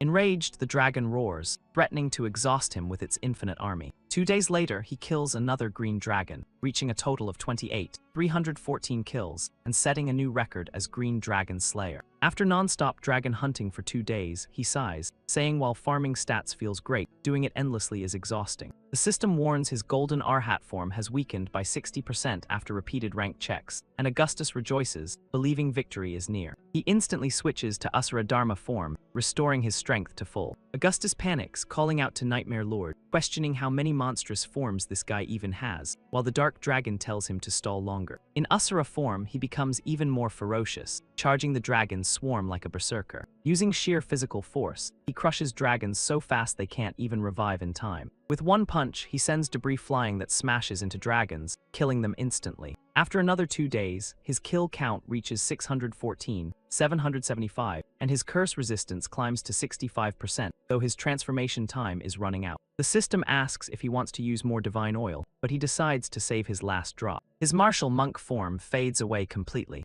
Augustus becomes excited, thinking the MC has finally exhausted himself. His soul returns to normal as Brandon nervously checks if he's okay. He replies he's fine but physically drained, realizing maxing curse resistance isn't easy. He plants his sword into the ground, promising to continue next time. Suddenly, he activates Sea Queen's divine shield, shattering the dragon pillars and damaging Augustus severely. Augustus cries out, saying even his 5-color treasure has failed. The black dragon seizes the moment to strike. The system alerts him to a red dragon assassin, disguised as a nightmare assassin. Brandon warns him to get behind him for protection, but as the assassin approaches, Brandon cowardly hides behind the MC instead, while the assassin declares only he can kill Nan. He turns back casually, asking who the guy is even talking to. Suddenly, Brandon is struck by an invisible force, gasping in pain. The assassin explains his divine assassination can target Nan's reincarnation with 100% accuracy unless they reach immortal rank. He attacks again, confused why it isn't working.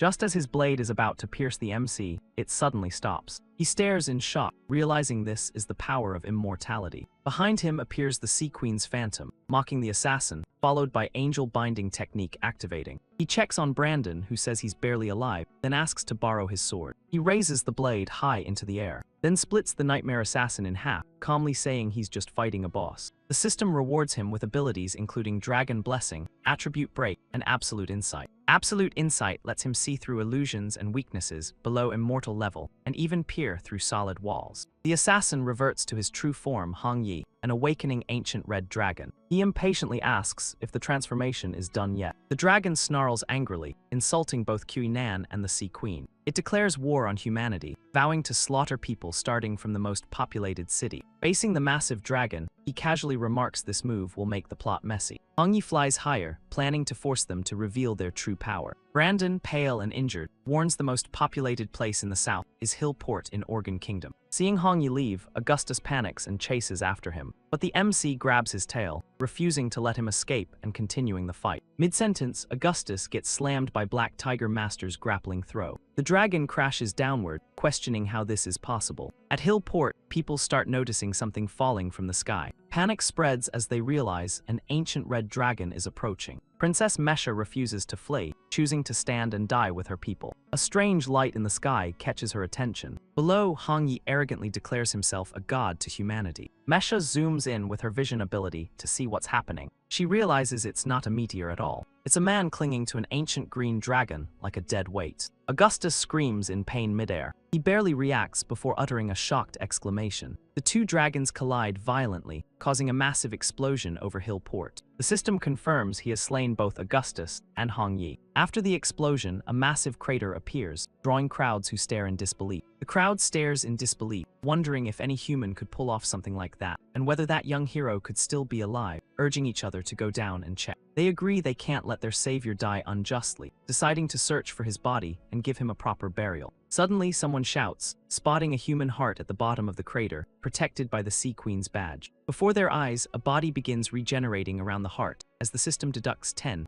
0 revival counts. He opens his eyes in a grotesque form, terrifying the citizens. The crowd panics and flees, leaving him coughing alone. Sitting there naked, he mutters that Black Tiger's grappling mark is insane, even joking it should be renamed Suicide Throw. Suddenly, he stands up feeling exhilarated, recalling the thrill of slamming a 100-meter dragon from the sky and hoping to do it with his own strength someday. The system grants him Divine Dragon Authority 0.5, allowing him to understand dragon language and command lesser dragons. He also gains mass hypnosis and reproductive assimilation, the latter making him spit blood in disbelief. He complains about how ridiculous these dragon abilities are and decides to check the Red Dragon's rewards instead. He receives Ancient Dragon Flame and Slaughter Authority 0.6, along with Crimson Slaughter Halo. He feels slightly unsatisfied, noting that even such powerful dragons haven't impressed him fully yet. The system grants Execution Law, instantly killing enemies below 50% HP every 10 seconds if they fail resistance. This finally excites him, admitting it's insanely overpowered and apologizing for underestimating Hong Yi. He gains the title Starfall Overlord, granting immunity to high-speed impact damage and blink ability for instant movement. He summons Sandy, who appears immediately to greet him. Seeing him naked, she blushes and covers her eyes, complaining about his indecency. He ignores her reaction and points at the two massive dragon corpses, ordering her to loot them.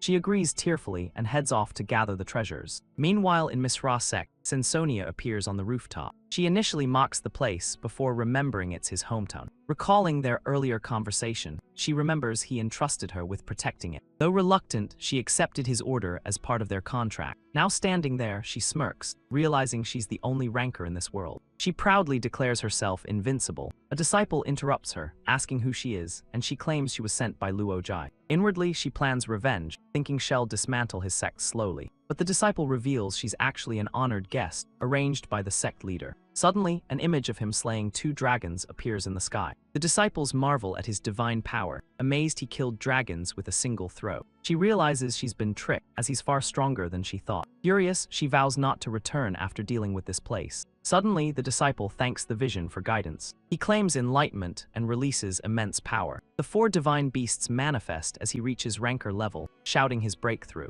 The Sane shocks her deeply. While he celebrates, he thanks her for bringing him luck. He hugs her gratefully, while she burns with anger inside. She screams for him to die, but more disciples begin breaking through, inspired by the vision's guidance. She can't believe multiple rankers are appearing. Overwhelmed, she collapses and cries in frustration. The disciple reassures others she's just emotional from happiness. Back to the MC, he rests under a tree. The system floods him with fame updates as his legend spreads across the martial domain. Over 200 people recognize him, boosting his reputation further. Sandy returns after looting, asking if he needs anything. She presents a milk cow staff that boosts intelligence and grants powerful transformation and missile abilities. He finds it somewhat interesting. He notes a target is below level 120, making the transformation effective, and receives Damir's drill cap. The item can create tunnels through any structure, amusing him at its unusual applications. Moving to a larger area, she reveals even bigger loot. He obtains a complete battleship. He also gets a transforming biotank and an entire library from Hong Yi. He laughs, realizing dragon hunting is the fastest way to get rich. Suddenly, he receives an urgent letter from Diana. The letter invites him to Galaxy City in the Western continent to discuss extinction signs of Nan. It's signed by the Savior Guild founder and Grand Mage of North Deer County, Dylan. He smirks, realizing Dylan is targeting him again, but things are different now. He raises his hand and shouts to the world that he's no longer afraid of anyone. When Cecilia's projection appears behind him, relieved to see he's safe. She smiles, saying the queen was worried since such suicidal attacks are rare, but he focuses on something else, asking how she entered his demiplane. She explains it's just a projection from the badge, not her real body, and he warns her not to appear randomly again, joking about awkward situations before asking why she came. She reveals that 3 days ago, the Salvation Expedition found the reincarnation of Miss Jia, leaving him stunned, realizing Miss Jia is actually a person. Cecilia questions him, saying he's from Miss Jia and should know it's the god Ezra, and he awkwardly admits he only knows parts of it. She explains that like Kui Nan, Miss Cha was one of the guardian gods of the 9 planets, and its fall led to the planet's destruction. Her expression turns serious, warning that if the reincarnation is real, the Salvation Guild is already ahead in controlling future variables. She taps his shoulder, saying Miss Cha's reincarnation might be even more valuable than Kui Nan's, as only she knows what truly happened before destruction. He pauses, then reminds her he's now a king, but she smirks, saying he's also the queen's spokesperson, and defying her is forbidden.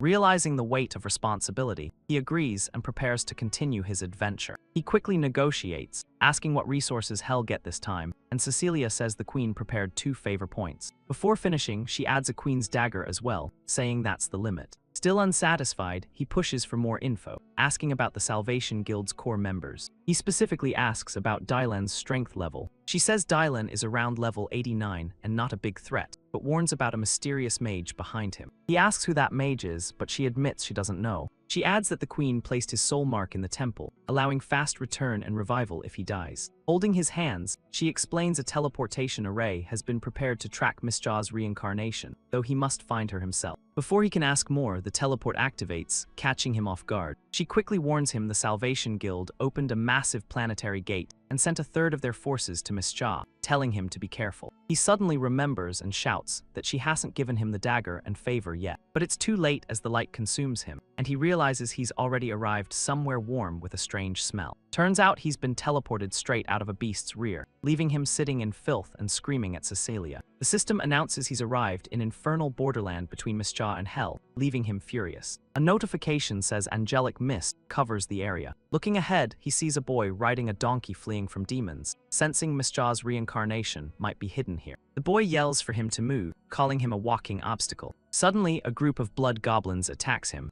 Covered in filth, he still charges forward and kills them, gaining slight resistance boosts. He offers help to the boy, but the guy refuses due to his smell. Realizing this, he awkwardly smiles in embarrassment. He snaps his fingers and activates a cleansing mode in front of them. Everything that shouldn't be seen is revealed, embarrassing the boy while he remains unfazed. He reassures them he's just a traveler, though he was mistaken for a toilet moments ago. The boy explains travelers rarely appear here, and others might not trust him. He suggests going to Shadow Eagle Camp in the northwest, where outsiders are tolerated. Then he rides off, leaving him wondering if the directions are reliable. By evening, he arrives at the camp gate and calls out. A guard stops him and demands proof of strength before allowing entry. The guard tells him to kill a glutton lizard in the northern wasteland to earn entry, warning that it's level 70, but he simply signals agreement. 3 hours later, he returns dragging the lizard, shocking the guards. He walks in confidently while the guards bow in respect. Smirking, he thinks the lizard's stat boosts made it easy. After 3 days, he fully understands the camp and learns White Horse God is a key guardian linked to angelic authority. He realizes finding Miss Cha's clues requires meeting this guardian. The system gives him a quest to hunt Blood Crow Leader, explore its cave, and meet the White Horse God. He gets excited, feeling lucky even after leaving Kui Nan's domain. Soon, he stands before the Blood Crow Cave. A grotesque monster appears, identified as Blood Crow Demon. He kills it instantly, disgusted by its appearance. The system increases his blink distance slightly. He instantly changes attitude, praising it as cute and useful. The system notes he has mastered facial expression control, gaining face-switching mastery. It reveals each kill increases blink range by 1, making him calculate the grind required. He realizes killing 1 million would extend it by 1,000 meters, while current range is only 1 meters. He rushes into the cave, setting a goal of 0 kills. In moments, he kills 98 blood crows and auto-collects their materials. He also gains a coward's crossbow and mage's cactus item. Holding the cactus-like item, he nervously hopes it's not something that needs to be eaten to activate. Suddenly, something begins to stir beneath his feet, making the entire ground tremble violently. The system alerts him he has encountered Blood Ox Overlord, an elite aberrant demon creature at level 76. The half-human, half-octopus monster, still holding its dinner, roars angrily asking who dares disturb its feast. Seeing prey walk right into its lair, it grins wickedly, claiming human blood is its favorite, especially young and lively ones, but the MC just casually sizes it up with no concern. It lifts the girl in its grasp and laughs creepily, saying once it finishes its main course, hell be next. The monster slowly opens its massive mouth, preparing to devour her whole. Suddenly, something flashes past, making it feel something is wrong. It looks down in shock as its prey has vanished from its grasp. In an instant, he rescues the girl, asking if she's alright as her face turns pale with fear. Furious at losing its meal, the blood ox roars and charges at him. It slams both fists into the ground while hurling insults non-stop. Warning, Blood Ox Overlord is leveling up rapidly. He sarcastically praises it, saying it can level up just by trash talking. Not wanting it to grow stronger, he pulls out Tei fire-avoiding blade to eliminate it before things get worse. Before killing it, he strikes a cool pose, saying if it had endured insults for 10 years like him, things might have been different, then tells the girl she's safe to leave. But instead, the girl suddenly speaks like an old acquaintance, calling out his name and asking why he hasn't returned home. Her words shake him, as he didn't expect to meet someone familiar here. He hesitates and asks who she is, and she introduces herself as Enli Jia from his hometown. She jumps forward and hugs him, complaining he doesn't remember her, making him question why she's here and where the others are. Suddenly, her eyes turn white as she bites into his shoulder, declaring she doesn't care about anyone else and he must die. Caught off guard, he realizes his mistake, thinking he should finish the monster earlier. He activates Drifting Cloud Palm, threatening her, but she refuses to let go. She warns killing her means killing his fellow townspeople, leaving him stuck. He calls out to Sandy for help, saying he's running out of oxygen. She reminds him of Blood Crow Sage's second form, which allows controlled blood draining without killing the target. He nods and activates the form, giving her a sinister look that even scares her. He sinks his fangs into her and demands his blood back. In moments, he drains her until she becomes shriveled. Only when a trace of life remains does he stop, as she gasps in disbelief at his power. She collapses lifelessly, and he complains her blood tastes disgusting. The blood ox emerges from her body, mocking him and saying he already consumed her heart. He grabs it coldly, refusing to let it escape or delay the fight. The creature begs for mercy,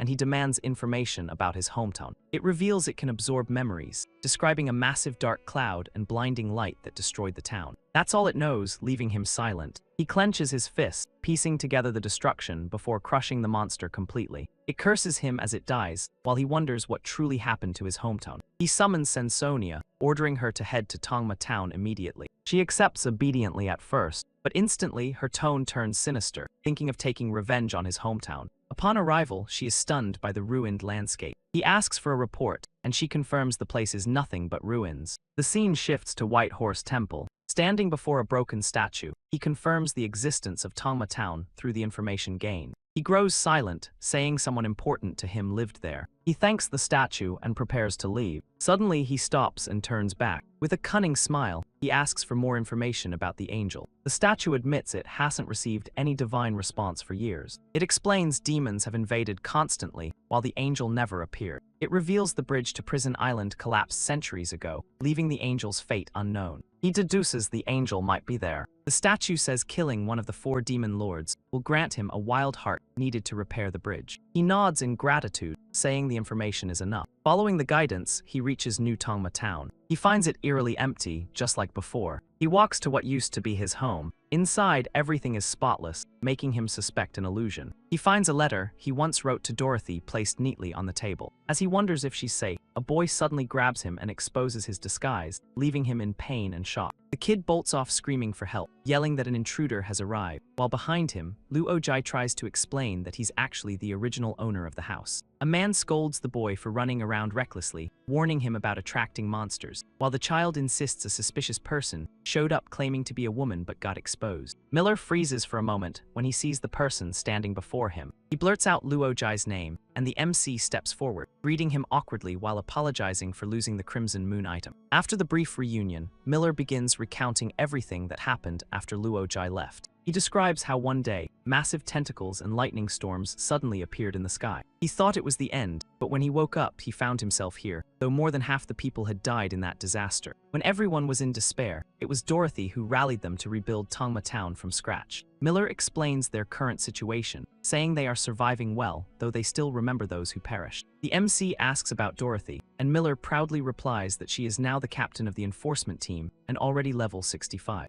He is shocked, realizing her level is even higher than his. Miller adds that she went to Plum Deer Temple for a routine check a week ago and should return in 2 days, then asks if Lu Ojai plans to stay. Suddenly, a bald man rushes in, shouting that something terrible has happened. Miller recognizes him as A. Bin from the enforcement team, who urgently reports that the mountain path to the temple is blocked. He adds that the area is filled with dense monster aura, suggesting something has gone wrong, and Dorothy's team is still up there. Hearing this, Luojai is stunned and blurts out in shock. Abin insists they must organize a rescue team, and Miller agrees, saying they owe everything to Dorothy and must act. Orders are quickly issued, calling all defenders of the town to assemble. The sound of hundreds of footsteps echoes as people rush to the town center. Miller addresses the crowd, asking if they are willing to climb Deer Mountain to save their captain, and everyone responds without hesitation. The defenders chant loudly as they prepare to march, but Luojai watches with concern, realizing how weak their overall strength is. He raises his hand to stop them, saying their determination is admirable, but leaving the town undefended is too risky. He insists Tongma Town was rebuilt with great effort and cannot afford another disaster, then asks for a guide to Deer Mountain. Shortly after, Luojai and a few elders ride the clouds somersault straight toward Deer Mountain. Arriving at a barren area near Plum Deer Temple, one elder points out that the temple lies just ahead. Noticing only one person left behind him, he asks where the others went, and the elder replies they were blown off along the way. The elder warns him to be careful, saying the area is full of terrifying mutated monsters. Luojai casually points at a deer-like monster ahead, asking if that's what they meant, causing the elder to panic. He dodges its attack effortlessly and slices it down with the Tei fire-avoiding blade. The system confirms the kill and grants a small freezing effect, which he finds quite useful. He jumps off the cloud's somersault, telling the elder to return and gather the others while promising to bring Dorothy back safely. The scene shifts to an execution ground at Plum Deer Temple, where a woman declares divine protection against invaders. She announces that under the moonlight, a ritual will be carried out. At her command, the executioner beheads the first victim with a massive blade. Dorothy witnesses the brutal scene and is horrified as bodies fall beside her. An evil nun grabs her and threatens that no one can resist hell's corruption. She continues to tempt Dorothy, claiming only by joining them can she survive what's coming. She mocks the fallen wild temple, saying only white horse and feather serpent remain, and they won't last long. The nun leans close, asking if Dorothy has made her decision. Suddenly, the nun feels her body go numb. She collapses instantly after being struck by a powerful bolt of lightning. A voice echoes from the sky, scolding her for misusing her granted power, making her tremble in fear. The voice warns her about an intruder approaching, leaving her confused and panicked. She reassures the voice that thousands of monsters guard the mountain, making escape impossible. The dark figure threatens to strip her power if she fails, and she swears loyalty to the Eastern Demon Lord. After the presence fades, she mutters proudly about her first undead creation. She laughs, saying the place will soon become a playground for monsters, while waiting for the intruder's demise. Meanwhile, Luojai descends from the sky, activating his blade technique. The system reports he has slaughtered hundreds of manating deer, gaining freezing effects at max capacity. He extinguishes his flames, satisfied with the result. He casually remarks that the fight was already getting boring. He then uses the divine manhole cover item to bypass the remaining monsters instantly. Back at the execution ground, the evil nun continues threatening Dorothy to submit. She activates her evil corruption ability, claiming no one can resist it. Just as she does, Luojai teleports directly between them. The nun sweats nervously when her ability has no effect, while he calmly asks if they've seen someone. Realizing he's the intruder, she jumps back in shock, admitting she underestimated him.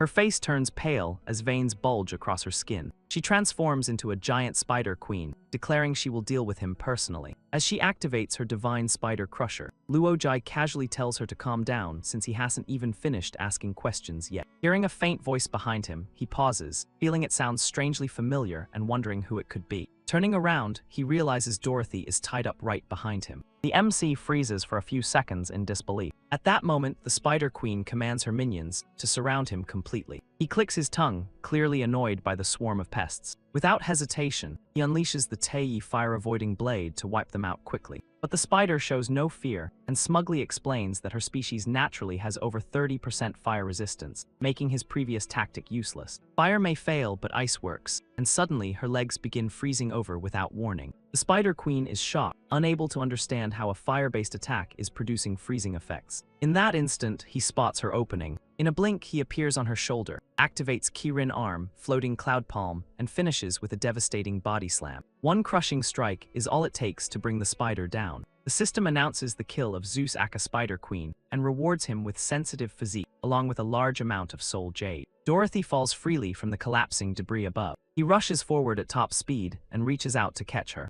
Thankfully, she lands safely in his arms. Looking cool as ever, he greets her like an old friend after a long time apart. Dorothy responds warmly and asks how he has been, and he simply says he's doing fine as she can see. He immediately asks how she ended up captured, and she explains Rose betrayed the temple after committing crimes and fleeing. Rose stole a relic that affects the wild barrier, and Dorothy gathered a team to pursue her here after discovering the truth. He pats her head, praising her courage, but she pushes back, saying she's no longer weak and now holds a high position. Curiosity gets the better of her as she asks just how strong he has become. Adjusting his glasses, he casually replies he's only slightly stronger than her. She pouts, accusing him of still treating her like the naive girl from the pumpkin garden, and he laughs teasingly. Suddenly she coughs blood, making him panic and ask where she's hurt, but she reassures him it's nothing serious. To send her back quickly, he calls for the cloud's somersault. He places her on it and tells her it will safely return her to Tongma town, but she asks why he isn't coming with her. Turning away, he says those who dared harm her must be wiped out, and he won't rest until Deer Mountain is cleansed. He then heads toward the demon refining cave, the ruins of Zen Intense Sect. Inside the ruins, a strange demonic Buddha head remains. He also discovers a salvation tablet. After reading it, the system grants him the lost martial art heaven reversal pull technique, allowing him to draw enemies within 200 meters. He laughs, calling it a perfect absorption skill, and wondering if Cunan's blessing is still active. Excited, he rushes forward looking for enemies to test it on, but accidentally falls into a swamp. The system notifies him he has entered a cursed tomb, and he cautiously observes his surroundings. He realizes it works like a succubus library trial, where killing enemies within a time limit yields rewards, except this place is filled with tomb raiders. From the darkness, countless hostile eyes lock onto him. He smirks, clearly enjoying the situation. He immediately unleashes Heaven Reversal Pull and Floating Cloud Palm, tearing through the swarm while declaring none will escape. 10 minutes later, the system reports he killed over 13,000 enemies and awards him an SSS+, rating along with a rare martial arts manual. The manual describes Golden Bell Drop, created by Master Fahai, summoning a massive bell that can stun enemies and force repentance. He also receives an ammunition specialist skill book, Origin Force Acupuncture, a Jasmine Shield Generator, and an Ancient Dragon Garden Pack. He feels like he hit the jackpot, joking that this luck feels unreal. Meanwhile, in Tongma Town, Dorothy refuses to rest despite Miller's advice, insisting she can't relax while he is still fighting. She believes his strength came from enduring hardship and vows to grow stronger, so she won't hold him back. Deeper in the Zen Intent ruins, Luo Jai strolls forward cheerfully, humming as if on a carefree adventure. Luo Jai figured that if this place had collapsed this badly, wandering around on the surface would not reveal a thing. Back at the Extreme Martial Temple and the Jade Stir-Fry Pair, the real valuables had all been hidden underground. Then dig down. As soon as that thought crossed his mind, he shot straight beneath the earth. New intel, you have discovered the Ascension Cave beneath the ruins of the Zen Intense Sect. Luo Jai could not help roasting it. Of course it was underground, not a single ounce of originality. Update, you have discovered the 36 golden-bodied monks. They were monks of the Zen Intense Sect who underwent special treatment after death, becoming indestructible golden bodies. Their exact function is still unknown. Seeing those perfectly preserved golden monks, he was honestly stunned. So these are the monks from the Zen Intense Sect. After searching around, he picked up several new items. A lampstand containing beginner divine essence oil, used to drive external avatars below the Ascension tier. Quantity 30 drops. An Ascension feather cloak, described as granting immunity to heavenly demon invasion during Ascension. Luo Jai frowned in confusion. Something about this Zen Intense Sect felt off. Did they actually split into a Dao branch and a Zen branch? The layouts of the three rooms inside the Ascension Cave were almost identical, and the only way to gather information was from the stone tablets tucked away in the corner. The first tablet said the Zen Intense Sect had accepted an order from the celestial god to build a cage on a certain year, month, and day. During construction, the two major factions developed clashing opinions, argued until reconciliation became impossible, and finally each built their own cage for the celestial god to judge. The second tablet recorded that on a certain day in May, the Dao branch sect master of the Zen Intense Sect returned from a spiritual journey through the cosmos. He announced to everyone that the universe was about to undergo a massive change, then ordered the sect to build the Ascension Cave according to his guidance. The third tablet had the fewest words and did not seem to have been left behind by the Zen Intense Sect. During the Dharma-ending age, Taoist Huang Jin cultivated here and succeeded, sending his primordial spirit into the celestial god realm. As thanks, he left behind his false body as a vessel, and those with destiny may also use it. System, you have discovered Huang Jin's remains. Activating requires 1 drop of beginner divine essence oil. The man looked a little like Sipa. Luo Jai boldly patted Huang Jin's head and wondered if this Taoist was bluffing. He supposedly entered the celestial god realm, so why did he look this shabby? The final items in the stone room were a key and a staff. The mysterious key requires Zen Intense Sect knowledge above 400. The everlasting oak staff is described as unleashing a peerless strike with only a little force, causing the target to faint 100% of the time. Remaining uses: 2. Creator, Taoist Huang Jin.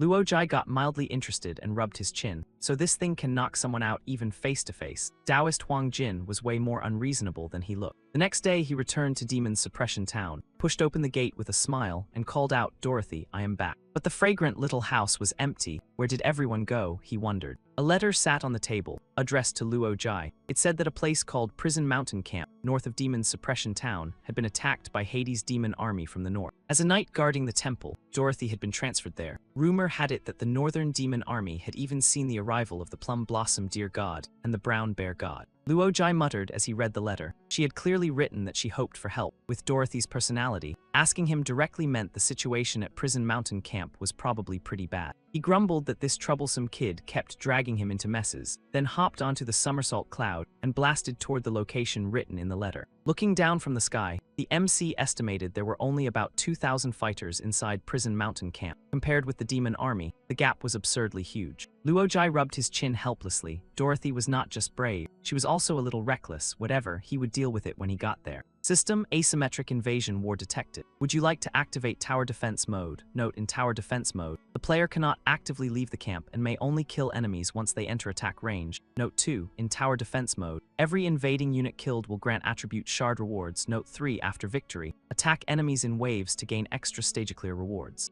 Luo Jai wondered to himself, so you want me to become a defense tower? Without hesitation, he climbed onto the somersault cloud and got ready. If they were coming, then he would welcome them properly. The first wave of demon soldiers rose up and launched a large-scale assault. Lord Hades has ordered that whoever captures Prison Mountain Camp will be heavily rewarded. Whether you can rise to demon rank depends entirely on this battle. They stood there roaring their slogan in unison, "Kill." As Luo Jai stepped forward, one demon reported, "Captain, there is a resistant enemy up ahead." The captain barked the order, "If you meet a Buddha, kill the Buddha." Very quickly, they charged at him like a pack of starving beasts. The first monsters to rush in immediately got a taste of the drifting cloud staff. He could not even be bothered to care about these shrimp-sized insects. He simply sat back and drank tea, leaving the rest to the drifting cloud staff. System, you have obtained a large number of strength shards. The news barely caught his attention. Strength was nothing special, so he would just wait for the next wave. The black clouds in the sky scattered, revealing a female figure named Zexia, an eastern demon with an arrogant aura. She mocked Luo Jai from above. How reckless! Hades' vanguard demon army carries a hidden curse that silently drains all of an enemy's strength before they even realize it. Then she flashed a wicked smile. When you are gasping your last breath, I will deliver the fatal blow myself. Down below, Luo Jai unleashed drifting cloud rising dragon strike. A total of 439 demon soldiers killed. You have received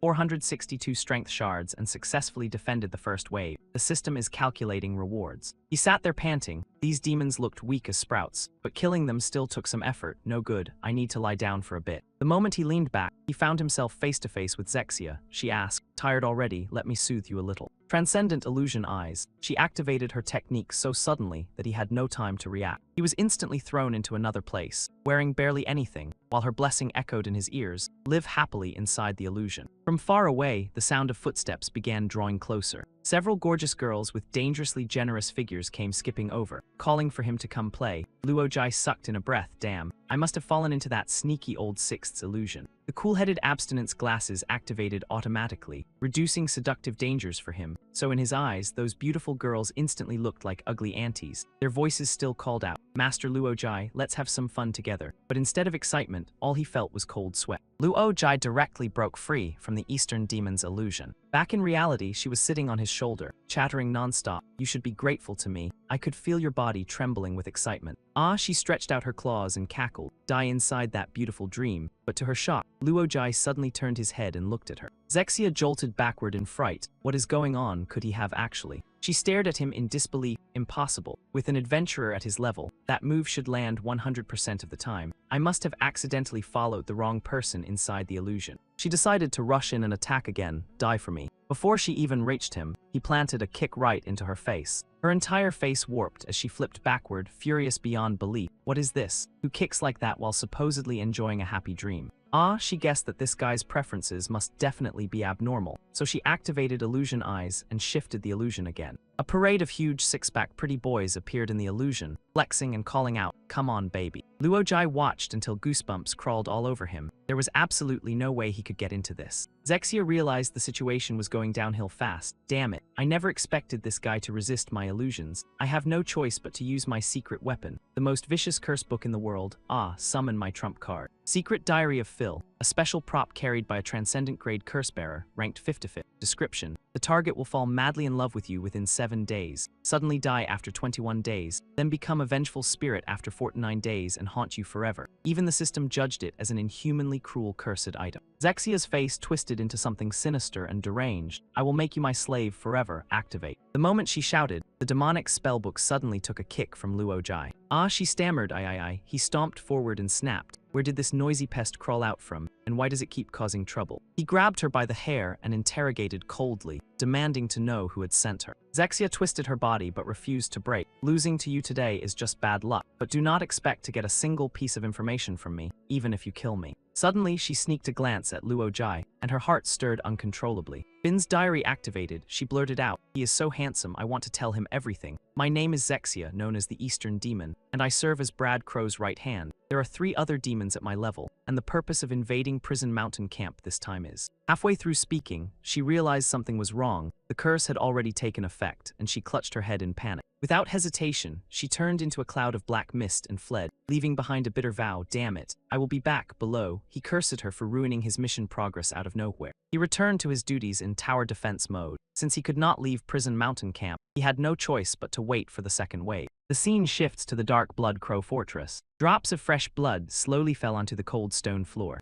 Zexia gripped a sharp object tightly, gritting her teeth against the pain. Blood poured out like a rushing waterfall. When it was over, she collapsed on all fours, her wounds slowly regenerating. She clenched her teeth, enduring the agony while thinking, the terrifying part of this curse is not the pain itself, but how it spreads desire and longing throughout the body. The deeper the pain, the harder it is to resist. Even infernal seal training and paralysis techniques cannot suppress it. She stared at herself on the ground, even after replacing her heart with a human one. Every time she closed her eyes, his handsome face would appear in her mind. She decided she could not let the curse continue spreading. She had to seek help from Lord Blood Crow. But she froze suddenly. "No, if the Lord finds out I am in this abnormal state, he will kill me without hesitation. I am not afraid of death, but I cannot die." Those romantic feelings took over again. She began imagining a happy future with Luojai, completely lost in self-delusion. "I have not even carried his child yet. We have not even walked together on the infernal beach." As she drifted deeper into her romantic fantasy, the door suddenly burst open, and a beast-faced subordinate called out, "Lady Zexia."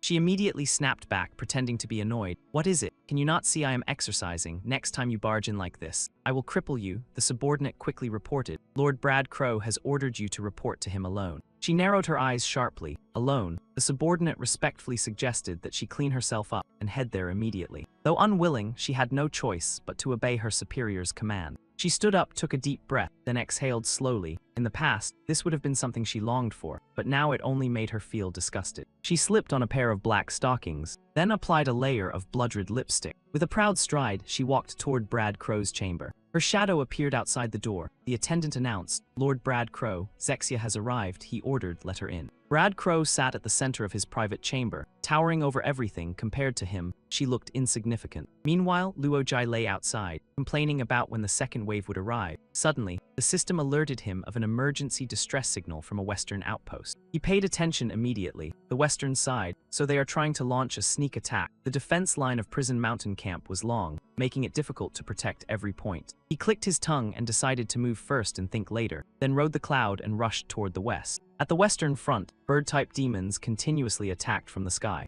The overwhelming enemy numbers forced the commander to shout, "Retreat! All units retreat! The western outpost has fallen. When will reinforcements arrive?" An older soldier sighed, "Do you still not understand? We have been abandoned, with only 6 people here. We are not worth saving in their eyes." Hearing this, the commander turned back, gripping his sword tightly. "Then why run? We cannot escape anyway. Let us fight to the end and take down as many as we can." With that, he charged forward alone to face the swarm of bird demons. A raging flame suddenly erupted, incinerating the leading bird demons. The rest scattered in fear as a deep slash cleaved the outpost in half. The commander shouted in shock, "What just happened?" The soldiers began discussing excitedly. "That was amazing. When did you learn that skill? You have been hiding your strength all along." The commander himself was stunned. Could it be that facing death awakened his hidden potential? Or was he some unseen-a-million martial genius? Filled with confidence, he rushed forward again, swinging his sword. "Finally, I have awakened. You demon beasts, take my blade." The bird demons were terrified after witnessing that previous strike. The leader raised its hand to shield its face, bracing for impact. His comrades cheered him on, but no matter how he slashed, it had no effect. The demons even grew bored of his weak attacks. Sweat poured down his face as he questioned himself. Why did my power suddenly disappear? The bird demon regained confidence and sneered, "Are you playing games with us?" It raised its sharp claws toward the soldiers and threatened to tear them into pieces. Before it could act, a blazing Tei flame blade struck it down instantly, shocking the entire demon group. Luojai appeared like a savior and reassured them. "Do not be afraid, you are not alone." The 6 soldiers, still in shock, questioned him. "Are you reinforcements from Prison Mountain Camp? Which unit are you from? Why have we never seen your equipment before?" He calmly replied, "I am outside support." The commander then asked, "Besides you, how many more are coming?" He turned back with confidence and declared, "I am the entire reinforcement force." Without another word, he charged into the bird demons, unleashing gale footwork and dual Tei flame blades. "None of you are escaping."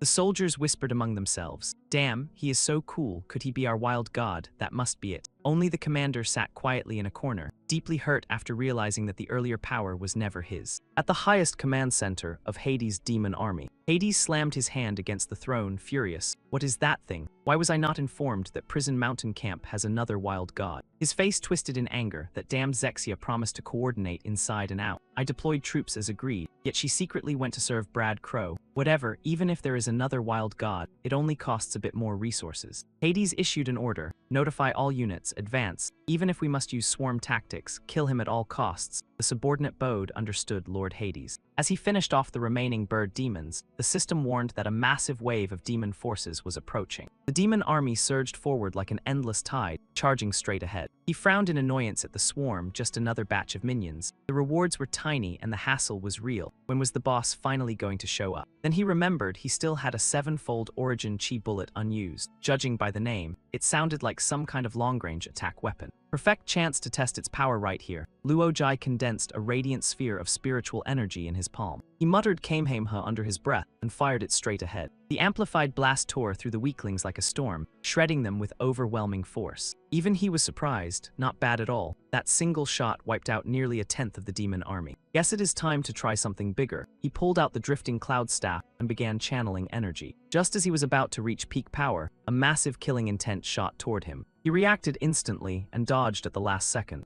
Hades appeared, glaring coldly. "Do you really think we would let you slaughter our low ranks freely? System, you have encountered the northern demon Hades. He demands your name. You will earn a place as prey on my list." System alert, 2 more figures appear behind him. "You have encountered the plum blossom deer god and the brown bear god." On the left stands southern demon Medin and western demon Baron. Warning, you are surrounded by 5 level 89 enemies. He grinned excitedly. "Perfect. Might as well deal with all of you at once." Hades roared, "Attack together and kill him." Suddenly, Zexia swooped in and shouted for them to stop. She threatened everyone, "Whoever touches him will die without burial." Hades sneered, "Zexia, always jumping in before things are done. Have you figured out how to explain this mess to Lord Brad Crow yet?" Suddenly, his expression turned into pure horror. He stared at what she held and screamed, "That is Lord Brad Crow's head." The 2 beast gods were equally stunned. How is that even possible? Baron and Medin were also in disbelief. How could she pull that off? The MC finally realized, so Brad Crow was the final boss he was supposed to kill. He cried out in frustration, "Who gave you permission to steal my boss kill?" Under her delusion, she thought he was worried about her and fell even deeper in love. System, the demon army's morale has collapsed. Tower defense mode can be ended at any time. He shouted in disbelief, "No." He clenched his fists in anger. He had to do something. He could not let their fighting spirit collapse like this. But their leader was already dead, so what could he even do?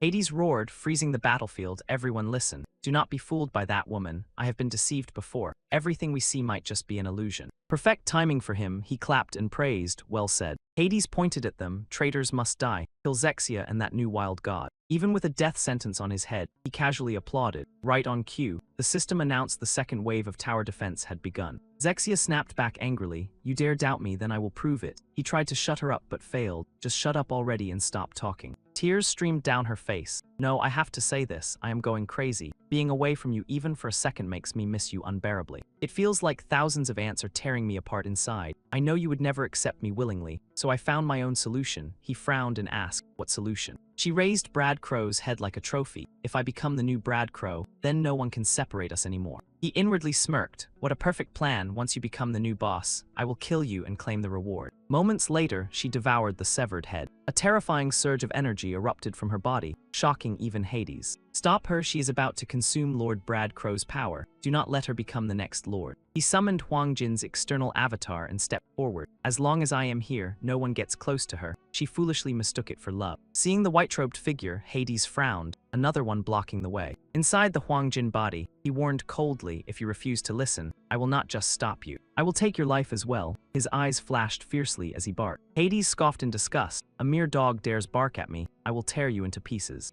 System, second wave of tower defense has begun. Medin raised her claw. "I will fight you myself." He gripped the everlasting oak staff and stepped forward. In an instant, her octopus-like face received a devastating blow. She collapsed and died instantly. System, you have killed Southern Demon Medin. You have gained her trait, small but brave. Everyone stood there stunned. She died just like that. Suddenly, the two beast gods rushed toward him. He casually raised the staff and warned them. "System, the Plum Blossom Deer God and Brown Bear God are attempting to join your team." He coldly replied, "Get lost." The two immediately ran away in embarrassment. "System, they have left the battlefield and dropped 2 wild hearts." He noted they were surprisingly sensible. Hades watched them flee and grew furious. "Those traitors are utterly unreliable." He whispered to Baron, "That wild god is not simple. Looks like we need to use our special move. Are you ready?" Baron nodded. "Then begin." Instantly, 2 black vortices formed and spun in the sky. The sky darkened suddenly. He looked around and muttered, "A weather-altering skill." "System, you are affected by infernal weather spell. Warning, entering extreme blood crow season. Your power is reduced by 50%. He was stunned. "What 50%? Hades crossed his arms and mocked him. "A newly born wild god like you has never experienced this season. Right, now you know."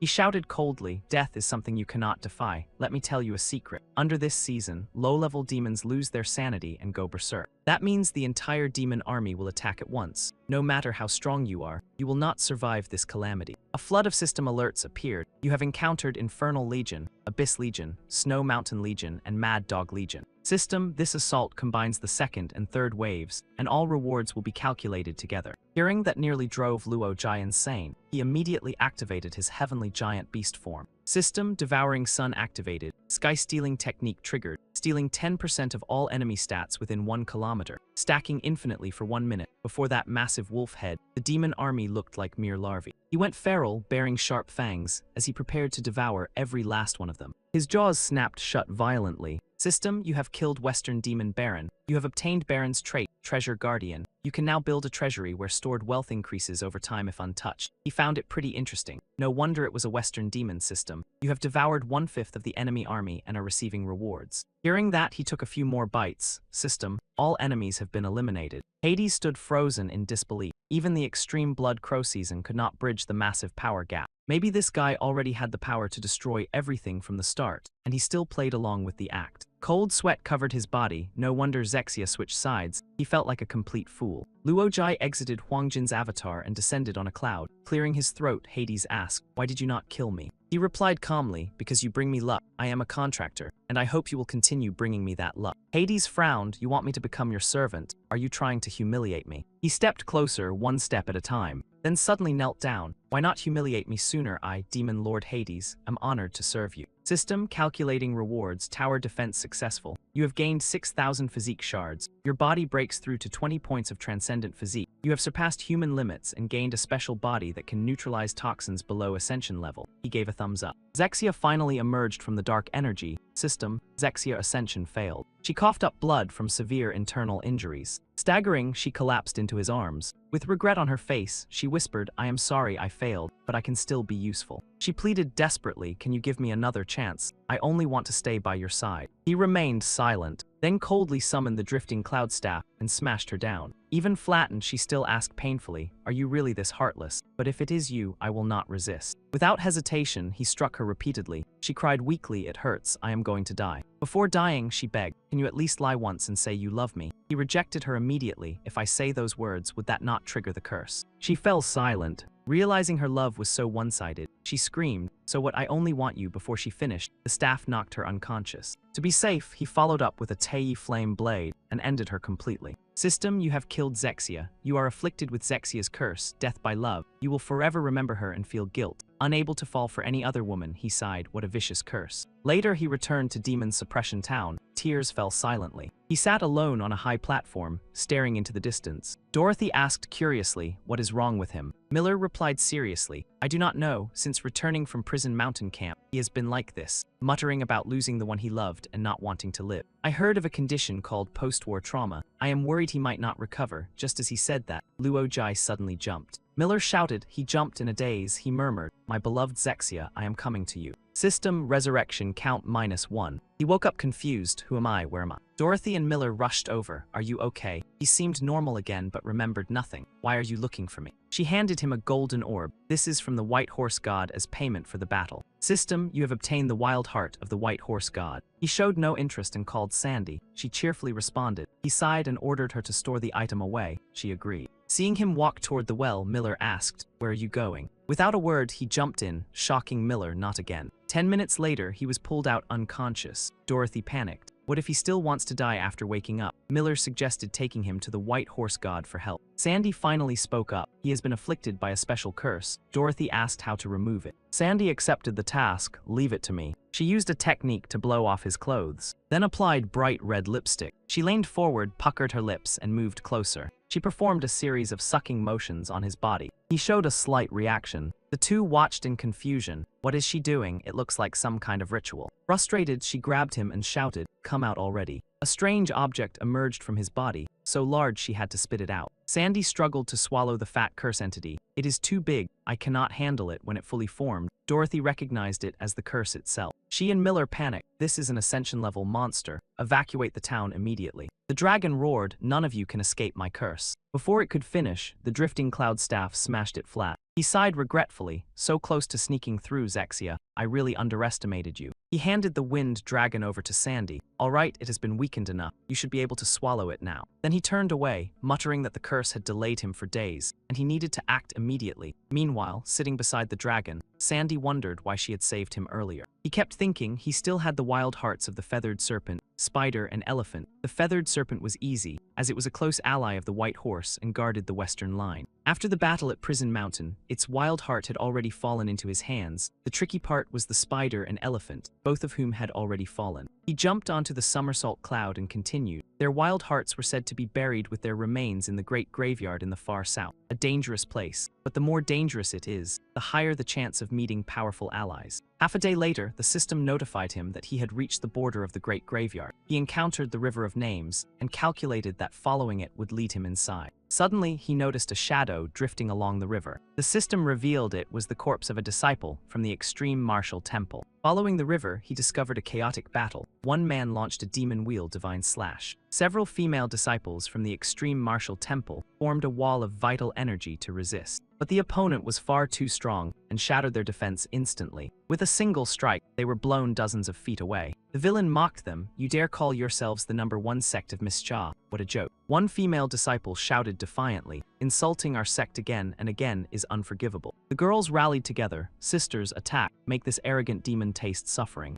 The enemy grew annoyed and summoned heavenly demon grasp. Hands burst out of the ground and grabbed their ankles. The extending arms reached for them, and only then did they realize it was a trap. But it was too late. The tighter they struggled, the tighter the grip became. The enemy stepped on them smugly. You call yourselves elites. I have not even used my weapon, and you are already defeated. He grinned viciously. Which one should I kill first? Or maybe I will kill you all at once. Suddenly, something brushed past his face. A Tei flame blade shot forward, shocking the girls. Even more shocking, the enemy was now just a headless corpse. The grasping hands retreated, and the girls slowly got up, amazed. That was incredible. Who helped us? Some of them spotted a shadow across the river, a young man standing on the opposite bank. He sighed unexpectedly. He ran into his own disciples here. Too bad he could not cross over. System, you have discovered the main planet of the material world, Mischa. You can cross the River of Names, but you will not be able to return to the infernal realm. In the mist, he asked, "Which generation of disciples are you?" The girls whispered, "He looks so handsome. How did he get there? He can speak to us. How does he know who we are?" One guessed he might be a vice sect master. One girl answered, "We are fourth-generation disciples, here on patrol but ambushed by enemies." He was stunned. Fourth generation. According to his own system, each generation spans 10 to 15 years. As the first generation, the existence of a fourth generation meant at least 20 years had passed in Mischa. Time had moved too fast. Something felt wrong. Warning, your presence is disrupting the river of names. The Guardian has detected an intruder and is moving to surround you. He muttered, "Just my luck. I cannot stay long. I need to finish my mission quickly." Standing at the edge of the great graveyard, he concluded that this silent forest was where wild gods returned after death. He dove straight down. The wild hearts of the spider and elephant were hidden here. There were rumors of angel-related monsters lurking, so he needed to act fast. The moment he landed, he triggered a mysterious energy.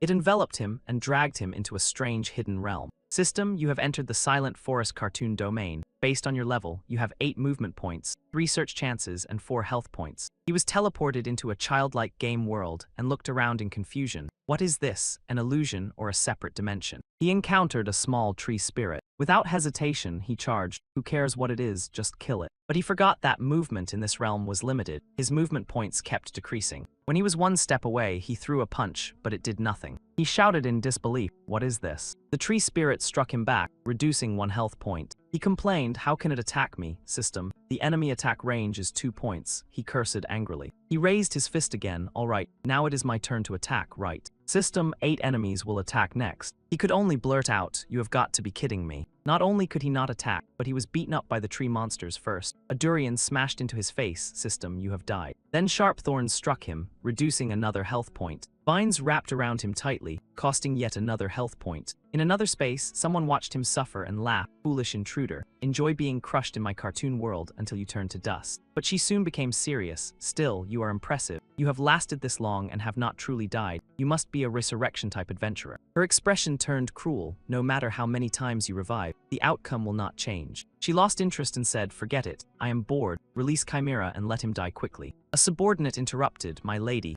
Chimera has already been killed by him." She was shocked. "What nonsense are you saying? Is he not still on stage 1 fighting the small tree spirit?" The subordinate replied, "You pressed replay. That was yesterday's recording." She turned back to the screen, stunned. "Then which stage has he reached now?" She swiped through frantically, trying to switch back to the correct channel showing stage 2 or 3. Watching her subordinates fall one by one in the early stages, and even stage 5 getting wiped, she could not believe it. Her eyes nearly popped out as she muttered that even the final boss stage had been cleared. Sweat poured down her face as she questioned everything. In the cartoon world, no one could use real-world skills or items, meaning everyone started from zero. Under such harsh conditions, clearing it in 1 day was impossible, so how did he do it? She was even more shocked to see her monsters being tamed and turned into his minions. This guy is terrifying. Suddenly, she remembered something. Wait, after clearing the stage. She shouted, "Hurry and seal the reality wall before he crosses over." The subordinate replied, "Leave it to me." The girl quickly set up a barrier technique called sealing gate formation to lock the reality wall. But before it could finish, cracks began forming. He smashed through the wall, holding a durian in one hand and stepping on a tree demon as he charged in. The subordinate screamed, "Too late," before taking a durian straight to the face. Watching him rampage through her domain, she stood there in shock. System, you have obtained Angel Horn, a special item. You can pull enemies below angel level into the cartoon world. Until victory is decided, no one can escape. You retain your gear and techniques, while enemies depend on whether they have entered this world. He was satisfied. Using his god-tier equipment against these weaklings was basically bullying. Even though he burned through hundreds of revives, this trump card was worth it. He wondered where the wild hearts of the spider and elephant were. She suddenly changed her tone respectfully. "Are you looking for the wild hearts?" He turned sharply, "You know." She nodded politely and pointed, "Of course, please follow me." She led him into a dark area, explaining it was a storage room holding the wild hearts. She activated a hidden chamber, thinking to herself that once he entered, he would suffer endless infernal flames, and she would remain the temple's master forever. The moment the door opened, he kicked her inside and ordered her to lead the way. Knowing she was setting a trap, he shut the door without hesitation, ignoring her threats that he would never get the wild hearts if she died. He replied calmly, "I do not need you, Sandy." The exhausted girl appeared, "I am here, master." He was shocked. "Are you pregnant?" She explained the cursed dragon was too big and she had not finished digesting it. He quickly turned away, uninterested, and assigned her to search the area. "Finish digesting it, I have to move on." She got angry and shouted. But he shot her a cold glare and she immediately softened. "Stay safe, master." He found both wild hearts in the great graveyard and returned to Prison Mountain Camp. Word spread that he had collected all 5 wild hearts. Soon, the hearts fused together into a talisman. System, you have obtained Angel Talisman. With it, you can freely enter and exit Angel barriers. He examined it and said softly, now I can enter Prison Island. An hour later, he rode the cloud onto Prison Island. He looked around, calling out, Miss Jha, are you home? System update, you have discovered Brad Crow's lair. He was surprised, a lair. A figure stepped forward, who allowed you to enter my residence. He asked if she was the caretaker. System, you have encountered Brad Crow level 100. He was confused. Brad Crow, is this not Miss Jha's place? She replied coldly, I am Brad Crow and also Miss Jha. Did you understand, lowly mortal? He looked at her mask and felt it was familiar. It resembled the one Zexia killed. He had even thought it was a cross-dressing man before. She extended her smooth foot and ordered him to kneel and kiss it. He blushed awkwardly. She scolded him, why are you so indifferent when given the honor of kissing my foot? Angered, she withdrew her foot and prepared to strike him. Disobedient fools must die. He instantly entered battle stance. His hands swiftly summoned a weapon. Gripping his sword firmly, he drew it and prepared to attack. He slashed across her body, aiming to split her in two. He even told her to go kiss her own filthy feet. System, your attack did not hit flesh. Her tight outfit blocked the strike, revealing something that should not be seen. This time, she was the one blushing in embarrassment. She crouched down to cover herself and asked awkwardly, what are you doing? He turned away, saying it was an accident. She shyly assumed he had even bolder intentions. He warned her not to talk nonsense. Then he returned to his purpose. I came to find Miss Jha, not to argue. Go change your clothes. He left without looking back. She snapped back to her arrogant state and chased after him. I already told you. I am Miss Jha. You insulted a god and think you can just leave. Hearing the word god made him pause. He unleashed Tei Flame Blade to punish her arrogance. But before he could act, she rushed forward and grabbed his weak spot, shouting that she would crush it. He froze completely, making her smirk proudly. I have caught your weakness. She activated 100-fold pain technique, intending to make him explode from agony. He felt intense pressure, his pants tearing apart. She laughed triumphantly, saying this was the punishment for angering a god. She even pitied him, saying that such a fragile area combined with her technique would break any living being. Suddenly, she felt something was off. It did not feel like anything she had ever grabbed before, more like grasping empty air. System hollow body technique is active. Critical damage is nullified. He confirmed calmly that she was indeed grabbing nothing, leaving her completely confused. Could it be that you are not even human? He grabbed Queen Miss Jha and made it clear, I am a real man. Then he activated Gale Footwork, leaped into the air, and slammed her straight into the ground. The impact shattered the earth, sending debris flying everywhere. She ended up upside down in a deep crater while he mocked her. Someone who uses dirty tricks like you dares call yourself Miss Jha. Tears welled in her eyes. You are stronger than I expected, but you are still not qualified to challenge me. I am an angel. He did not care about her explanation. You are no different from those in the infernal realm, just prisoners calling yourselves angels. She snapped, shut up. He concluded she was insane. There is no truth coming out of your mouth. Then he threw a flame fist and sent her straight to the afterlife. System, you have killed Lord Brad Crow. You obtained Blood Cloak equipped. It grants flight and autoblocks attacks while consuming energy to upgrade itself. He praised it highly. What a ridiculous treasure. Warning, you feel strong hostility from the Blood Crow god. He thought, Blood Crow god. It has been a while since I heard that name. He touched his chin, wondering why that entity suddenly targeted him. Blood Crow, blood, could they be related? Without wasting time, he turned away. I will figure it out later. First, find Miss Jha. Scene shifts to the first Blood Crow city of Miss Jha. A voice echoed from the throne, that pest is about to return. It was not easy to drive him away with witchcraft. A figure with hateful eyes muttered, in half a year, I will reach a level just below angels. I need someone to stall him. We must plan something even more vicious. Meanwhile, he sneezed. Those villains must be plotting something again. Once I find Miss Jha's reincarnation, I will deal with them one by one. In front of him stood a stone wall. This was the deepest part of Prison Island. He searched around but found nothing. Could it be underground again? At this rate, I will turn into a mole. When he touched a spot, the stones suddenly cracked open. A narrow passage appeared, just enough for one person. He complained it broke so easily. What kind of cheap construction is this? Corruption really is everywhere. As he went deeper, the system alerted him. You have discovered a golden house. Unlock requires secret knowledge 699 and easy knowledge 699. His eyes widened. There is a golden house here. The easy society really has been mass-producing them. A sinister smile appeared. It looks intact. This could become a trump card against world-ending curses. He noticed 2 golden orbs on the door and got curious. What is this? A door knocker. It looks creepy. Suddenly, he felt an urge he could not explain. He wanted to flick them. He flicked both golden orbs with his finger. The golden face winced in pain. System, Angel's inner voice activated. The face spoke, this planet grows colder. Even fire cannot warm me. I feel it dying. The final planet remains unknown. He judged it worked like a recording crystal. The The face continued, after Xuan, it will be my turn. Perhaps I should not have acted impulsively. If the 10th planet still existed, things might be different. Mentioning Xuan made the face soften. When will you return? I am fading. I must find a transcendent path. The voice turned melancholic. I cannot worry about everything. I must take risks. Before reincarnating, I must remember this sentence. He leaned closer, thinking this sentence might be the key to finding her reincarnation. When the face stayed silent, he grew impatient. Hurry up. What are you mumbling? Suddenly, the face puckered and kissed him. He froze, eyes wide, absorbing the final vision of Miss Cha. A blue lake surrounded an autumn palace, with gray waters and white mountains reflecting the fangs of a giant serpent. On the day everything is destined to be destroyed, it is time for me to return.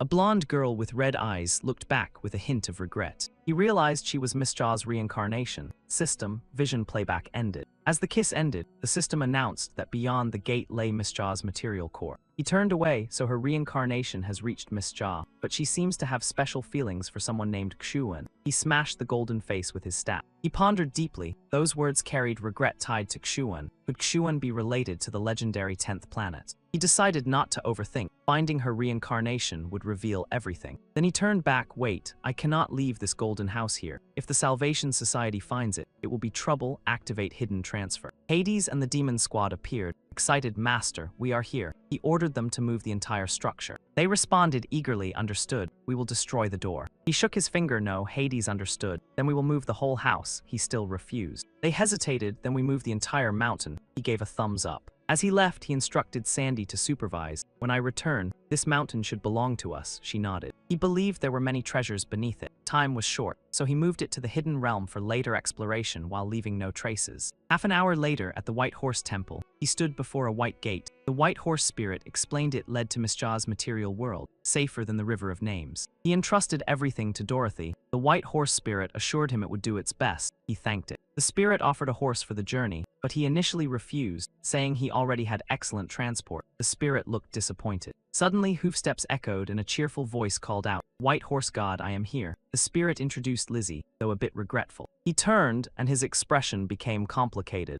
It was not an ordinary horse, but a centaur girl. She complained she wanted to explore the material world too. Info displayed, Lizzie level 59, a rare creature capable of running long distances at 120 km per hour for 168 hours non-stop, and produces milk that heals, restores spirit and boosts soul power 3 times a day. He instantly changed his mind and shamelessly accepted. How could I refuse such generosity? Leaving Demon Suppression Town, he entered Miss Cha's material world. He breathed in deeply, enjoying the familiar air. This feeling is nostalgic beyond words. He turned back and called out to Lizzie, but she was nowhere to be seen. Panic set in as he searched for his mount. Lizzie had been bitten in half by a monster, weakly calling out, "I am over here." Luojai immediately used Gale footwork and smashed the creature's head aside. System, you have killed the physical form of the Blood Crow God. He rushed over and asked if she was okay. She burst into tears. This place is awful. The material world is nothing like I imagined. It is not peaceful at all. It is even more chaotic than the infernal realm. But I still have not found the meaning of this journey. I cannot accept it. Suddenly, she removed her outer clothing and spoke as if it were her last words. This is my milk for you. Please do not dislike it. Let me serve you one last time. He turned away blushing, telling her not to overthink. Your injury is not fatal. You can serve me later after you recover. He called Sandy, and she appeared with a smile. I am here, Master. He pointed at Lizzie and ordered her to take her to the hidden realm for treatment. Sandy looked upset but obeyed. System. Sandy realizes she might be losing favor. He was confused why everyone kept overthinking things. Now alone in Miss Cha, he took a deep breath and steadied himself. He sensed the entire area was filled with Blood Crow energy. After his departure, it had spread everywhere. That guy is tough. He is no longer hiding and must be confident now. He summoned the somersault cloud and headed toward the extreme martial temple. His link with Sensonia and the little demons had been cut off. They must be under attack. He hoped they were still holding on. System Lidor requests supersensory connection. He frowned in annoyance. Not this guy again. He decided to block Lidor.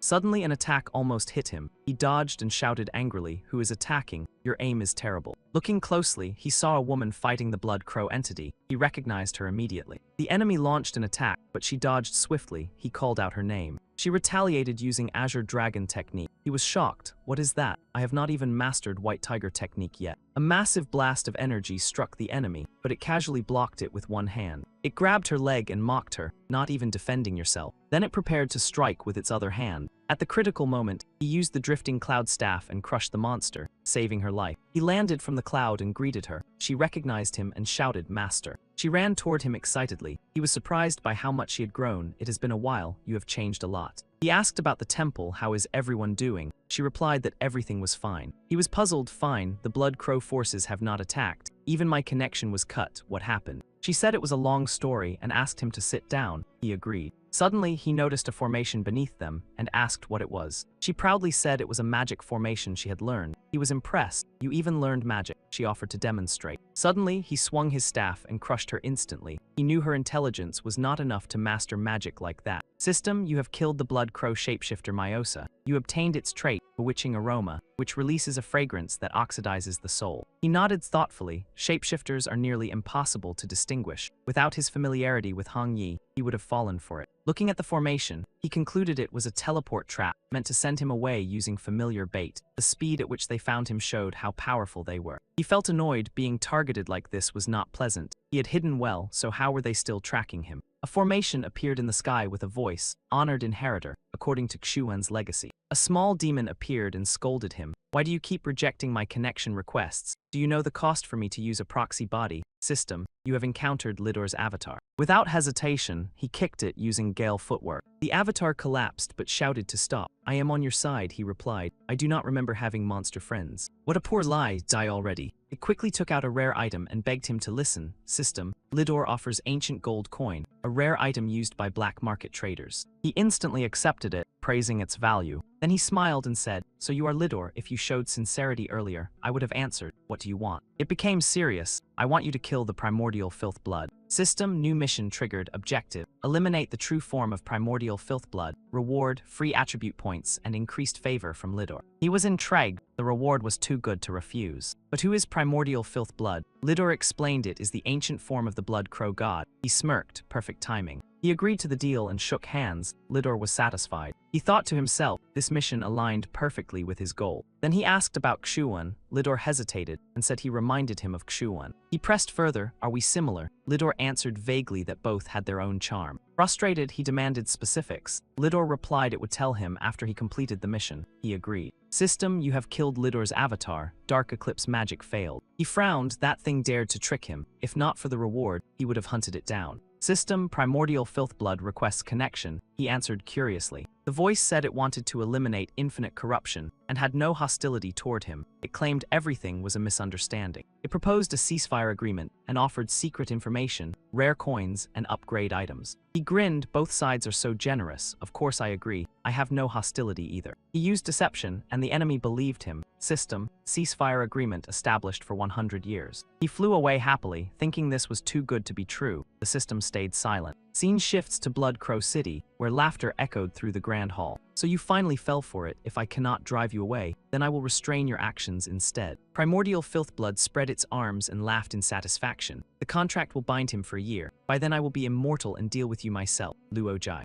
A subordinate rushed in reporting that the Grand Cathedral north of Lotus City had fallen. A staff-wielding warrior had entered. The leader roared in shock. After checking, there was no reaction from the contract. "It is not Luo Jai." He asked what the intruder looked like. The subordinate replied it was a hairy, rough-looking brute. Primordial filth blood became cautious. A martial artist-like that should not exist on this planet. "Do not let anything unexpected happen. Why are you still standing there? Go investigate immediately." The subordinate obeyed. Half a day earlier, Luo Jai had already discovered Lotus City. The descendants of the Blood Crow god were feeding on despair, hunger, pain, and all negative emotions of the citizens. The streets were crowded, yet every person carried heavy sorrow within them. He looked around and sighed, another city on the verge of collapse. Suddenly, the crowd rushed forward shouting that primordial filth blood was distributing bread again. Everyone gathered at the square. Above, its messengers brainwashed the crowd. "Only primordial filth blood is our lord. He gives us food and clothes. As long as you worship him, you will receive more bread." The citizens shouted in unison, "Primordial filth blood." Only one old woman dared to shout, "He is a fraud." She revealed the truth. "His bread is poisonous. My son ate it and turned into a monster. I saw it with my own eyes." The leader grew irritated and ordered her capture for insulting their god. The crowd panicked and scattered. He mocked her, saying he had only cut off one leg last time out of mercy, now she would not be spared. A large henchman noticed Luo Jai standing nearby and threatened him, "Get lost or you want to defend her." He waved his hand lazily, saying he was just too lazy to move. The man scoffed and backed off. Though he wanted to help, he prioritized finding Miss Jia. He did not have time to play hero. System Demon Extermination Mission activated. Objectives include eliminating blood cultists, dark cultists, blood crow descendants, and Lidor's tentacles. Rewards depend on progress. The henchman restrained the old woman and raised his fist to strike her. Before he could act, he was sent flying by the drifting cloud staff. Luo Jai coldly said true heroes act when they see injustice. System, you killed a blood cultist and gained immortal bone fragment. He smiled. The rewards are not bad. Maybe this is worth it. A voice suddenly shouted, "You dare attack us like this?" Seeing the opportunity, his grin turned ruthless. "Then I will do it properly." The enemy tried to beg, but it was too late. He smashed him down without hesitation. Lotus City fell deeper into ruin.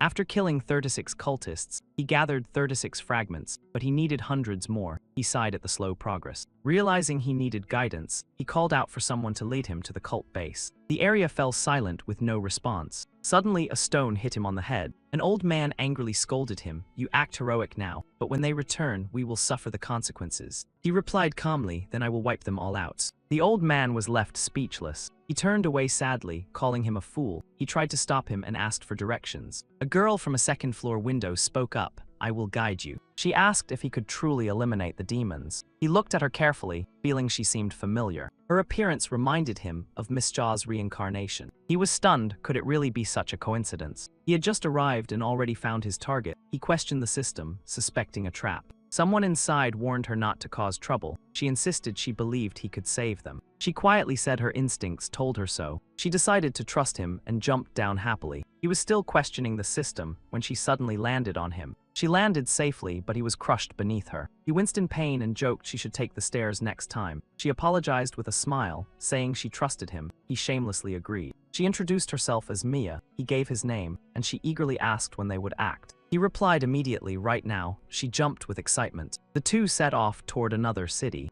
Upon arrival, chaos greeted them. People gathered in shock, whispering about the bold attackers who dared strike the cult's base. Through the smoke, two figures appeared, drawing attention. Luo Jai and Mia stood like stars. The crowd whispered in disbelief at her transformation. Even after they left, rumors spread. Some said she seduced a foolish warrior to seek revenge. He asked how many bases remained. She checked the map and said 8 more remained. He wondered if people had tried resisting before. Her expression turned serious. "My uncle once fought them and gathered allies, but he disappeared before the plan began. They only found his body half a month ago." She clenched her fists in anger. "They desecrated his corpse and mocked him. I will avenge him." He felt moved and promised to help. She thanked him and walked forward coldly, explaining the glasses were to make them look like a team. Along the way, they wiped out a total of 958 cult followers. After tallying over 1,000 immortal bone fragments, he finally forged an invisible sword bone. It allows him to bind a chosen sword into an unseen blade. He raised a brow and asked if that was all, wondering if there were any hidden perks. A massive figure approached, each step shaking the ground with overwhelming pressure. Mia identified it as a hellhound raised by the blood worship cult. The beast roared, furious that they had slaughtered so many of its followers, and swore to tear them apart. "System, you have encountered a fragment of primordial filth blood. Attacking it will count as breaking the ceasefire agreement." He frowned, so this is where the real war begins, but breaking the agreement now felt premature. Thinking fast, he consumed a drop of divine oil and transformed into Taoist Huang Jin. The agreement was signed under his real identity, not this form.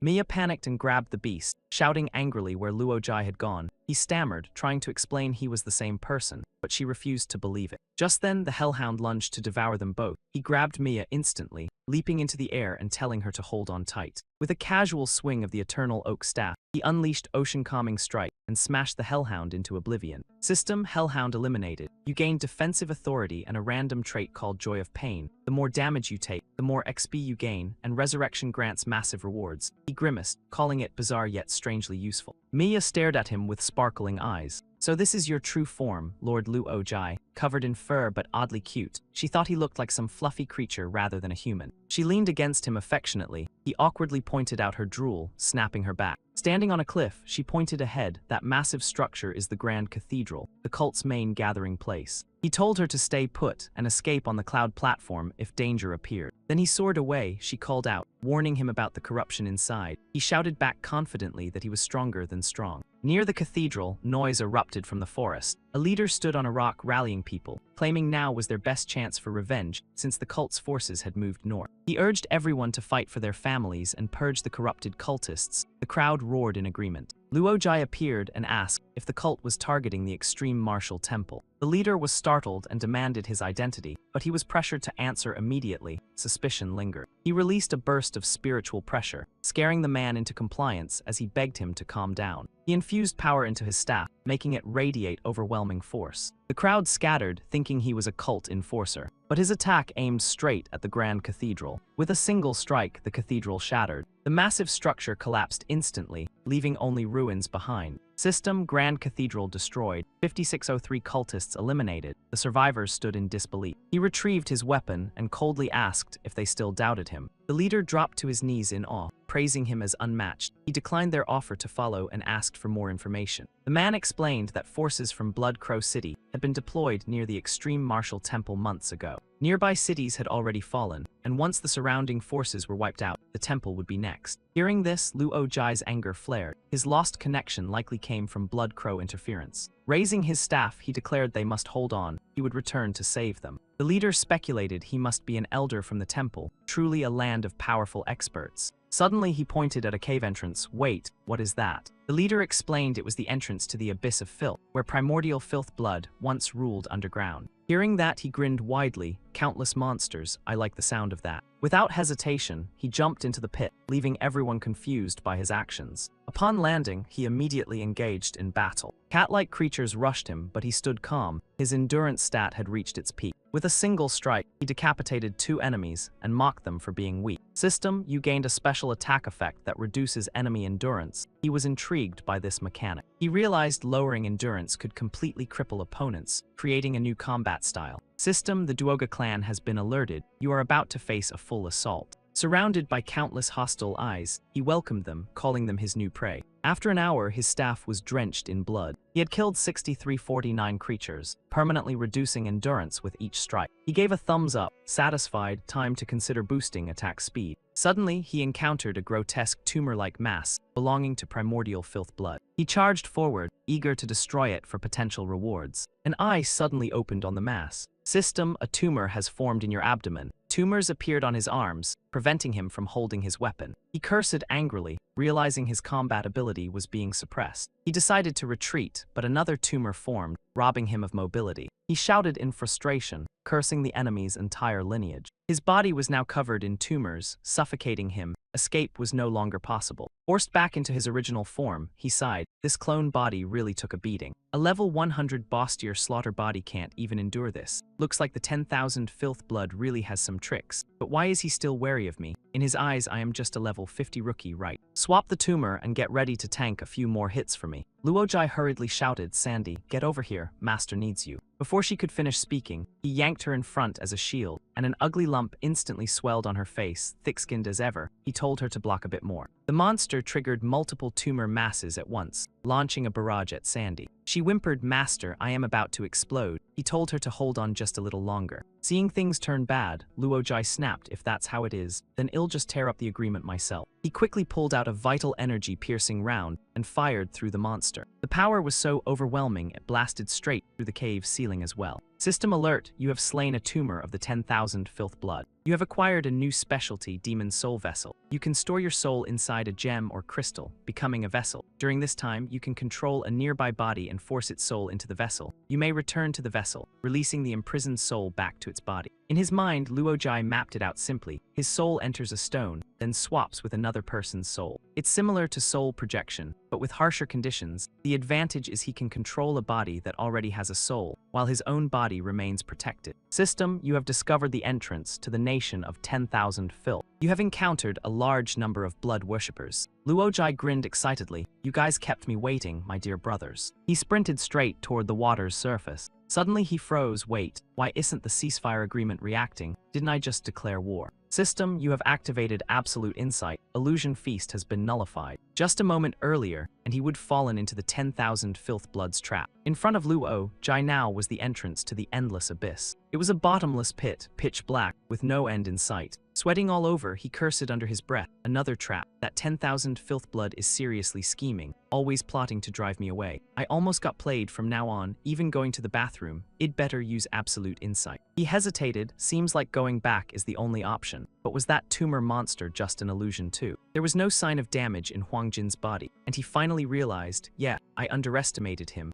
A level 100 boss wouldn't lose to something like that. System reminder, you can return to the vessel and release the imprisoned soul. Luo Jai examined it and confirmed he truly obtained the demon soul vessel skill, basically picked up a treasure. If that's the case, Sandy should be fine too. Thinking about how he treated her earlier, he felt a bit guilty. She's actually cute, loyal, and hardworking. Losing her would be a shame. Suddenly, Sandy's voice startled him. Master, did you call me? He quickly denied it. No, she replied honestly, then I must misheard. I'll go back to work. Just as she turned to leave, Luo Jai called out, wait, I have something to say. Looking her in the eyes, he said, Sandy, I may have put you in danger many times, but I promise I won't let you die. Her eyes widened. Master, this is... Then confusion took over. Is this a test? Did I mess something up recently? He wondered if his image in her mind was really that bad. From the abyss below, a labyrinth city lantern appeared. Sandy spotted it as a rare leveling item. Without hesitation, she dove down and grabbed it. Such a good item and I missed it. That's my fault. No wonder Master talked to me privately. I'll be more careful next time.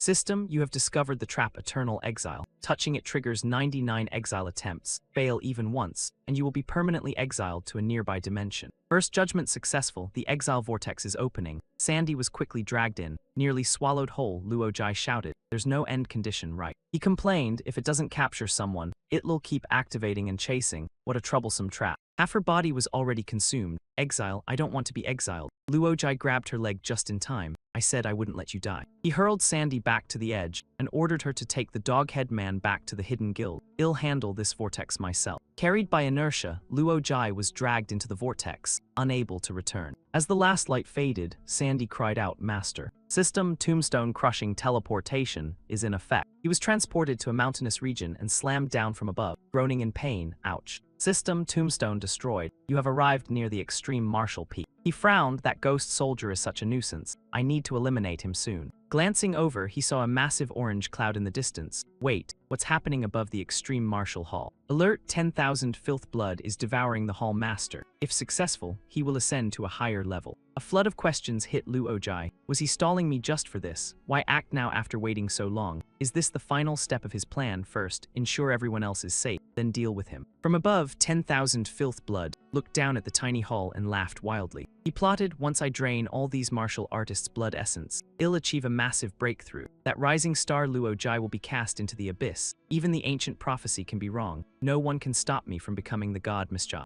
Inside the hall, 2 sect disciples carried a stretcher, panting. Even Lord Sensonia was defeated. We might not survive this calamity. One suggested, after this mission, let's run. The enemy clearly planned to wipe us out. Ahead, a powerful figure stepped out, holding a grim reaper scythe. You're right. He swung the scythe and cursed, become sacrifices for my master. Suddenly, Jaikyu returned and kicked him away. His voice rose in anger. Damn it. I just went up the mountain to pick some fruit, and this holy land got invaded by demons. The faked villain sneered after killing all day, finally a decent opponent. A disciple reported urgently, Lord Jaikyu, you're finally back. The entire extreme martial peak has collapsed. He couldn't believe it. Collapsed? How is that possible? Where is Sensonia? The villains closed in with their scythes, promising Guikyu a final answer. They sneered that they'd reunite everyone in the afterlife. The sudden ambush gave him barely enough time to duck and brace for the hit. A corner of the extreme martial pavilion was smashed to rubble by the impact. He spun around, only to see 2 disciples struck down, turned into sacrifices for the enemy. The stretcher slipped from their hands and hit the ground with a dull thud. Beneath the white cloth lay Sensonia, completely unconscious. Guikyu shouted her name in panic. Rage surged to its peak. He couldn't believe they dared kill the sect master's guest. This was unforgivable. He unleashed White Tiger Roar and followed with a devastating kick, but the villain blocked with his weapon. Even so, the force shattered the scythe's handle clean in half. Before the enemy could recover, Guikyu summoned the Azure Dragon Phantom and prepared another strike. This is the price for invading my sect. The enemy realized this fight wouldn't be easy at all. He instantly activated Blood Mantis Skybreaker, balancing offense and defense. Their powers collided, sending him flying back as the dark energy injured his internal organs. The opponent was also forced back, crushed under the Azure Dragon's overwhelming pressure. Both landed and exchanged praise. Direct internal strikes, impressive. He replied, "You ain't no slouch either. No wonder you wiped out entire factions in days."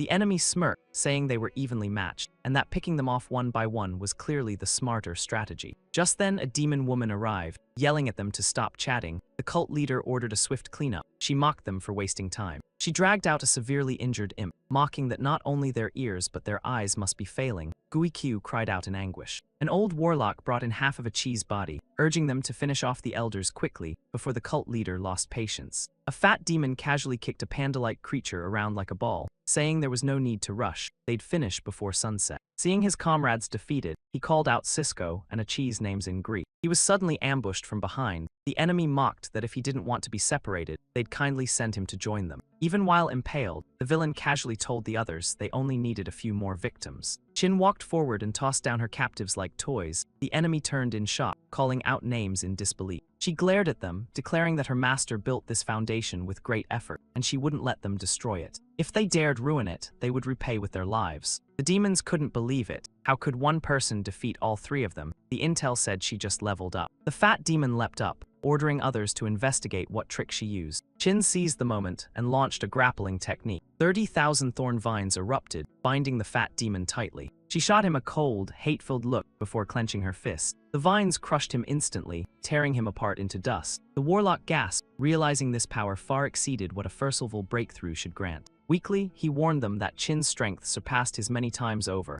and that they should prepare for death. The remaining three demons decided to join forces and charge together to kill her. Chin's eyes sharpened, filled with killing intent. She activated Floating Cloud Palm, manifesting 6 extended arms. The spectral arms shot forward, obeying her command. One demon was captured instantly, then the second and the third. She crushed them like tomatoes, the popping sounds marking their end as they joined the fat demon. Chin mocked them, saying the blood cult wasn't all that impressive after all. Guikyu raised his arm in relief, celebrating their survival and praising her strength. But she stayed cautious, asking if he could still move. He said he could, and she urged him to take the injured away for treatment since the real enemy hadn't appeared yet. He warned her to be careful, but before he finished, blood of 10,000 filth appeared before her. Chin looked up at the boss standing before her. He praised her, saying aside from Luo Jiesa, she was likely the strongest in the temple. Then he added that sometimes strength itself is a sin. With a flick of power, the ground beneath her collapsed. She climbed out of the rubble and demanded if he was the mastermind behind the invasion. He calmly confirmed it. She roared and attacked, her arms surging upward. Her floating cloud arms intertwined, forming a massive blooming flower. He acknowledged she had some skill, but only a little, he said, raising a single finger. A dark sphere of energy formed at his fingertip. With one move, he effortlessly shredded her attack into fragments. She was struck hard, her clothes torn as she fell helplessly. Suddenly, his hand shot out and grabbed her by the throat. He admired her body, calling it perfect and overflowing with endless energy, unlike anyone he'd seen before. He continued, saying she alone could stand against the elders, but the rest would still serve a purpose. He declared they would become stepping stones for his ascension to godhood, then noticed everyone else had already vanished. He looked at his hand and froze. Chin was gone without a trace, leaving him stunned for a moment, questioning reality. Turns out Luo Jai had already arrived and moved them to safety, calmly telling them to rest while he handled everything else. Chin slowly opened her eyes and muttered in confusion, "Master, is this hell? I didn't expect you to die before me." He was completely speechless. Behind them, blood of 10,000 filth cursed in disbelief. "How is this possible? Weren't you banished forever?" Luo Jai snapped, his killing intent exploding. "If I didn't personally end you, how could I ever leave in peace?" The enemy glared coldly, calling him an unkillable cockroach, but smugly revealed he had already prepared an escape through a ceasefire pact. He grinned arrogantly, claiming even if he couldn't throw him into the abyss, Luo Jai wouldn't dare strike him. Before he could finish, Luo Jai smashed an oak staff straight into his face, making him scream. The system notified that the time-worn oak staff was used along with Absolute Sap Kick, one use remaining. He kept swinging the Absolute Sap technique, beating the villain like he was crushing bugs. He sneered that no one capable of threatening him had even been born yet, chasing the enemy down relentlessly. The final blow slammed the villain into the ground, triggering a thunderous explosion. The system reported the enemy's human vessel had entered a stunned state with 300 seconds remaining. Luo Jai smirked. Even at level 1, 300 seconds was more than enough to grind him down to death. The villain regenerated into a new body, mocking him, saying he had countless vessels and couldn't be defeated so easily. He scoffed bitterly, realizing he had been intimidated by a mere player for decades. Now he was curious what someone at such a low level could possibly do to stop him.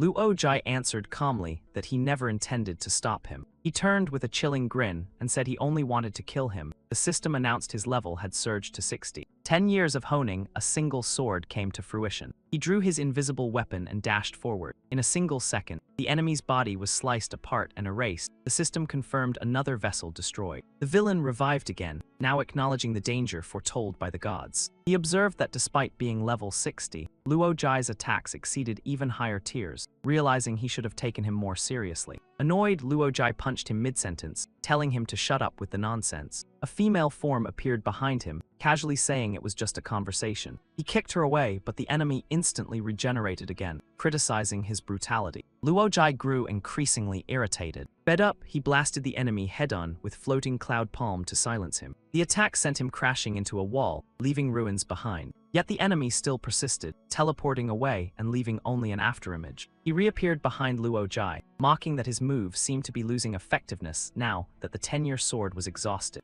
Luo Jai calmly replied that the enemy understood him quite well. Without hesitation, he unleashed blazing fire slash, engulfing the battlefield in flames. Watching him suffer in the inferno, Luo Jai declared this was the fear he had built over decades, and he would erase every one of his countless resurrections. He then activated Sea Queen's piercing finger, aiming straight at the enemy's core. A surge of blazing fire followed, incinerating another vessel into dust. Luo Jai smirked, saying the enemy still didn't understand him. His trump card wasn't just skills. The system noted only one use of the piercing finger remained. The enemy regenerated again, arrogantly claiming Luo Jai could never kill him, boasting about the countless hidden soul vessels across the land. He smiled like a victor, revealing he had fused with the land itself and was on the verge of transformation. Once the sun set, he would ascend to godhood, and Luo Jai would fall beneath him. The system confirmed his claims were true. He had devoured and assimilated the entire Extreme Martial Pavilion grounds. Luo Jai realized the massacre was just a cover. The true goal was absorbing the land's spiritual energy. He calculated there were only 5 minutes until sunset. There was no time left. Suddenly, he grinned wildly. If that's the case, then he'd destroy the land itself. He bent his legs and launched upward.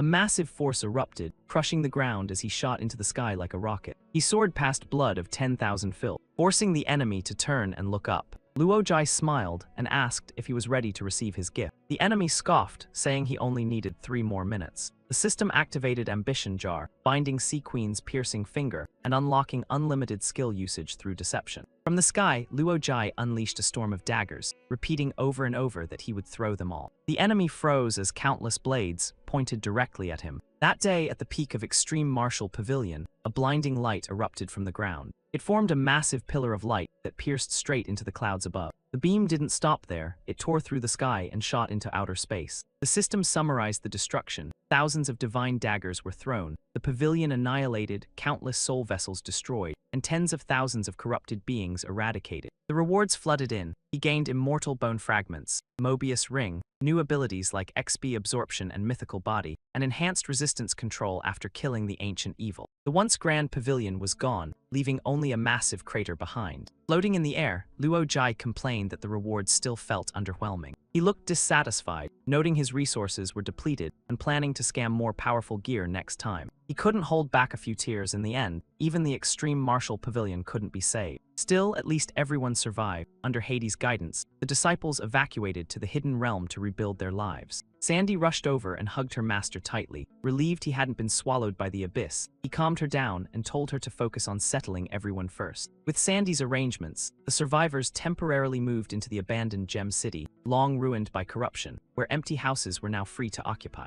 Sensonia and the others, severely injured, were taken to C's private island estate for treatment. Luo Jai entered the healing chamber, where a priestess was tending to Sensonia. He asked about their condition. She said their injuries were critical and required rare medicinal resources. He insisted on saving them at any cost, even sending demons to gather supplies. Sandy dragged in a heavy bag and handed it over, saying she had found the parts he requested. The panda's head was badly damaged. After examining Achi's injuries, he realized only he could fix this. He carefully placed placed the head on the table and began reconstructing it, apologizing that this was all he could do. A miracle happened. The panda slowly opened its eyes. It jumped up and called out his name, but he immediately warned it not to get emotional. Instead of gratitude, the panda panicked, covering itself and accusing him of inappropriate behavior. He was completely dumbfounded. Without hesitation, he injected magic into the panda's body. Instantly, a new limb grew out, and he smirked, saying now it wouldn't be considered a crime anymore. The panda stared in shock at the new addition and could only curse in disbelief. He turned serious again, saying he had important questions to ask. From a cheese story, he finally learned what had happened over the years. 20 years ago, the Witch Sea became a controller of the Truth Society, but she died fighting the ancient evil during the Gem City invasion. The pavilion later planned a massive ritual for the Holy Sword Grip, but everything collapsed, and Vera vanished without a trace. Luo Jai stood before her grave in silence, softly calling her name. He expressed deep regret, wishing he had returned sooner so she wouldn't rest alone in the cold earth.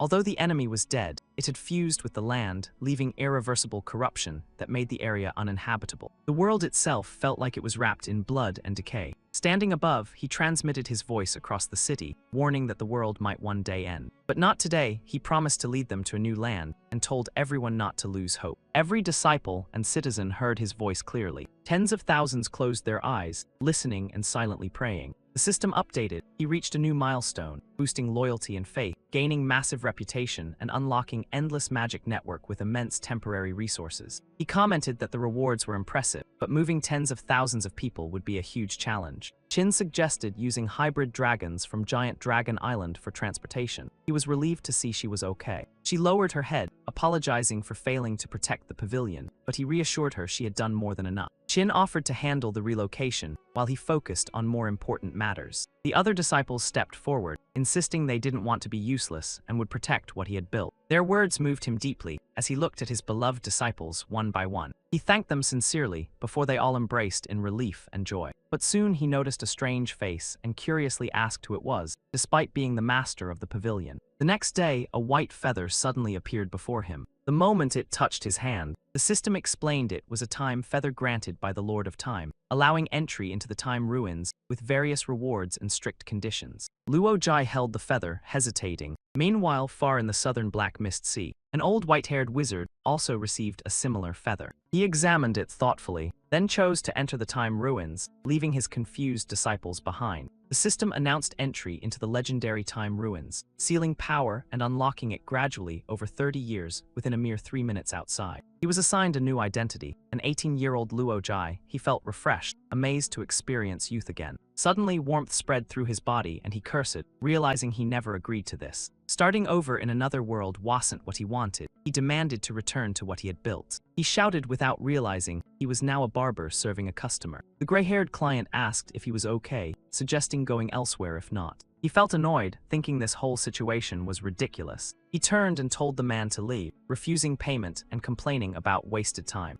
As he spoke, the man had already drawn a hidden blade. The man raised the knife, saying he'd grant him peace. Before he could react, the blade struck. It was too late. The system reported he had been stabbed 13 times. In his final moments, he thought maybe death would return him to reality. Instead, the system announced his second death and assigned a new identity. He was shocked. He asked how many times he could restart. The system answered there was no limit. He stood there in disbelief, completely speechless. Unlimited my ass, he completely lost it, grabbing his head and screaming to be released. After grinding his level so hard, now he had to restart from zero. The system ignored his tantrum and continued calmly generating the character. Luo Jai forced himself to calm down. Breaking down wouldn't help. If he didn't clear this stage, there was no way back. He rested his chin in thought. Since this was a historical space, it must be hiding some kind of truth. He decided to check what kind of character build he could get. The system completed trait selection. He could choose 3 traits: rural villager, spider person, blind, heavy debt, caregiver job, curse of the ancient castle. The system confirmed his choices: rural villager background, caregiver job for stable income, curse of the ancient castle as the sole survivor. He was placed in a nursing home, pushing a wheelchair for an old man with an unpleasant face. He sighed. So this is how it starts again. He followed routine tasks, feeding the old man, then helping him bathe,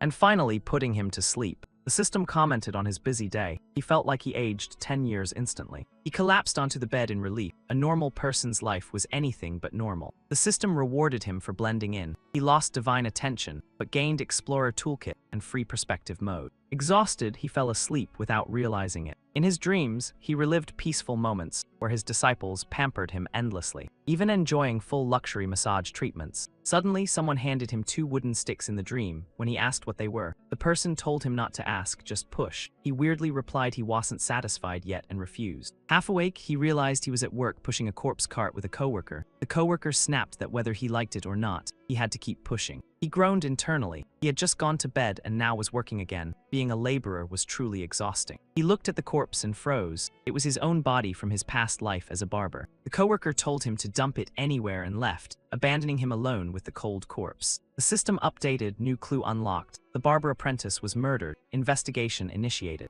He questioned it, investigating himself, then accepted the task. The system revealed the cause of death. Only one of the 13 stab wounds was fatal. The rest were meant to hide the killer's identity. Conclusion: a master of blades. Progress increased to 30%. He realized the mechanics, so this was a murder mystery scenario. Suddenly, the morgue door burst open, and a couple walked in together. He instantly became alert, unsure if they were allies or enemies. The woman hesitated, asking if they really had to do this here. The man replied casually, saying he needed to relax before inspecting the corpse. Director Jenny scolded him for acting insane. Hiding in the corner, he listened to their intimate banter, confused about why he even had to hide in the first place. He questioned the game's direction. Just yesterday he was fighting like a dragon, now he was stuck spying in a morgue. The system warned that revealing himself had a high chance of getting him fired. He silently screamed for help. Meanwhile, Mia waited outside the cathedral where he had told her to stay. She grew suspicious, wondering where he had gone. After finishing her business, Jenny carefully examined the corpse and confirmed it was a precise single fatal strike from a blade expert. She speculated possible factions, but found it strange a barber apprentice would be targeted by such a master, another unsolved case. Her husband, a police officer, added that the victim's background was likely complicated. She concluded it was a challenge to law enforcement. She left confidently, determined to catch the killer. Her husband scrambled after her, still half-dressed. He finally relaxed once they were gone. The system updated, eavesdropping complete. Investigation progress jumped to 80% with additional secret clues unlocked. He grinned, investigating his own past life identity actually paid off. He casually chose the double identity secret. The system revealed the victim's affiliations with multiple factions. Investigation reached 100% and unlocked hidden locations and new rewards. He laughed wickedly. If he stored items before dying, could he inherit them next run? This time Ruin's system was surprisingly deep. 3 days later, after a long shift, he encouraged himself while heading into the alley behind a bakery. He slowly entered the sewer. Inside a hidden room, he found a simple chest and got excited. The system updated. He obtained the barber apprentice's handwritten notes. He also received the Call of Earth book and a pouch of gems, boosting his wealth significantly. The system warned that reading it would drain energy and affect work tomorrow. He stubbornly ignored it. He stood there and started reading immediately. A flood of knowledge filled his mind about the spirit world, ascension paths, and dream rituals. When tired, he sat down and kept reading through the night. By morning, his eyes could barely open, but he was thrilled. He finally understood this world's supernatural system. Mediums drew power from the spirit world, using rituals to gain benefits or face danger. The first 5 paths led to different domains. Each path represented an element: blade for metal, spring for life, frost for water, blaze for fire. Earth represented death and rest. He realized it was basically the 5-element system. The system confirmed his understanding and added that all gains here would transfer to reality. He was overjoyed. A special note even hinted that the Lord of Time favored him. A month later, using his medium opportunity, he bought 2 spirit books and prepared a ritual. Sitting inside the formation, he entered meditation as the ascension ritual activated successfully. When he opened his eyes, he had already been transported into the spirit world. At the cliff stood countless steps stretching upward. Luojai immediately recognized this as the path of medium ascension. Each step taken higher meant greater potential for future growth. But the higher he climbed, the heavier the gravity pressed down on him. This setup was straight up unfair. Exhausted, he collapsed onto the steps, thinking he couldn't go any further today. The system reported he climbed 36 steps and gained 36 spirit points. His medium blade art reached level 1, increasing combat power after conversion. He gained slaughter rank and unlocked the death struggle ability. Just a few steps in and the rewards were insane. Seeing death struggle again made his eyes light up. It actually worked in this world. Suddenly, he felt like he could push himself a bit further. The system triggered a chaotic star gate tied to his medium path. He stepped through and entered a completely different space. He found himself in a peaceful landscape with blue skies and gentle winds. For some reason, he started smiling foolishly. He lay down on the grass, finally able to relax for a moment. That peace shattered instantly when he opened his eyes and faced a Sumeru mastiff. The beast lunged forward with deadly intent. He was literally inside the beast's jaws, struggling to breathe. Suddenly the beast froze, its body twitching. He had stabbed it from inside and crawled out. The unfortunate creature collapsed and died on the spot. He popped his head out and casually said that carrying a knife as a caregiver was perfectly reasonable. The system replied that it was absolutely not reasonable, then quickly shifted topics and rewarded him for killing the beast. He got excited. Not only did he gain spirit perception, but he could also enhance abilities in this world. It was like getting double rewards. Feeling energized, he declared he wasn't sleepy anymore. The historical world was now his playground. The system updated. He had killed 24 Sumeru mastiffs, increasing his spirit perception. Time passed year after year. He continued living an ordinary life. Due to his dedication, he even resolved conflicts in the hospital and earned everyone's respect. 4 years later, he rose to become a senior manager. He even married a well-known local lady from the Auckland family. Everything felt like a dream. His life in this world was smooth beyond imagination. He accidentally spoke his thoughts aloud, confusing his wife. He brushed it off with a smile and excused himself. Over the years, he explored nearly 10 spirit zones, boosting his perception and learning powerful skills. With a snap, he summoned a muscular clone. The clone handled his wife's demands while he slipped away to avoid trouble. Alone, he entered the forest, continuing his nighttime exploration of the spirit world. Suddenly, 2 figures appeared chasing each other. The one behind shouted for his item back. He felt the pursuer looked oddly familiar. The system triggered past life resonance. He realized this was his previous killer, the one who stabbed him 13 times. He leaped into the air, dual blades ready, blocking the enemy's escape. With one strike, the killer was split in half. The system confirmed severe damage to his spirit form. However, that was only his spirit body. His real self sensed danger instantly. The killer muttered nervously, realizing this place was no longer safe. As he opened a door to escape, he found Luo-Jai waiting outside. He smiled coldly and asked if he remembered him. Before he could react, another clone attacked from behind. It repeated the exact move used in his past life. He returned the favor with 13 strikes. Even in death, the killer asked who he was. He didn't bother answering.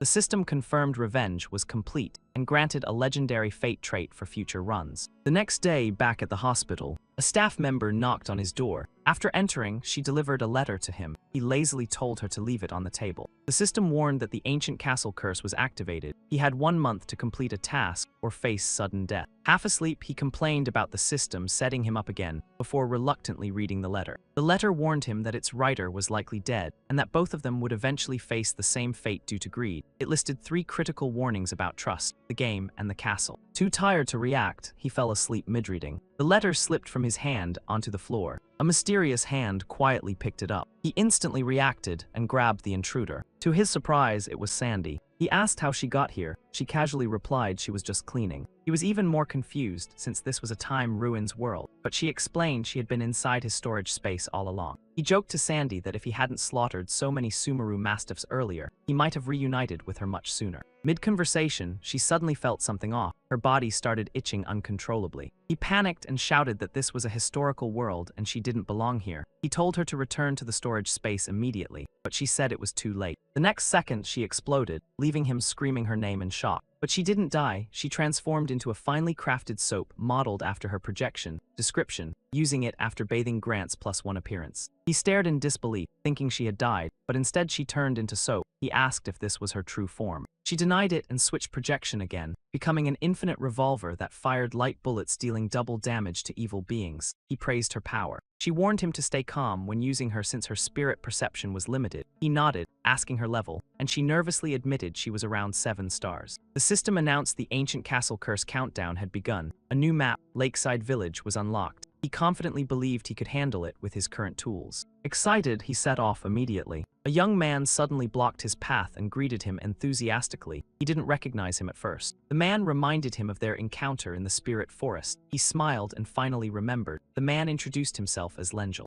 Lenjil asked if he was also here searching for the ancient legacy left behind by Dai Lan. Hearing that familiar name, he was instantly intrigued. Lenjil explained that Dai Lan was a near equal to the 5 domain masters in the late Second Era and might have opened the 6th path. Most believed he had vanished, but he started connecting the dots. Could Dai Lan also be in the time ruins? Lenjil continued rambling about treasures that could boost spiritual growth and even grant 500 years of lifespan. Despite trying to leave, Lenjil kept following and talking non-stop about the castle's treasures and entry requirements. After half a day, he finally spotted Lakeside Village. Lenjil was still talking endlessly until he cut him off and suggested finding a place to stay for the night. Lenjil invited him to stay together, warning of potential danger. Wanting distance, he declined and left on his own. He found a quiet house and began cultivating. The spiritual environment here was far superior, allowing direct training without rituals. The system detected the time path created by Dai Lan. It was partially broken but still climbable. He focused on the staircase ahead. This was Dai Lan's path. External disturbances like wind and light could weaken the climber significantly. Unsure what awaited, he stepped onto the first stair. Instantly, overwhelming gravity pressed down on him. He struggled forward step by step. The higher he climbed, the stronger the pull became. Traps appeared constantly, including bursts of flames. Another step triggered falling rocks. Then massive ice blocks crashed down, destroying his clone. He sighed in relief it wasn't him. Without clones, he'd have trouble handling his wife's demands. He decided to stay longer until he could recover. Despite losing a clone, he gained rewards. He climbed 14 steps and unlocked time stillness as a new ability. He got excited, calling it a dream skill for men. The system explained it could freeze time within 100 meters for a brief moment. A phantom appeared, claiming to be the great ancient one who created the paths. The figure introduced himself as Dai Lan. He said he had waited in darkness and awakened because the MC was his chosen successor. He offered to take him as a disciple, and he accepted without hesitation. Dai Lan instructed him to head north toward Lake Anxi, where he would be waiting. Returning to reality, he rushed off immediately. Soon, he arrived at Lake Anxi and saw Dai Lan waiting. Dai Lan explained that the treasure beneath the lake only appeared under specific conditions, like tonight. He revealed he had been secretly repairing the sixth path and that his ascension was still possible. He pointed to the lake, saying the treasure could help complete his work, but he couldn't retrieve it himself. He asked for help, promising immortality and succession as the next ancient being. He seemed even more eager than Dai Lan and told him to get started immediately.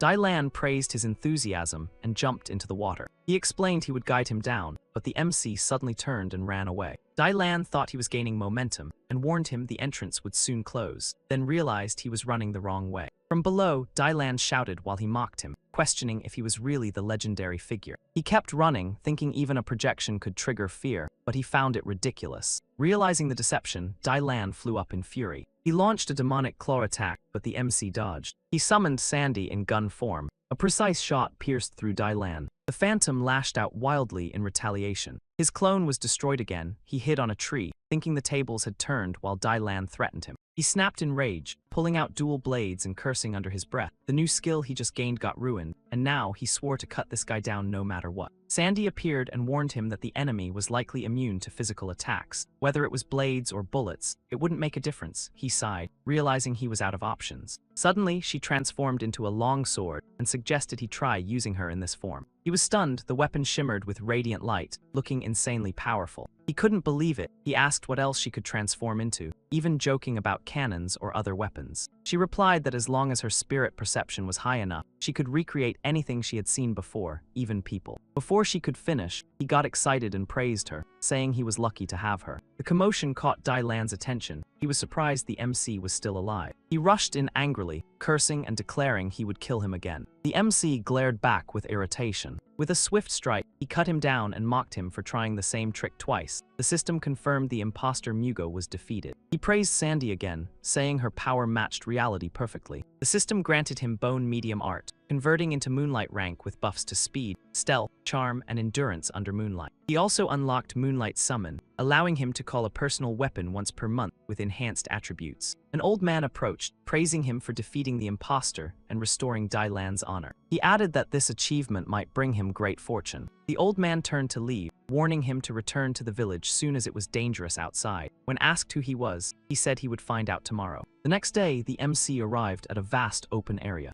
The old man from before addressed the crowd, revealing himself as Dai Lan's steward. He explained that those present were here to compete for the inheritance of Dai Lan's legacy. Only 3 had ever succeeded in decades. The rest faced grim consequences. Participants were then grouped into teams of 4. Everyone rushed forward to draw lots. He casually reached in and picked his number. He got number 11 and hoped his teammates wouldn't be useless. A bold nurse with a revealing outfit and giant syringe announced she was number 12 and invited her teammates to join her. He wasn't impressed, thinking no nurse he had ever seen dressed like that. A young man carrying a massive puppet introduced himself as number 13, while the puppet insulted everyone nonstop. It was impossible to tell who was the puppet and who was the real one. A large man stepped forward, saying he was number 14 and suggesting they get acquainted. At first, he thought this guy seemed normal, but quickly took that thought back. The man wore tight shorts and fishnet stockings, making things even weirder. He realized they were still missing one member and reluctantly raised his hand. The first trial location was north of Lakeside Village. Everyone gathered in front of an amusement park gate. He questioned if this bizarre place was really the first stage. A giant clown appeared, threatening them to enter and play his game. Some weak-willed participants quit immediately out of fear. The system warned that the demon clown suppressed spirit perception and increased fear levels. It explained that higher fear would weaken their stats and eventually drive them insane. The steward reminded them they could still leave before entering. Once inside, they were trapped in a fog-covered zone. He added that powerful immortal anomalies lurked inside, and survival was the key objective. After solving clues, they would find the exit. After 1 hour, the gate would open automatically. The MC's group stepped into the first trial. The nurse revealed that the monsters fed on fear, growing stronger the more terrified people became. The puppet questioned her knowledge. She explained her ex-boyfriend had participated before. The puppet immediately interrupted, saying the ex must be dead, accusing her of leading them to doom. She got furious at the accusation. The puppet's owner apologized, but she refused to listen, accusing him of ventriloquism tricks. Just then, the clown appeared again, laughing maniacally and welcoming them. He asked if they were ready to play. The nurse angrily pulled out her syringe and threatened to kill him without fear. The clown laughed eerily and rushed at her with a chainsaw. In an instant, he sliced off her arm and warned her about disobedience. The fishnet man tried to help her, while the others were terrified by the clown's power. The clown planted his chainsaw and announced the next game. It was hide and seek. He would count to 30, giving them time to hide. His face twisted into something inhuman, promising to tear apart anyone he found. As he counted down, the fishnet man ran away, abandoning the injured nurse. While everyone scrambled to hide, the MC calmly walked toward the clown. He picked up the chainsaw planted on the ground, then snapped it in half effortlessly. The clown was stunned, unable to understand why someone would dare approach and destroy his weapon so boldly. The clown screamed in rage, asking what he was doing. He calmly replied that the rules only said the clown wouldn't attack before finishing the count, not that they couldn't attack first. The clown froze for a moment, confused, then questioned why he didn't object earlier. Suddenly, his face twisted back into madness as he declared the count finished, 3, 2, 1. In that instant, he sliced the clown clean in half, ending him on the spot. He smirked, saying without a weapon, the clown was nothing but a joke. The system updated, his health stats slightly increased, and his digestion improved. He nodded, satisfied with the gains. The group gathered in shock, asking if he really took it down in one strike. The nurse confirmed that without fear, the clown had no power. She stomped on the clown's face angrily, questioning where that earlier arrogance went. The fishnet man tried to calm her down, but she refused to stop, venting her rage and swearing to kill every clown she encountered. As soon as she finished speaking, countless more clowns appeared behind them. Their combined aura surged into the sky like a massive pillar. Medoc sighed, noting the overwhelming demonic energy and wondering which unlucky group triggered this wave. The puppet noticed thick fog forming as if signaling something. The fishnet man felt danger and urged everyone to leave. But the nurse shouted back, reminding them to stay angry and not be intimidated. The clowns approached with chainsaws and began counting down again. Looking back, more and more clowns kept pouring in. Hundreds surrounded them, and panic spread instantly among the group. Everyone fled in terror except him, who stayed behind with a twisted grin matching the clown's. Sandy responded to his request by transforming into a stronger weapon. She became a chainsaw. He liked it but asked for something bigger, which she easily adjusted. The clowns rushed in, but he warned them they hadn't finished counting yet. Then he unleashed a series of brutal cuts. As clowns fell around him, he laughed, saying he loved their impatience. His expression became even more monstrous than theirs as he challenged them to come all at once. The clowns were terrified and began retreating. The system updated, his fear decreased while the clown's fear increased. Even Sandy got scared by his face. He told her to smile like him to overcome fear, and she followed, finding it effective. The clowns scattered in panic while he chased them with the chainsaw, shouting for them not to run. The system reported he absorbed fear energy, boosting his combat power to 5 stars, surpassing human limits. Now he controlled the game, the clowns hid everywhere, and the park fell silent. A hand lifted the lid of a trash can. The clown inside trembled in terror. Another clown outside casually said he found him. Seeing his ally hiding, he scolded him, thinking he was avoiding the players. The hidden clown panicked, warning him about a monster outside and telling him to hide. Before he could react, the MC appeared and split him in half, saying the situation had changed. His terrifying face leaned toward the clown in the trash as he greeted him. 10 minutes later, the system confirmed he had killed 164 demon clowns, massively boosting his stats. Outside the park, people noticed the demonic aura had vanished. They speculated a hidden genius was among the contestants and felt lucky to have withdrawn. Medoc calmly stated that only those who survived would truly be considered geniuses. The nurse saw him approaching and thought he had turned into a monster, begging him not to eat her. He asked where the muscular man was, but she kept screaming and covering her head. He crouched down and reassured her that it was him, her teammate. But when she looked at his face, she saw something far more terrifying. She fainted instantly from fear. He realized he had overdone it. He noticed the fog thickening again, and his fear level slightly increased. Looking up, he said another enemy had arrived. What appeared were floating heads, including the muscular man's and his own. Another head hovered behind, making the scene even more disturbing. He was confused, wondering if he had already lost his head. Suddenly, the object in his hand heated up. He realized it was an illusion. Sandy had transformed to save him from the trap. The system confirmed she saved him again, unlocking a new milestone and boosting team synergy.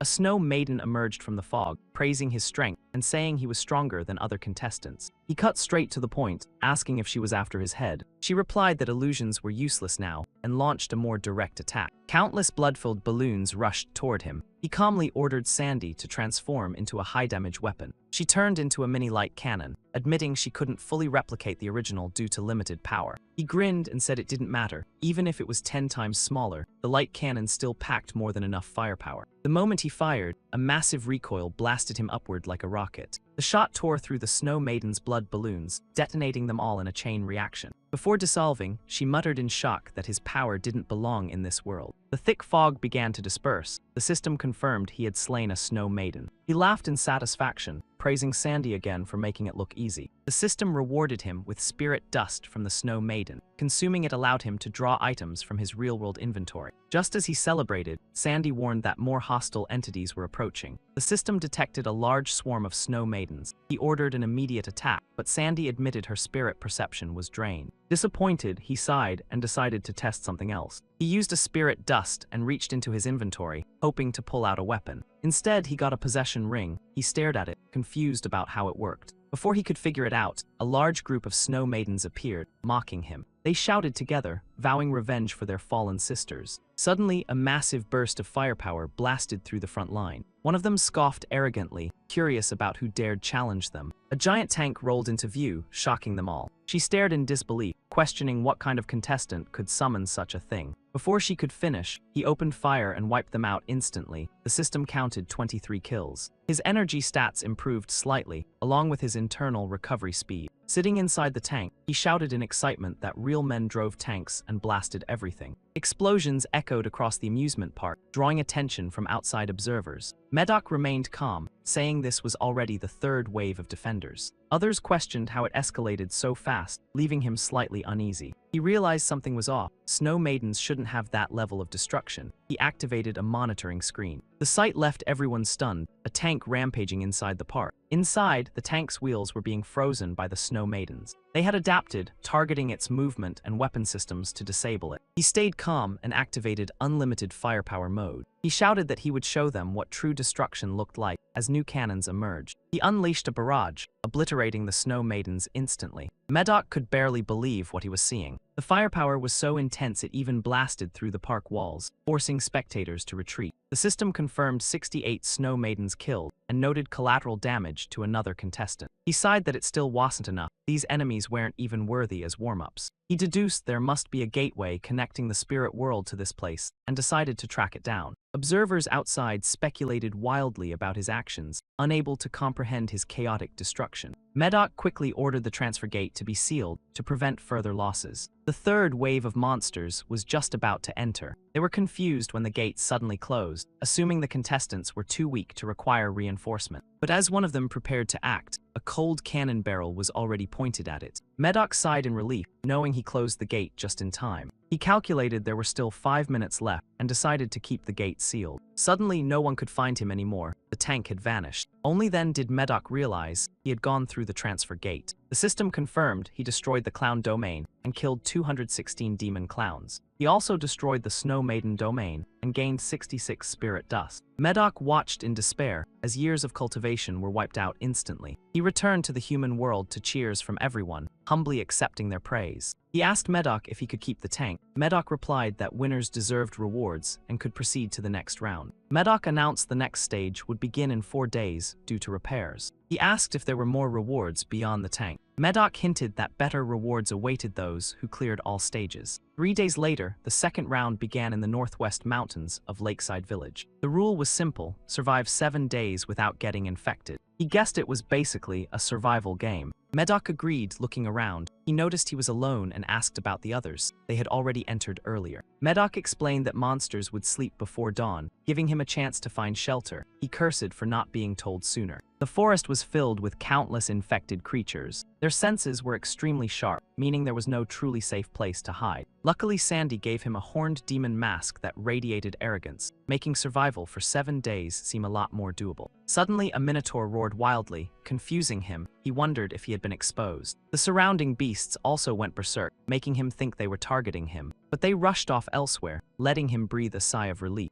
A girl was cornered by the minotaurs, cursing them angrily and realizing she might lose here. While blending in with the monsters, the system notified him that a competitor named Emily Mischaw was surrounded. He realized they had detected another player. The surname Mischaw caught his attention. Just as Emily thought she was doomed, he suddenly deployed his muscular clone and shouted for them to stop. He believed minotaurs worship strength, so the stronger one would command respect. His current physique could intimidate them, buying time to rescue her. The monsters actually knelt before him. He ordered them to hand over the human woman. At that moment, he thought he was a genius. But then a larger minotaur stepped forward. Its muscles dwarfed his clone. Realizing he couldn't fight, he tried to appease it by offering the girl. Meanwhile, he secretly plotted to save her no matter what. He used spirit dust and luckily obtained Dania's manhole cover, a perfect escape tool. The minotaur approached Emily eagerly. She chose to face it head-on since defeat seemed inevitable. She charged forward, deciding to take it down with her. As the monster reached for her, she was suddenly dragged underground. He had grabbed her and escaped while the minotaur roared in rage. He told her they needed to find a place to hide their scent. She thanked him sincerely, but he said it was nothing and had a question. Before he finished, she mistook him for a minotaur and attacked him instantly. He was knocked down as Sandy reverted to her original form and complained.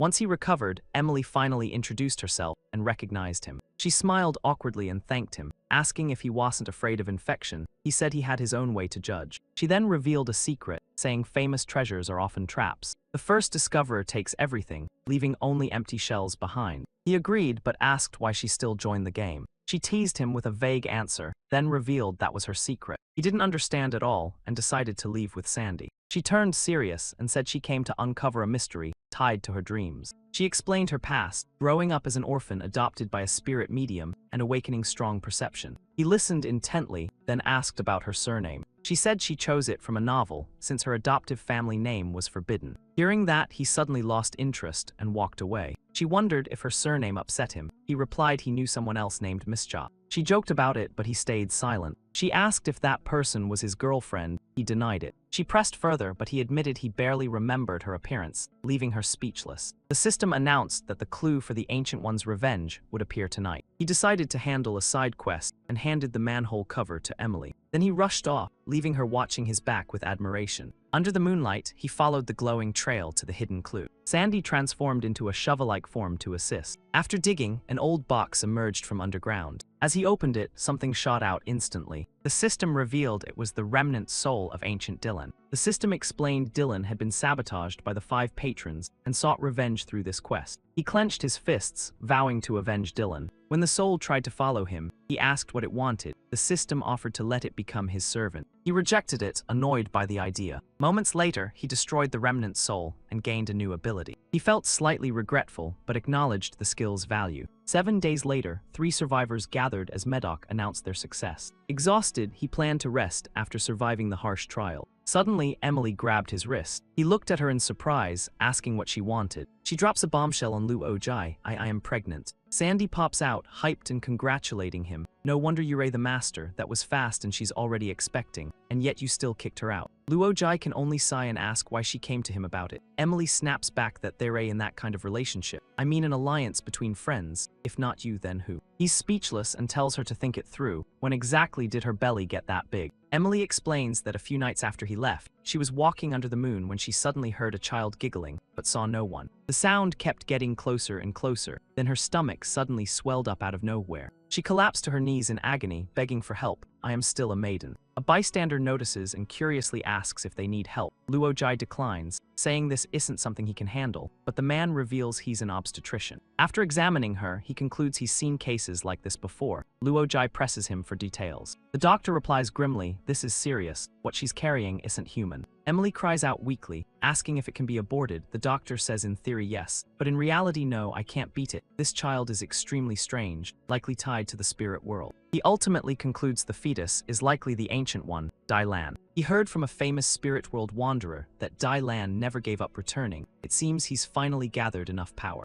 Luo Jai recalls a secret only he knows. He destroyed the box containing a remnant soul beneath that willow tree. Did he accidentally help Dai Lan reincarnate? At this point, even the doctor bolts. You might as well let him be born. I can't do anything about it. Emily considers it. Maybe giving birth to him isn't impossible after all. Then she looks at Luo Jai with sparkling eyes, leaving him completely confused. She clings to him tightly. I don't want to give birth as a virgin, and the child can't grow up without a father. Hearing that, he bolts immediately. Sorry, I can't be his dad. He leaves Emily begging desperately for his help. The next morning before dawn, everyone gathers. Medoc stands above. Addressing the crowd, everyone seems excited. I understand how you feel. He taps his cane and leads the way, ordering everyone to follow. Before a massive gate, he explains this is the entrance to the third trial. Pass it and Yael obtain Lord Dai Lan's treasure. Decide the order yourselves, who goes first. Luo Jai presses a gun to the old man's head, forcing him to go first. Medoc misunderstands, thinking he wants to quit. Luo Jai's instincts scream danger here. Medoc brushes it off and asks what's unsafe. He insists it's a trap. Annoyed, Medoc scoffs, just your intuition. Luo Jai confidently says his instincts are basically 101% accurate. Medoc mocks him for being arrogant and ignorant. Luo Jai's tone turns cold. If you weren't useful bait, it'd have sliced you to pieces already. Medoc finally snaps, you worthless nobodies. Who gave you the guts to act like this before me? Ancient ones mean nothing. I am an immortal. He transforms into a giant, threatening them. Last chance, line up and enter. Maybe Yael live otherwise. Emily and the doctor turn pale. It's a trap. We're doomed. Only Luo Jai stays calm, reassuring them. There are 3 of us. What's there to fear? The system alerts him. You've encountered an immortal, combat power above 6 stars. Luo Jai breaks into a cold sweat. So above ancient ones are immortals, and 6 stars won't be easy. The doctor, emboldened by Luo Jai, suddenly gets fired up. He's right. We're 3 against 1. Let's fight. But then he drops to his knees, shocking Emily. Medoc laughs loudly. Good. Knowing your place is wise. The system suddenly reminds Luo Jai his lifespan in this timeline is 5 years. He smirks, forming a plan. Medoc orders him directly, if that's the case, you go in first, but Luo Jai suddenly changes his mind. Actually, I regret it now.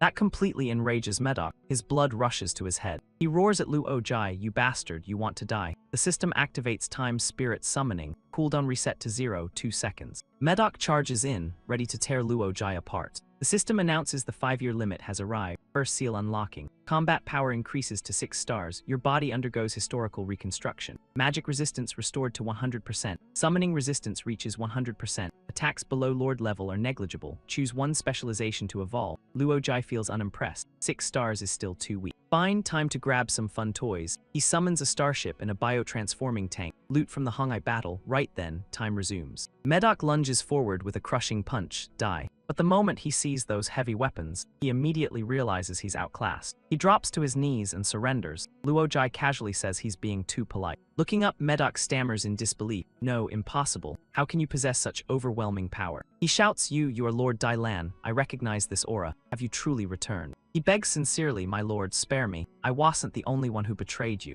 Luo Jai is confused, 1,000 questions racing through his mind. This guy thinks I am Dai Lan. Maybe it's the aura from the child. Perfect time to extract info. He questions sternly, then tell me, which disciples betrayed me? Medoc hesitates. Shouldn't you ask who didn't betray you? Luo Jai frowns, confused. Medoc quickly explains. Back then, 6 of your 7 disciples were spies for the 5 lords. The Frost Lord even planted 2. As for the last one, I don't know why he stayed loyal. I was just a minor disciple. Luo Jai thinks Dai Lan really had it rough. Medoc continues, after everything happened, that disciple disappeared. I suspect he was taken out before betraying you. The other 6 returned to their lords and were heavily rewarded. Some became immortals like me. Others became divine servants. He cries, I never intended to betray you. It was the trend of the times. I stayed neutral at first. Besides, I was just a nobody. Luo Jai feels even more pity for Dai Lan. Curious, Luo Jai asks how even someone like him became an immortal. Medoc mutters that the lords needed lowly people like him to do dirty work in the mortal world. Luo Jai presses further. Like what happened at the lakeside village, Medoc nods. Luo Jai urgently demands more details about the lords, but Medoc suddenly starts stuttering and can't speak. Before he can ask more, Medoc's body begins to crumble. As Medoc shatters, a blinding light erupts.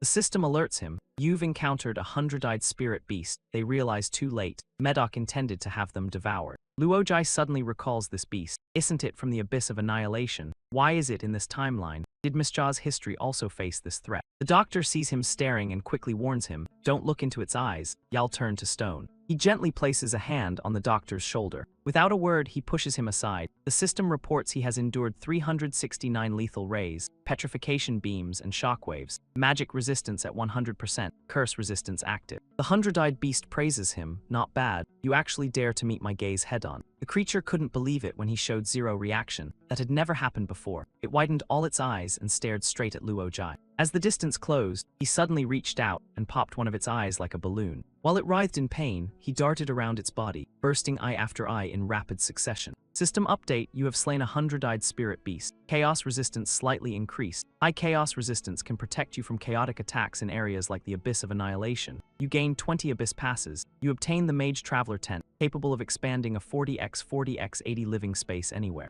With the beast gone, only the sound of wind remained. The doctor asked if the castle entrance had vanished along with it. He muttered about fake treasures, clearly a scam. Suddenly, Emily asked if they felt an invisible pressure approaching. The doctor confirmed a chilling sensation down his spine. His anomaly points suddenly increased by 3. Instinctively, he turned around. 2 massive hands emerged. System alert, you've encountered the Bone Lord. The Bone Hand uses spirit summoning technique. Eternal Bone Strike activated. Luo Jai calmly activated a defensive barrier, completely blocking the incoming strike. Barrier status, magic resistance at 100%, curse resistance active. The Bone Hand cannot penetrate your defense. He sneered at the incoming attack. So this is the Bone Lord's power, kind of underwhelming. He instantly summoned the floating cloud palm. Since we're meeting as friends, let's shake hands. The 2 cloud-like arms slammed together, crushing the Bone Hand to pieces. Destroyed the Bone Hand, gained 160 spirit points from the Bone Lord. He chuckled, these lords are walking treasure troves. If I find one and carve it up slowly, I might level up instantly. This world really is survival of the fittest. His words ignited the Bone Lord's fury.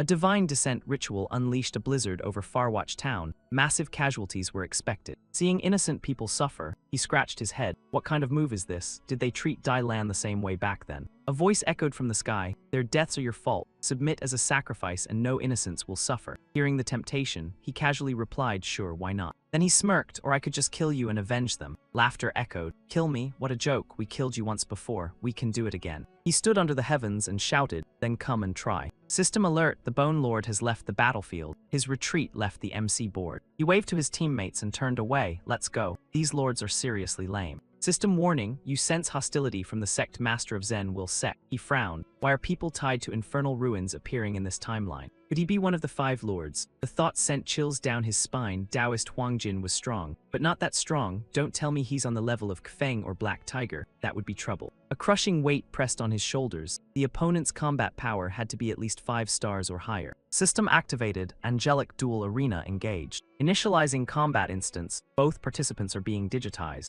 The Zen Will Sect Master was pulled into the arena as well. He looked around curiously. What kind of illusion trick is this? Typical scheming nonsense. Luo Jai walked forward casually. This isn't an illusion. Equipped with inherited gear, items, and secret arts, he grinned wickedly. Everything here is real. And so is the pain. He launched a barrage of durian strikes. The sect master entered unprepared, like a newbie facing a final boss, and after a few hits, he was instantly defeated. Back in reality, Luo Jai laughed. Sect master, weak as trash. Suddenly Emily screamed behind him. He turned, confused. Why are you screaming like the guy I just beat? Emily clutched her swollen belly and cried, I am about to give birth. The speed shocked him into cursing. The doctor announced the baby's head was already out. At the same time, his anomaly points surged uncontrollably. Thunderclouds gathered overhead. The world-end forbidden spell had been triggered. A bolt of lightning struck down, followed by earth-shaking explosions. His clothes were torn by lightning as everything snapped back to reality. The time travel had ended. He argued with the system. Weren't there supposed to be 30 years of lifespan? I only lasted 5. A thought struck him. Did something trigger the spell early? Was it Mischa giving birth, or killing the sect master? Or was he too strong, breaking the first seal and attracting attention? Maybe he should tone it down next time. He shouted in frustration, at least give me a warning next time. System check, you still possess one-time feather. Do you wish to use it before it finished? He instantly agreed. Destiny traits refreshed. Choose options. 1. Reincarnated Overlord Mythic. 2. Ordinary Fisherman. 3. Epic Historian. 4. Third-rate Author. 5. Cat Slave. 6. Wandering Outcast Epic. He quickly chose 2 Epic and 1 Mythic. Perfect start. Character creation. Your name is Lengel. He frowned. That guy looked weak and was hunted by Taoists. How is that epic? Maybe he hides a secret. System alert. Entering Farwatch legend. He swore this time he would uncover every mystery. Warning, you have awakened past life memories. In a previous life, Lengel was one of Dai Lan's 7 disciples, ready to follow him into hellfire.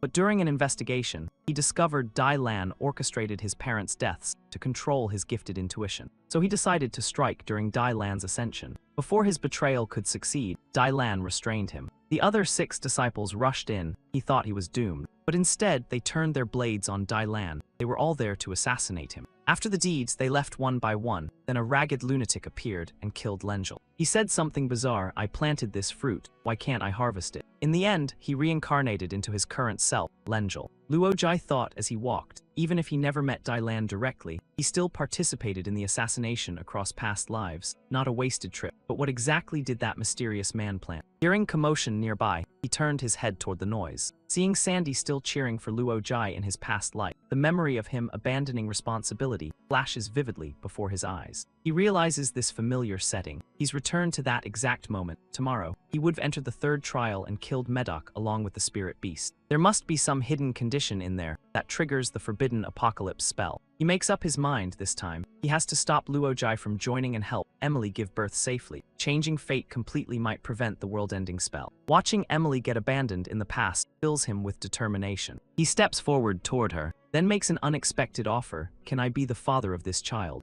Emily hesitates. That's a bit too sudden. We don't even know each other. He quickly explains, I don't mean it like that. I just really like kids. Then he deliberately raises his voice for his past self to hear. Let him chase those fake treasures. Luojai saved my life. I'd gladly clean up his mess. He's too handsome to stay tied down. Moving forward without hesitation is who he truly is. Surprisingly, it works. His past self turns back and demands an explanation. What do you mean cleaning up my mess? Though I agree with the last part. He explains that tomorrow's trial is a scam with no treasure. Emily's pregnancy is tied to him. Luojai questions him. Why should I trust you? He coldly replies, go ahead then, but I'll expose your scumbag behavior to everyone. To seal the deal, he leans in and whispers, I'll reveal all your secrets. He lists out every dark secret he knows. His past self is stunned. How do you know all this? Their whispering leaves Emily feeling abandoned again. No one likes me. The next day, Medoc announces the start of the 3rd trial. Where are you 3 hiding? He points out to his past self. If everything was normal, would he worry about players not showing up? This trial requires sacrifices.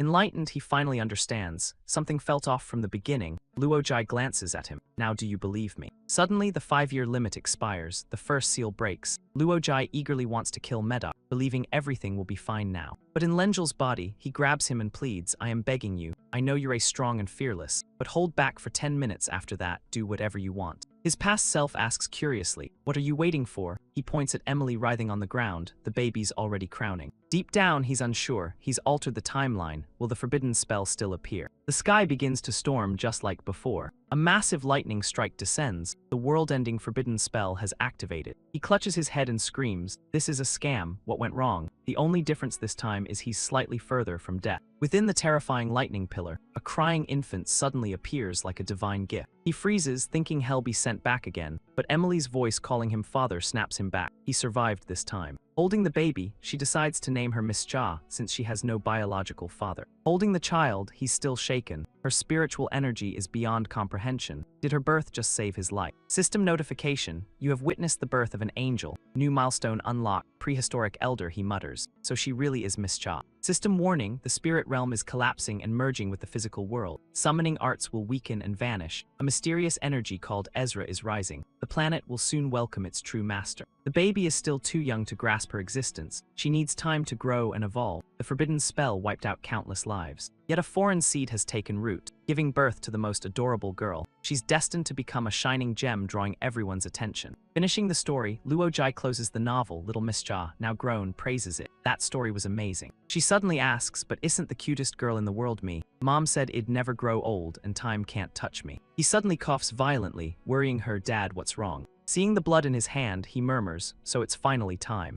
He collapses and dies right there, leaving the innocent child confused and unaware. Lenjil died of illness at Owl Castle on June 17, year 197 of the Third Era at age 52. System: time travel session ended. Historical figures are not truly real. Beware the consequences of time relics. You have returned to the material world. Do you wish to start the reward draw?